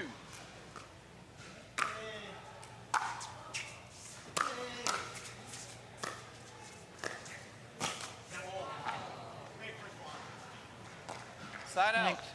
Julian Arnold, he's known to be aggressive, especially in the transition zone. A lot of players at times will reset that fifth ball and just get themselves set, but it's also hard to go away from if it works for you so often. No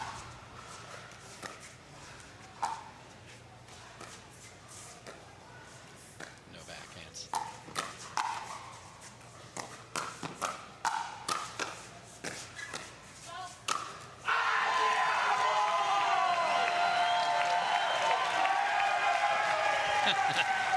Julian Andiamo Arnold. I mean, how about that little half volley, the pop up, but the put away for Arnold. Side out. Annalie Waters is going back, just checking on her partner a bit. 6-5-1.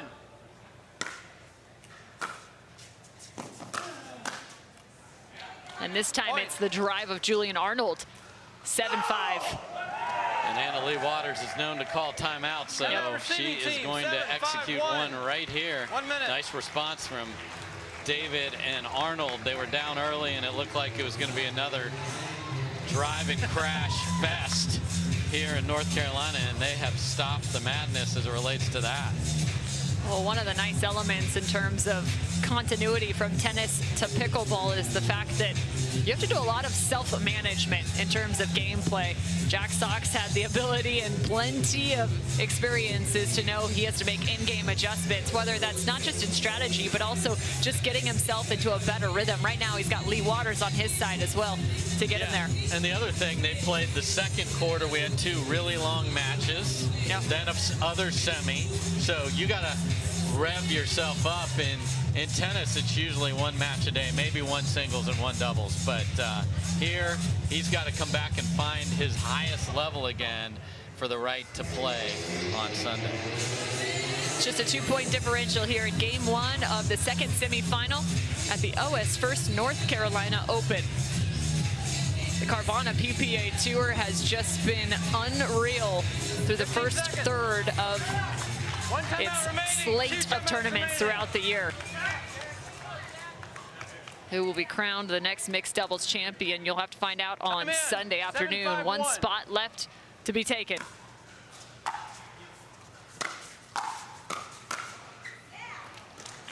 Point. Our most recent mixed doubles champions were Jorja Johnson and J.W. Johnson in Newport Beach, James Ignatowich and Anna Bright 8-5-1 in Utah. And the last time Annalie won was in the Austin Showdown alongside Ben Johns. And Jack on the right here for the first time, and that didn't work either, and it is 9-5. 9-5-1. Interesting switch out of that timeout. And they go back.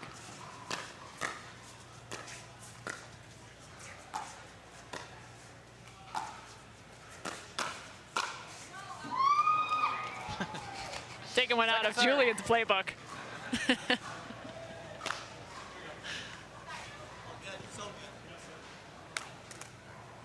9-5-2.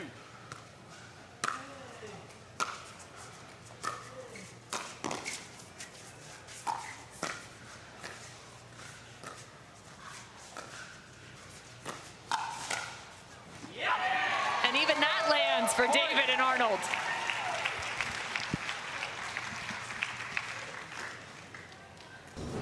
Yeah, and this is one of those middle balls. You can see Jack's coming over to hit that ball. That puts him out of position, and Arnold is there, and Julian, David. This is going to be something, just combining everybody here, but they've got a game point.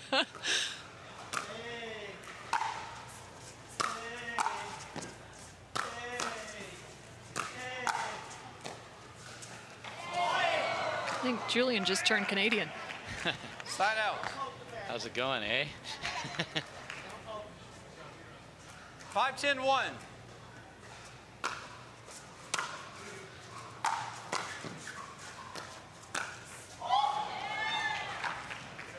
So they earn the 6. Looking for some momentum here are Sock and Waters. 6-10-1.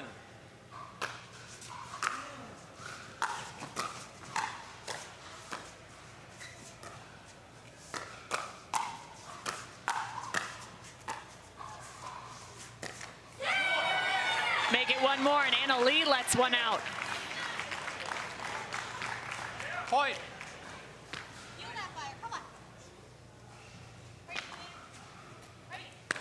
7-10 now for the 6 seed. 7-10-1.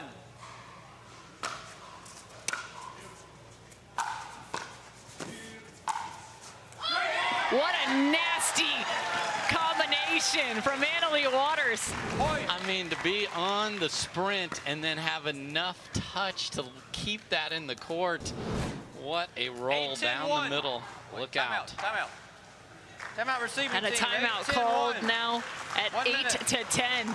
And I think this is something you have to now address. Allyce Waters is starting to make some more plays. They've been giving the ball more often than not to her up at the kitchen line, just trying to force her to have to make some plays. And right now she's coming up big. So do you switch now? 100%. Ball on the ground to Jack. He's missed a couple of backhand volleys as well, so keep an eye on that. But you cannot let the best female in the world dictate the end of this game number 1. So let's look now to how our storylines for this second day of coverage of the OS1st North Carolina Open have come. And the first is, we're witnessing it right now, Dave. It's awesome. They're both socking it to each other. And OS1st is our sock sponsor of the tournament. So we also have the number 1 seed fell in an epic first semifinal to Jones and Newman, and then water was thicker than blood earlier as Johnson and Johnson actually, I mean, Jones and Newman's had a match point they had to fend off in that quarterfinal match, and JW Johnson had a good look at a backhand flick out of the air. That's how tight these matches get, Cam, and who plays on Sunday and who doesn't. Important to know these two teams fighting to make that final. And they get one more, now 9-10. We've seen comeback after comeback, upset after upset through the first 2 days. 9-10-1.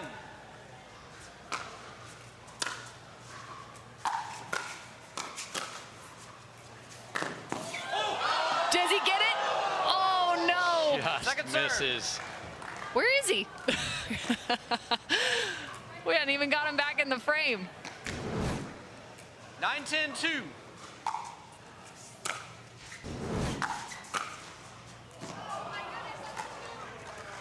Side out. And that just is deflating if you're Sock and Waters. 2 balls off the tape when you are trying to come all the way back. So now they got to stop 10-9-1. more game points.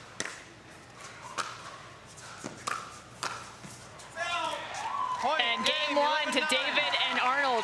Timeout, change in. Just 2 points, and now the rebuttal will have to come from Waters and Sock.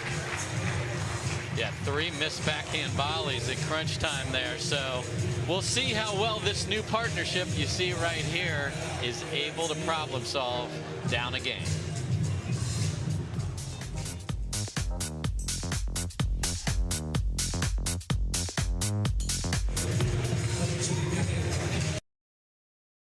Introducing Skechers Pickleball, the official footwear of the Carvana PPA Tour. They're ultra lightweight and responsive for incredible speed. They have Goodyear rubber outsoles with a specialized pickleball design for increased side-to-side stability and agility.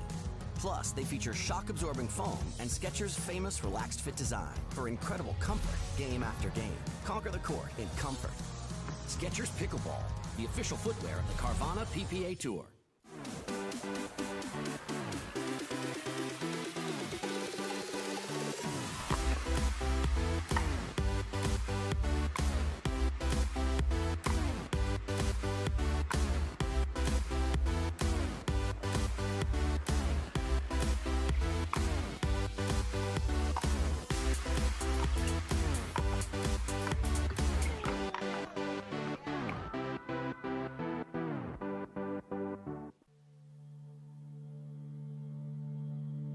Pioneered by revolutionary technology, backed by relentless research, we bring you an unmatched quality of product. Made right here in the USA, each performance paddle is engineered to perfection and built to last. Because when it comes to the sport we all love, quality and performance matter. Yesterday, we got a chance to see Jack Sock make his singles debut at the professional pickleball ranks. Now we have him in the mixed doubles semifinal.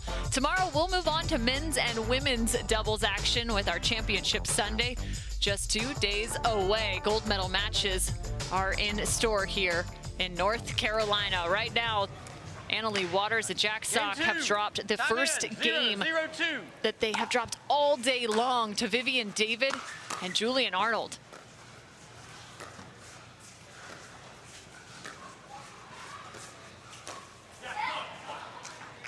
Point. Yeah, Jack's been feasting off forehands in the middle off the bounce, but the counters from Vivian David have been so good so far today in this match.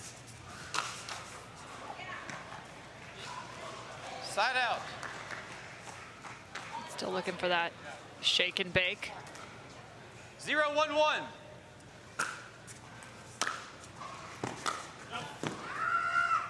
At times I find myself chuckling knowing that that's a technical term in pickleball.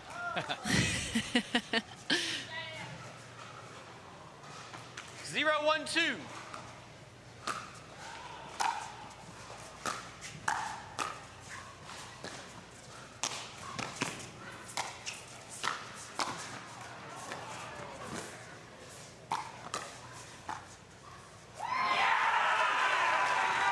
Long rally in favor of Arnold and David.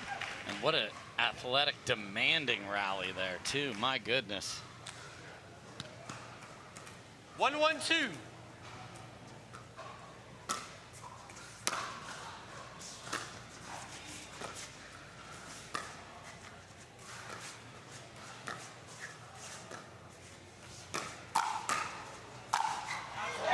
Annalie Waters putting a finishing touch. Side out.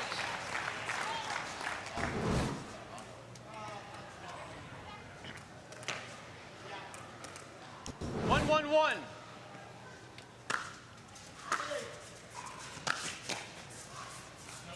Yeah, it's out.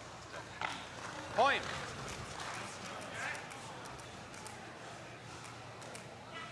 Two, 1-1.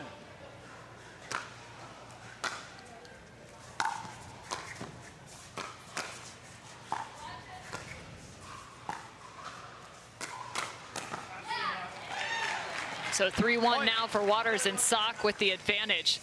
And that's the first chirping from Jack here, and that certainly got him going in their last match.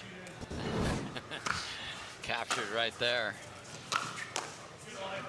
And another starting to find that baseline ground stroke. Exact same score in game one, 4-1, they were up. 4-1-1. This just feels a little different.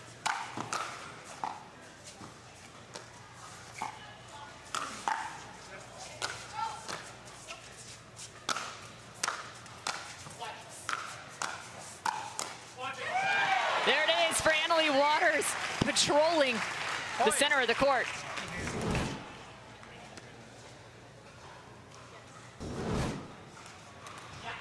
It's one of the tough elements is when you're poaching from that right side. More often than not, it ends up on your backhand side, so you have to be very wary of the right. See, even there, just waiting for it. Yeah, what a drive from Sock. That return hit the baseline. He still smoked one that could be popped up for Annalie, and it is timeout time. Yeah, go with your bread and butter. I loved it. They needed to find some rhythm back again with the third shot drive, fifth shot crash, and it's got them back into this second game. Yeah, and that's why when you looked at the scores of all of their victories today, they hadn't given up more than 6. And now they've dropped a game, they regroup, they come right back to what got them here to the semifinals. And now it's up to Arnold and David to get that fourth on the ground or concede the kitchen. And what I mean by that is just put that on the ground in the kitchen and let them come up to the kitchen, because then you've been doing well with that. You've been letting Jack pull the trigger on some balls that you've been able to counter, and he has missed a couple of volleys, so that's what you'd want. You do not want them playing this confident with Jack chirping back at you, but that's what they've got right now. Confident Annalie Waters and a confident Jack Sock here in game number 2.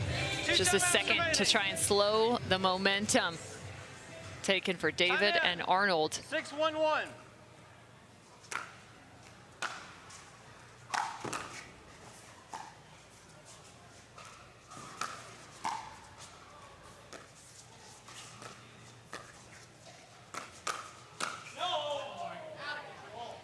Sitting on the paddle of Jack Sock. A great reaction. Yeah, he's been waving that forehand, and he got exactly what he wanted and just didn't have the paddle up to just hit it down and be ready, but still going on 2 here.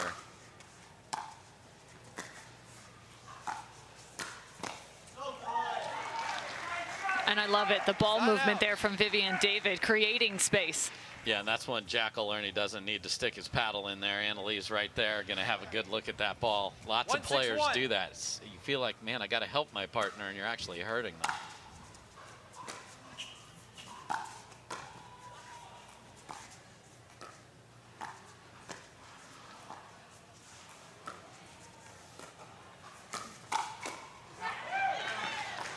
Annalie Waters just so good, even a foot off or 2 feet off the kitchen line, where she's really comfortable in hands battles, giving herself a little bit more time to get that paddle on the right side of her body.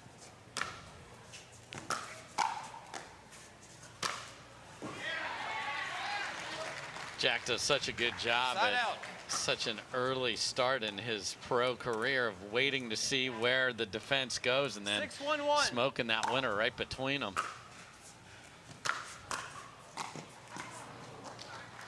Vivian keeping that just low enough. So either that ball needs to be sent back to the backside of Annalie Waters, which would actually in that case be her forehand side, or dropped where it was from Vivian David on the 4th. Point. A little cagey play there from Annalie Waters.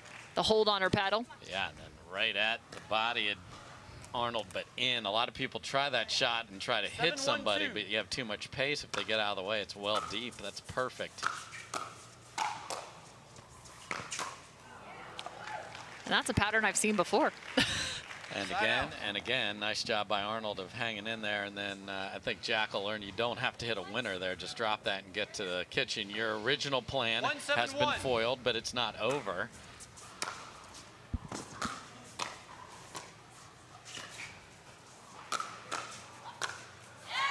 Vivian David finds the line. Point. Beautiful inside out from David, and fist pumping her way back to the service line.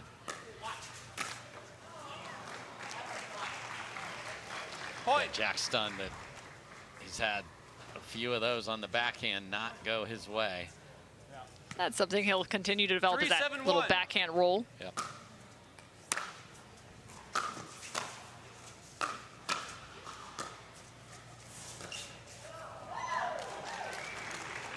Point. Timeout receiving team. Yeah, and that's the danger of not wanting to hit a backhand. So you have a lot of steps to get around it, and then you're trying to hit it inside out. That takes even more time away. So if you're partnering with AL, your timeouts are going to be used, Mr. Sock. So good timeout here, and nice rally again from these two. They were down big in game 1, came back. Here we are in game 2. They're on the comeback trail. More curious which bling you like better, Tyson McGuffin's bling or Jack Sock's little sock that he wears around his neck. He's worn it forever in tennis. I mean, that's, I mean, if that's your last name, that has to be. Yeah, you can't beat that right there. That's tremendous. And he is consistently wearing it, like it's never not there. So it's, you know, this is part of the ensemble. But right now he's got to clean up that backhand side because they've found it. It has been the source of some mistakes. And they, you know, we're showing a sock. Where are we? We're in Charlotte at a Lifetime. And guess what? That's our sponsor right there, OS1st, who has socks. 1 timeout remaining. Great socks. So this is remaining. all coming together here for us, Cam, and we can't thank OS1st enough for their support on this tour and at this tournament specifically. Well, Keenan and Peele connections right there, Dave. Sure, Kevin Bacon's involved somehow.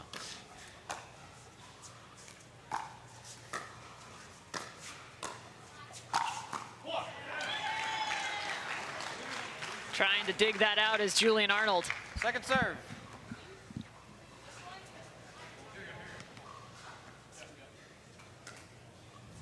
Four, 7-2.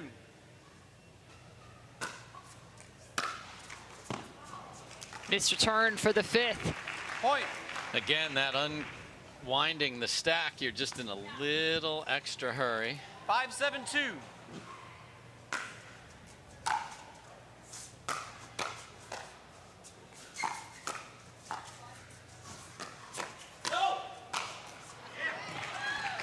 And it's interesting. I think Jack Sock's just in a tough spot in general. He talked about it in one of their earlier interviews, saying, you know, if I don't end up winning, I know it's on me because I'm playing alongside Allyce Waters. So no matter what you think, there is still plenty of pressure on that guy right there. 100%. Oh! Ouch. Point. Check your throat. Ouch.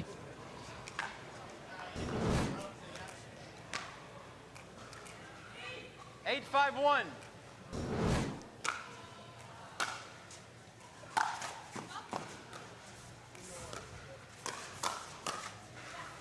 Love the movement there from Jack. Point. He knows if he's got to hit that inside out, he's got to get back to cover the line. Yeah, he does, and Riley Newman does this all day. He knows that you think it's open and it isn't if he goes there 9, directly 5, like he did there. Well done.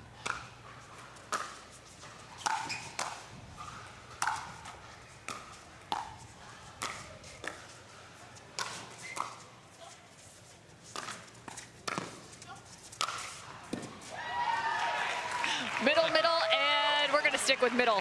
You can even see the mark on Julian right there. Oh, Yeah. poor guy. It hurts. Oh yeah, that thing was poked. 9-5-2.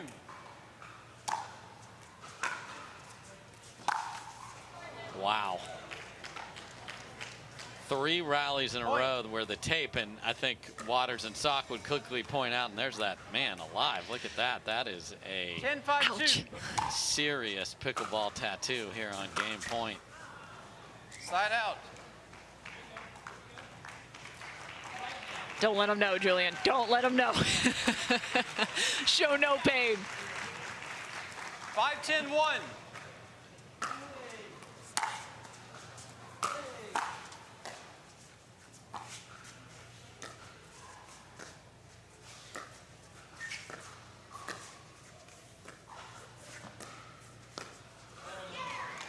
And there it is. That's a really great location from Arnold. Yeah, he got him to hit one, and then he went back there, and Sock doesn't have the time to get out of that, and I'm pretty sure Allyce is probably saying, well, if you go back cross court, you're definitely going to get it.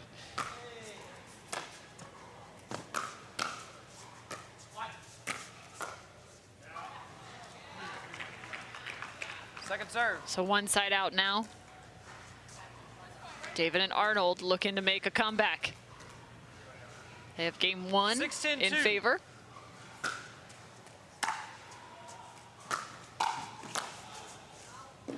Side out.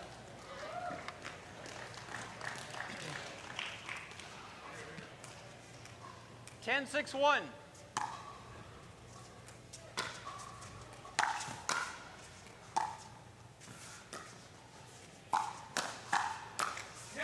And it's all Allyce Waters to close out game 2. And I love the gentleman. Jack Sock takes his hat off every time he taps paddles. So we're going 3 here in the second semifinal of the OS1st North Carolina Open for pro mixed doubles.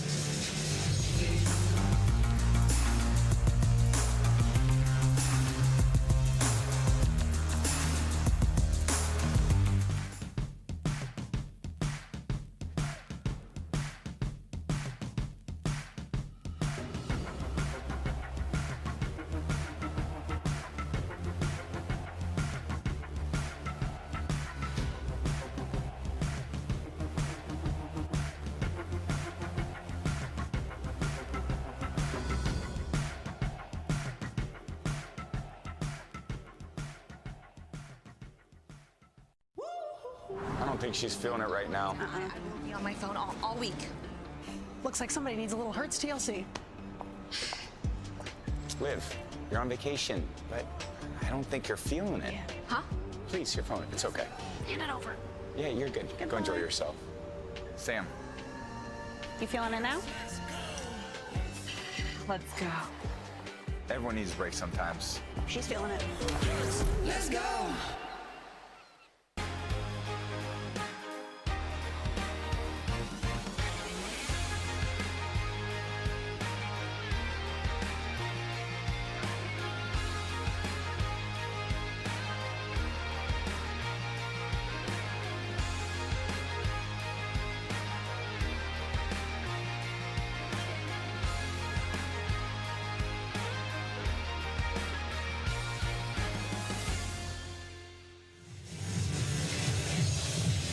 Here we go, Dave Fleming. One game left to be played and one spot left in a final here at the OS1st North Carolina Open. It all comes down to this for Jack Sock and Annalie Waters facing off against Vivian David and Julian Arnold. 11 points separate who will end up in Championship Sunday. Jack Sock, the professional tennis player, 4-time Grand Slam champion, now looking to make a different sort of Championship Sunday.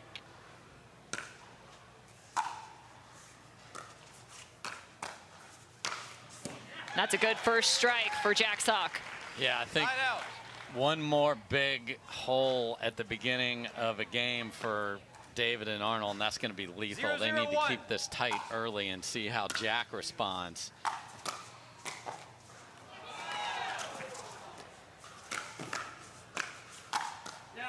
And Annalie is happy because getting some net love their direction. Yeah, Jack hit such a tennis shot there because when you have that much court open, it's usually open. You just float it in there, but there's only 20 feet there, so they covered it, but AL's there.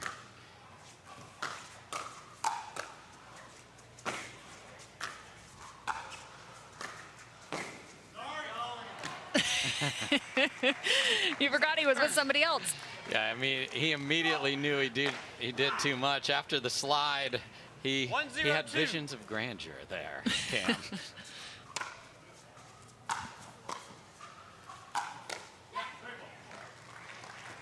There's just so much pace right now. Both Sock and Waters taking shots right at the body. It's so hard to have to defend.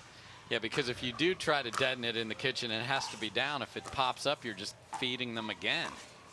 Don't want to feed the beast. No.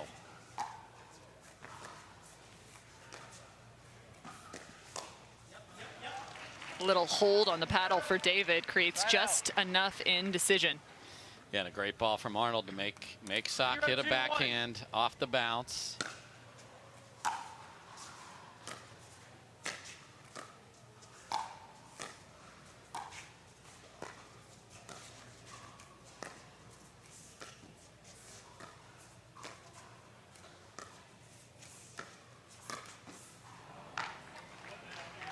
Second serve. Because that's what Arnold thinks he has, which is he runs around at the middle of the court is open, but if Sock keeps it low enough, he can get back there. That's a tall man, 6'3".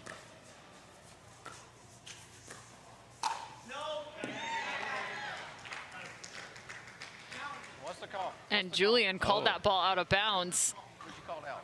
All right, ball's out. Second serve. And now they're going to ask Vivian if she saw it. Did you see it? All right, you were challenging the out call. And they're going to challenge this call. Okay.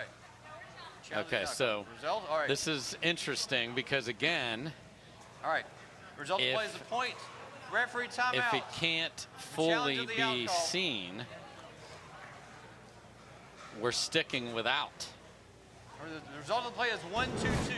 We have a challenge. We'll never proceed with video challenge. I don't know. I thought real time it was in. That's just my opinion. I could be wrong, and you're getting a look at it now. Yeah, that appears to be good as well, and I agree, Cam. Off the paddle, I thought it was good. So Arnold's sticking with the out call.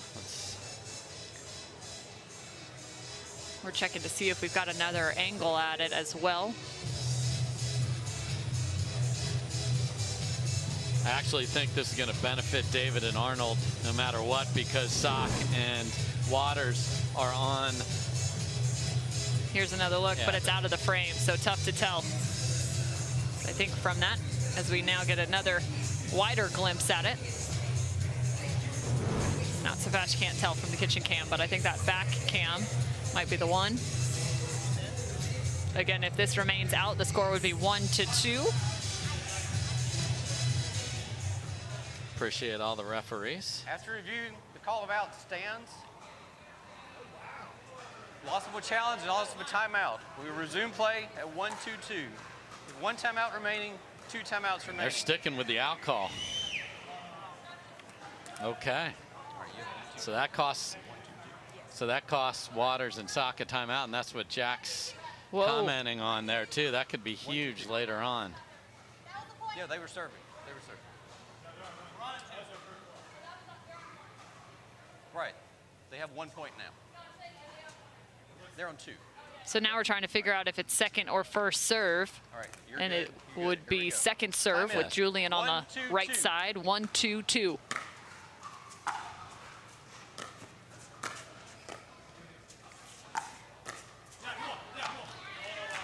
Side out.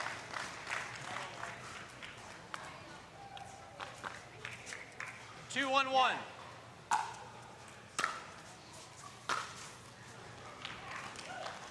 Second serve. 2-1-2.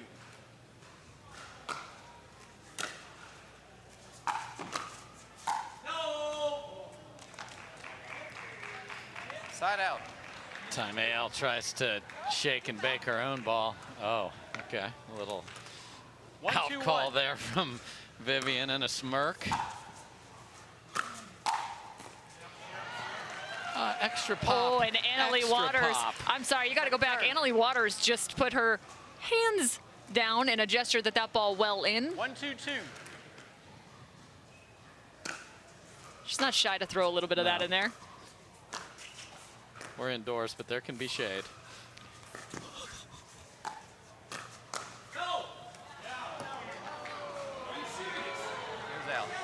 And now another one. I saw out. And even the crowd is groaning. Point. Point. Point. Let's go. Let's go. Let's play. Wow. 2-2-2.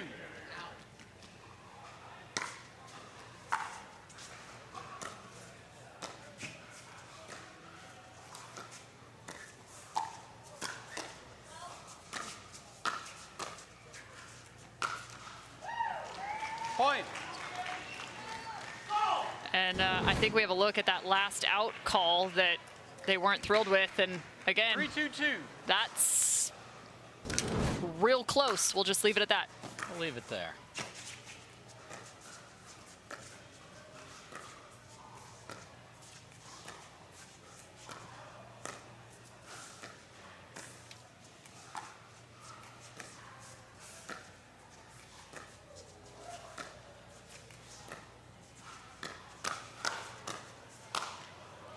Checking the hip of Vivian David.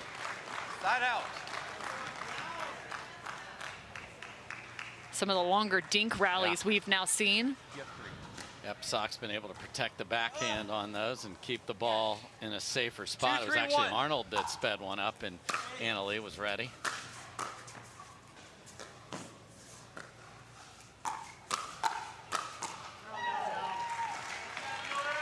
Second serve.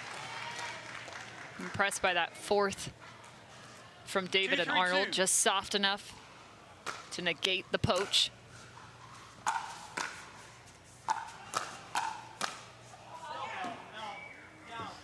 Ball called out of bounds. All right. And you call it. Okay. Okay, hold it. Let's now we're going to have a challenge the call us opposite out. direction. All right. Call us out. So it's point. You want to challenge. You want to challenge the out call. I did not see it. I didn't see it clearly enough. Did you see it? All right. All right. Okay. All right. The results. So, all right. Challenge Fest USA here to start game number We have a 3. challenge of the That out looked call. wide off the paddle, but again, let's see. All right. The result of the play, the score will be 3-3-2. There's a We're look. now proceeding to go challenge. I'm giving up on trying to call these now. I tried with the first two, but I'll let our officials be the judge.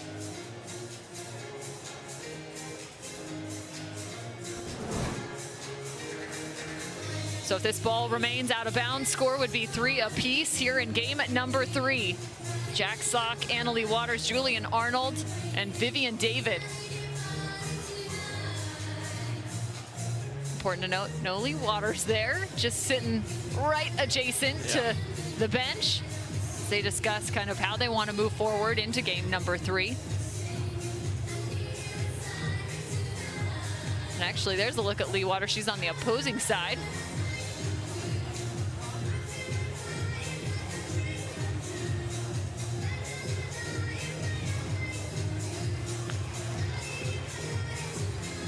Claps for them as they now hit the court yet again. Just the last match to be played here on Pro Mixed Doubles Day. Yeah, and as we mentioned earlier, this is big. Our final, our mixed final, will be on ESPN2 at 6 o'clock on Sunday, and it'll be a best 2 out of 3. Now they're going over. Let's see what the call After is. video review, the call about is overturned. We'll resume play with David and Arnold serving at 3-2-1. Call is overturned, ball and bounds.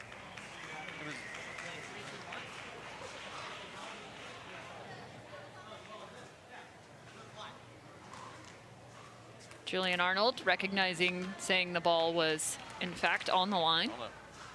So they do not lose a timeout in that exchange either. 3-2-1. And the score goes back to 3-2. Serve to David and Arnold.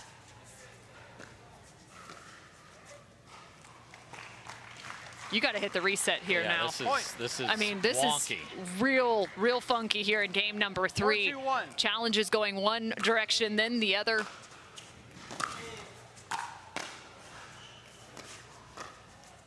You got to let it be fuel to the fire if you're Waters and Sock. Yeah, we saw not exactly this situation, but a different 4-2-2. element get that lady right there fired up in her singles. We'll see if this can get her going in this mixed doubles semifinal.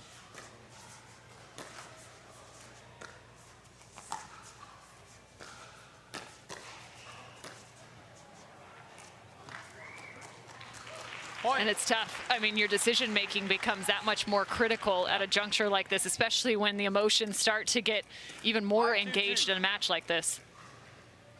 Yeah, we will switch sides at 6, so you do not want to be down 4. It's a big rally right here. 5-2-2.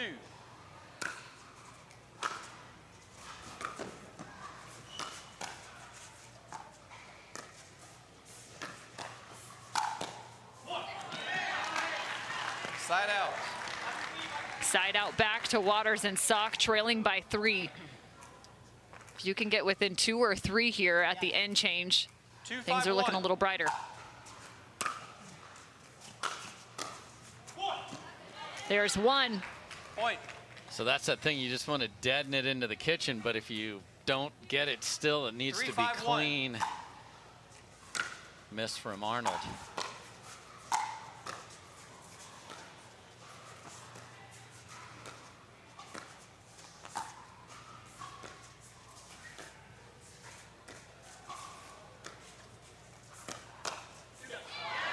Tries to find the middle, but Jack Sock is there. I will say, though, I'm very impressed from David and Arnold's standpoint in their ability to not necessarily counter, but try and force them to play a slower game. So those third shot drives are coming. Instead of countering back with the pace, they're just letting the game settle in. 4-5-1. Yeah, they just got to continue to dink there and make Jack find it.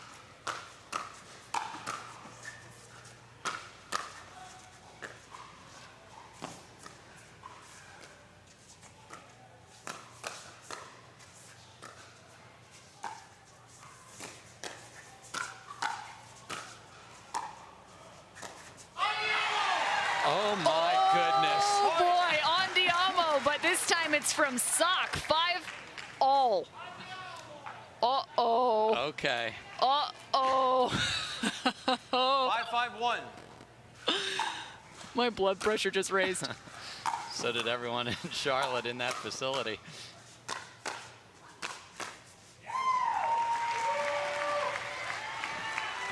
Second serve. And Arnold held his hand up to his ear, seeing if Sock had something to say there. This is something else. I just got uncomfortable.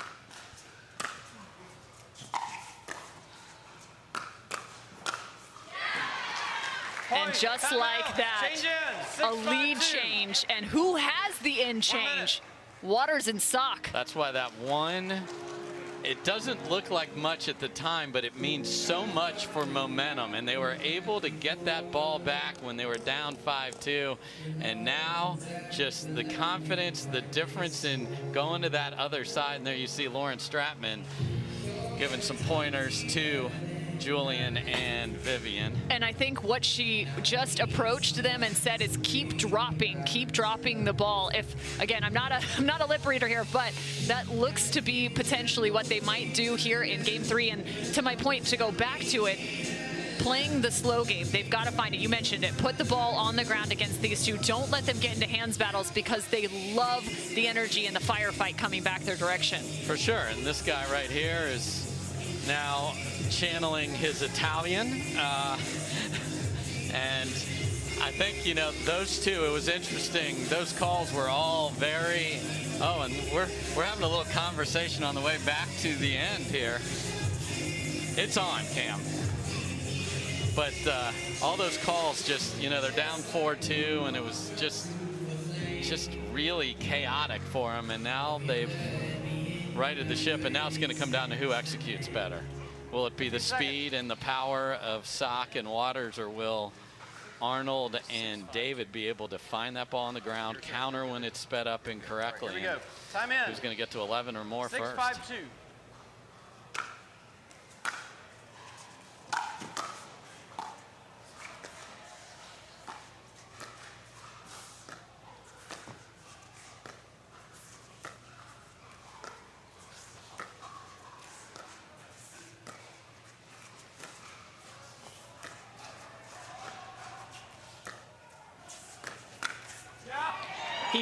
He waited, even found the backhand slice.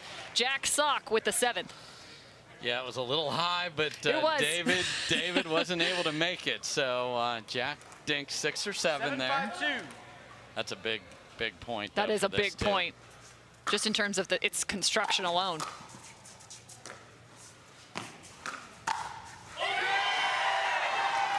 Right through the middle. Annalie Waters. Yeah, that's an interesting choice there. She's standing there just waiting for the ball. That ball is high. Sock is way back. That's not where you want to put that ball. And both are screaming back at him. I just go back to not necessarily the shot selection for Annalie Waters, but her decision making to know where her court positioning is there, to stay more relative on that right side so that she can poach. I mean, it's her read game that's so impressive right now at the 9-5 point.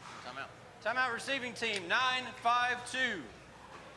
1 minute. So another timeout called, and Dave, I go back. The score was 2-5, and it was in favor of Arnold and David. Yeah, they were that serving. point, it's a 7-point run. 100%. That moment just means everything. And you know, we saw, you know, I was texting with Jack after his singles, and he went to Perseus today. He did not use that yesterday. Got a little more on it, feeling more confident in that paddle, and he's 2 points away from getting to play for a gold medal in his very first pro tournament. Still got to get those last two, but what an ability to just adjust to a new paddle on the fly here as well. I like the fact that they tried to slow it down. Again, it's fractions. Jack sped one up. That's a ball that Vivian David usually makes on that backhand. Didn't make it, and now here we are at 9-5. So now you're in a tough spot if you're David and Arnold. What's the messaging to yourself in a moment like this? Anxiety's pretty high. The pressure is high. You're playing against two of the best. Yeah, got to throw that on the ground and see if this guy will be able to be up to the challenge of balls on the ground. But you got to hope you get there, and they're not gonna. So another drive and crash play gets Waters and Sock at 10-5. It is match point. 10-5-2. A shot for Jack Sock to make championship Sunday.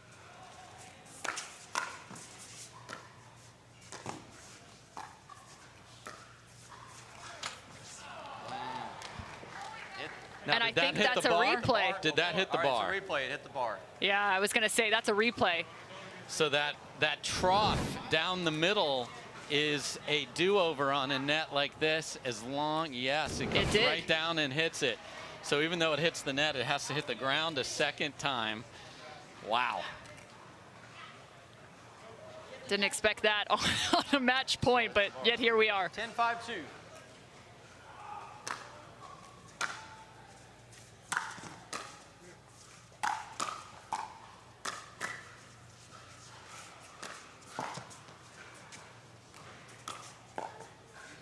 I'm not even sure whose paddle contacted that. What a crazy play.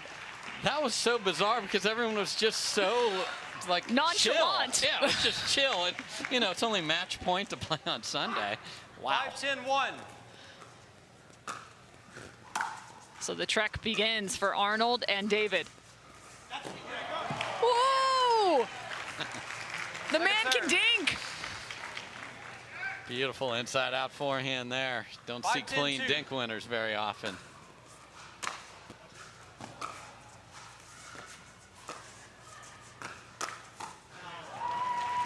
So they get one, 6-10. Point. Might be one of the prettiest inside outs we've seen. 6-10-2.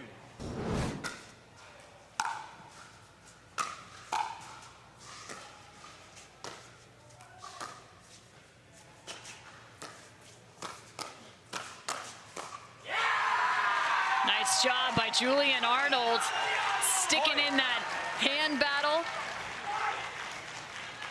Fantastic play.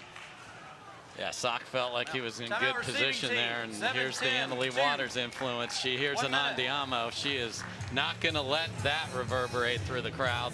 See, Jackson, I should have hit down on that last one. So timeout called. Now they are out of timeouts because they lost one earlier due to the challenge being incorrect. So they certainly hope they don't have to get to that point. You never know.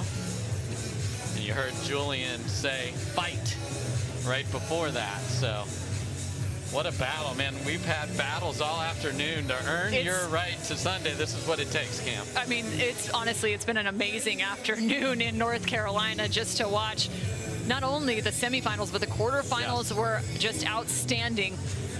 These teams, the parity now across the board, it could be anybody's game at this point. And again, if you're Annalie Waters, you know you have a rookie pickleball pro, but you have a guy that's been in humongous stadiums all his life. So this is not a moment that's too big for Jack Sock, that's for sure.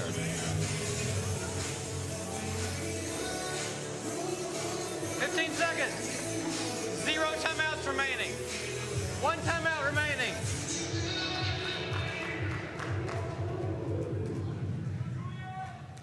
Time in. 7-10-2.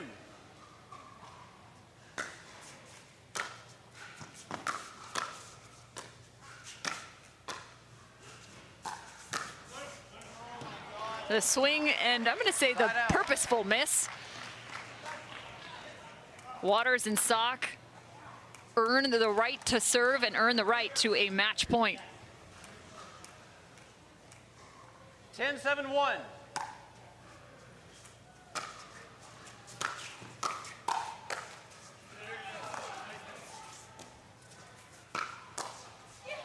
Jack Sock to Championship Sunday.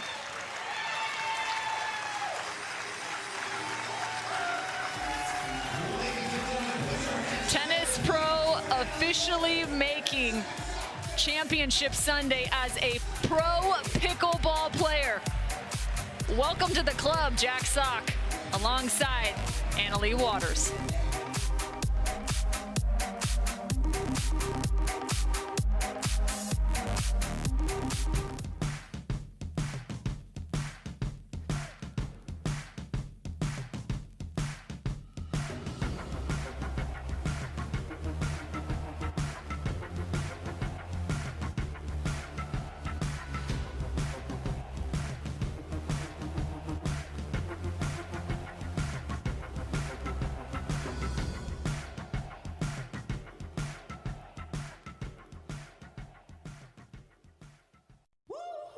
I don't think she's feeling it right now. I'll be on my phone all week.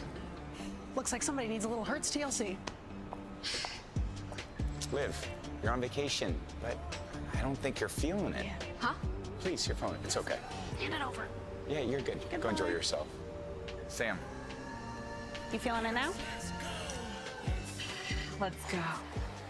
Everyone needs a break sometimes. She's feeling it. Let's go.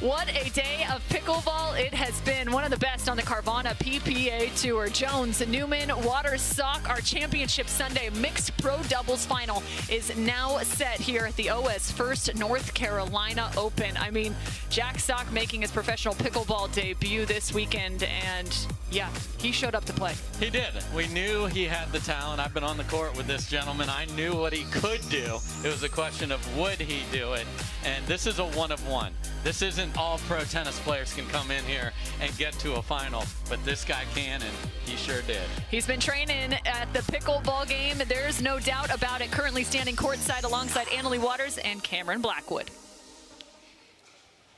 Jack, heading into championship day Sunday, but I want to take us back to game 3. You tied up 5-5. You yell andiamo to Julian. You about to take that turn from him? No, it's all in good fun. We're all competitive out here. I'm very, very competitive. And tennis, there's not a lot of chirping. Obviously, you're a lot farther away. So it's kind of fun, honestly, to get out here and be able to kind of say some stuff and get into it. I love it. I love the energy. It kind of fires me up some more. So it was a blast. Julian's obviously an incredible player. Vivian as well.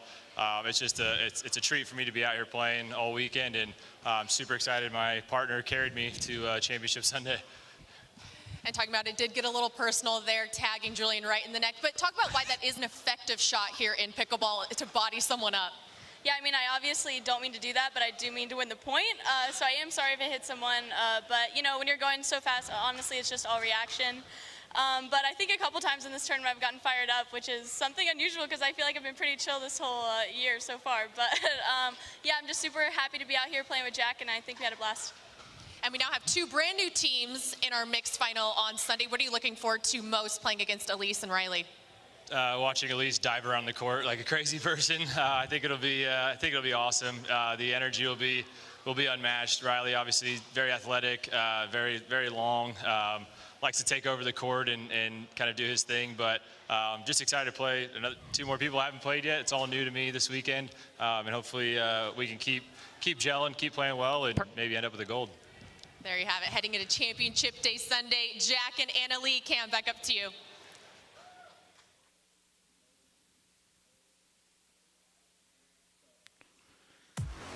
So Jack Sock and Allyce Waters are moving on to Championship Sunday. And speaking of moving on, let's move on to Saturday, as it will be men's and women's pro doubles here on the Carvana PPA Tour. We start our coverage at 10 a.m. Eastern. So, hey, if you're sitting on the West Coast, you better get that coffee ready to go. You're not going to want to miss a moment of the action. Thanks so much for joining myself, Dave Fleming, Drew Felios, and Dominic Catalano, along with our whole Tennis Channel crew. It's been an epic day here on the Carvana PPA Tour. We'll see you back at the kitchen line.